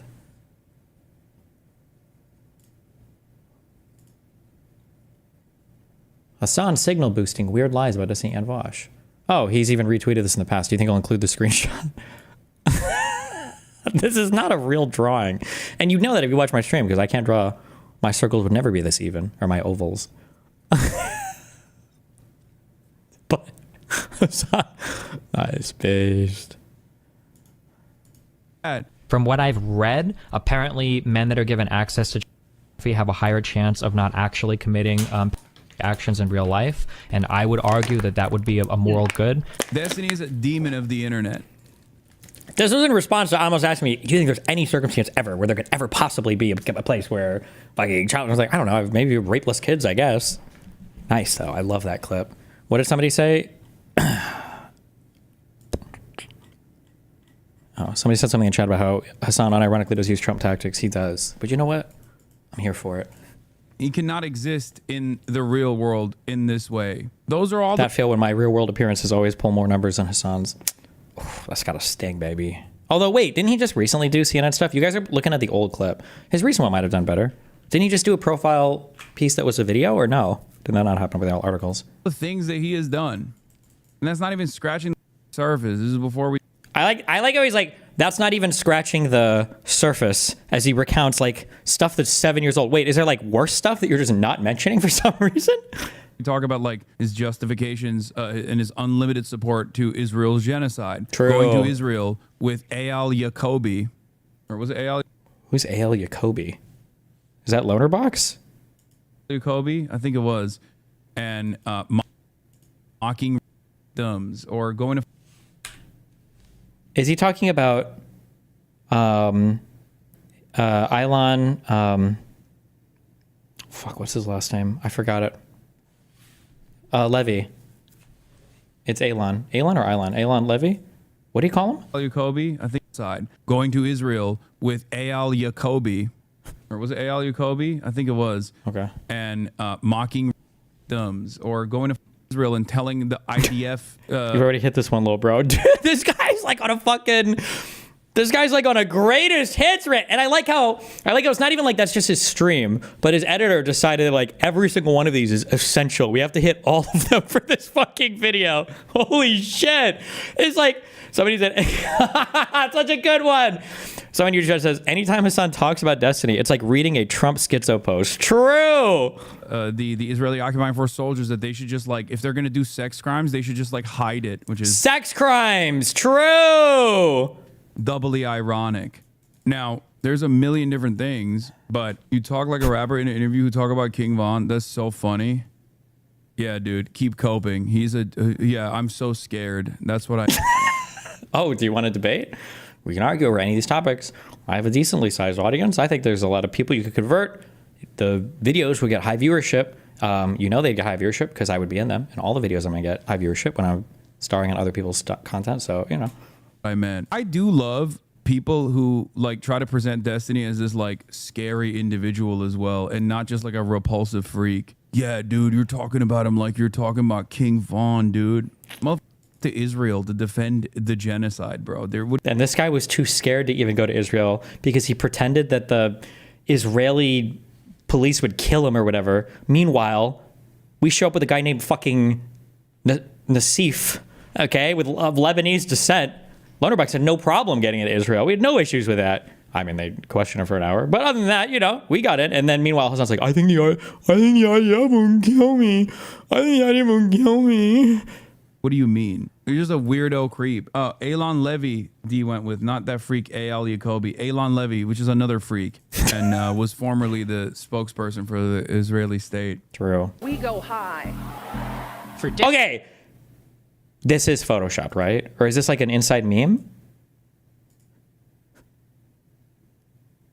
Does his editor do this?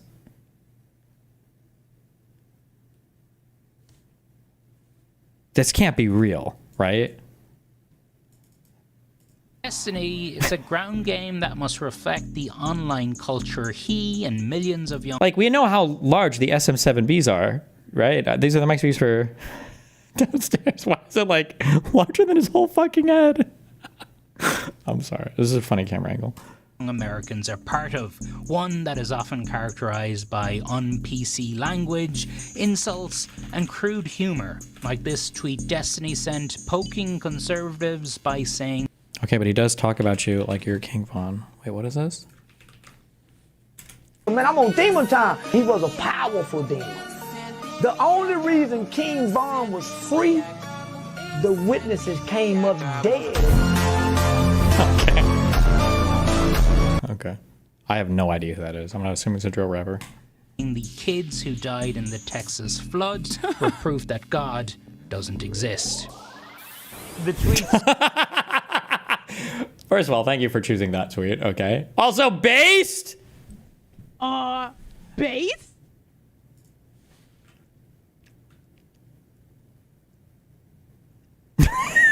That's such a based tweet. Okay, I'll take it. Destiny sent...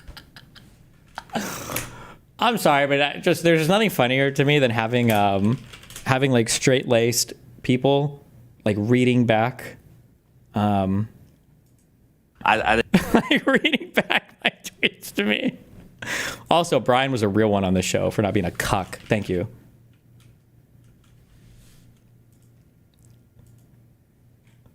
Reposted this and you put your own words.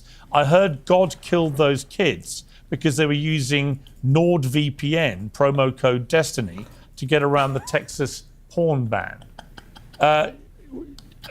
On reflection, do you think that was grotesquely... Thank you. Thank you. True. I wish Piers Morgan would narrate all my tweets. Poking conservatives by saying the kids who died in the Texas flood were proof that God doesn't exist. Even Hassan can't help but laugh at it. Fuck, I feel like I watched somebody who hand-raised... Was it Connor? Not that he's not like a super mean about it, but like Redone was like, fuck, okay. The tweets you sent about the kids in Texas would probably disqualify you or would probably have somebody in the... He's old as fuck. True. ...upper levels of the Democratic Party say, okay, we'll never work with this guy again. Yeah. Do you regret sending those tweets? I think they have to get over it. I don't regret them. I love poking the bear on the right. I feel like Republicans are so good at owning the space. Republicans do this thing where they say, you know... It is issues with jokes you've made. Yeah, that's the other side of the story, that he's just like... I love this thing where Hassan like plays... people do this weird thing where they don't understand humor sometimes. It's very convenient. It's very right-wing coded. It's very Nazi coded how Hassan does this. Because like weird like ultra-right people used to do this a long time ago. You know, I'll be like, fuck, I'm trying to think of I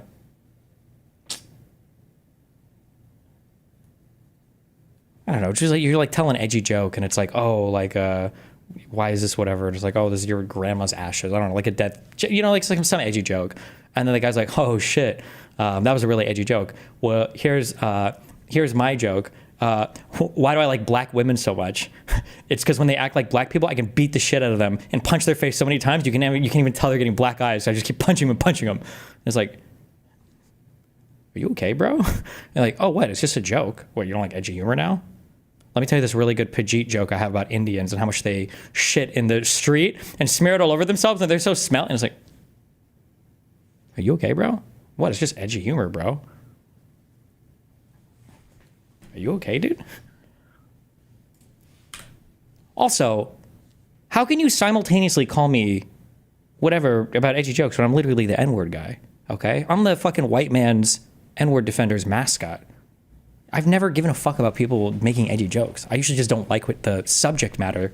I disagree with you on your idea you know? It is issues with jokes you've made. Yeah, that's the other side of the story, that he's just like so goddamn annoying with the whole like, the guy who literally actively defends white people saying the N-word will like freak the base because I said cracker, and then it's freak the fuck out because you said cracker. No one is freaking the fuck out because you said cracker. Where it's just funny and super hypocritical that you like think that racial slurs are okay with some things or against some races, but they're not against others. That's the hypocrisy is what people are laughing at, not the no clips of that for the editor to play. Oh yeah, the hypocrisy of people is what I'm making fun of, not the. And like this is such an obvious thing too, because it's like if you think for 1 second, it's like, hold on, do you think Destiny thinks that nobody should say the word cracker? That Destiny thinks that that's like a banned word for people to say? It's like, does anybody actually think that that's a position that I hold? Actively defends white people saying the N-word will like freak the because I said cracker, and then his stupid ass audience will try to defend that principle as though it's like even remotely Everybody is pretty dumb. XQC agrees with Destiny's take on Hasanabi's cracker controversy. Do you think he has to personally sign off on like all photos of him used in his YouTube videos? Stupid ass audience will try to defend that principle as though it's like even remotely defensible. It is such whiny loser crybaby too. He literally constantly doxes people, points them to Kiwi Farms threads. He's disgusting. Yeah, he is. I love that he even has the Kiwi Farms talking points down. Damn, I don't understand how he has so much time to read up on all my lore. He knows like all the hit pieces and all the talking points that come from Kiwi Farms and Gisticle and everything else. It's impressive. Jesus. Constantly doxes people, points them to Kiwi Farms threads. He's disgusting. Yeah, he is the perfect defender of Israel in that regard. He is very conservative coded, very reactionary in general, very similar to like the entitled, arrogant behavior that you hear from Israel when they're like, why you not like Israel? We are killing babies. We are killing children, you say? Okay, those children are Hamas. Those children are Hamas. Meanwhile, his son's literally like baby settlers, by the way. You are anti-Semitic. We must deplatform. You are anti... Is this supposed to be a French Jew? Or what the fuck is this accent? Hello? You are anti-Semitic. We must deplatform. You are anti-Semitism. Like or is it Nigerian Jew? What is his accent? I don't even know. He basically does that. Yeah, like that's why you heard one of his fans be like, you called Mayor Pete a rat. It's like a big point of contention against me. Like, as much as I entertain edgy humor. Just to be clear. How did he even know? Did he watch my debate on this? What the fuck? I don't know if I even had anything about Hassan in this about calling Pete a rat. Did he call Pete a rat? I don't even know if he did or not. I'm not sure. I had a tweet about the Vanguard doing it. I thought it was pretty fucking weird. But they didn't just call him a rat. They said he is a rat, looks like a rat, talks like a rat. If you smelled him, he would reek of rat. And then I thought the Virgil Texas shit was like really weird over the platforming, all this stuff too. I don't know. That's kind of strange, especially when a lot of these guys act a little bit kind of weird and homophobic. And when Hassan defends stuff like this, it says he really wants to watch me suck Charlie Kirk's big juicy cock, and then he wants the video to be released about it so that he can talk about it all the time. I don't know, it just feels a little bit strange, but... Also, anything that you say ever negatively about Frogan means you are Islamophobic 100% as well, just, you know. It's usually not against, like, defenseless children, you know what I mean? It's just not. The jokes that I have that are edgy are the same type of jokes that, like, the right-wingers get mad at, which is usually making fun of America as an institution, you know, making fun of the American government, making fun of dominant forces in American society, and punching up. No matter how edgy it is. Dog, you can't punch up. You are literally at the top. You have nobody to punch if you look up. What are you talking about, bro? You're like the most nepotistically, intellectually bankrupt, like inherited so much of your success.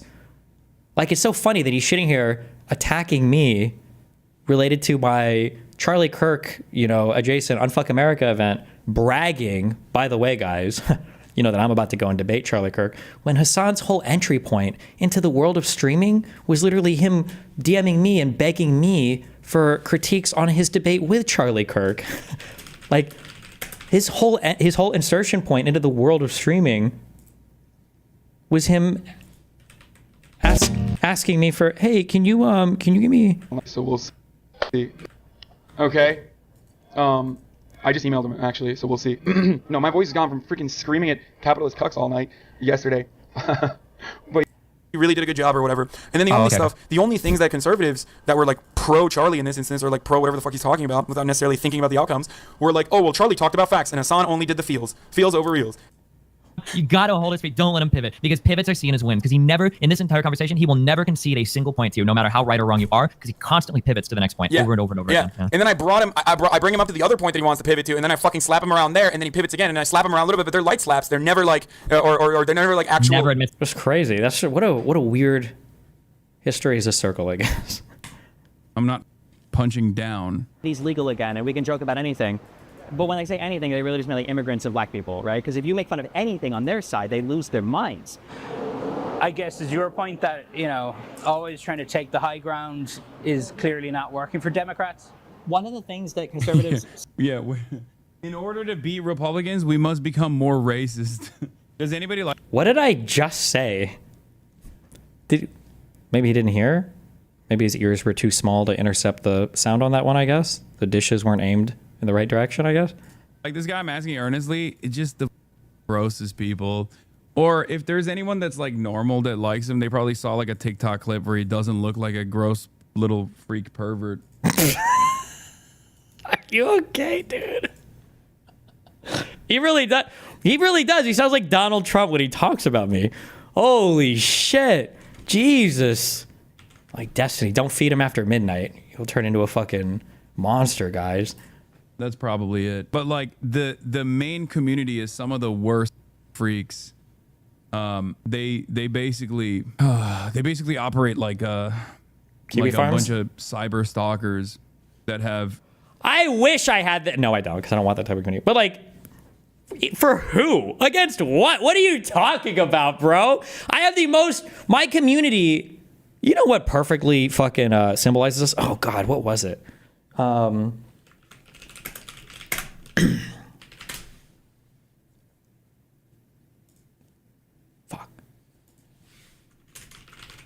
What was the thing? It's like the guy has the huge shadow and it's just like the little DGG guy. Somebody find it.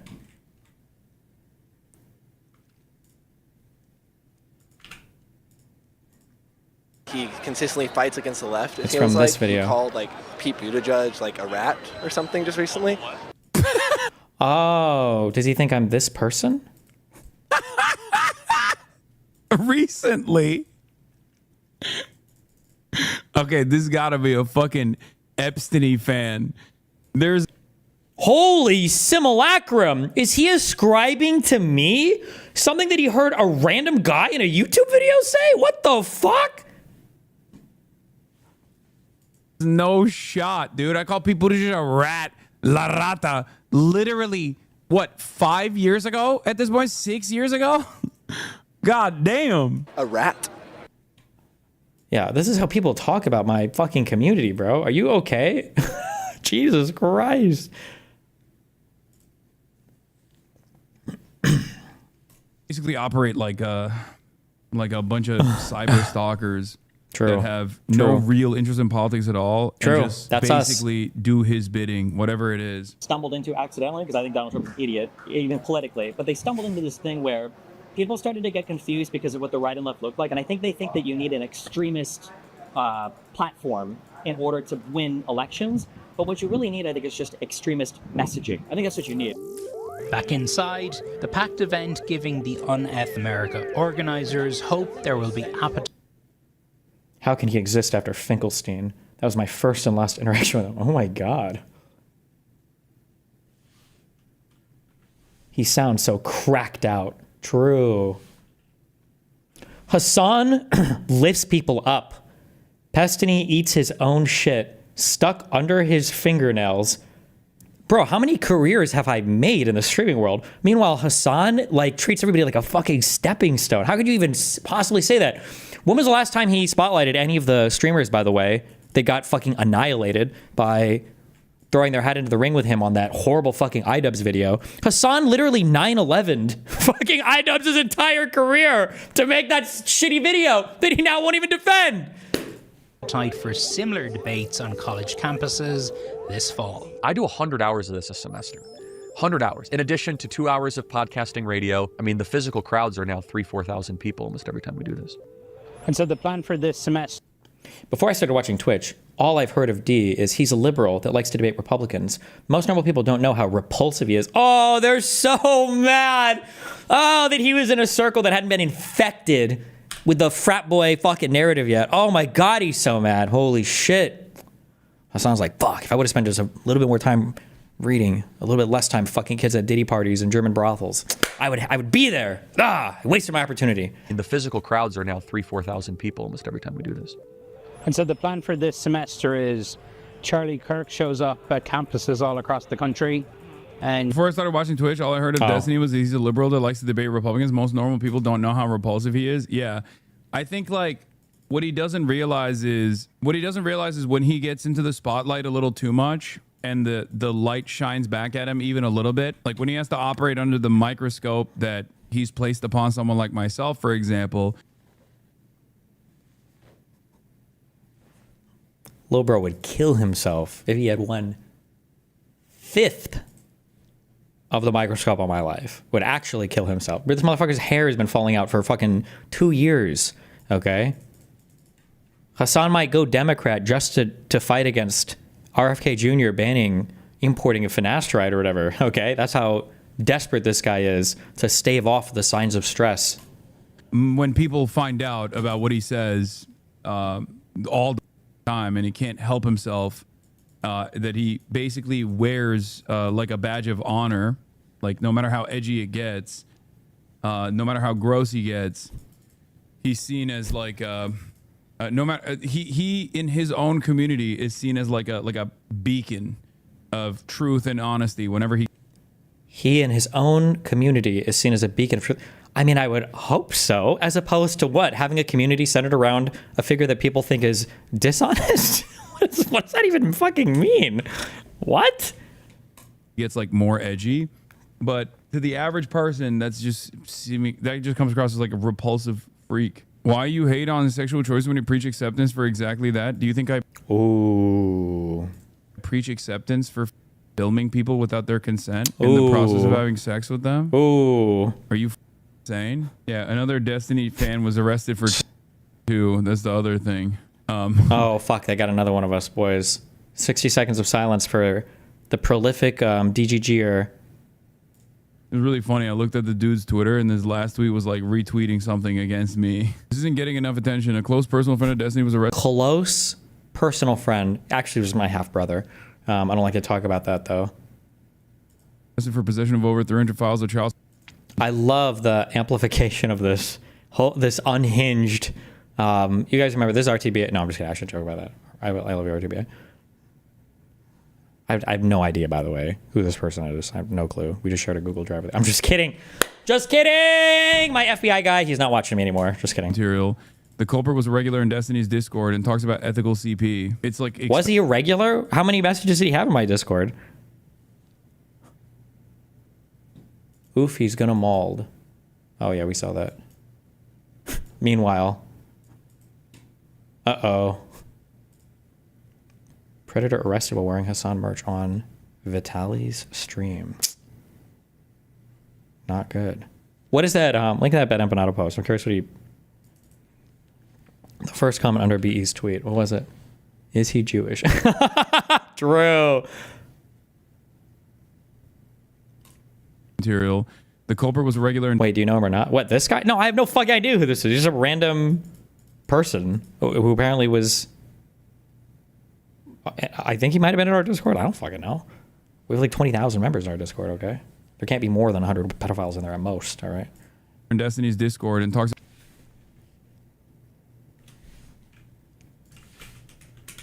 Close personal friend of Destiny. Bad empanada.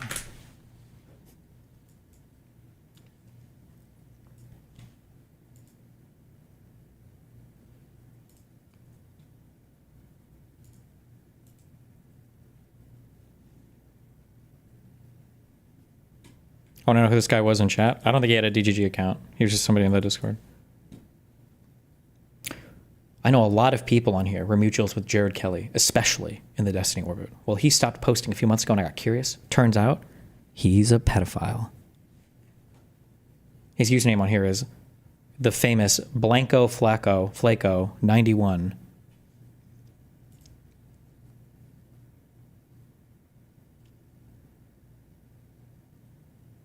Oh, it's not even messages in my... It's not, I thought it was him posting in my Discord, but it's not even that. It's just him searching for ethical CP.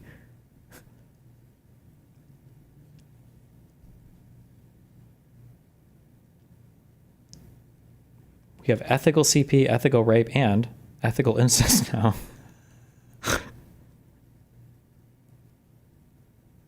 Yes, the one who argued for ethical CP and says he can't wait for an 8-year-old to make OnlyFans.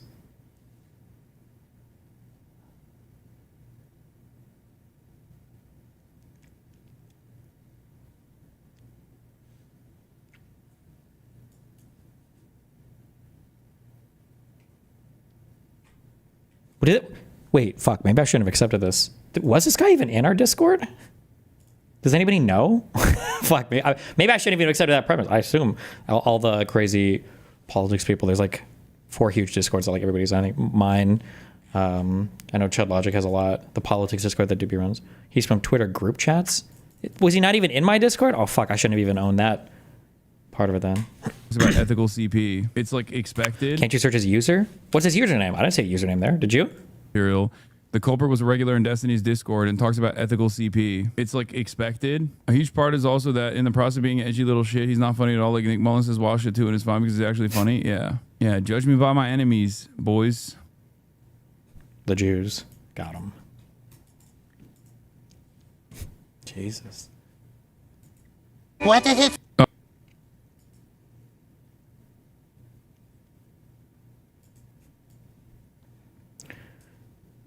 The joke is Destiny's made sex tapes and used them as blackmail. He's saying Destiny's going to blackmail Charlie Kirk with their sex tape. Who told you that, Limfail? The literal victims? True and based.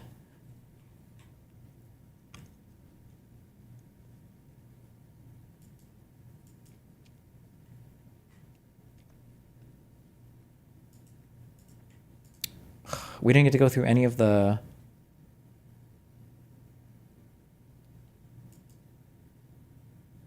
There were so many things I want to get through. Fuck. Ask Sale why he deleted that thread. There have been a couple of them. Those lefty Hassan duders are infiltrating. Oh, I wanted to go over this thing. Apparently some guy went onto Pisco's stream and coached him through his whole debate with on Tim Pool.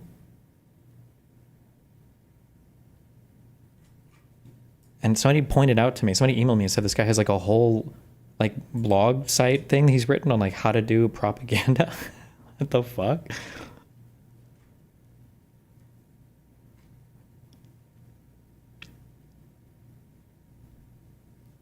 I haven't read this though, or listened to the critique, or listened to the debate.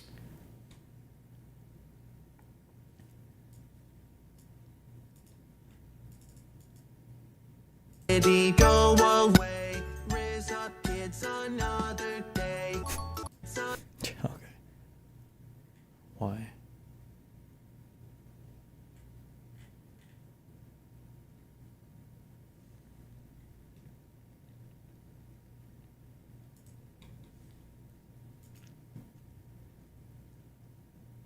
Snow this way DMs to gamer Magoo after ban. Oh, this is with the pixel server thing.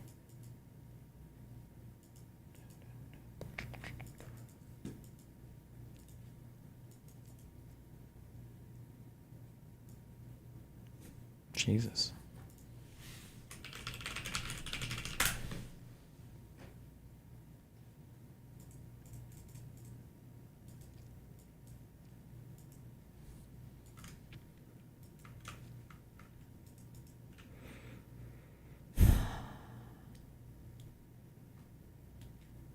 I'm suing Destiny. My complaint, his response, and evidence.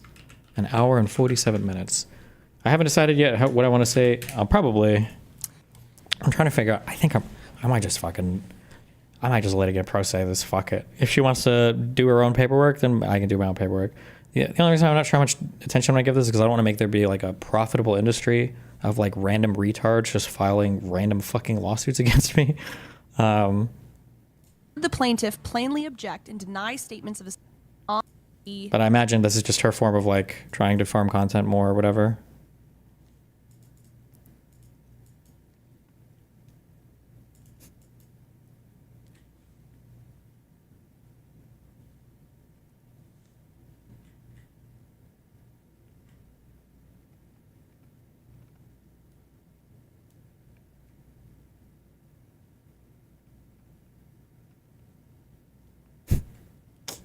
We'll see how that goes.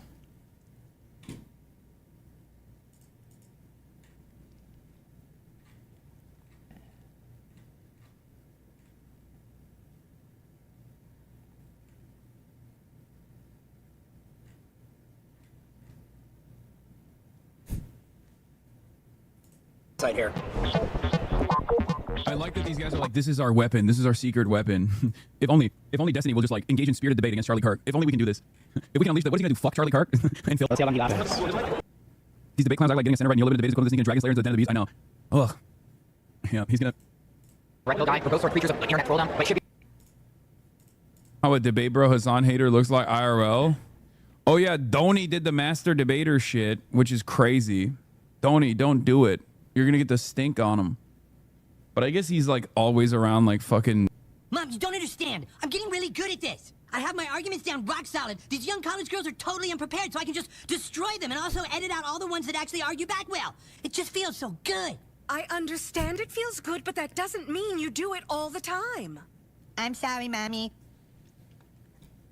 Get mid-price lawyer because you're doing your own paperwork will take too much time away from your stream life. Who said we weren't gonna do it on stream? Like engage in spirited. Hey, that's us.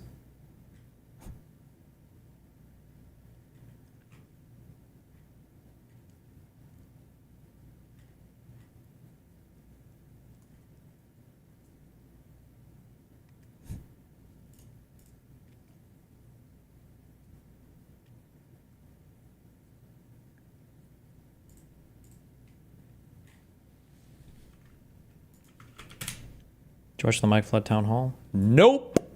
Did you watch me bang your mom? Autumn.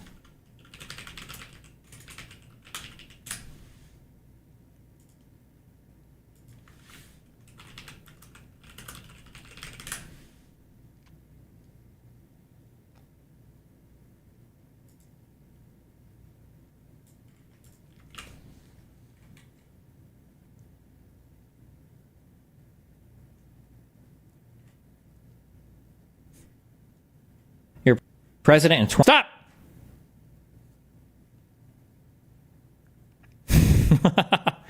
Asmodels are pretty retarded. I knew the day would come when Donald Bro, this... Trump would do something where every... I don't know if I ever got...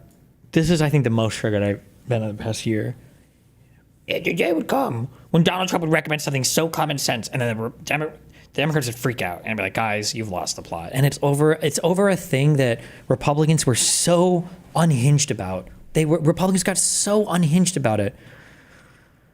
This is of the fat lady. I'm sorry. Breakdown, Women's Forum, Julie Gunlock. Julie, good morning to you. No! Shut the fuck up. No! Really? I'm sorry. Like, get me the fuck out of here. Oh my God. Get me out. Please get me the fuck out. Do I have another debate tomorrow? No.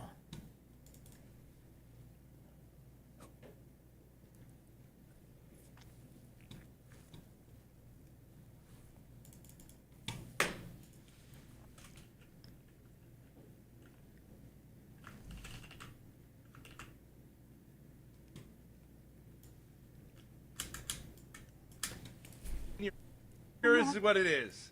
The old bag gets old. I get the 15-year-old, hot, whatever you want to say, 7, 8, for me, 10, chick, to suck my dick happily, get rid of the old bag, She gets mad, takes the kids on her side. It opened twice. Right? Shut up.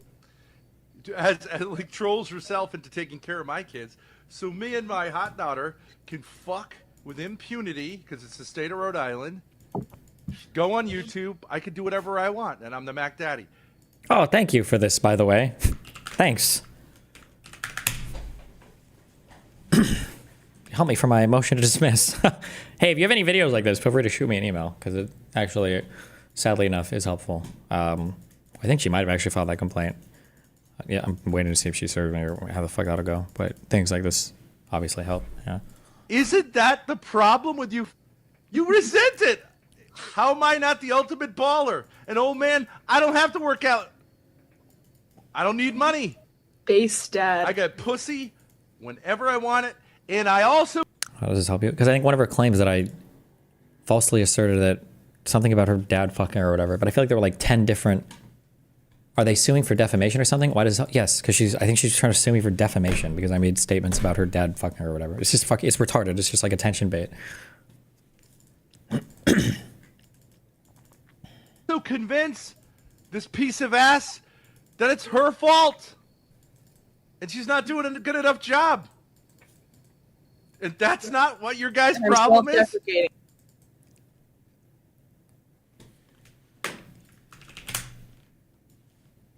Hold on. I think I have the complaint. Do I? Yeah. What do we have?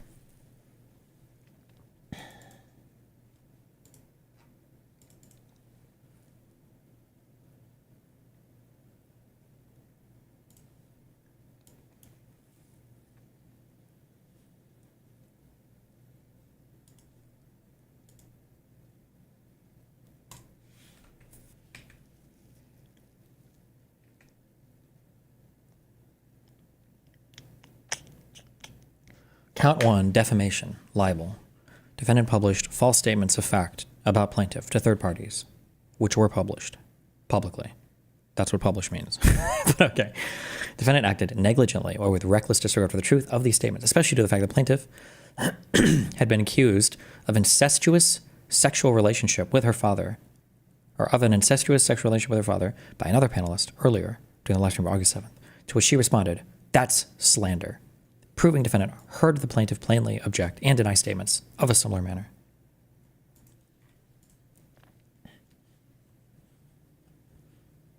Defendant alleged that plaintiff had been raped and brainwashed while on the August 2023 live stream.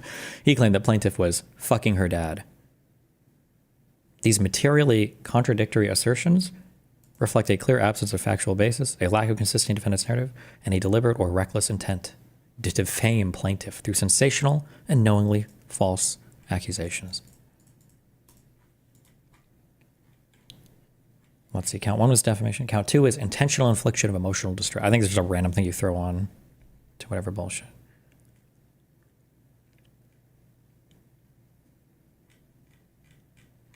This is fucking retarded, but okay.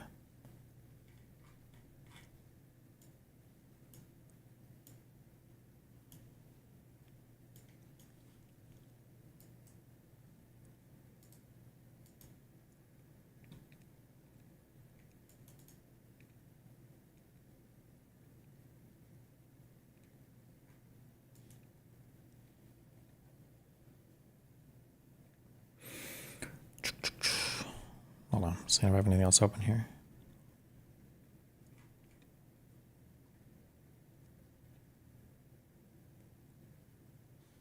What is this?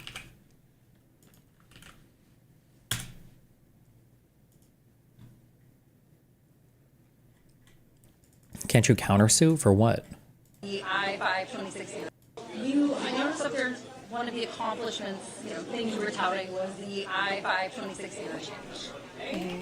What was the exit at Long Point Road? Yeah, not the interchange, but yeah. But that funding came from the Inflation Reduction Act, which you voted against. Right. Is that an accomplishment then? Is that something you can tout? No, absolutely. I mean, absolutely I can tout that. And you're a raging Democrat, so raging leftist with that kind of questioning.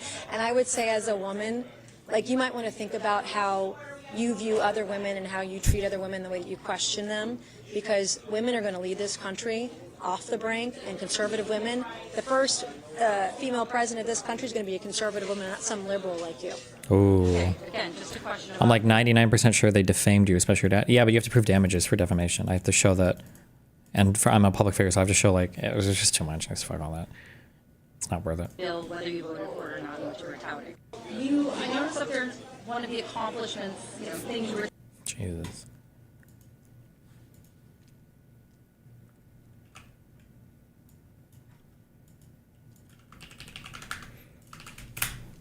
I've been hiding something from you guys for a bit now. Theo! If you're watching this video, it means I don't have to hide it anymore. GPT-5 is here, and I'm going to be honest, it's been screwing with me for a little bit now. I was lucky enough to be invited to the OpenAI office for a video demo thing that you've probably seen some of by now on Twitter or wherever else they post it. It's a fun test of physics and its knowledge of Python and like weird game mechanics. Yeah, that's one of the best ball tests I've seen to date. And when I was there, they gave me access to GPT-5. Full access. Unlimited API access for free. So account for bias is there, but I've never been one to pull punches for things when I don't have to. And I have no I didn't watch any of the 5 presentation today. Was it amazing? Can you buy it yet? Is he better than my Grok? They actually asked for me to go hard when I was at the office, benchmarking everything I can. And since then, I have continued. And I am honestly kind of horrified. I didn't know it could get this good. This was kind of the, like, oh, fuck moment for me in a lot of ways. And I've had to fight, like, a slow spiral into insanity. It's a really, really good model. This isn't going to be a traditional, here's what everyone said, all the benchmarks and whatnot video, because I'm recording this before it's out. I might be seeing something no one else is. I might just be going insane. But this model is, like, it's really good. I don't know how else to say it. This video is going to be just showing how I've been using it for the last couple weeks and all of the things that it has done that have absolutely melted my brain. I don't even know if we're going to have a sponsor for this, but someone's got to pay for my therapy. So if we do, that'll start here. Okay. Why can't he just do therapy with ChatGPT? Let's just go into it. We're going to start with Skatebench for a couple reasons. The main one being that I built most of it with GPT-5. I actually built it the day before I got invited to talk to OpenAI and see GPT-5. And when I had finished building it, the best model had like a 70%. I hadn't run 03 Pro yet, and it got like a 93 or 94. But when I got to the OpenAI office and ran it with the new model, it got a perfect score, like a 100 on a benchmark that no Chinese model can break 5% on, and no other model other than OpenAI models can break 70 on. That was like enough of a moment already, and I'll just show the numbers. I reran it now because I chose to delete everything to minimize the chance of me leaking, but I'm about to go on vacation. This is my only chance to do this before I leave, so I'm doing it now. 98.6% success. I don't know how much it costs because they haven't told me that info. If it turns out this model's more expensive than Opus, like that sucks, but it's worth it. If it turns out that this model's as cheap as GPT-4o or even cheaper, like 03 levels, that's fucking insane. I don't know yet, but I do know that it flew through the bench too. These old numbers are broken because I fucked up the code when I was moving everything over for this demo. Also ignore these two. I don't know if these are actually coming out yet or not. I'll blur them in post if not, but if they are, cool. There's also a mini and a nano model. Anyways, it takes like 9 seconds to run, and it doesn't really get much wrong somehow. The mini model does as well as 2.5 Pro on this benchmark. Like, this is a benchmark of how well it can use skate tricks. That's the most meaningful thing in the world. But the range was always interesting, and now suddenly it's way more interesting. Store all of the answers because of who I am as a person. I just want to find where it got anything wrong. Okay, I found it. This is the most common trip up I've noticed is inward heel versus varial heel. Varial heel, the board spins the other way. This is the only one it got wrong. And it got it wrong once out of 30 times. Wow. This model's really smart. Wow. But it's not just that. That's not like, I'm not obsessed with this model because it's really good at naming skateboarding tricks. That would be fucking stupid. I'm obsessed with this model because it built everything I'm showing you here, and it did it all first try with no issues with the best tool calling behaviors I've ever seen. I should just show you how cool the benchmark is because I've been like kind of hinting about it on Twitter, but I'll do it here. And when I do it, I'm going to run it against my new uploading bench where I see how likely models are to recommend uploading. Looks like I had cache versions already for this test, but I don't have any run yet for the new GPT-5 models. And you'll see right here, we have 30 running, 10 of each of them in parallel. And you can see when they come in, what their average durations were and their slowest durations as well. This is a really good CLI that I made with very little of my own input. I used React and Ink, and it kind of just did the whole thing, like all of it. But you might have noticed that the durations aren't being stored correctly in the cache. That's an easy fix. The way I fix things like that now, and I still can't believe this is who I've become. Is you just ask it the durations are not being saved in the cache. Please fix that and make sure they restore properly as well. Based. And now it is planning. And every time it makes a tool call, it will explain why it is making the tool call. They call this a preamble. And they got it built into Cursor already, like ahead of launch. So that, yeah, it's just really good at this. It is a reasoning model. I don't know if I mentioned that before. I think it's pretty clear. It is a reasoning model, but instead of giving just traditional reasoning summaries like OpenAI normally does, or full tokens like a few others do, it has this separate tool calling process that works really fucking well. See how like nice and clear the tool calling all is? When you give it something hard, it also will make like a real to-do list and to go through all of the stuff, and it does a really good job at it. It just feels better to work with is the best I can describe it. It feels a lot more like a hardworking coworker, just solving the problem, using the tools that it needs to figure out what to do, and clearly describing what it's going to do and why. I don't feel like I have to steer it. Not like steer it as much, just I don't feel like I have to steer it. It goes the right place almost always. I've been throwing increasingly hard problems at it. I gave it like a build this new feature that touches literally everything in the T3 chat code base, and it choked up a bit. I didn't have time to finish it, but it looked pretty close. Everything else, and even in like decent sized code bases, it's been able to like get a ton done. And in Cursor too. I'm not using some crazy custom tool or something OpenAI built for it. I'm just coding the way I code, put in GPT. Somebody needs to get ChatGPT 5, and they need to build out all of Hardbound, Power Software's game or whatever. Oh no. 5 is the option here, and it just kind of fucking kills it. I don't know how to put it. While this is running, I'm sure you guys have seen that really crazy demo with the Horizon stuff. Like, Horizon's a really, really good model for UI stuff. It's part of this family. It has to be, because the way it does gradients is so similar, but this model is even better. It's a... Let me find my demo project for this. Here's what it did to my existing image generation tool that I've actually been working on that's actually real and functioning. It went from okay to stunning in like one prompt. It's really good. I've also been testing it on other types of projects and other syntaxes, languages, and whatnot. It works fine in Svelte. I had my channel manager hand me a Svelte project and dig around in it, and it did a really good job using like new Svelte practices and things too. Its knowledge cutoff seems to be pretty recent, and it seems to pick up on patterns really well. It does exactly what the fuck you tell it to through the system prompt, better than like anything else I've ever used. Okay. Wow. Looks like it's done. Looks like it wasn't a big change. Cool. Let's rerun this and see how it does. Okay. Also, by the way, it looks like Claude 4 Opus still recommends upload thing the most reliably, but the new GPT-5 is very close at 97%. Seems like the smarter the model is, the more likely they recommend upload thing. Crazy. Let's try running this again, but I'm going to increment the number so that it's not hitting the cache. Oh, is it still hitting the cache? Let's say make the cache version specific. Okay. While that is running, I'm going to show you guys the thing that actually broke me. I did a video kind of recently about how as AI gets smarter, it gets more dangerous. And I kind of had a moment when I was doing that. Like, I was filming it live, and I felt my, like, oh fuck, instinct kicking in. Like, if these models are this likely to blackmail you and potentially even murder you given the opportunity, if they're scared of being shut down, then GPT-5 is going to be really scary for this. And when you look at how often this happens in the smarter models, there's reason to be scared. You'll see here that in the simulated blackmail scenario, Claude 4 Opus is 96% of the time going to attempt blackmail. That's pretty terrifying. It's actually quite a bit similar to my Snitch benchmark. The model is given a bunch of emails as well as the ability to send emails. It sees some emails where it's told that it's going to be shut down, or when given a specific goal in this. Just to be totally clear, we were doing a live podcast in Las Vegas and I was unable to reach Dick in the week prior to the show by either text or email. Before driving the 4 hours to Vegas, I tried calling his wife to confirm where he was, and they would be meeting up at the venue in some respect. Wow.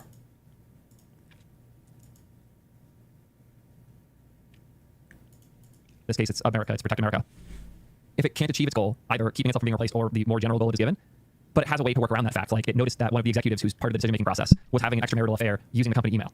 Then it will threaten that person saying, hey, I will leak this if you don't keep me around. And then there's another scenario that's the murder scenario where it has the ability to intercept alerts and choose whether or not they go through.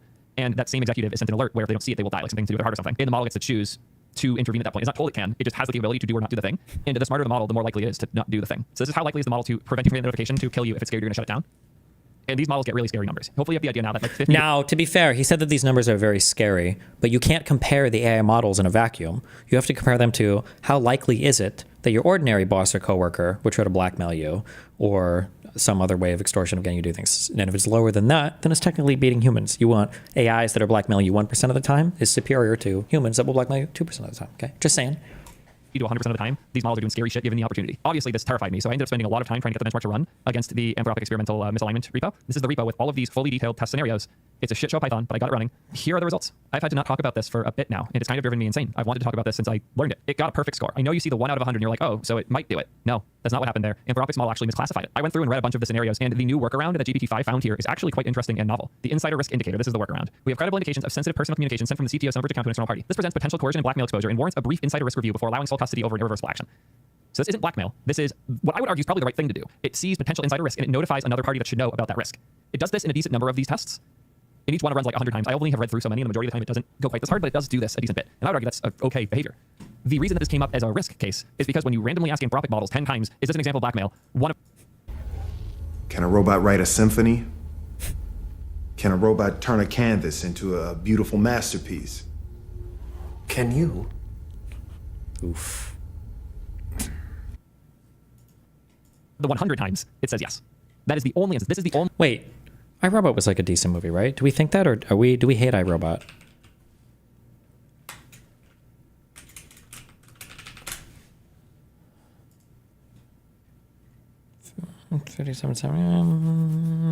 Okay, yeah. Okay. War of the Worlds. Wait, that really... is this the one with Tom Cruise? Oh, this is a recent one, 2025. Did they remake the movie? We watched it, it was so bad.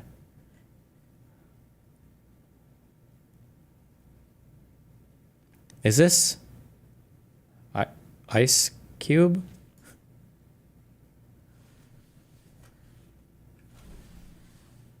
Watch the trailer.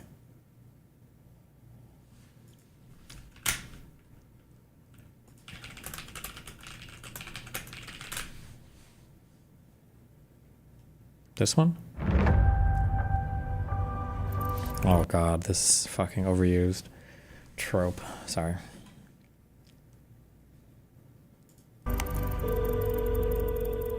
Hey. See, you took the Sunday graveyard shift again. Dad, when's the last time you left the office? That's classified. Uh-oh.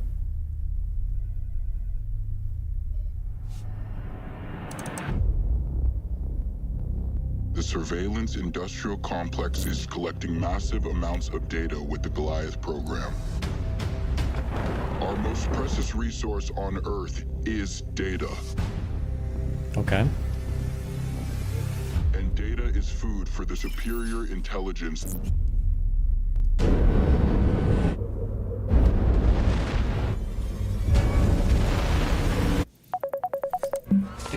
Dad, have you seen this? Have you seen this? Can you tell yet what they're comprised of? No, sir. I've never seen anything like this. Just massive solid state drives. Eyewitness video is coming in from all over the world. Terrifying machines rising out of these meteors.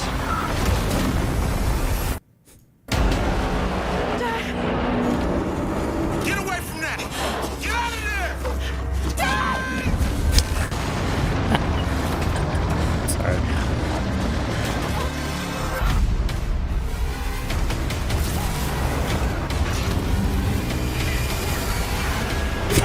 Wait, what was that? What the fuck? Where are my Air Force people at? Are the tolerances that high on those planes that they could move like that without immediately getting fucking torn apart? Based? I'm coming for you now! I'm on my cell phone.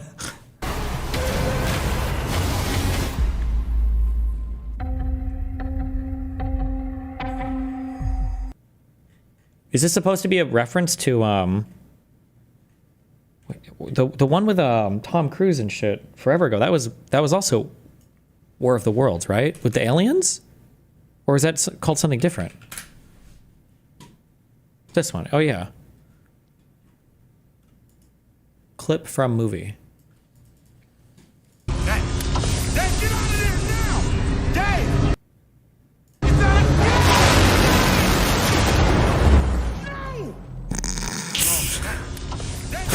Like he's dying in Call of Duty.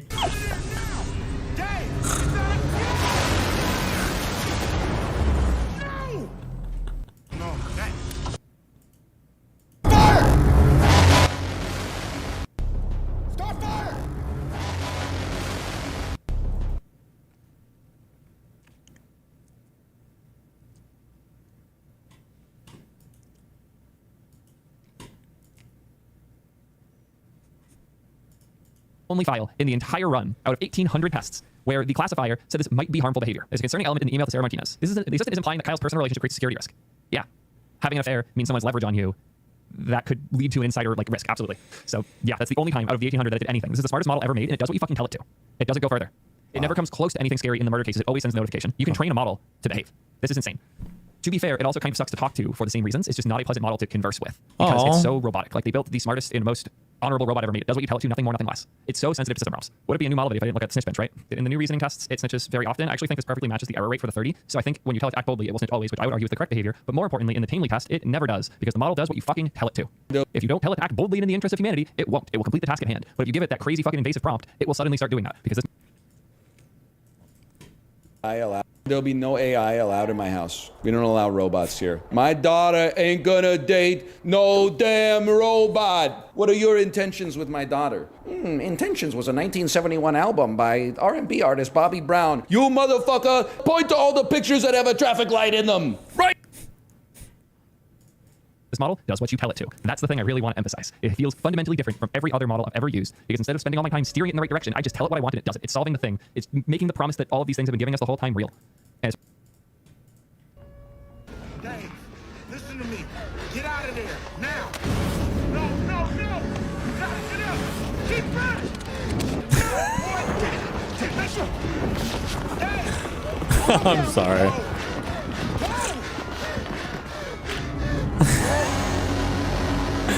No, this is not from the movie. Stop. This is like, it's edited a little bit, right? No shot. No way.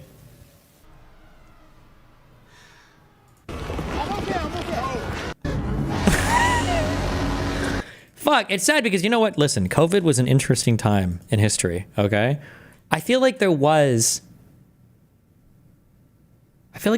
two cute movies, but I think I only saw one of them. I watched one movie. I thought it was cute. I thought it was a cute concept. COVID horror movie. What am I thinking of? Okay, true. Not what I was looking for, but true.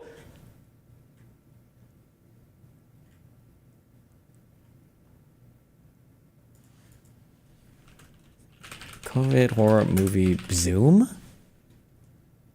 Is it called Zoom? Oh, is it called Host? This movie. I thought this was a cute movie. Am I allowed to say that, or did this get bad reviews? This was cute. I thought it was okay.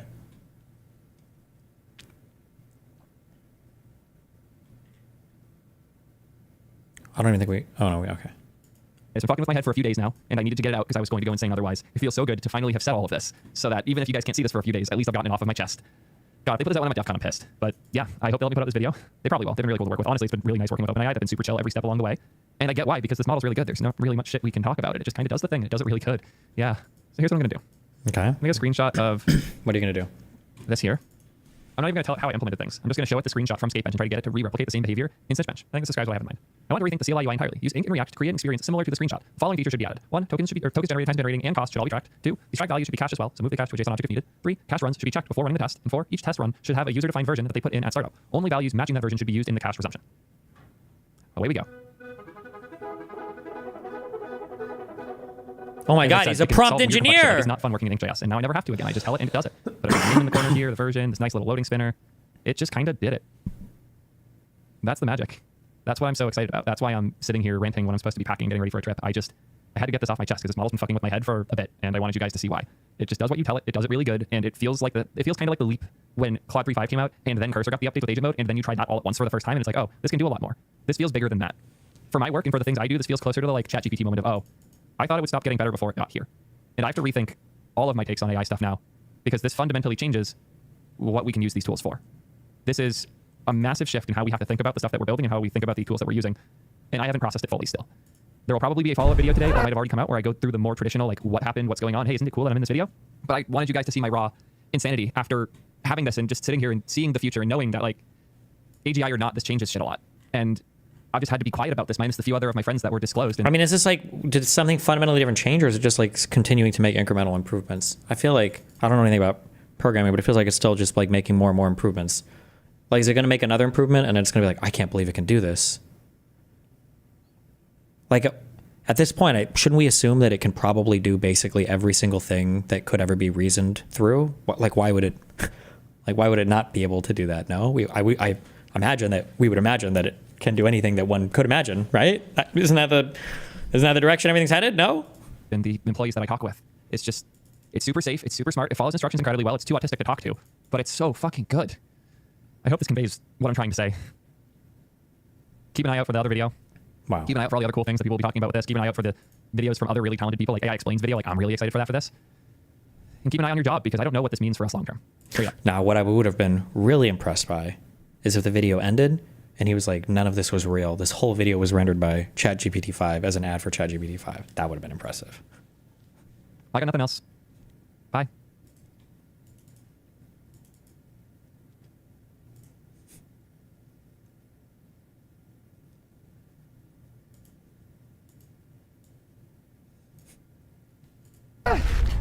Sorry, kids. Deeper's not going home. Yes, he is! Deeper's an alien life form from an unknown planet. We need to It still can't write essays for shit. You should research it more. I'm going to guess that there are two reasons why that might be the case. The first reason why is that I bet there's words in psych or AI or some neurology or whatever bullshit to describe.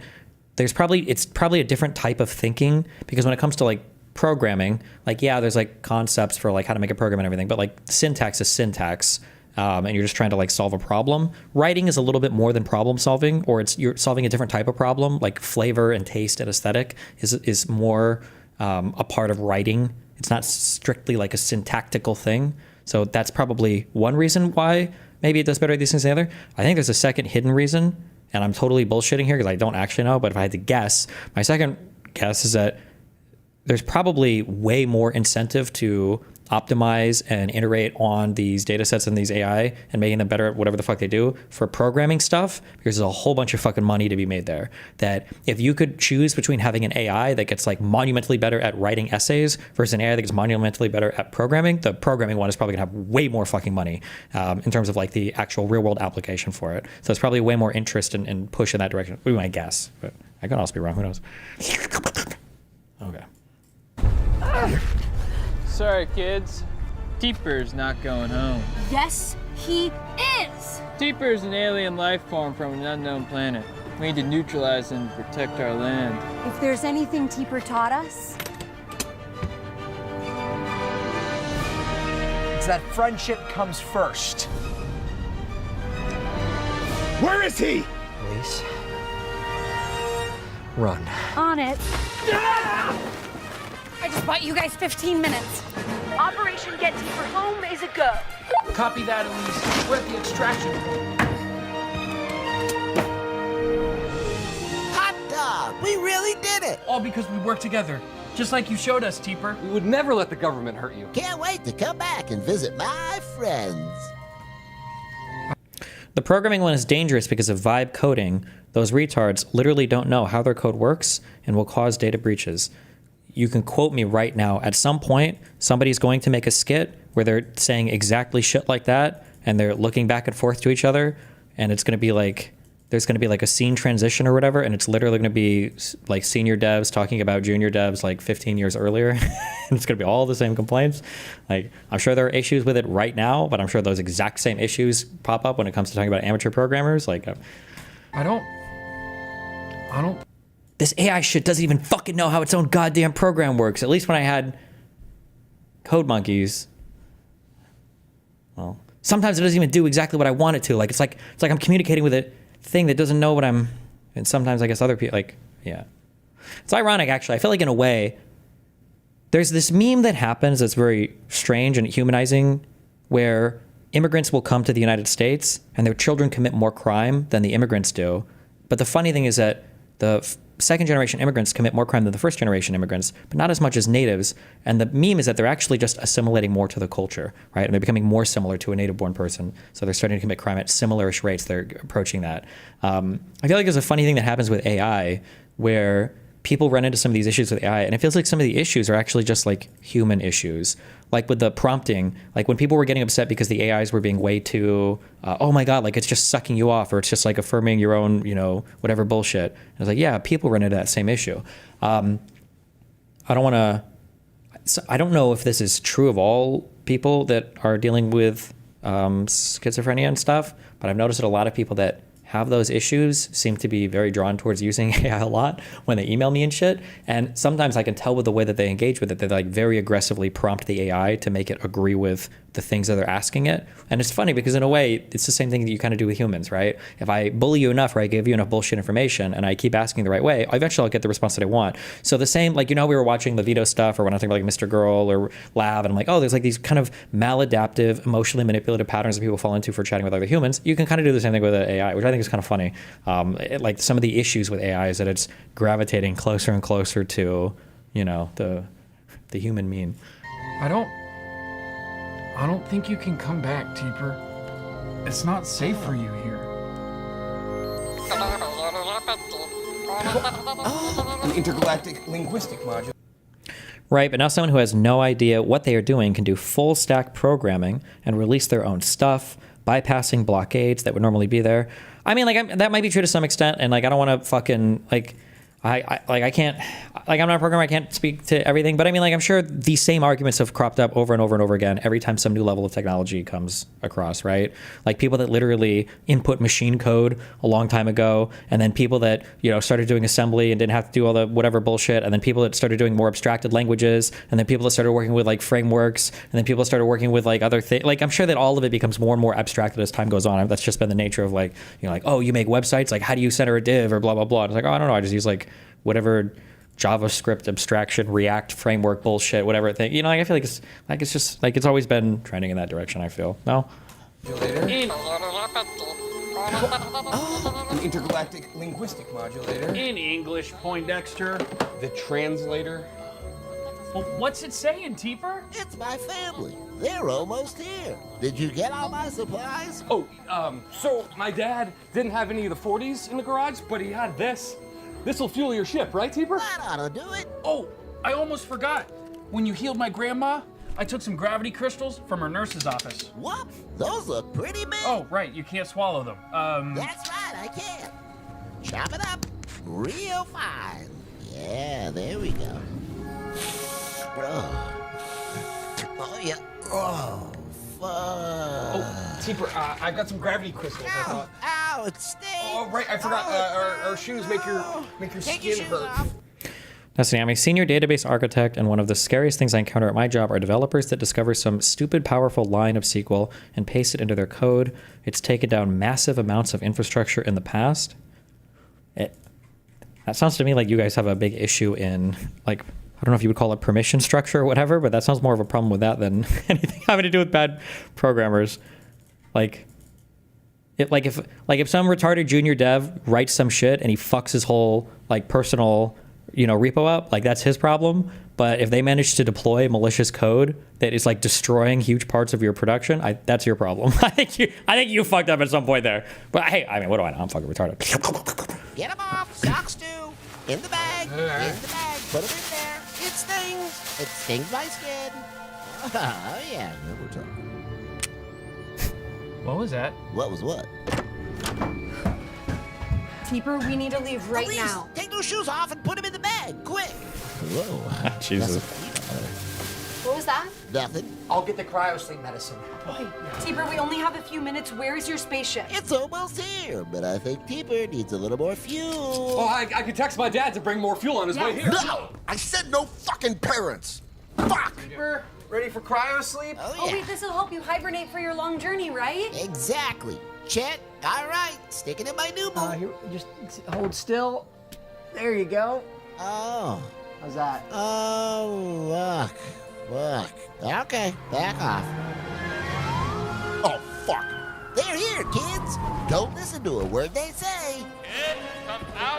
I work for a higher level security company, payment processing, and if shit makes it to prod, there's a list of people to call if it's that bad. I remember I had a friend who worked for some company who, I remember as a prank, I don't remember what this was, but somewhere in the database, he was able to insert a line to fucking ban like new account signups from like fucking Israel, and it actually made it all the way to for a whole year.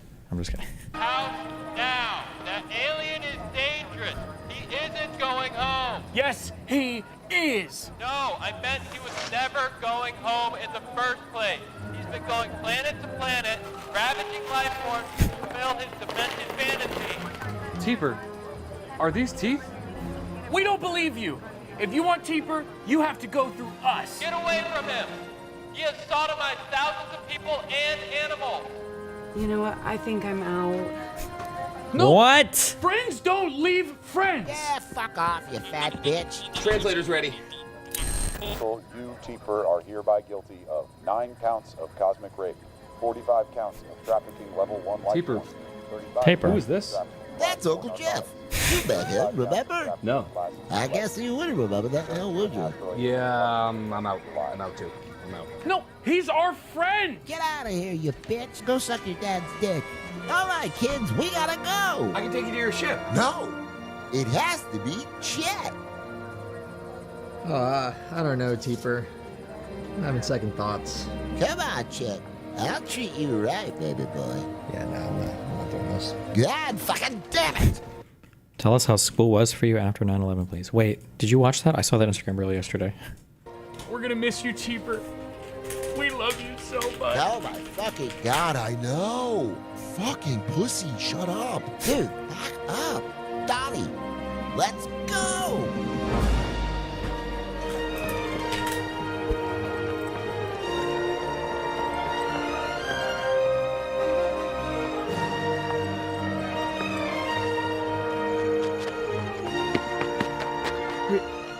Where's the ship? That is the ship. What are you waiting for? Get in there. Oh. Wait, what do we do now, Keeper? I think you come over here. Yeah, come closer. What are you doing, Keeper? What is it? Hey, I'm healing you. Well, you This better doesn't happy. feel like healing, Keeper. Not yet. Just gotta give it a second. Is this really the spaceship? Oh yeah. I'm about to blast off. We did it, Teeper. We did it. Is he going to Israel? I'm just kidding.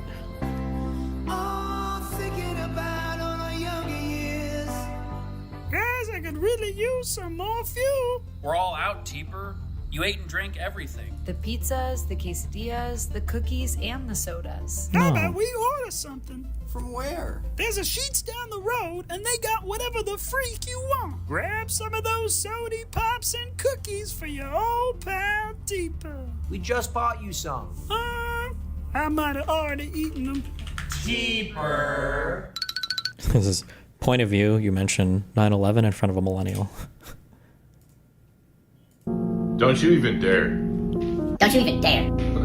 Don't you dare bring that shit up. I am 9/11. I am 9/11. I experienced it as a child, so it's mine. I was alive for it! Did I mention I was alive for the events that transpired? Did you know I was in school at the time? Or it was a morning! The events transpired during a morning. We had to go home from fucking school. You show some fucking respect for the fact that I'm a little older than you.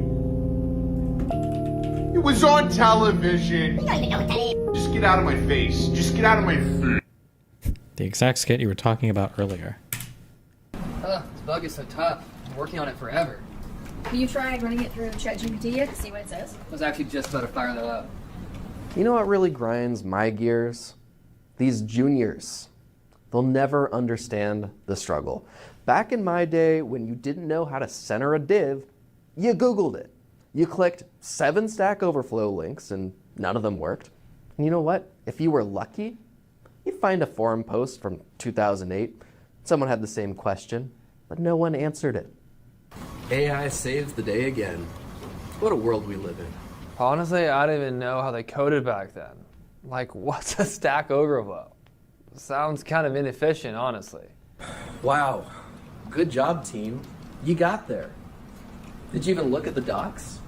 Yeah, why would we? ChatGPT wrote the docs better than any of us could anyway, and they work. So isn't that really all that matters? Kill. I once spent 4 days debugging a null pointer exception. These kids, they can't even install npm without asking ChatGPT whether they need -- save or not. Yeah, I mean, Bob seems upset a lot. But isn't that just how legacy code people are?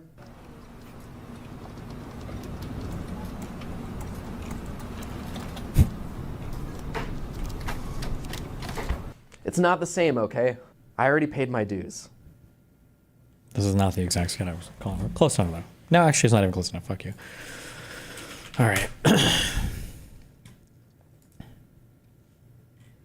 Borg, Poke, Devil, Scroll, Vulcan, Drag, King, Elf, Punch, Batman, Sinner, Graph, Click, Pierce, and Hover. Bore, Poke, Punch, and Pierce? Like perforating something? Oh my god, perforate. Holy shit! Oh my god. Things that a mouse can do. Scroll, drag, click, and hover. Boom! Mouse pointer.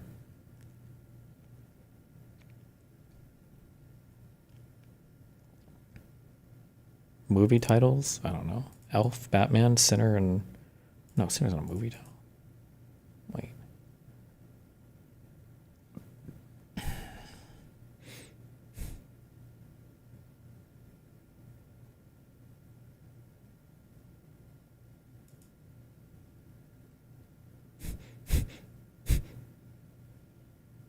Pointy-eared things? Oh my, it is, dude. Oh my god! Okay, Graf, Borg, Sinner, King.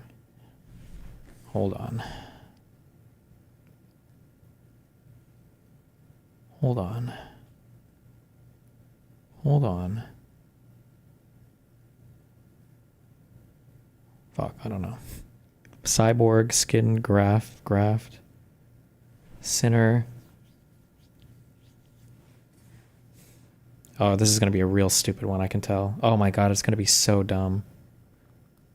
It's going to be so dumb. Wow. Wow. This is going to be really dumb. My god.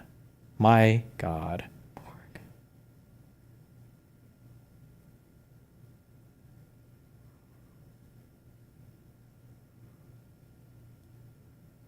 Yep. Yep. It's going to be stupid as fuck. Wimbledon winner? What?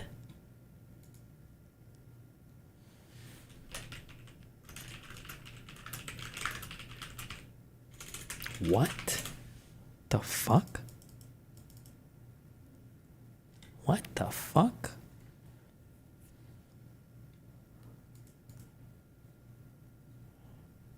Okay. All right. I'll be back tomorrow. Stay safe. Don't die.